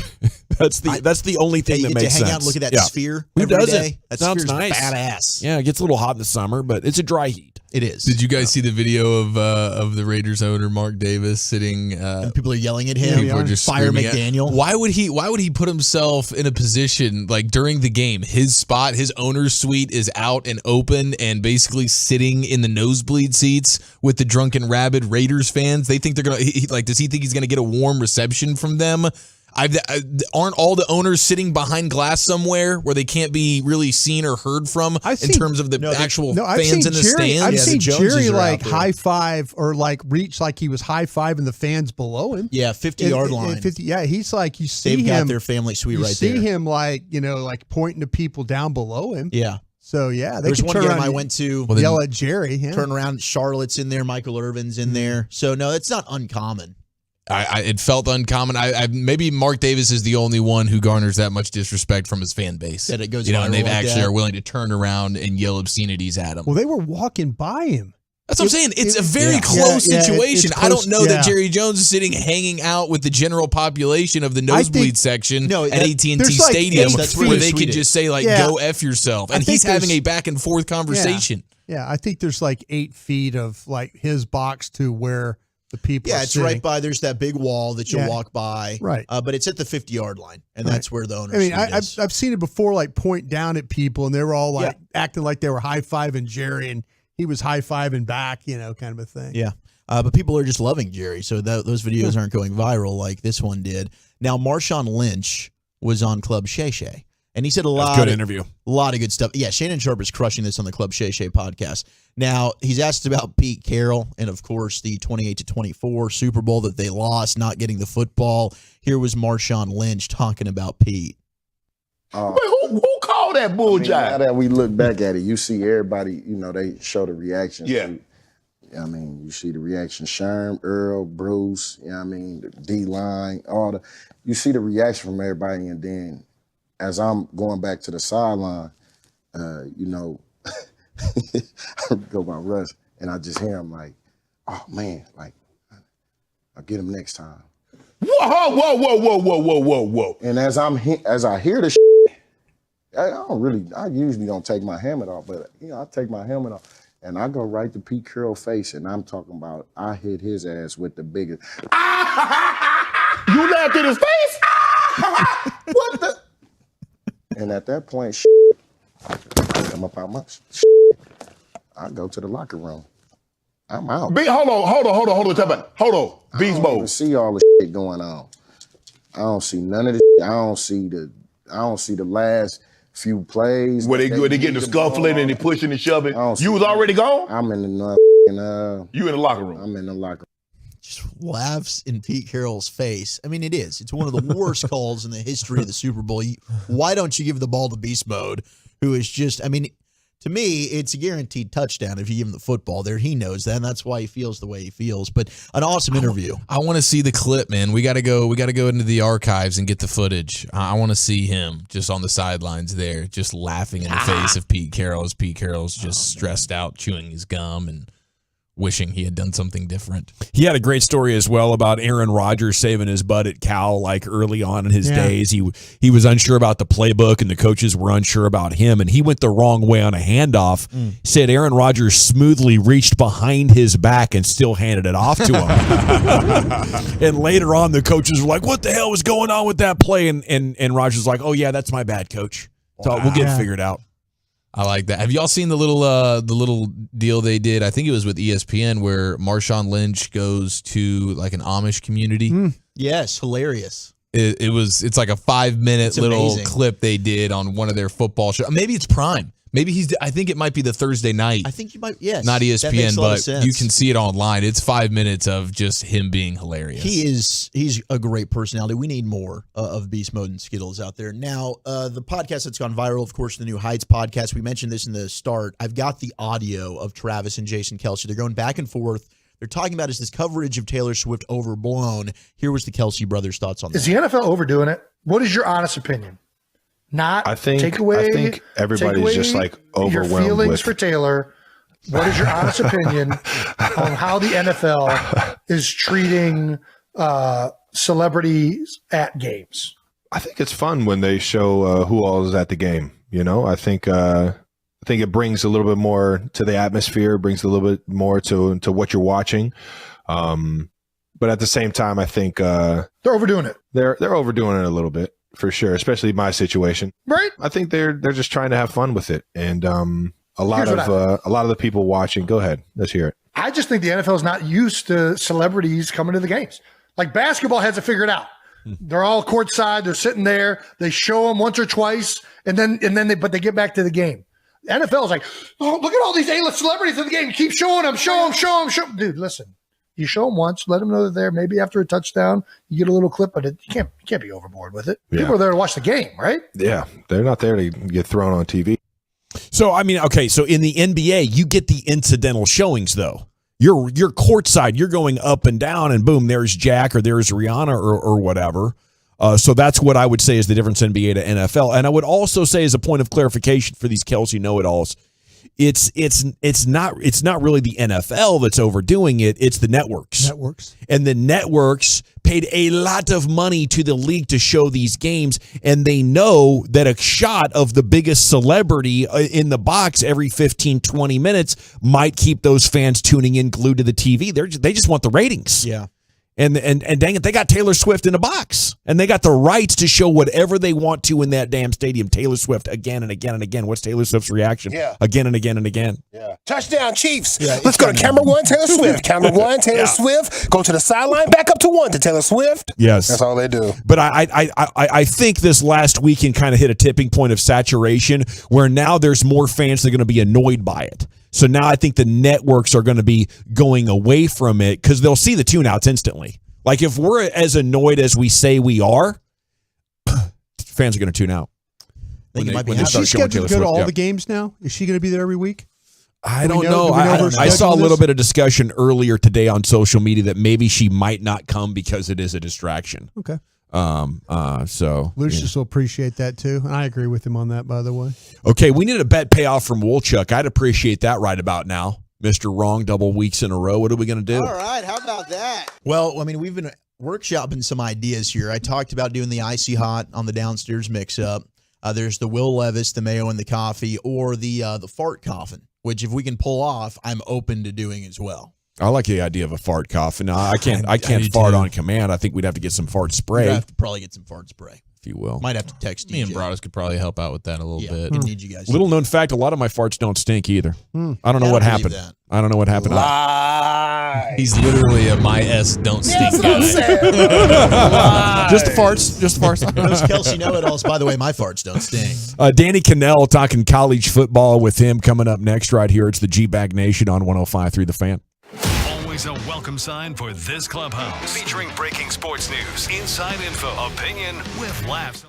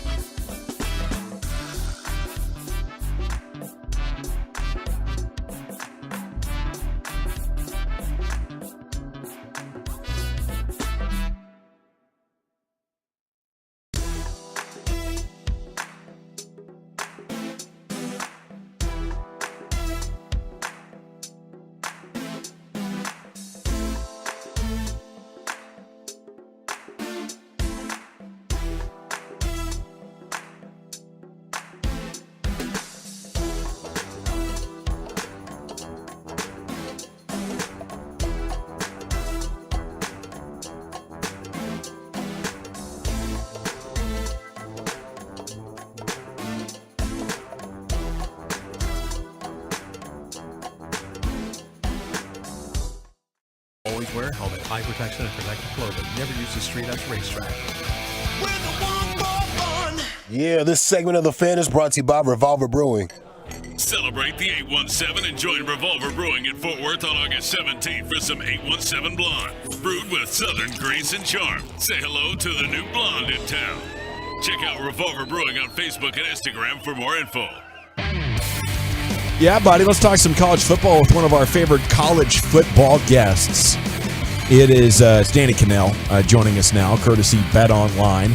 Check out Bet Online for updated college football playoff conference, Heisman, and college football Week 6 lines as Danny Cannell joins you now right here on 105.3 The Fan on the Boomer Jack's Grill and Bar Hotline. Good afternoon, Danny. How the heck are you? What's up, fellas? How we doing this afternoon? You guys fired up for the weekend or what? Oh, yeah, we are. Big time, and everybody wants to know how much of a surprise would it be if OU can beat Texas here in this Red River rivalry? I mean, the odds makers should tell you that it shouldn't be that much of a surprise, right? I mean, I am a little bit surprised the number. It's currently hovering around 5. And, I mean, you see a 5-point spread. That, to me, is a wide-open game. Yes, Texas is favored, but it truly does mean anyone can win it. And I know it's corny. I know it's cliche. But when you have a rivalry like this, you do throw out the records. But you don't have to because Oklahoma's undefeated, right? So they're both incredible teams. I think the surprise maybe – I think there's 2 surprises in this one. Texas has actually lived up to the preseason hype, and Oklahoma is undefeated after a 6-7 year. But if you look at the way the offseason has unfolded and given Brent Venables some time to get his kind of roster the way he wants it and to get the defensive schemes the way he wants it, it shouldn't be a surprise at all that this rivalry is right back where it should be, which is at the top of the college football world. So I'm buying in on the Horns. I think they're legit because they are really good at the line of scrimmage, and Texas teams have not been when they've gone ahead and failed and not lived up to expectations. What do you think overall? Is Texas legit? And I'm taking them to cover. Do you like the cover there? So I'm on the same side as you. The only thing that terrifies me is that everybody and their brother is on Texas as well. You know, Texas lay the points. I just get nervous in sort of an uncertain game where we don't really know. I feel like we know what Texas is, right? I think Texas is a national champion contender. I really do. I mean, the win against Alabama in Tuscaloosa, I think is the best win of the year by far. I still think Bama's a really good win. I thought the way they beat them, you know, taking a little gut check in the middle of it, then winning by 10 was phenomenal. Quinn Ewers, came of age in that game with some big-time throws. I think their defense stepped up. I think they're that good, but I also know what this rivalry does and that Oklahoma is so much better. Like, this isn't going to be the game that we saw last year where Texas dominated from start to finish. So, yes, I'm on the same side as you. I would lay the points with Texas, but I am a little bit nervous about it, the fact that it feels too easy. You know, it never is this easy. It looks like Texas tight end Jatavian Sanders is going to be able to play. How important is he to that Texas offense? I mean, to me, it's just another weapon in the arsenal that you have, especially the way Brooks has been running the football. You've got the ground game going. You got Xavier Worthy. But then when you bring in this hybrid type player like he is, it does create mismatches all over the field. So I think that's just one more sort of X factor that could have a massive game, you know, in a quick outlet option, just sort of that Swiss Army knife player who is an incredible, you know, mismatch. And that's a bigger sized tight end sort of flexed out receiver is so hard to match up with because you put a big linebacker on him, you can't run with him. You put a smaller DB on him to try to run with him, and then he just out physicals you. It is a walking mismatch and a headache for a defensive coordinator, no matter where you line them up on the field. Danny, how do you handicap the 2 quarterbacks with Ewers and Gabriel? It seems like Gabriel has played college football for like 12 years now. But how do you handle these handicap the 2 quarterbacks are going to play tomorrow or on Saturday? So I give the edge to Quinn Ewers from the natural ability, rise to the occasion, big playmaker. I mean, the rainbow throw to Xavier Worthy was absolutely phenomenal in Tuscaloosa. I think he has better weapons around him too. But Dylan Gabriel is all of a sudden really flourishing in this Jeff Lebby system where he's starting to get the ball out quicker. He's making great decisions. I don't think he has the top tier arm strength that Quinn Ewers has, But you mentioned it, the wealth of playing time that he's had going all the way back to UCF. I think it was his freshman year. He was like top 3 in the country in passing yardage. He's played a boatload of football. And, last year he was banged up a lot. I mean, it was, a concussion issue, but he also had other issues he was dealing with throughout the season, which I do think impacted his play. Now that he's healthy for the first time, I think you'll see a much better, more efficient Dylan Gabriel, playing within that system. What are your thoughts on this Bama A&M game at Kyle Field? Bama right now, I believe, is favored by just a point. I think that's begging you to take the Crimson Tide with A&M playing with a backup, but yet experienced quarterback. Yeah, I have loved A&M in the West since the preseason, right? And then I was a little bit thrown off by the loss against Miami, but I don't think that loss was a horrific loss. I mean, Tyler Van Dyke from Miami came out, looked like the version that we saw a few years ago. He's been spectacular. So that loss didn't bother me. Most importantly, in that loss, I wanted to see kind of where they were going with this offense, which I do think has grown tremendously. So much so that, again, once Connor Wegman was lost, I didn't mind Max Johnson stepping in as probably one of the more experienced backups in all of college football, especially when you consider how many guys transfer if they're, a starting caliber type player, and then all of a sudden they lose a competition. They're quick to bounce in the portal. Well, Max Johnson had already transferred once from LSU. His younger brother, is already there playing tight end. So he's like, I'm going to wait around and see if I get my opportunity. And then he does. And he played really nice in that second half when he stepped off the bench and then played pretty well against Arkansas last week. Like, I don't think there's that much of a drop-off in the pass game. The one area of concern is sort of the athleticism. He's more of a pocket passer. But I trust Bobby Petrino and that new offense to put him in positions to succeed. So I am not that worried about him. I actually like the Aggies to win outright in this game. Ooh. I think it's in College Station. I am not sold on Jalen Milroe and the Alabama offense. I think they're going to have a really hard time moving the football, against this Texas A&M front. I think Jalen Milroe is not ready for this type of atmosphere, so I like the Aggies to win outright. I also like the under. I think this will be one of those classic, both defenses kind of not giving up much, both teams trying to establish the run game. I don't think either one has much success. So I like the Aggies to win outright in a lower scoring game. Danny, do you got Georgia on upset alert this weekend? Oh, I do not. 100% do not. Now, you might say, why? They've looked vulnerable, right? South Carolina was up at halftime on Auburn, had them on the ropes last week out there at Auburn. I think this is the game where I think they figured it out. I mean, all you had to do was find Brock Bowers, the tight end in the second half, which Carson Beck did, and all of a sudden that offense woke up. But I think they figured out something. The other thing, if you heard Kirby Smart's comments this week, he said he thought, he was raving about Kentucky, how deep they are and how hard it is to win in the SEC, which I agree with him to a point. But he did point out it's hard to win on the road in the SEC. This one's back between the hedges. Kentucky's a good football team, but I don't think they're going to be able to run the football the way they have against other teams. They don't have Devin Leary's a quarterback who is okay. I don't think he's going to be able to run the football the way Auburn's quarterbacks did. I mean, Auburn didn't throw the ball for a lick, but mobile quarterbacks do provide fits. They're really a pain in the neck for defensive coordinators. I don't think they'll be able to get the ground game going as successfully as they did last week against the Florida Gators. I also don't think the Gators are very good. So I think Georgia actually rolls in this one. I think Georgia rolls big, and then Kirby can really hang his hat on this win being a big resume builder, even though they have far greater talent than Kentucky does. Well, then can I interest you in Notre Dame as an upset alert then? I do. So, yeah, Notre Dame against Louisville, I do think is an upset alert game. I kind of like those point spreads when they're around a touchdown or just under a touchdown. I think that one's about 6. And here's the thing. Louisville playing with a bunch of confidence right now. They're undefeated. They're coming home in a game for Jeff Brom, who's, all of a sudden there's a lot of enthusiasm, a lot of life in this Louisville program. I think Notre Dame has the unfortunate task of all of a sudden playing a bunch of very emotional fourth quarter games. Think about the loss to Ohio State late. They go to Duke this last weekend. They have an emotional win in that game.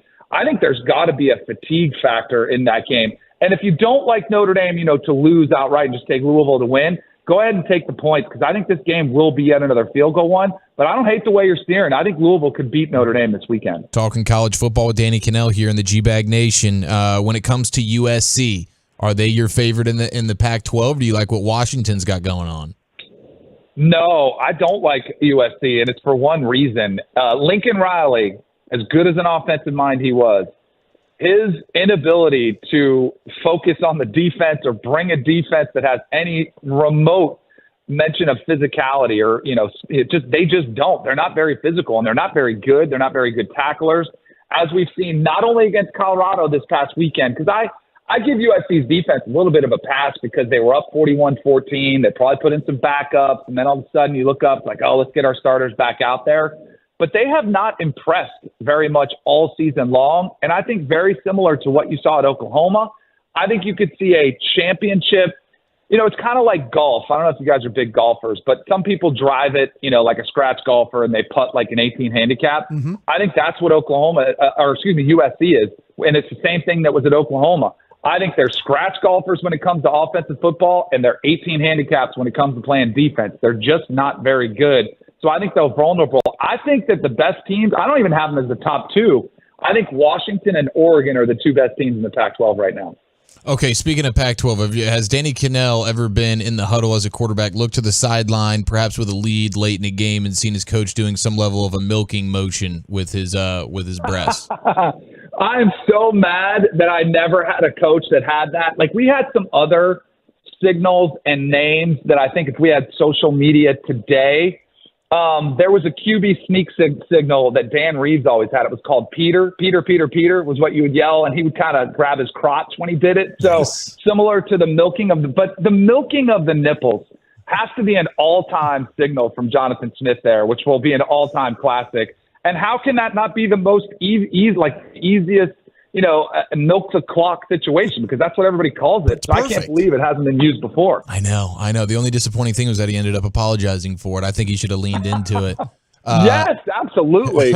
Now, we were wondering this earlier because our Rangers are now advancing in the playoffs. They're doing locker room celebrations with all the booze. I didn't know. Have you ever experienced a locker room boozy, champagne-y sort of celebration? We're wondering how much of it is actually being consumed compared to how much of it is really just being poured out and they're just showering each other with it. Oh, I think the champagne is all for show. But you got to find the bottles of liquor, or the Bud Lights that are on ice, or whatever's on ice, the beers. Because I don't know many athletes that are huge champagne drinkers, but they'll absolutely do it for show. But trust me, there is a large amount of alcohol that's being consumed as well. I also don't know how you guys feel about this. I always thought it was a weird thing to celebrate, either making the playoffs or advancing in the playoffs when you have, games coming up relatively soon. Like football, at least you have a week off. There's something about that of act like you've been there. But man, baseball players, they do embrace the clubhouse celebration even after, a wild card win, a wild card advance. And good for them for doing it because they do play 162 games. So I guess if you got a chance to celebrate, you might as well take advantage of it. We're big fans of celebrating for about 30 minutes and then getting back to business. You know what I'm saying? Unless you have a couple of days off, then you can maybe let it go a little bit more. I have a feeling the baseball players, they're hardened, they're calloused to the type of partying that they're doing. They get a lot of practice on the road throughout the season. I think they'll be okay. 100%. Are you more of a drive for show or putt for dough guy, by the way, speaking of golf? I used to be a drive for show. As I've gotten older and gotten back issues, I've got a lot of wisdom that saving my back and becoming a better putter is the way to go. And even the best Jack Nicklaus, Tiger Woods, the best golfers ever, which I'll just go ahead and throw myself in there as well. Just the three of us, we're great putters. So I think that's what we all have in common is great golfers have that in common, right? I do have to ask you if you have any takeaways. Yes, I think you have a lot of stuff in common with some terrific athletes. But what are your takeaways on the Deion Sanders exchange that you were in the middle of last time we talked? Well, so there's been a few. One with Deion and one with his son, where he called me a derogatory term for a female that I'll just actually a garden tool is what we'll go with. That's right. That he called me. But with Deion himself, I won't back down from my comments because I did not like the way that he handled the questions around, being a Seminole and, kind of denying and not, giving any appreciation to Coach Bowden or Mickey Andrews or playing for Florida State and really leaning into the HBCU grad. I gave it to him and, he gave it right back. And then I told him, hey, can I even call you a Seminole anymore? And we kind of put it to bed. And then as Colorado's fame has risen, I have felt like the hype has outpaced the reality of the program.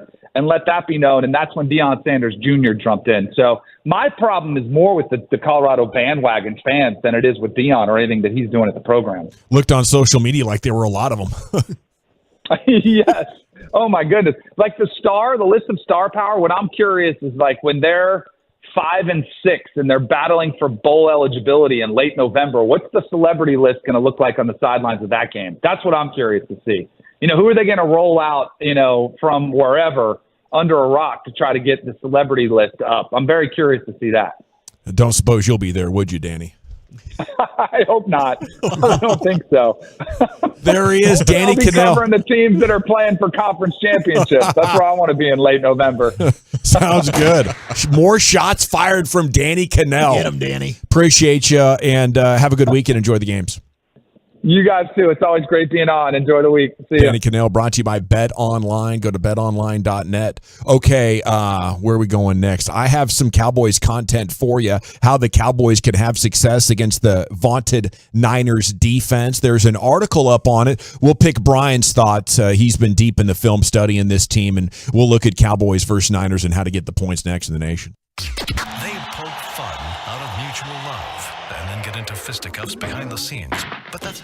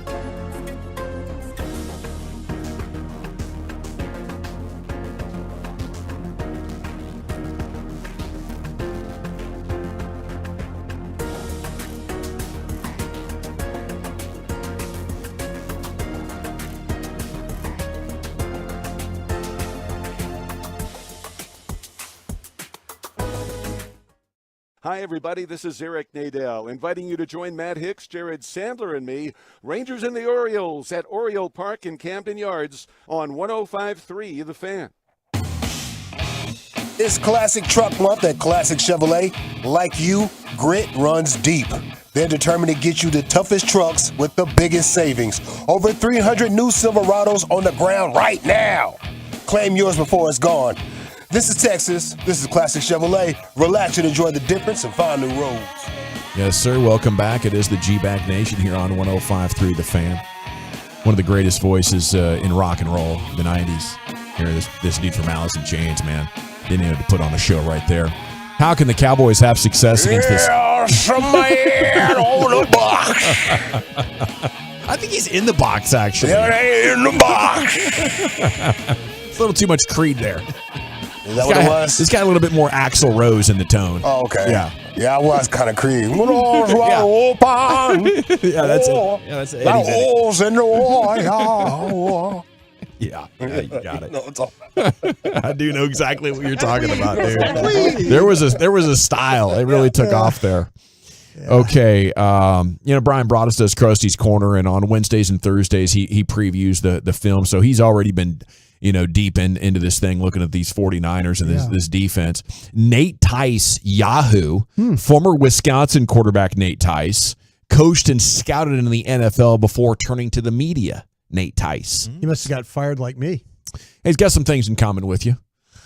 He sets the table nicely here talking about this matchup. Bend but don't break defense from the Niners. They play it better than just about anybody against an offense that wants to nickel and dime you to death. Okay, so he talks about some stats in here. The Niners have surrendered the lowest rate of explosive plays through 4 weeks since the NFL went to 32 teams in 2002.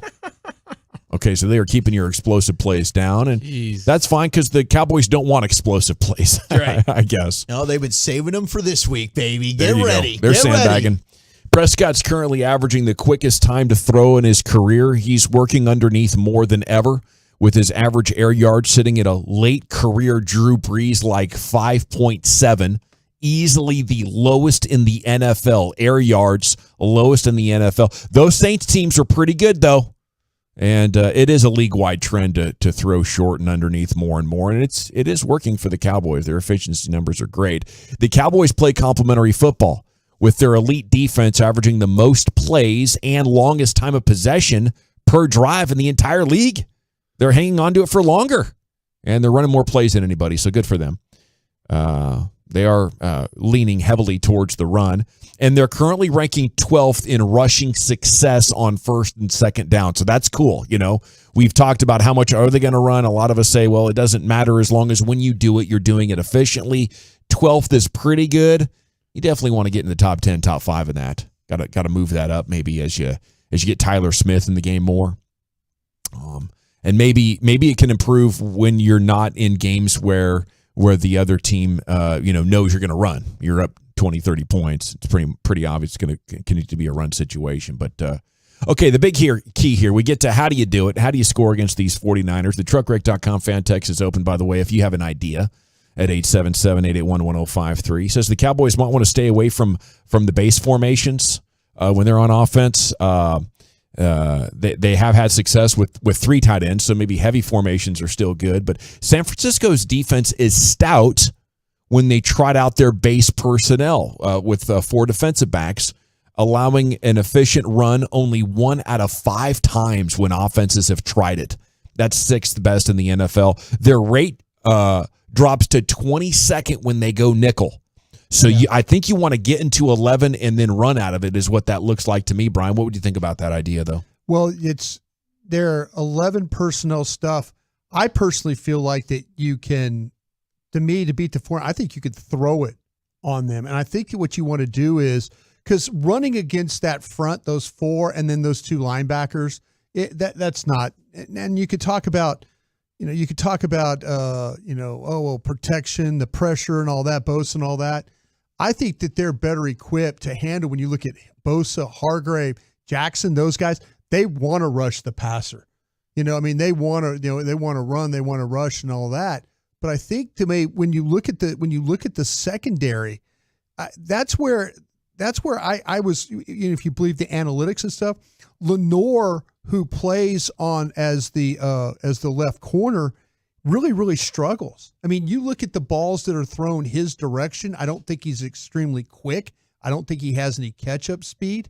But to me, I feel like that with Ward and Lenore, you could do some good against this 49er the secondary. And okay, because I wanted to ask you specifically about what you saw from Dobbs from Arizona against them, because Nate Tice talks about how going quick on 3 steps, he had a lot of success against San Francisco, and Dak has been really good at that so far this year. See, that's where that's to me when you look at and again, I'm just looking at numbers as opposed to I'm watching the tape, but I'm also looking at his numbers.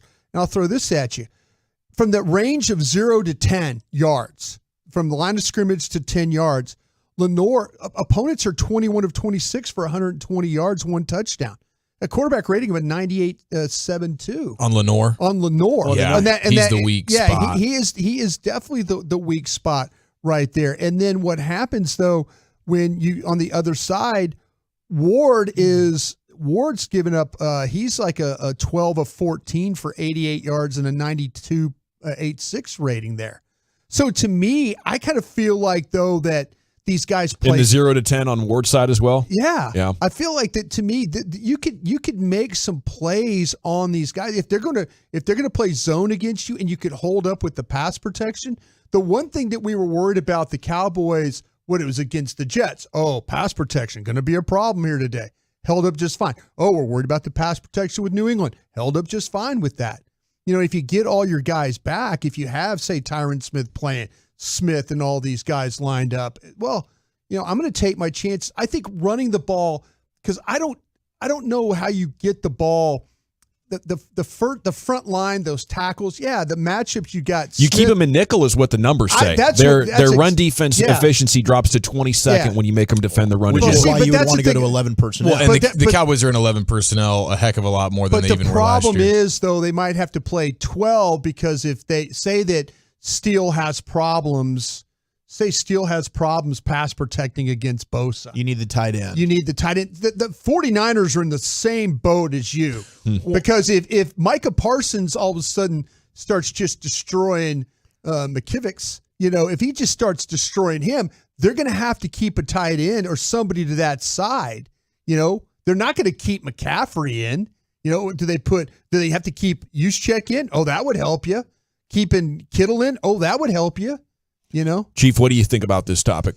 I think there's a lot of stuff to like about it, and the Cowboys have been in 11 personnel more so than they even were last year. I think they bring in Brandon Cooks. They feel good about Michael Gallup now. They're going 3 wide a lot more. So you'll probably see them do that. But I like the idea of them having the multiple tight ends in there and throwing out of it. And especially in the red zone. Warren Sharp's got a really good red zone article about the Cowboys that we'll go through at about 5 o'clock. Right on. Yes, Football's Finest is coming up at 5 o'clock. See, they get in a situation where if I went back and looked at the playoff game, and Prescott was clearly better. He wasn't great in that game, but he had more success throwing against the single high safety than he did with cover 2. What you're starting to see from the 49ers is they're willing to bring Hufanga down into that box like the Cowboys do with Curse, which is his strength. So now you have Gibson playing as that true free safety, and I think the thing with San Francisco is they want to keep everything in front of them. That's their whole thing. They don't want to give up big plays, right? But they don't give up big plays because of their pass rush. But Dallas is equipped to handle their pass rush. That's why I think that throwing the ball has a chance to have some success. A lot of smart people are looking at this film and finding ways the Cowboys can succeed against the 49ers. Let's see what Nick Harris, DallasCowboys.com, has to say when he joins us next right here on your home of the Cowboys, 105.3 The Fan. Be a part of the show. Text us on the truckwreck.com fan text line.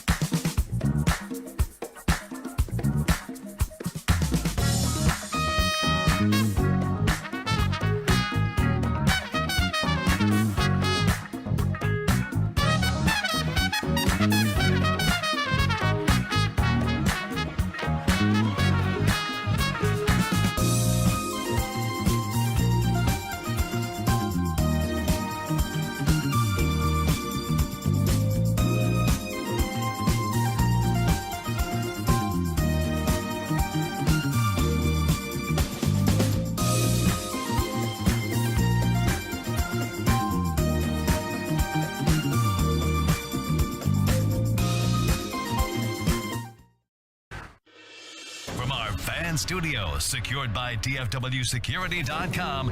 You're rolling with the G-Bag Nation on 105.3 The Fan. Welcome to the nation. Here we go. It's hour 3 of the G-Bag Nation on 105.3 The Fan. I hope you're having a fantastic day. It's a Zach Martin Thursday, and Zach's coming up at about 4:45 with you here on 105.3 The Fan. A big show. We've already had a ton of guests on. Talked with Danny Cannell talking college football there last hour. If you miss anything, you want to go back and listen with the Odyssey app or the TuneIn app, YouTube, Twitch as well. A lot of functionality here in the digital space here with our radio station for you. Thought you'd appreciate it. Wooly Bully's Top 10's coming up at 4:20 as Nick Harris, DallasCowboys.com, joins you now here on The Fan. How you doing, Nick? Hey guys, how are y'all doing? We're doing awesome. Yeah, cool story today with the entire O-line out there getting a few snaps in. How they look and what is the latest with our injuries? Yeah, how about that? The first time since September 4th that all 5 at least started practice, and it's the first time since Tyler Smith has been a Cowboy that all 5 participated fully in practice. So definitely good to see all those guys back out there and healthy. I think optimism is growing not only with Zach Martin playing on Sunday, but also Tyron Smith, which was probably more of the question mark coming into the week, obviously, with him not playing against the Patriots. So a lot of optimism in the building, just crossing a lot of fingers and hoping Friday and Saturday go well as well. How optimistic are we about this matchup? You know, after 2 losses in a row and the Niners winning so many regular season games in a row, it kind of feels like you might be going into a meat grinder, but this is a very close matchup any way you look at it, isn't it?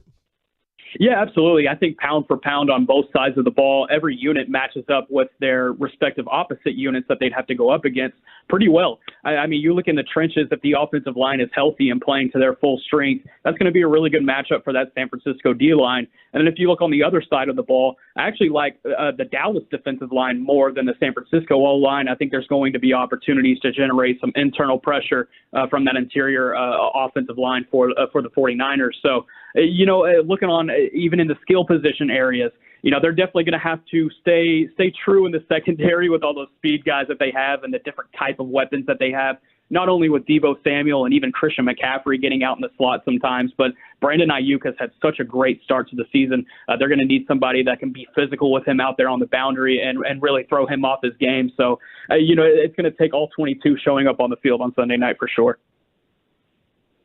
Nick, do you think there's any really added pressure to this offense for the Cowboys, considering the last 2 times out against the 49ers, the defense has really kind of held their own? Is there pressure? Can you, and the guys you've talked to in the locker room and stuff like that, do you detect anything, any pressure on them to have to go out and perform?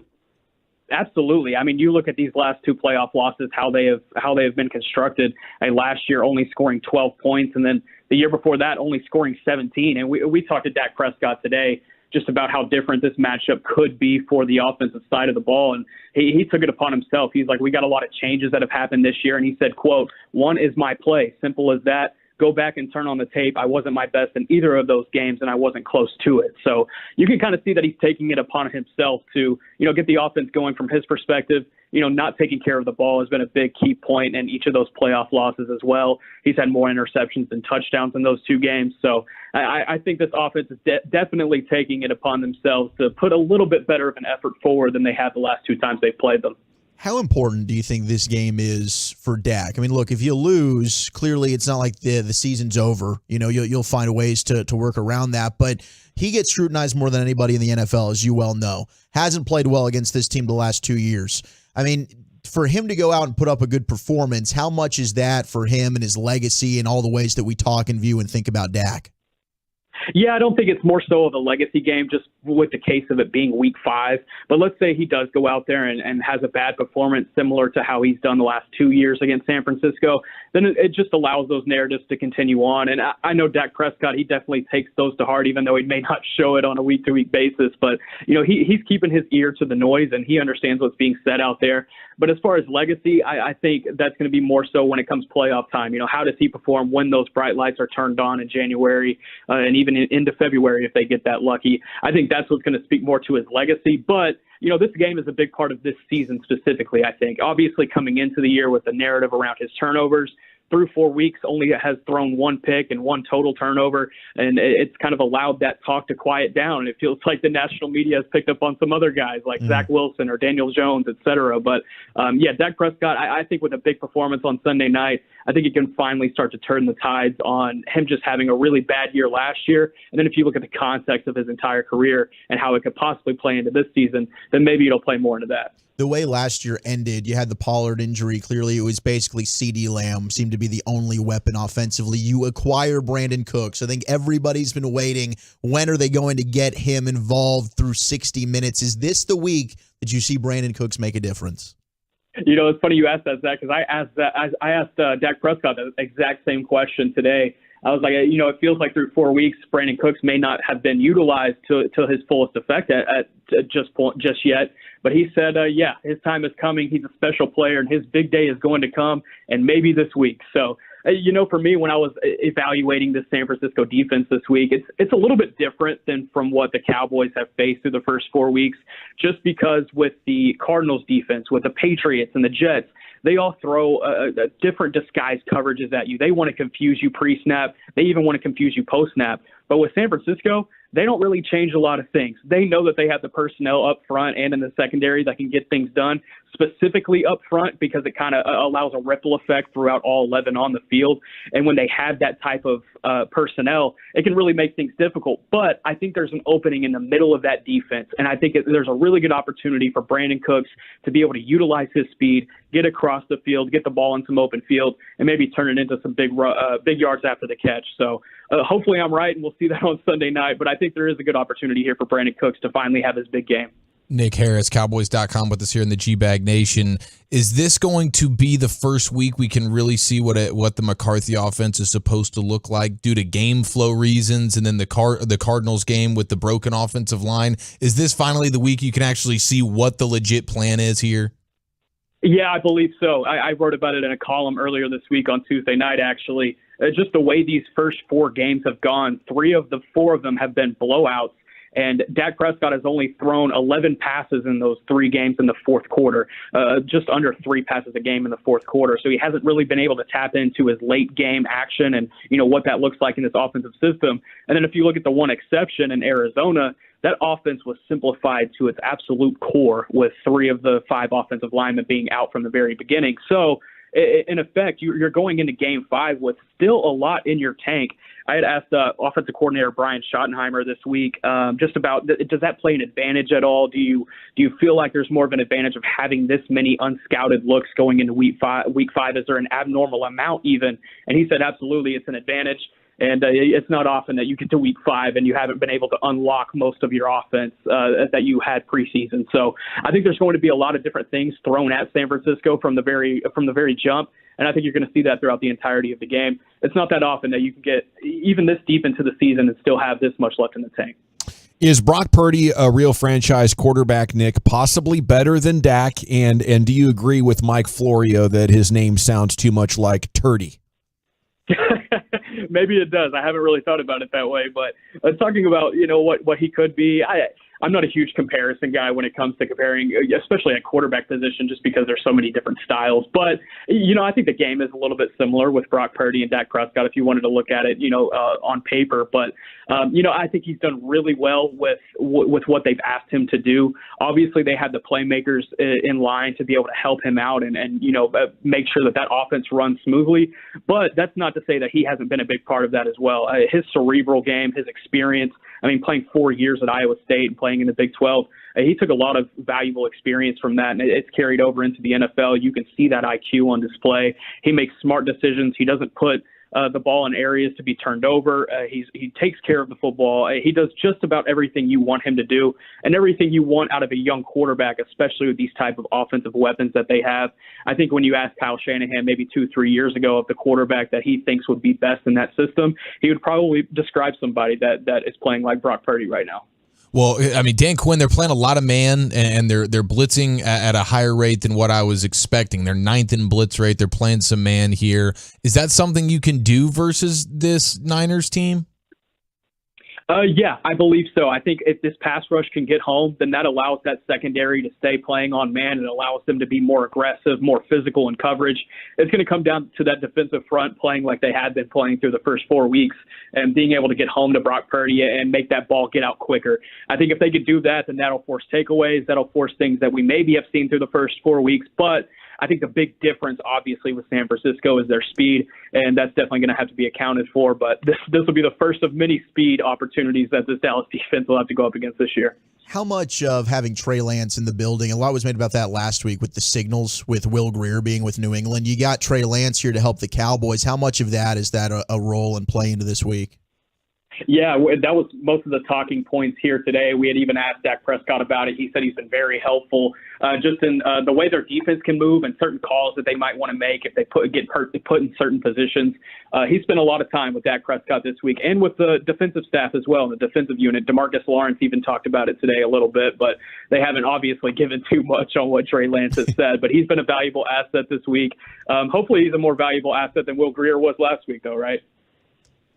God, I would hope so. Yeah, we'd all drink to that if we get that reality. There. How about a few other specific players here? Your thoughts, Nick Harris, DallasCowboys.com on Tyler Smith. Is he ready to battle with the D-line on a team like this?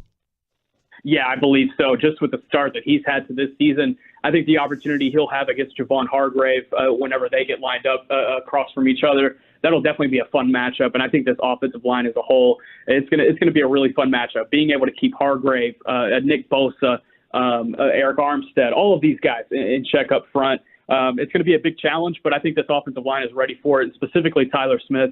Man, the way he has started this season, I think if he can carry this consistency throughout the year, you're looking at a potential All-Pro nomination. He's looked so great in that interior. He hasn't allowed much pressure at all. Really liked his start to the year. Nick, how do you see the running back situation playing out, especially with Dowdle? I mean, it seems like some positive news, but if he can't go, are you committed to going with Deuce Vaughn, or is Malik Davis going to get called up and taken, or is Hunter Lipke going to take over kind of the second back role?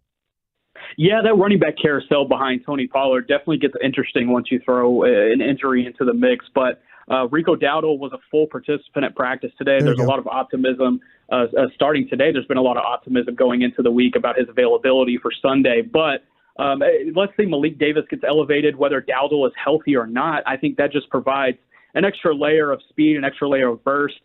Davis is probably not even close to what Dowdle can do in the pass protection game. I think that's my biggest concern if Dowdle can't go on Sunday. Sure. Who do you put back there to be able to help Dak Prescott? It's not going to be Deuce Vaughn. He has had a couple of opportunities to do that and has not shown up in that area. And then Hunter Lipke, do you want him on the field only on passing downs? And then that gives away what you're doing pre-snap. Do you mix in handoffs if he's on the field? There's a lot of different questions that go into that mix. But for me, if Dowdle can't go, then you elevate Davis to kind of be that change of pace guy with Tony Pollard. And then you keep Tony Pollard on the field as much as you can to try to help in pass protection, and definitely mix in Lipke on the goal line as well. Fantastic report as always, Nick. Is there anything else about this football game before we let you go? Now, just super excited to get out there. The winner of this one will take this all-time series lead, though, 19-19-1 heading into Sunday night. We'll see who pulls out. Cheers, buddy. There he goes. Nick Harris, DallasCowboys.com. Read all of his stuff if you know what's good for you. Okay, a lot going on here. We do have the Zach Martin Show. It's probably 30 minutes away at this point as we're heading now for the top 10 at 420 with Zach Wolchuk. What's that subject matter looking like today, buddy? Yeah, yesterday was National Taco Day on a Wednesday, so I've got the top 10 best tacos in Texas. What's your favorite taco? That's next. I tell you what, my favorite.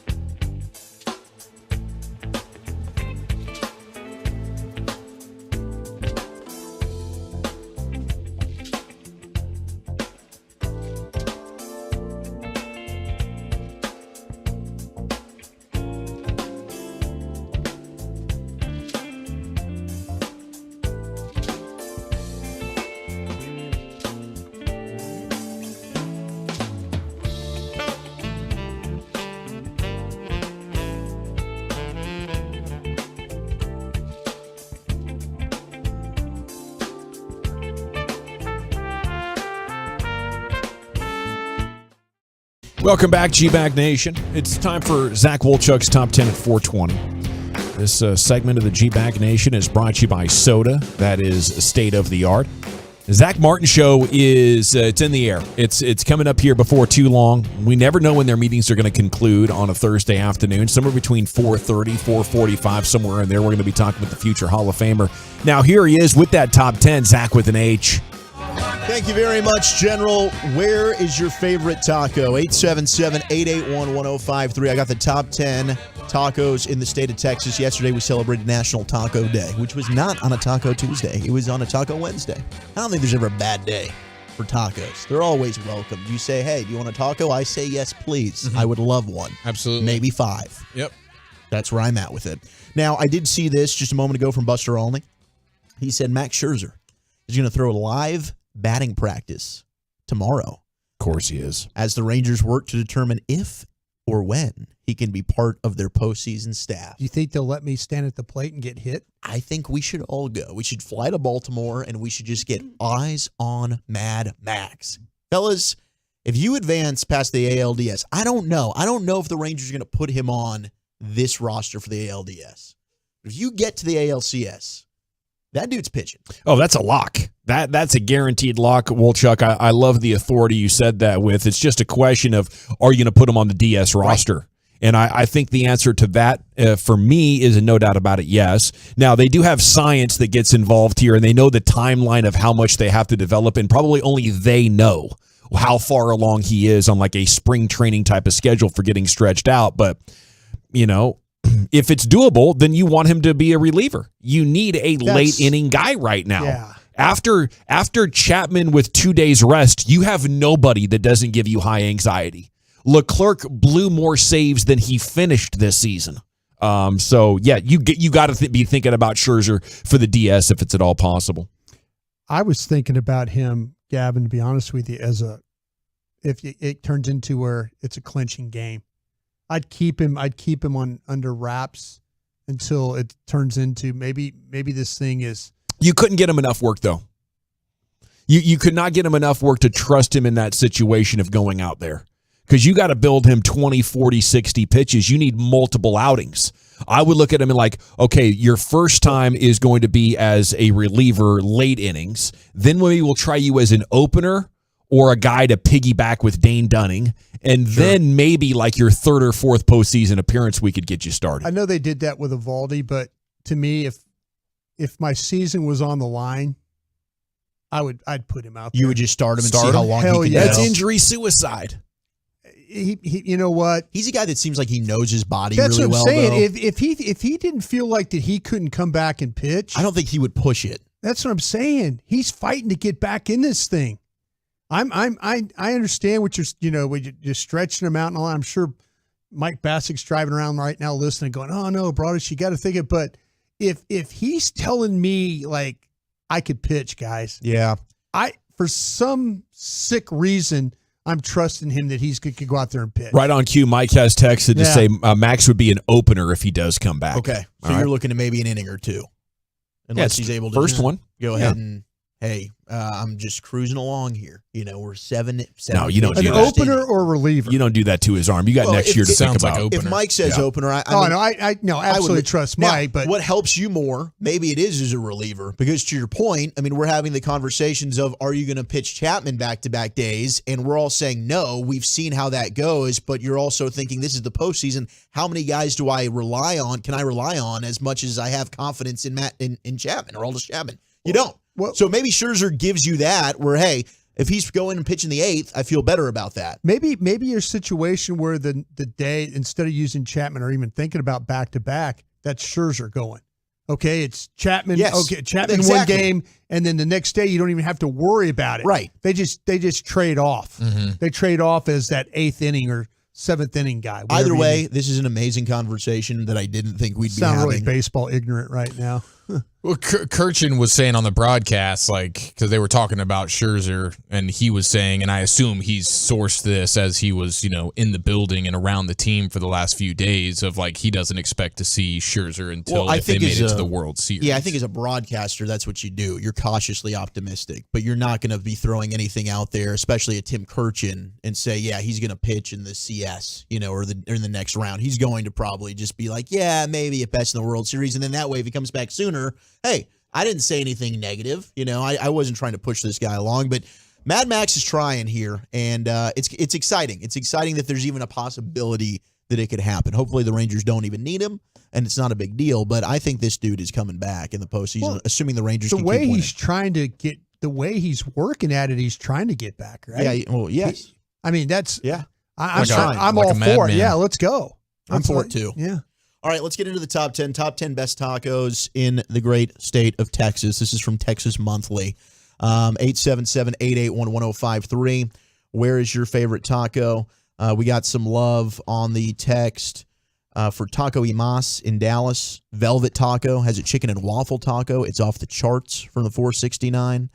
Somebody said they love tacos at our mom's house from the 972. That's a great joke. That is funny. Lucius, where are we going with the tacos? Oh, man, you know what? So it's not going to be amazing.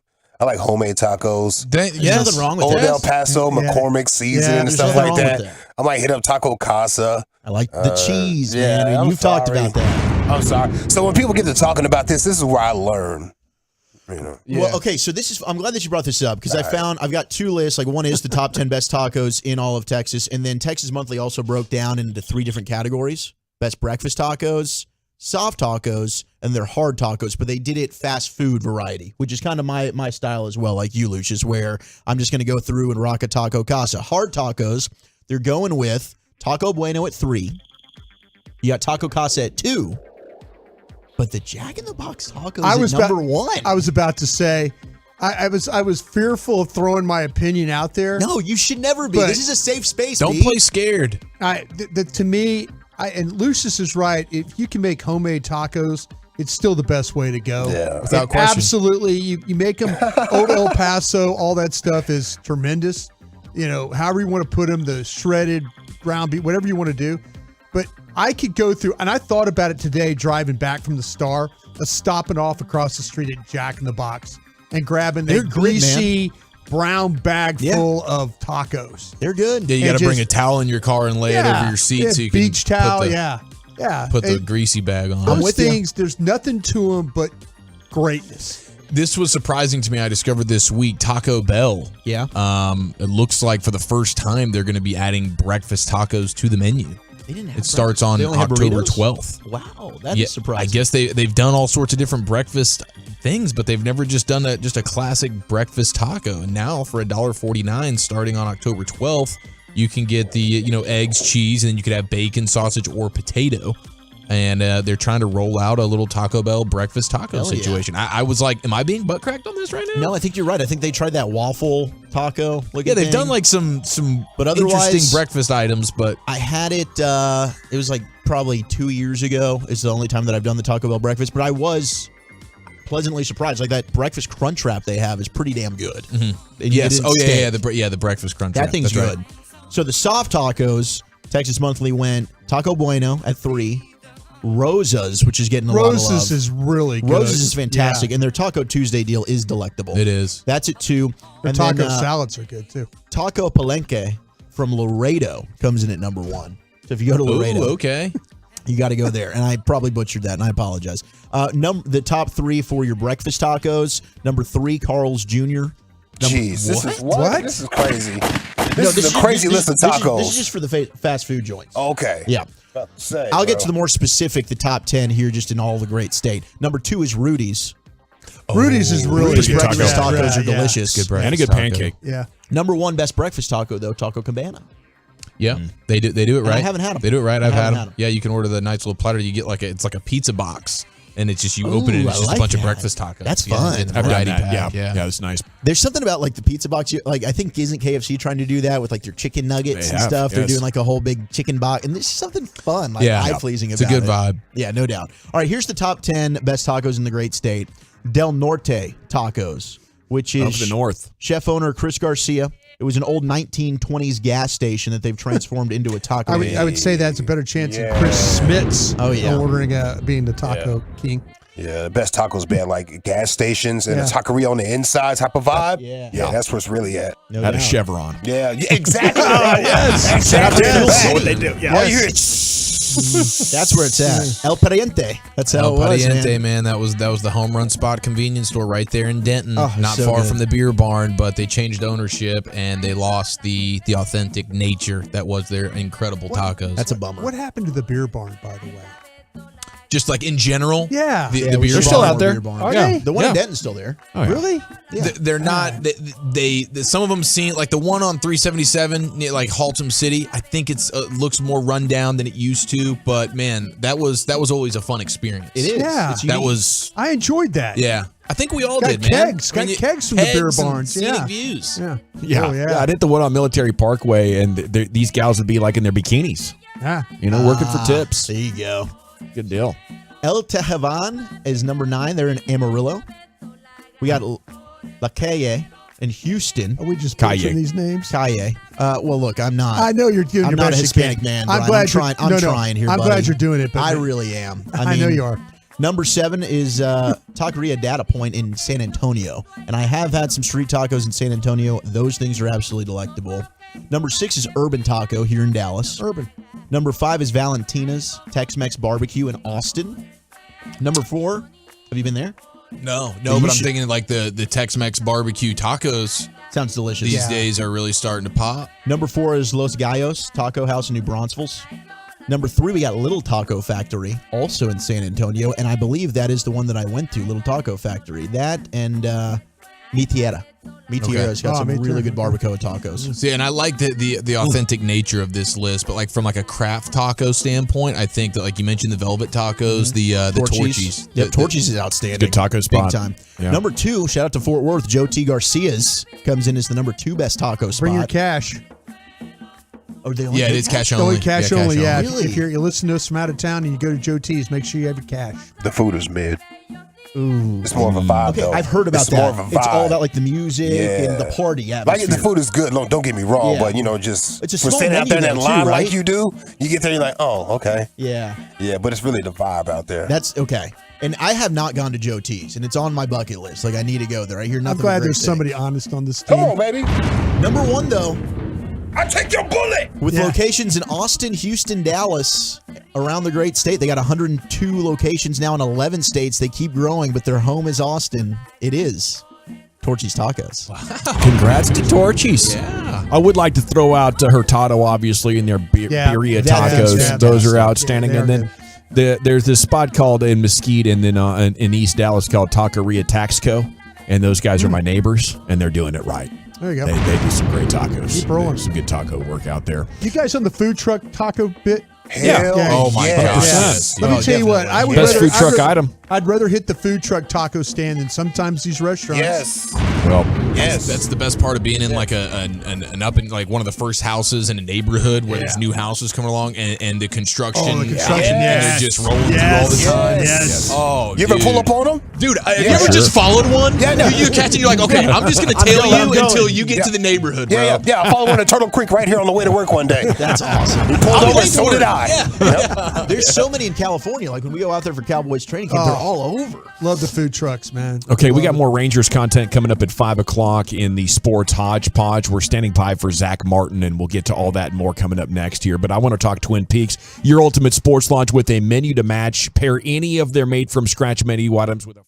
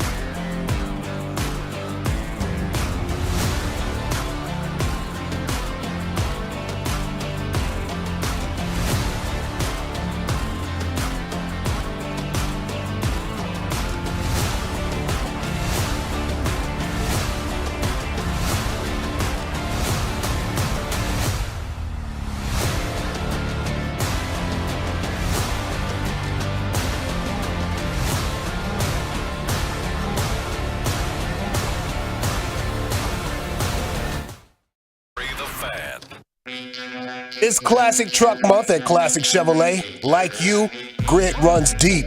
They're determined to get you the toughest trucks with the biggest savings. Over 300 new Silverados on the ground. Claim yours before it's all gone. This is Texas. This is Classic Chevrolet. Find the roads. Thank you, Lucius. Zach Martin is the best right guard on the planet. He's going to join us here before too long on your home of the Cowboys. Let's kick off a little sports hodgepodge here, Chief. See where it takes us. Here's the Chief. Yeah, man, let's get right to it. Players with 2 doubles and a triple in a single postseason game. You can add Josh Young to that list. It's a short list. You got Yordan Alvarez, you got Carl Crawford, Billy Hatcher, Dane Lorg, and Pete Rose. Those are the guys who have done that in a postseason game. 2 doubles and a triple, single postseason game. You can add the rookie Josh Young to that list, ladies and gentlemen.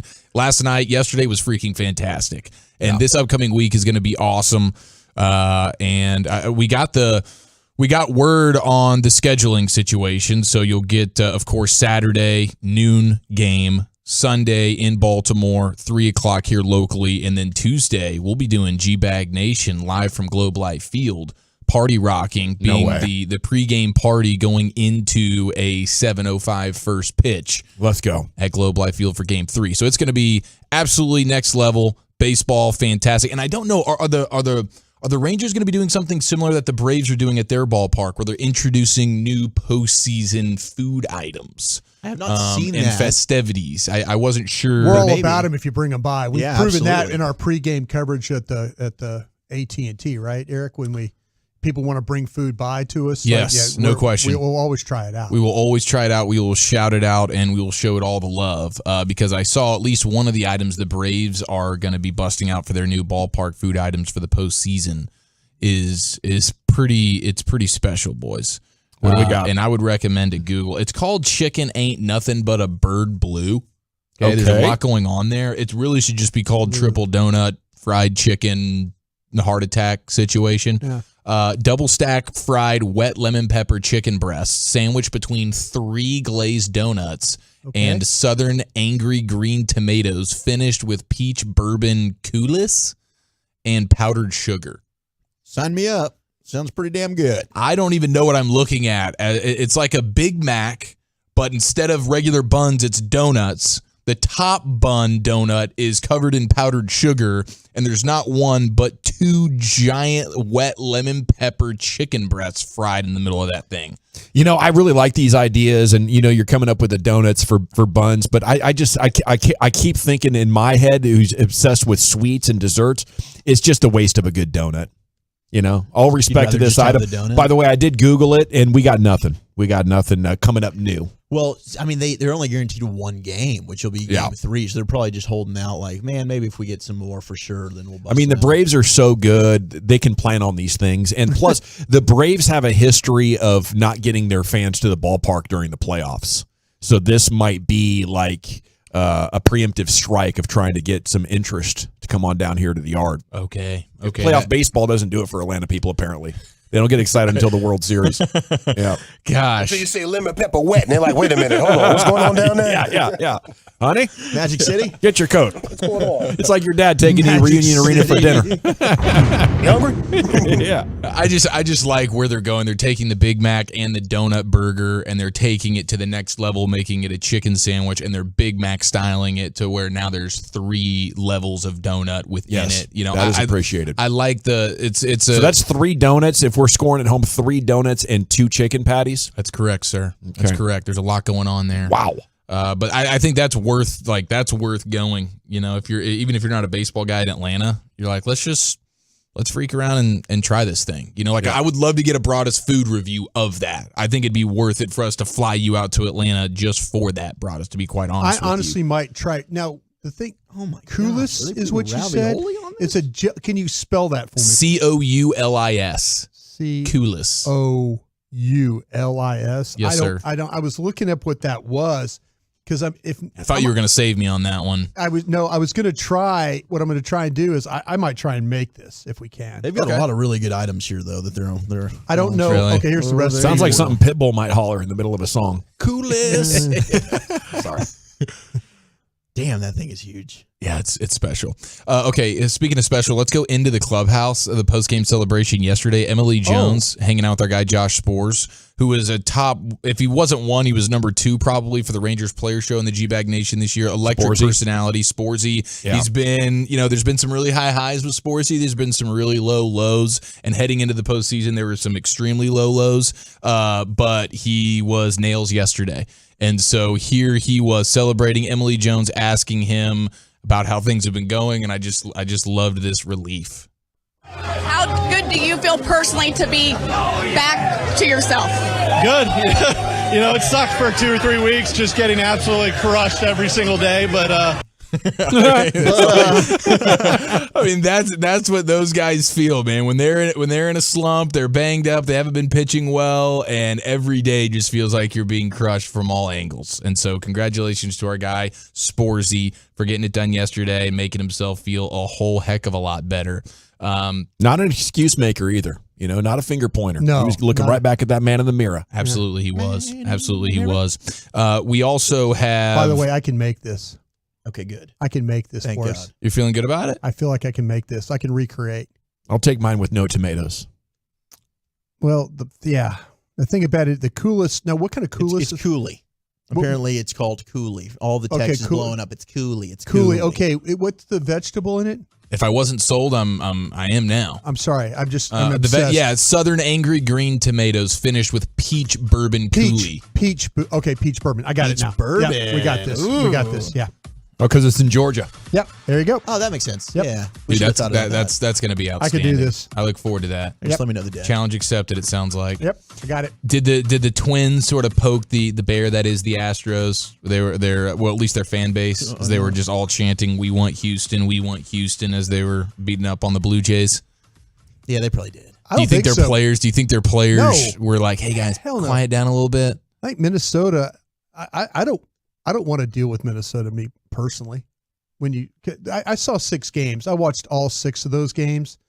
Yeah, there were a couple of times where Rangers lost in a walk-off one, but I don't feel good about playing the Twins at all. Look, I really don't. The Astros, if they get past, if it all works out, I think the Twins could beat the Astros. But you'd rather play Minnesota than Houston, right? I'd rather play Minnesota than Houston. Yes. I dislike Houston with all my sports passion. Yes, I don't want to play them either. But I think Minnesota might even be a worse matchup. I'd rather it's a take, dude. I'd rather lose to Minnesota. It's not close. Yeah, and knowing while I'm losing to Minnesota that at least Houston's not going to do it again. Yes. Well, I think there's a shot if Minnesota taking Houston out. I hope so. That'd be nice. But they just won their first postseason series since 2002, and they broke a historic streak of losses. That's it. That team's a little bit different now. I wouldn't be saying we want Houston. If I were their fan base, I would probably just be like, hell yeah, we finally won a postseason series. Next year for our big fan game, and maybe they can come up with an official promotion for this, but when Houston comes to town, we need to get like G-Bag Nation themed like mini garbage cans. Yeah. You got like mini bats, you got mini helmets when you go to the yard. Let's get mini garbage cans and just bang the hell out of them. Yeah. Wouldn't that be fun? Yes, dude. That would be an absolute blast. 100% we're going to do that. If I'm the Rangers and I beat the Astros actually and to go to the World Series, we're all banging trash cans nonstop in the clubhouse to celebrate that victory. I'm all about just taking G-Bag stickers and putting them on one of those brute trash cans that you can go get. There you go. 50-gallon ones and just bang with on it the whole time. with a canoe paddle and just going at it. Yeah, that'd be a really good time. Yeah. Yes, sir, dude. Okay. Let's bring the canoe paddles. Thank you for passing some time here with a little bit of a sports hodgepodge. That's going to buy us the required time to hook up with Zach Martin. Yeah. It's gone late this afternoon with some team Still meetings. waiting. And we're going to wait for a few more minutes, and then Zach Martin's going to join you next right here on your home of the Cowboys, 105.3 The Fan.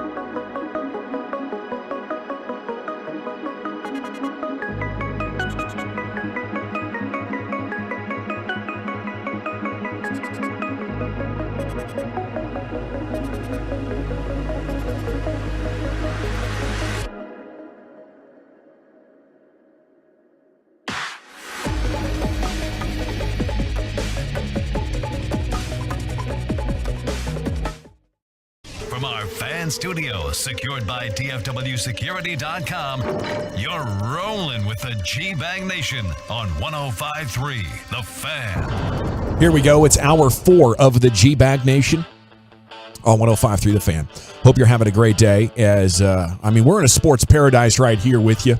Have the Rangers getting set to play Game 1 of the ALDS on Saturday at noon right here on The Fan in Baltimore. Then Game 2 on Sunday afternoon.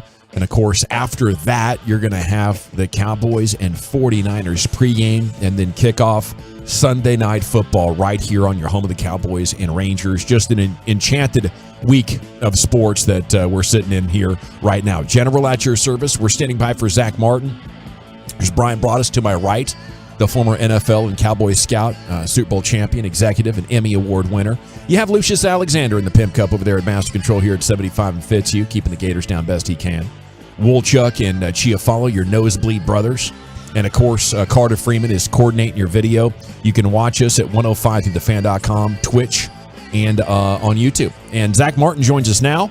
The Zach Martin Show brought to you by Dr. Pepper, an official soft drink of the Dallas Cowboys. And a good afternoon, sir. How the heck are you? Doing great. How are you? We're doing outstanding, man. It is a fun time to be talking sports. Thanks so much for joining us.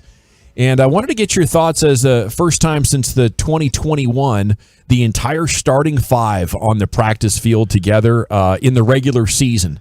What was your thoughts on that? Pretty cool, huh? Yeah, it's pretty crazy. They were some of the media guys were brought that up to me, and I realized we didn't play. We haven't played yet this year, but I didn't realize we hadn't played it all together yet. So pretty cool to be out there and get rocking with that group. Yes, sir. It's exciting for fans to see that. Now, are you looking at this as a big moment, this game against the 49ers, or just another game? How is it for you with your veteran eyes? Yeah, obviously it's a regular season game. We're in week 5, but it's no secret they've bounced us out of the playoffs the last couple of years. And then when you turn the tape on, I can speak for the offensive side of the ball. The defense is very similar the last few years. Same guys. Obviously they added Hargraves, but we know it's going to be a big opportunity for us and a big test for us. Yeah, you're absolutely right. It's week 5. It's a regular season game, but does it feel just a little bit more important than your typical regular season game? Yeah, gosh, you want to treat them the same, but I think you'd be lying to yourself if it wasn't a little different, just with not only the way they play and how they play, but just the fact that they have taken us out the last couple of years. So it's a big game out there. After watching that tape, you're still confident, though? Yeah. Oh, yeah. It's going to be a great matchup. Listen, it's going to be a war out there, but we're looking forward to it. And these are the type of games you love to play in.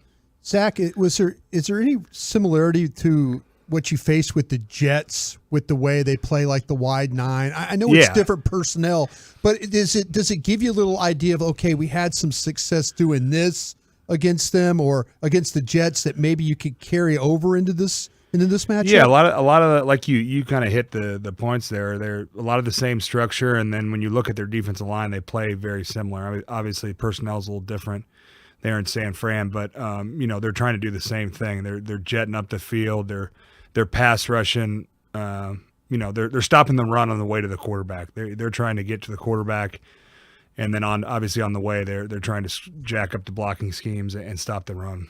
We talk about the Niners as just so physical, especially in that defensive front. Can you feel that? Is it maybe the most physical front that you're used to playing? And how much trash talking do you remember from these guys in the front seven? Yeah, they're a very physical group. Listen, we play in the NFC East with some of these defenses that are super physical. So a physical game is something that we're used to. But the Niners, they play the right way. I don't remember a lot of smack talking. They just go out there and they play the right way, and it's our job to go out there and do the same.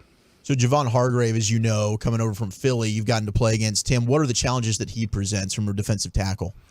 Yeah, man, he's very active. He makes a ton of plays, and when you watch him on tape, he doesn't just play straight a lot of the times. He's constantly moving and jabbing, and jabbing one way, coming back the other way. So you got to be on top of your footwork, and definitely a guy you got to know where he's at. Zach, this game's going to be played on grass. As a lineman, do you appreciate these games that you do get to play on grass more than the turf or on the artificial turf? How do you look at those? Yeah, I love games. I love playing on grass, and it's more and more stadiums are going away from it. So most of our games are on field turf. Sure. So whenever you get a grass game, it's definitely I prefer that, no doubt. Is your guy Tyler Smith playing the best football of his career right now? Man, he has been impressive. He's been so impressive on tape, and he bounced around last year. Obviously, left tackle, left guard right before the season, moved out, kicked out the tackle, and then obviously hats off to our coaches. They had a great plan with him coming into training camp. They stuck him at left guard and said, "This is where you're going to be." And man, he's been fun to watch on tape. He is about as freaky, and I've played with some freaks. I mean, Tyron Smith, Travis, all those guys, but this guy is about as freaky as they come. And like I said, it's been fun to watch. Yeah, how difficult is that to go from guard to tackle and play at such a high level? Because you did that a lot at Notre Dame. You moved all around that offensive line.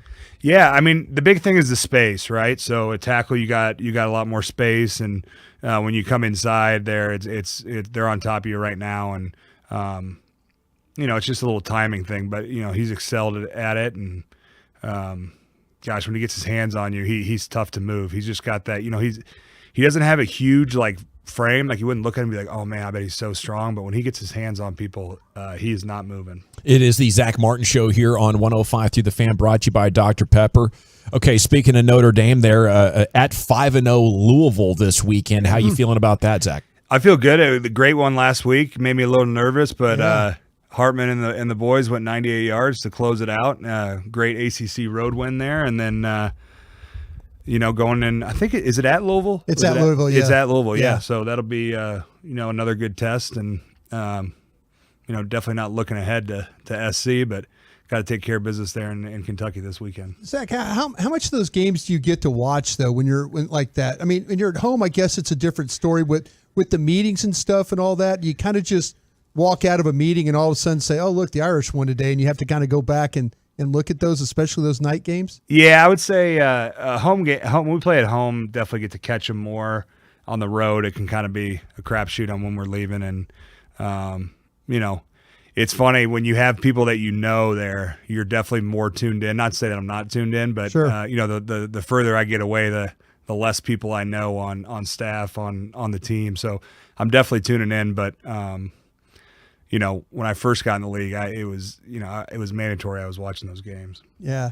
I was going to ask you, Zach, I've been on road trips with you guys before when I was with DallasCowboys.com.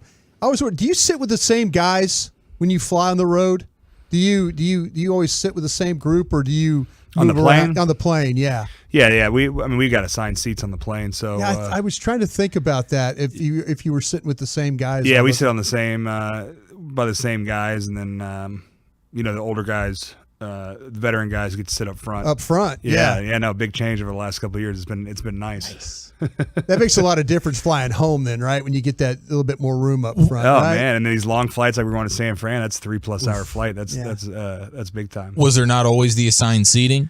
No, ever since I've been here, there's been assigned seatings, but we've we've kind of gone back and forth with the vets. Sometimes we get to sit up front. Other times we have the whole team in the back there. But plane rides are a good time. Obviously when you're going out there, you're resting, taking care of business. But I tell people all the time, there's nothing like a road win in the NFL in the plane ride home. I will vouch for that because I've heard it behind me happen. There's nobody sitting in their seats. No. It's just a blast, man. That is one of the best things about playing pro football is those road wins. Are you guys ever trying to stare down the DallasCowboys.com guys that might pick against you just to have a little fun? Oh yeah. When you're going up and down the aisle, yeah. You're seeing maybe sneak something into their drink or something. I don't know. Yeah. No, I felt that. I felt that with the coaching staff when we walked through a couple of times there, like Garrett and Gary Brown and them. With we'd walk through and they'd give you that look like, okay, they're the SOBs that picked against. And they pack you guys in there back there, man. Oh no, yeah. We get the. You get your own couple seats per player. So, you either get 3 seats by yourself or 2 seats by yourself. And then you go through that media section. They're packed in like sardines. No, we are packed. I think your beverage service is better than ours too. From what I've seen. I remember there was I don't know what you're talking about. Yeah, I know. And I'm not trying to get you in trouble because, Zach wasn't involved. But a former quarterback here it was an excellent tender of that. Yes. Yeah. Okay. Who's the life of the party on this team? You guys have had a couple of nice road victories so far. God, life of the party. Let's see. Man, everyone's excited on the way home. I don't know. Yeah. I'm not gonna pick one guy, but it's just it's hard unless you've been there. It's hard to describe those road victories, especially those long plane rides home. I can say you can hear it back there. There's some fun. The flight attendants probably don't love it. Yeah, there's some. Well, I remember the one time we were flying back from it was a Buffalo. It was after the Buffalo game, but we flew through that terrible storm. Oh, plane was bouncing all over the place. We went to Houston. Houston. Yeah, and when they opened the door, Zach, I almost jumped out because I wanted nothing to do with being on that plane anymore. But I do remember, the plane was literally bouncing all over. The big old plane just bouncing, and they're like, nobody's sitting down. Like big old guys falling all over the place and stuff like that. I'm like, I'm not doing this anymore. I'm just not doing this. It's Zach Martin here with you on 105.3 The Fan. So many things going on in the world of sports. Zach, what do you think of Travis Kelce saying we're making too much of the Taylor Swift story? I mean, I don't know. I guess you kind of got to understand what you're getting into, and you obviously are, have someone with that high profile. My wife was joking the first game she was at. I forget, it was when we were in Arizona, and she was like, I mean, the NFL, it didn't even really happen on Sunday. And all anyone was talking about was Taylor Swift. So obviously, there's a lot of attention on her and the Chiefs there. Yeah, there was. Gave you a little cover on that day. Worked out well. If you could date a famous singer, would you want to, seeing how this is blown up? No, I'm great with where I'm at, man. Yeah. Good answer. We didn't ask you to name a famous singer. If my wife tunes in tonight, Okay, I had a Tolo reach out, wanted us to ask you about this. Now, if I get butt cracked on this and there's no truth to it whatsoever, I apologize. But they wanted to ask us to ask you about the song "Colder Weather" by the Zach Brown Band. Is there something to this? Who asked you that? A guy named Tolo E. Tolos are turn it on, leave it on. Turn it on, leave it on. He's a loyal listener. Loyal listener. Okay, yeah. No, that's our. That's kind of my buddies from Notre Dame. That's kind of the song we used to. Whenever we were in and night, we ended it with "Colder Weather," and we've since all gotten married. We actually had a wedding. The last guy got married this summer, and we had a big "Colder Weather" out on the dance floor. So that's kind of our closing song of the night. How does that one go again? Come on. It's only his biggest hit of all time. Hey, you know what's been the talk of the town, too, here, at least locally? I think the microphones were picking it up, and we heard it in Oxnard. How long have we been doing the Dak Prescott cadence of "Here we go"? And then, oh, yeah. How long has that been here? That's new this year. or maybe a little bit last year. We may have added it late last year, but that was definitely this year, this offseason, we put that in. Is that a quote from a movie or a cartoon or something? It kind of sounds familiar. I don't know. That's just kind of our, all teams have different starting of their cadence or whatever, and that's kind of our starting point there. I was wondering, you're probably going to tell me, but is it start because maybe you go quick count stuff to kind of settle everybody? Sometimes when you go quick count and he wants to check, does he kind of, here we go? Yeah, well, we just had, last year, I mean, maybe it was 2 years ago or even last year something. We just had some trouble with guys getting off on the cadence on time, and as you know, that's an advantage for the offense. Sure. So, that's something we ironed out to get everyone on the same page and coming off the ball at the same time. What else can you tell us about your bros from high school and college and everybody getting married up? Sounds like you had a pretty cool crew. Yeah, we had a great crew. There was 5 of us.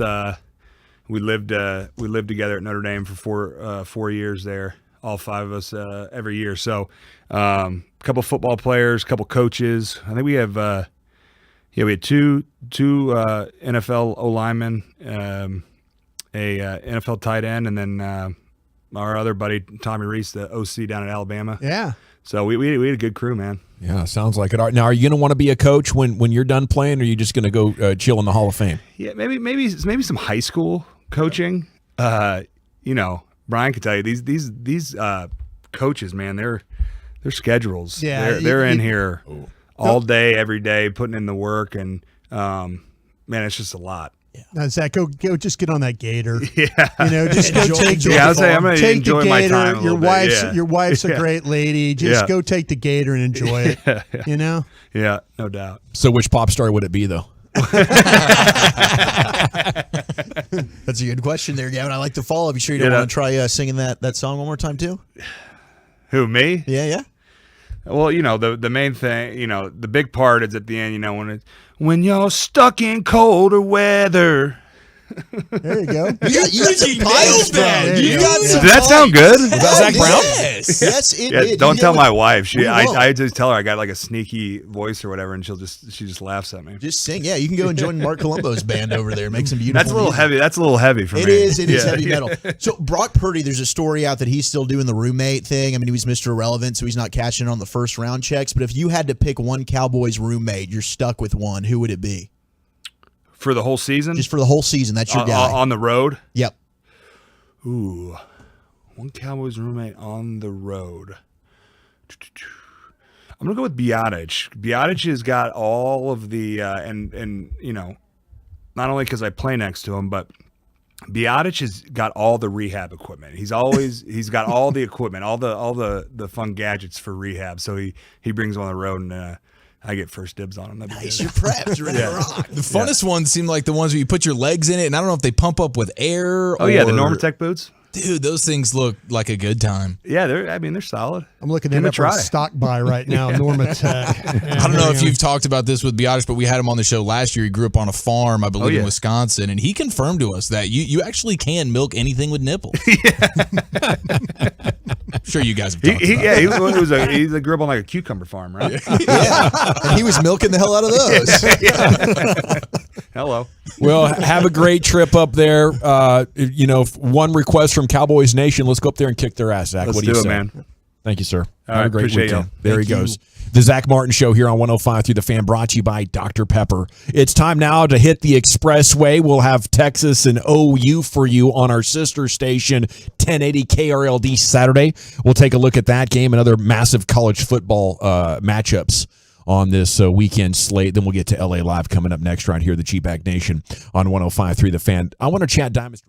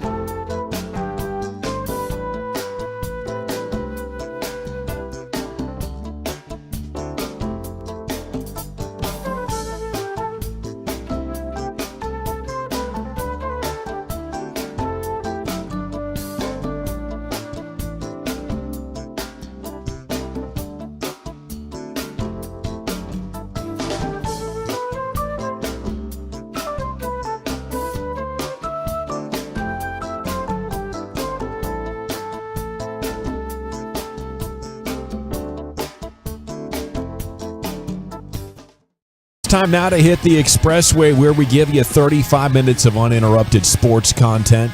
It's brought to you by QCkinetics.com, non-surgical regeneration treatment care.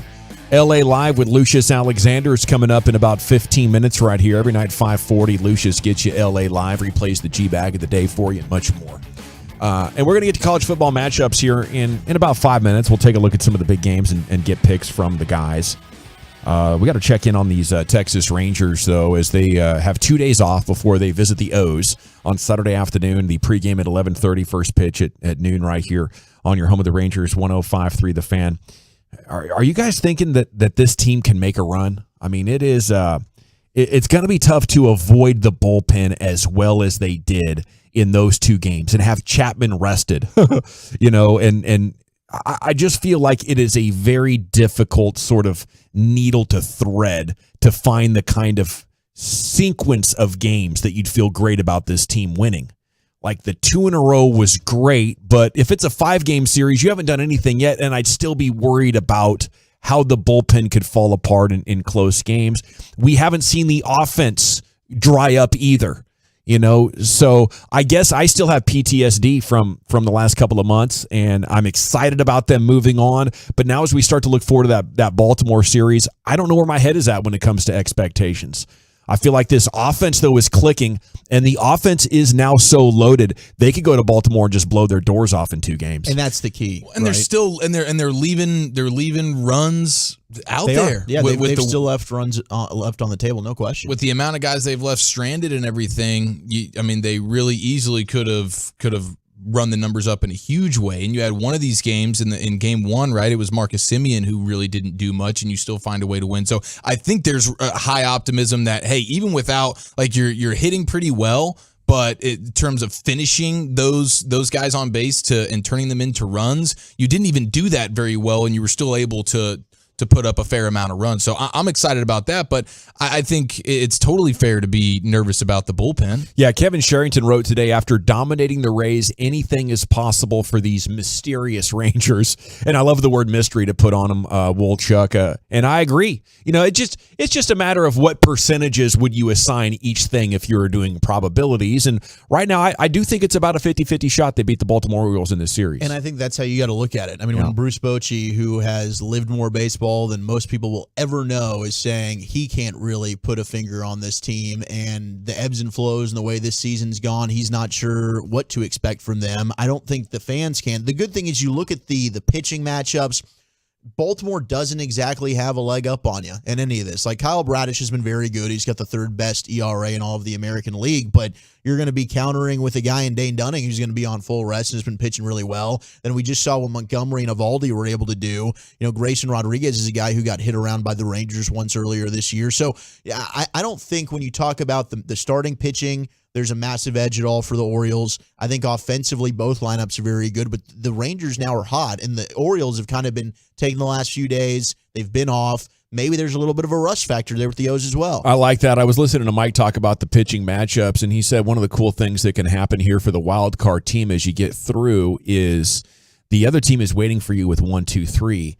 You're going to go with 3, 1, 2, which actually, if it stacks up, the staggered matchups could benefit you. Yeah, especially if you can win the first match against their ace with your 3rd best pitcher. Now you really feel excited about what you might be able to do in the next 2 games. As in theory, you have a pitching advantage, or at least not as much of a disadvantage as you could have. And your bullpen's coming in there going to be pretty rested. Like, you didn't have to dip into it too much. So that's hugely encouraging, at least for the first game or 2. And then you see how the series plays out. But if you tell me that Evaldi and Montgomery are going to pitch like that, I feel pretty if you're starting good. with 6 or 7 innings and offensively you're able to provide yourself a little bit of a cushion and you're not forcing the bullpen to have to enter the game here to cover 4 innings for you to save it, that's certainly the recipe for success for the Rangers. Give me 14 innings from Montgomery and Evaldi again to, Yeah, if you find a way to beat Bradish, really what you need is a split. If they're throwing their best pitcher and you lose to him, no shame to that. But, Kyle Gibson, others, all these other guys' ERAs are well over 4. Yeah, Bradish is the one that has the really nice ERA. Yeah, Bradish is the only one that really. You take him out. Say you find a way, get some runs. You take him out. You beat their best guy. Now they're throwing guys at you. Now it's pretty even. Now it's even how you're pitching, they're pitching. Their bullpen is clearly better. Well, they lost their closer, in Bautista. He's done for the season. Yeah. Well, we all understand about bullpen problems, but somehow you find a way to split the first two in Baltimore. Say you do take their best guy out. You take their best guy out in game one. I'll take my chances in game two. There's no better pitcher in baseball right now than Jordan Montgomery. Oh. I think if they beat Bradish, they're coming back to Arlington with a 2-0 series lead. Yeah. I like what you're saying there. Well, whatever you thought about this team, I think a month or so ago, or whatever you've been thinking about this team, you got to send it through a new filter of Evan Carter is here, because it's really unbelievable what he was able to do. Player of the series as a rookie, and it's almost like they just added another Corey Seager type player. And I know that's not fair because Seager has the experience and he can, hit, both left and right-handed pitching really well, and right now Evan Carter is kind of a righty-only type of guy. But when he gets in that lineup now, it makes it so unfair when you're talking about the number of players, the number of quality players, and you can not only look at it for now, but in the future, like what it's going to be with Wyatt Langford and Evan Carter and Josh Young with Simeon and Seager. That is just stupid. Like that's 5 All-Stars. 5 All-Stars is what we were heading for. As soon as Wyatt Langford gets up here to complete that look, that could be every bit as dominant as what we've seen from these Houston Astros during their stretch. Very exciting time to be around this baseball team.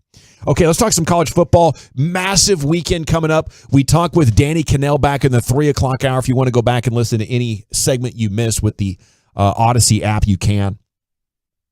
Where are you guys at with OU in Texas? Obviously, very impressive what Texas has been able to do, get in the conversation for the best team in the nation. How much has OU bounced back from one of their worst seasons ever here, coming in at 5-0? How much of a threat are they to get this dub, Brian? I'll tell you what, after last year, boy, there was just so much embarrassment. That's very unlike an Oklahoma team. They have rallied back. They found a way to kind of get back to the offensive attack that we've seen from them in the past. I think this Texas team is just, I think they're on a mission right now, and that's a very sports cliche thing to say, but I think the fact that Texas realizes they can't have a slip up. They can't, they need to go out there and find a way. They've been doing a great job on the defensive line with handling the opponents that they've been they've dealt with here the last few weeks. There's been some slow starts, but Quinn Ewers he looks like the real deal. Their skill people are really good. It'll be a tough match for Oklahoma to have to deal with that. I don't expect a blowout like we saw last year, where it was from the opening whistle to the final gun. It was just horrible for Oklahoma. But I do expect a better game. But I just think Texas overall has better personnel, better skilled guys to win this one, especially on the defensive side of the ball. Yeah, and I think on the line of scrimmage as well. Texas is going to have the advantage. All there, those starters, the 5 starters that they have on those offensive line, and that experience will benefit Texas in this one for sure. Yeah, for OU, offensively, they're much better than they were a year ago. Dylan Gabriel's playing at a high level. They've got Nick Anderson, who's been their number 1 wide receiver. Defensively, really, they've taken a nice stride this year. Last year was very uncharacteristic under Brent Venables, who is a defensive guy, but they've conceded just 5 offensive touchdowns, just tied for the 4th fewest in the country, which is pretty damn impressive. Now, granted, you got to look at who they've played. SMU gave them a challenge for a little bit, but I agree. I think Texas has an opportunity to cover the spread, win by a touchdown. I think OU's going to play them tough. I was just talking to Carter Freeman about it back there. How many times was Texas clearly the underdog, and he's an Oklahoma Sooner, but Texas was able to play up to OU and make it a competitive game? I think it will be, but I do think at the end of the day, Texas is better, and Jonathan Brooks will run them to victory. Yeah, they'll lean on Oklahoma in this game. They're going to make this a very, very physical game for Oklahoma. If you look at Texas and a weakness and an opportunity to exploit, is it the pass defense? Is it their secondary? I would say it's their secondary. Yeah, if assuming the offensive line of Oklahoma can hold up, because they gave Alabama fits with their pass rush. Yeah. How much better is Quinn Ewers now? I think, especially in college football, you get the right quarterback who's on fire and you can support him. That can win you a national championship. Is he good enough to do that? Yeah, I feel like that he's committed, to maybe the lifestyle changes, the redoing his body, attitude. He's healthy. So I feel like though that that game that they were able to win, and Zach mentioned it, going to Tuscaloosa, him making that start on that stage, that kind of gave everybody in the whole program this, okay, we can rely on him. He was always put out there as, okay, this is the savior of the program. He doesn't have to be the savior in this program now. He's got skilled players around him, but he's playing at such a comfortable level for him. And I've been super impressed by what he's been able to do. Yeah, and he's got a good feel for, like, we remember in high school, Walchuk, and he would run. I mean, he could do whatever he wanted at Southlake, and now it seems like he's having a good feel for when to just take off and scramble. And he'll go steal a first down on third down, scrambling for it. He had a nice run for a touchdown in the red zone. I think that added dimension has been really, really huge for them as well. Chief, what do you think about A&M hosting Bama? Crimson Tide, only a 1-point favorite?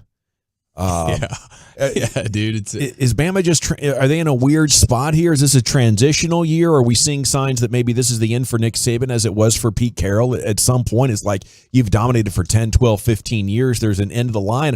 I think the NIL has shifted things in a way that Nick Saban doesn't quite have his hands on as far as being the master of. No question. And I don't want to completely rule Nick Saban and this program out. I will see how he evolves and adapts to the new ways of doing things.